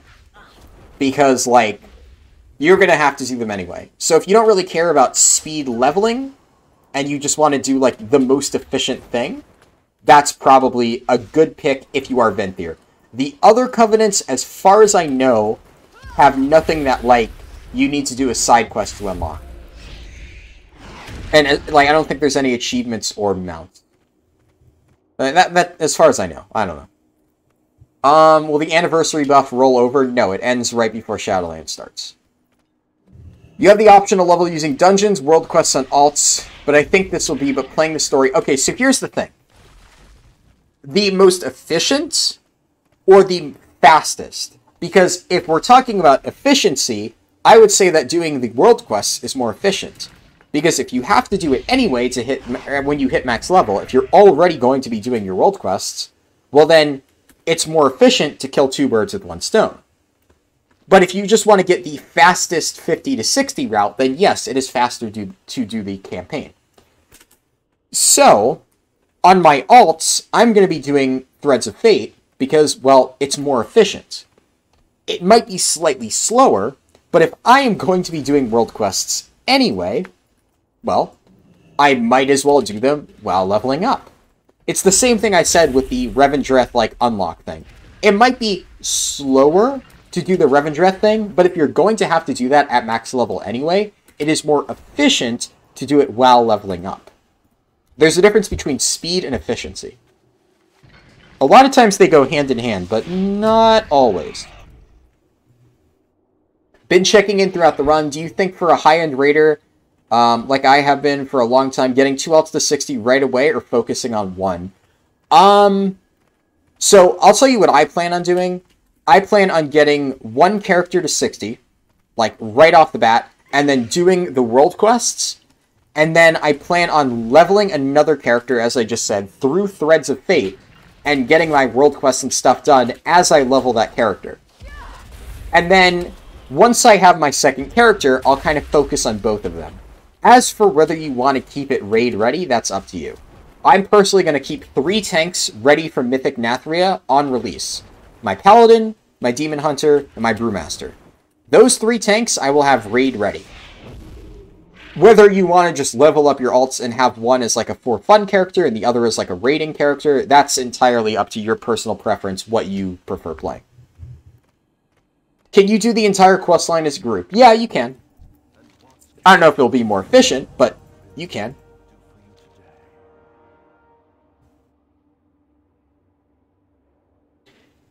Do I play any other MMORPGs? The only other MMORPG right now that I play pretty frequently is Final Fantasy XIV.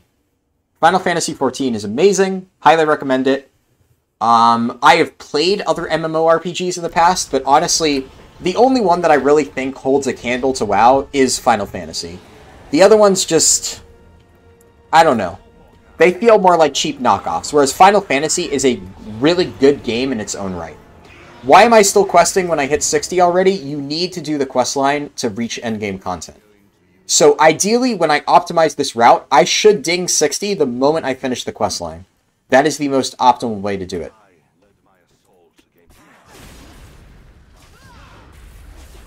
I'm leveling 12 tunes before raid. Absolute mad lad, dude.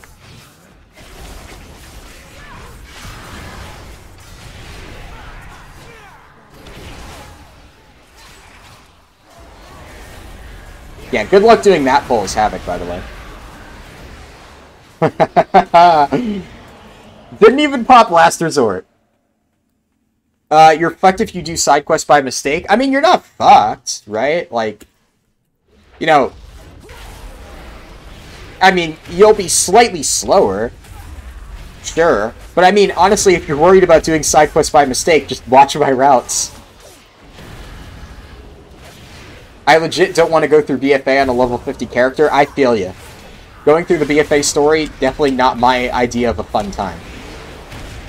I saw there's like a campaign thing. Okay, so the way that Torghast works now, for people wondering, Torghast has basically set floors that you can do, which will give you your Soul Ash for the week. So if you want to get your weekly Soul Ash, you do the, like, basically floor brackets for Torghast. Then, if you want to do Torghast Endless, which is purely for fun, for, like, unlocking cosmetic stuff, you can do Torghast Endless. It's a separate game mode, so to speak. I'm going to be leveling Demon Hunter for all 3 of my runs. I know a lot of people probably want to see different classes, but I am planning on playing Demon Hunter, so it's what I'm going to be practicing personally. I don't even think Demon Hunter is the fastest, for the record. It's just what I plan on leveling, because I have the most gear on my Demon Hunter. So, it's not like my route is going to be at, like, an unrealistically fast time. It's a pretty reasonable time. Oh, wow, caught you live on EU? Nice. Does that mean on an alt I can do that leveling type and start farming mats without actually leveling? Yeah, you should be able to. 8-hour video worth watching. Oh yeah, answer that. Did you get to test the World Quest leveling path? I have not gotten a chance to test it. I might mess around with it, like, off-stream and let you guys know how it goes. I don't think it would be really interesting to watch. Obviously, I'll be streaming it when Shadowlands comes out, because I'll be doing that for alts. But I'll test it off-stream. I'll let you know how efficient it is. But they released it, like, relatively late into the beta cycle. By then, I still wasn't interested in leveling, because I haven't done leveling testing until just now, because they finally normalized the experience amounts. Before, they just were always fucking with it. And I can't really properly test it if they're constantly changing the experience values. I think I will level fast because of my trinket that gives me a speed boost every time it procs. Yeah! Humming Black Dragon Scale, very good.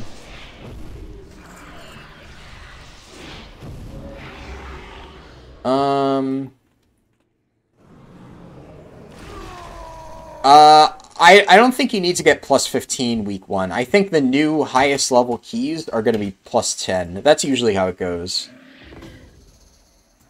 Can I get the transmogs of another Covenant if I've already locked it? I don't think so. I haven't tested that myself, but I'm pretty sure you need to be of that Covenant on your specific character if you want to use that transmog. I'm pretty sure that's a restriction. I'm not 1000% sure, but I think. But don't quote me on it. I think Medivh's Godbook goes into... I don't know what that is. I mean, I do my own testing, you know. I make my own leveling guides, so... yeah.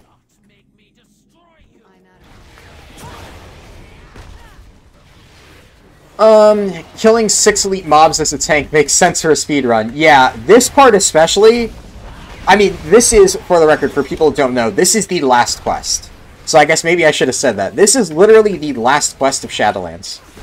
Of the leveling process. Once I finish this scenario, time ends. So, obviously, yeah, for the big time save for the leveling process to be on the final scenario for Vengeance, I mean, yeah, you know, whatever. But Vengeance is still really good in subtle ways. It's obviously, there's a lot of pulls where it's much harder to see that Vengeance would be better than Havoc, but I still recommend it. I'm more happy to see that your Demon Hunter runs since that's what I'm playing. Oh, cool. Yeah, I just know, like, you know, I'm sure a lot of people would want me to try out different runs, but first of all, the nice thing about doing 10 to 50 speedruns is because you start at, like, a baseline of, like, no gear, you know, it's easy to show what the ideal way to level that character is. But, like, if somebody wants me to show, like, leveling, like, hell, even leveling a Paladin, I cannot show an efficient Paladin speedrun, because despite the fact that I plan on playing Paladin, my Paladins right now are not geared. I don't have a ton of gear from Ny'alotha on all my Paladins. So it would be really inefficient and not very accurate if I were to show that. The only other class that I could maybe give like an efficient leveling route for would be like Monk. But Monk is just really slow, honestly. Brewmaster does not do enough damage to do some of the pulls I'm doing on my Demon Hunter, and Windwalker isn't bad, but it also just doesn't have the survivability for a lot of these pulls. And like I said, I'm playing Demon Hunter. I'm streaming this so you guys can see, but I'm also doing testing for myself at the same time. So, you know, mix of both. I have a Shadowlands boost. What class do you think it's worth using on? It really depends on what you like. If you give me, like, a role, I can try to tell you. Like, if you like tank, I would say Prot Pally. If you like DPS, who knows? I mean, there's a lot of different options. If you like healer, I also probably am not qualified. So really, I would say, I can only give you a qualified answer if you like tank. If you like tank, I would say Pally. I enjoy Pally right now.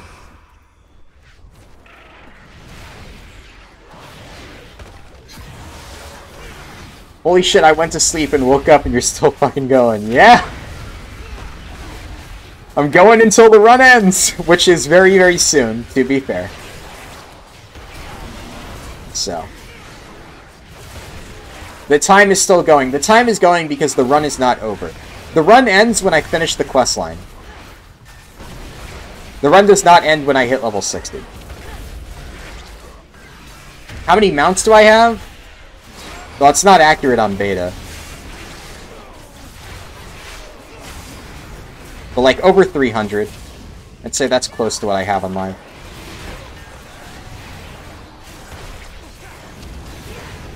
Ooh, that really was well timed. Yeah, and then I think you talk to him. There's a cutscene.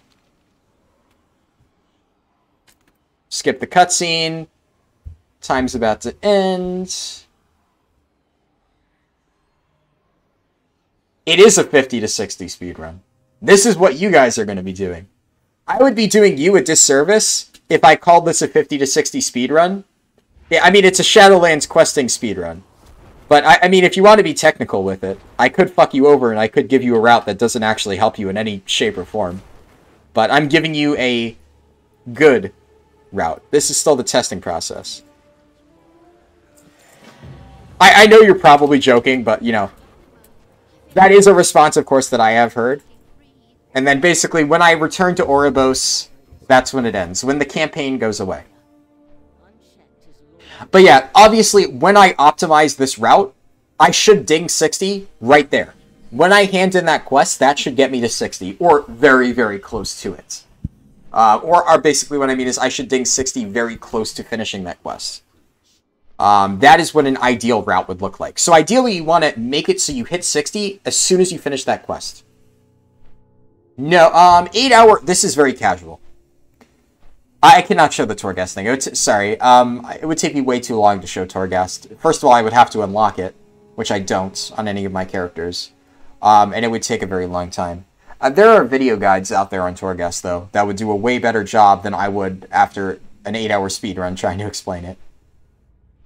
So 8 hours is what you can expect for, like, a semi-fast pace for like a casual run. I would say for your initial run through, if you're going at a relatively casual pace, expect 8 to 12 hours is a realistic time. Is it hard to unlock? No, but it's just time consuming, and I just finished a 9-hour stream. I'm kind of tired. Yeah.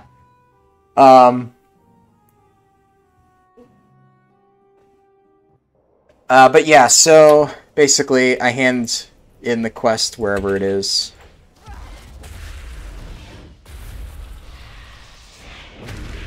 Which I'll be cutting pretty much all of the Bastion side quests. I'm pretty sure I'll be doing Ardenweald side quests mostly.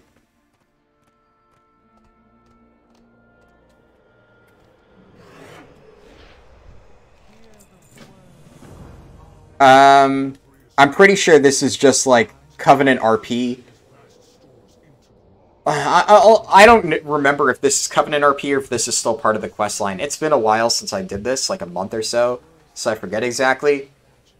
I'll just include this in the timer. It still says campaign here, so whatever. Until it tells me to pick a Covenant. It's basically done. This is like the end of it. When it tells me that I need to pick a Covenant, that's when I'll stop the timer. I feel like that's a good number. So basically, for people who don't know, I'm going to try to get this run down to 6 hours. I think 6 hours or 5.5 hours is an obtainable time. I know some people have managed to get that.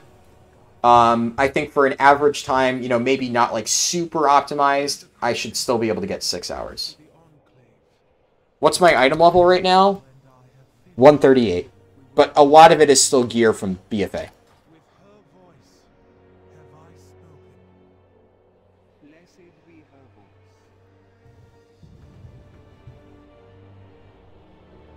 Yes. I will give you a written guide in Google Docs.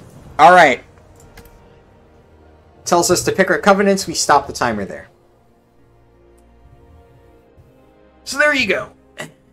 8 hours, 20 minutes to do the entire quest line and hit 60. Ideally, like I said, you'll want to do both at the same time.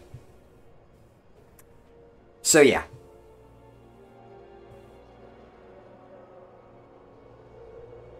Alright, let me catch up on chat. A little annoyed there was an alert from YouTube. Sometimes YouTube is kind of weird with that. I really want a paladin, but I'm new. Do you think it's hard? Is okay to start play tank? I don't think prop pally is that hard, especially if you're leveling as prop pally. If you're doing dungeons, it could be a bit tricky. But yeah, okay, so for the guide, one thing I can say, 100% I can guarantee that I will have a written guide out. I will make a written guide for the route. You will have that. That much, like, yeah. I'll make a written guide. That much is easy. The hard part is probably going to be making a video guide. So, video guides take a lot of time in order to edit and stuff like that. So, I'll try to do it. I mean, I'm not going to be doing anything on Sunday. Well, except prep for the, actual, day of release. But I have free time on Sunday that I'll probably use to try to do a Shadowlands 50 to 60 video guide. But I will say it will not be as in-depth. It'll probably be like a 10-minute video that just gives a quick summary of this is what you need to do to efficiently level. That's what I probably plan on doing. And then I'll maybe go into a bit more detail in the written guide. Hey, Haraldin, sorry about not joining. You never have to apologize for not joining. No, I'm glad to have you here, whether you showed up late or if you even aren't able to watch. A lot of people have told me that they prefer to watch my speedruns at 2x speed on the replay. If you're watching the speedrun on the replay, I appreciate you watching it too. Even if you couldn't make it here live. Just appreciate that you're watching it and that you find it helpful. That makes me happy. I want to keep my exposure to a minimum until it comes out. No, that's understandable, yeah. I can understand not wanting to have it spoiled for you. Do you think Holy Pally will be good for Mythic? Yeah. Oh, absolutely. Every single healer right now is viable. Holy Priest is probably the worst. But it's still viable. It's just, comparatively speaking, worse. But Holy Pally looks really good right now. I'm watching this at work. Big ups for putting it on YouTube as Twitch's proxy blocked at the office. Oh, nice. Huh. Yeah, no, all of my streams and stuff will be on YouTube. Just Twitch isn't really my thing. I already have an audience here. Might as well continue with it.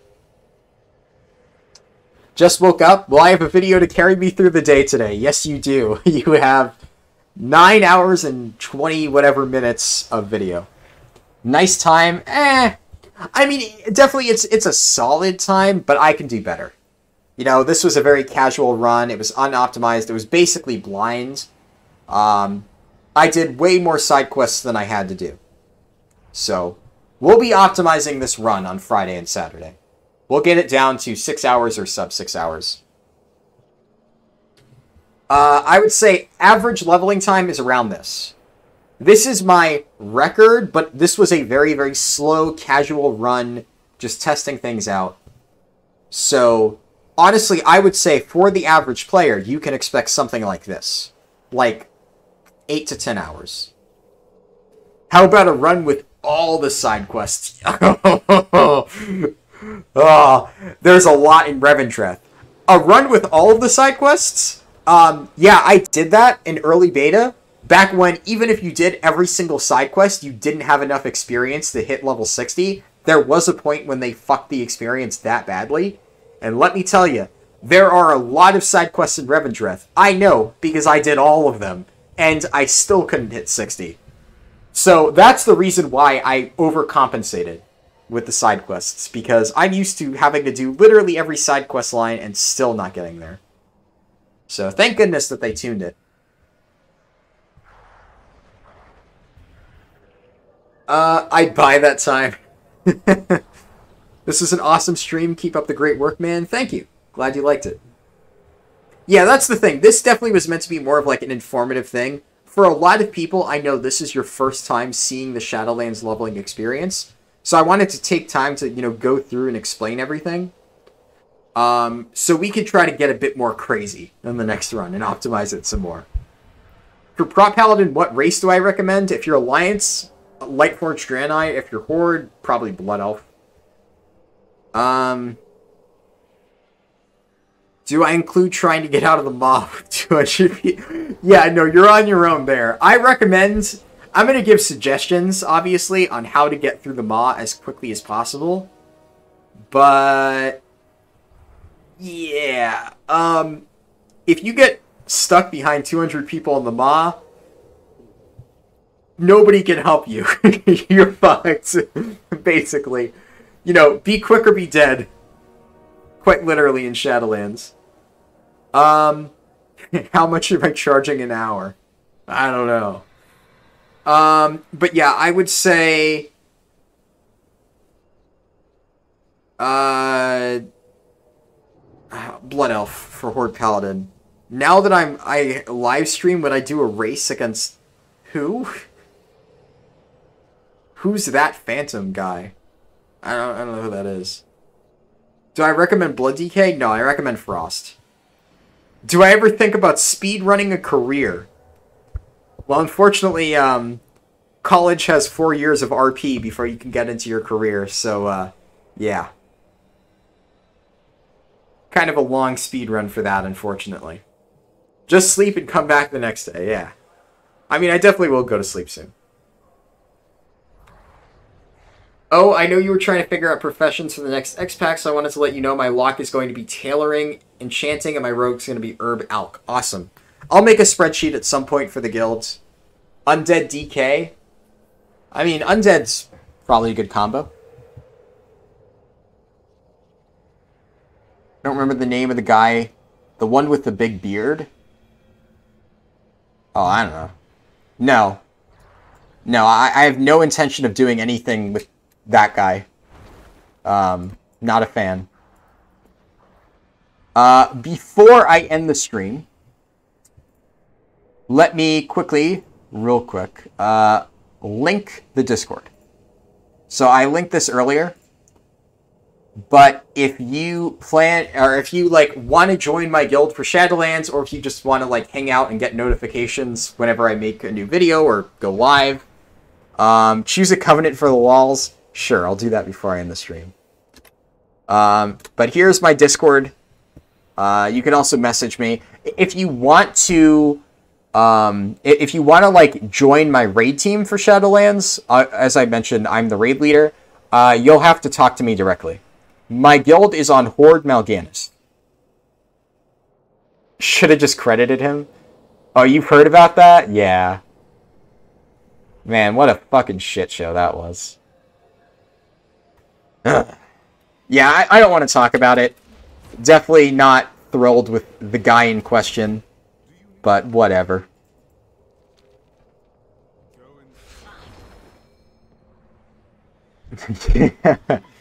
Yeah.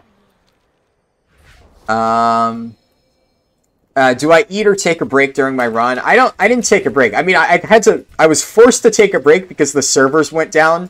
So I took a 5-minute break to make coffee and get like pretzels and shit. But yeah.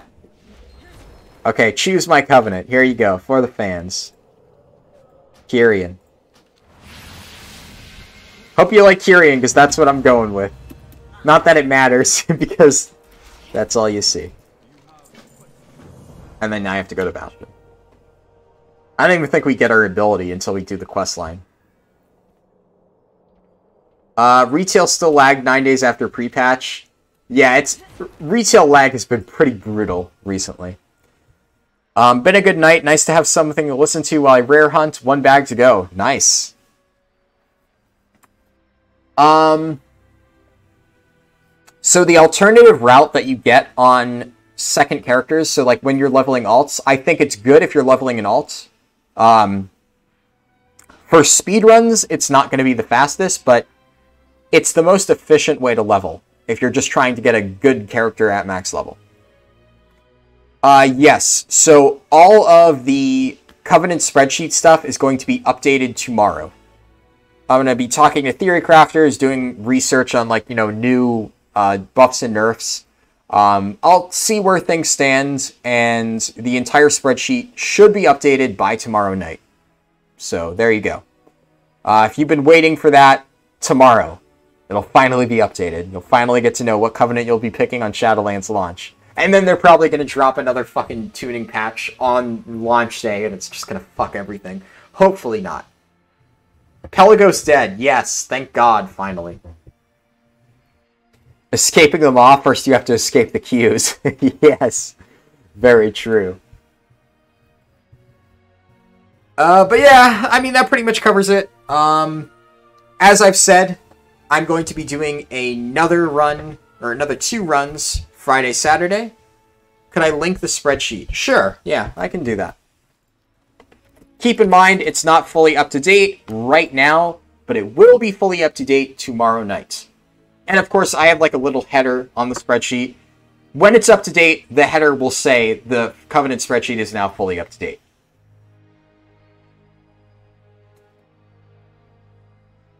So here you go. This is the Covenant spreadsheet made by yours truly. What time is the next run? It's going to be Friday at the same time. 7 p.m. EST. Maybe I'll do it slightly earlier. We'll see. I'll figure it out. These runs do tend to be a bit lengthy, so... And I know some European people have been asking me if I could start them a bit earlier. We'll see. I'll think about it. I'm going Maldraxxus on my rogue unless they mutilate it. As far as I know, it's not... Well, I was going to say it's not BIS, but I know they've done a ton of changes to rogue. I don't think it's bad, though, so... But that's the thing. What I've always said, pick the Covenant you want to play. If you're willing to take the damage hit, as long as you're comfortable, if you're like, I'm going to be the best Maldraxxus rogue out there, I'm not going to turn down the best Maldraxxus rogue out there if they manage to be one of the best DPS. I take the best DPS. Started watching this and went to sleep, and I'm waking up and you're still screaming. Well, you made it in just at the very end. I'm basically ending the stream now. Answering the last questions, linking some stuff, Discord server. I guess real quick, just if you want to message me, if you're not interested in just joining the Discord server, but you still want to like add me or something, that's my Discord tag. Feel free to shoot me a message. I normally take like, I don't know, like a 30-minute break after streams, and then I get around to answering all the messages. So I will get to each and every message. If you send me a message, I will respond.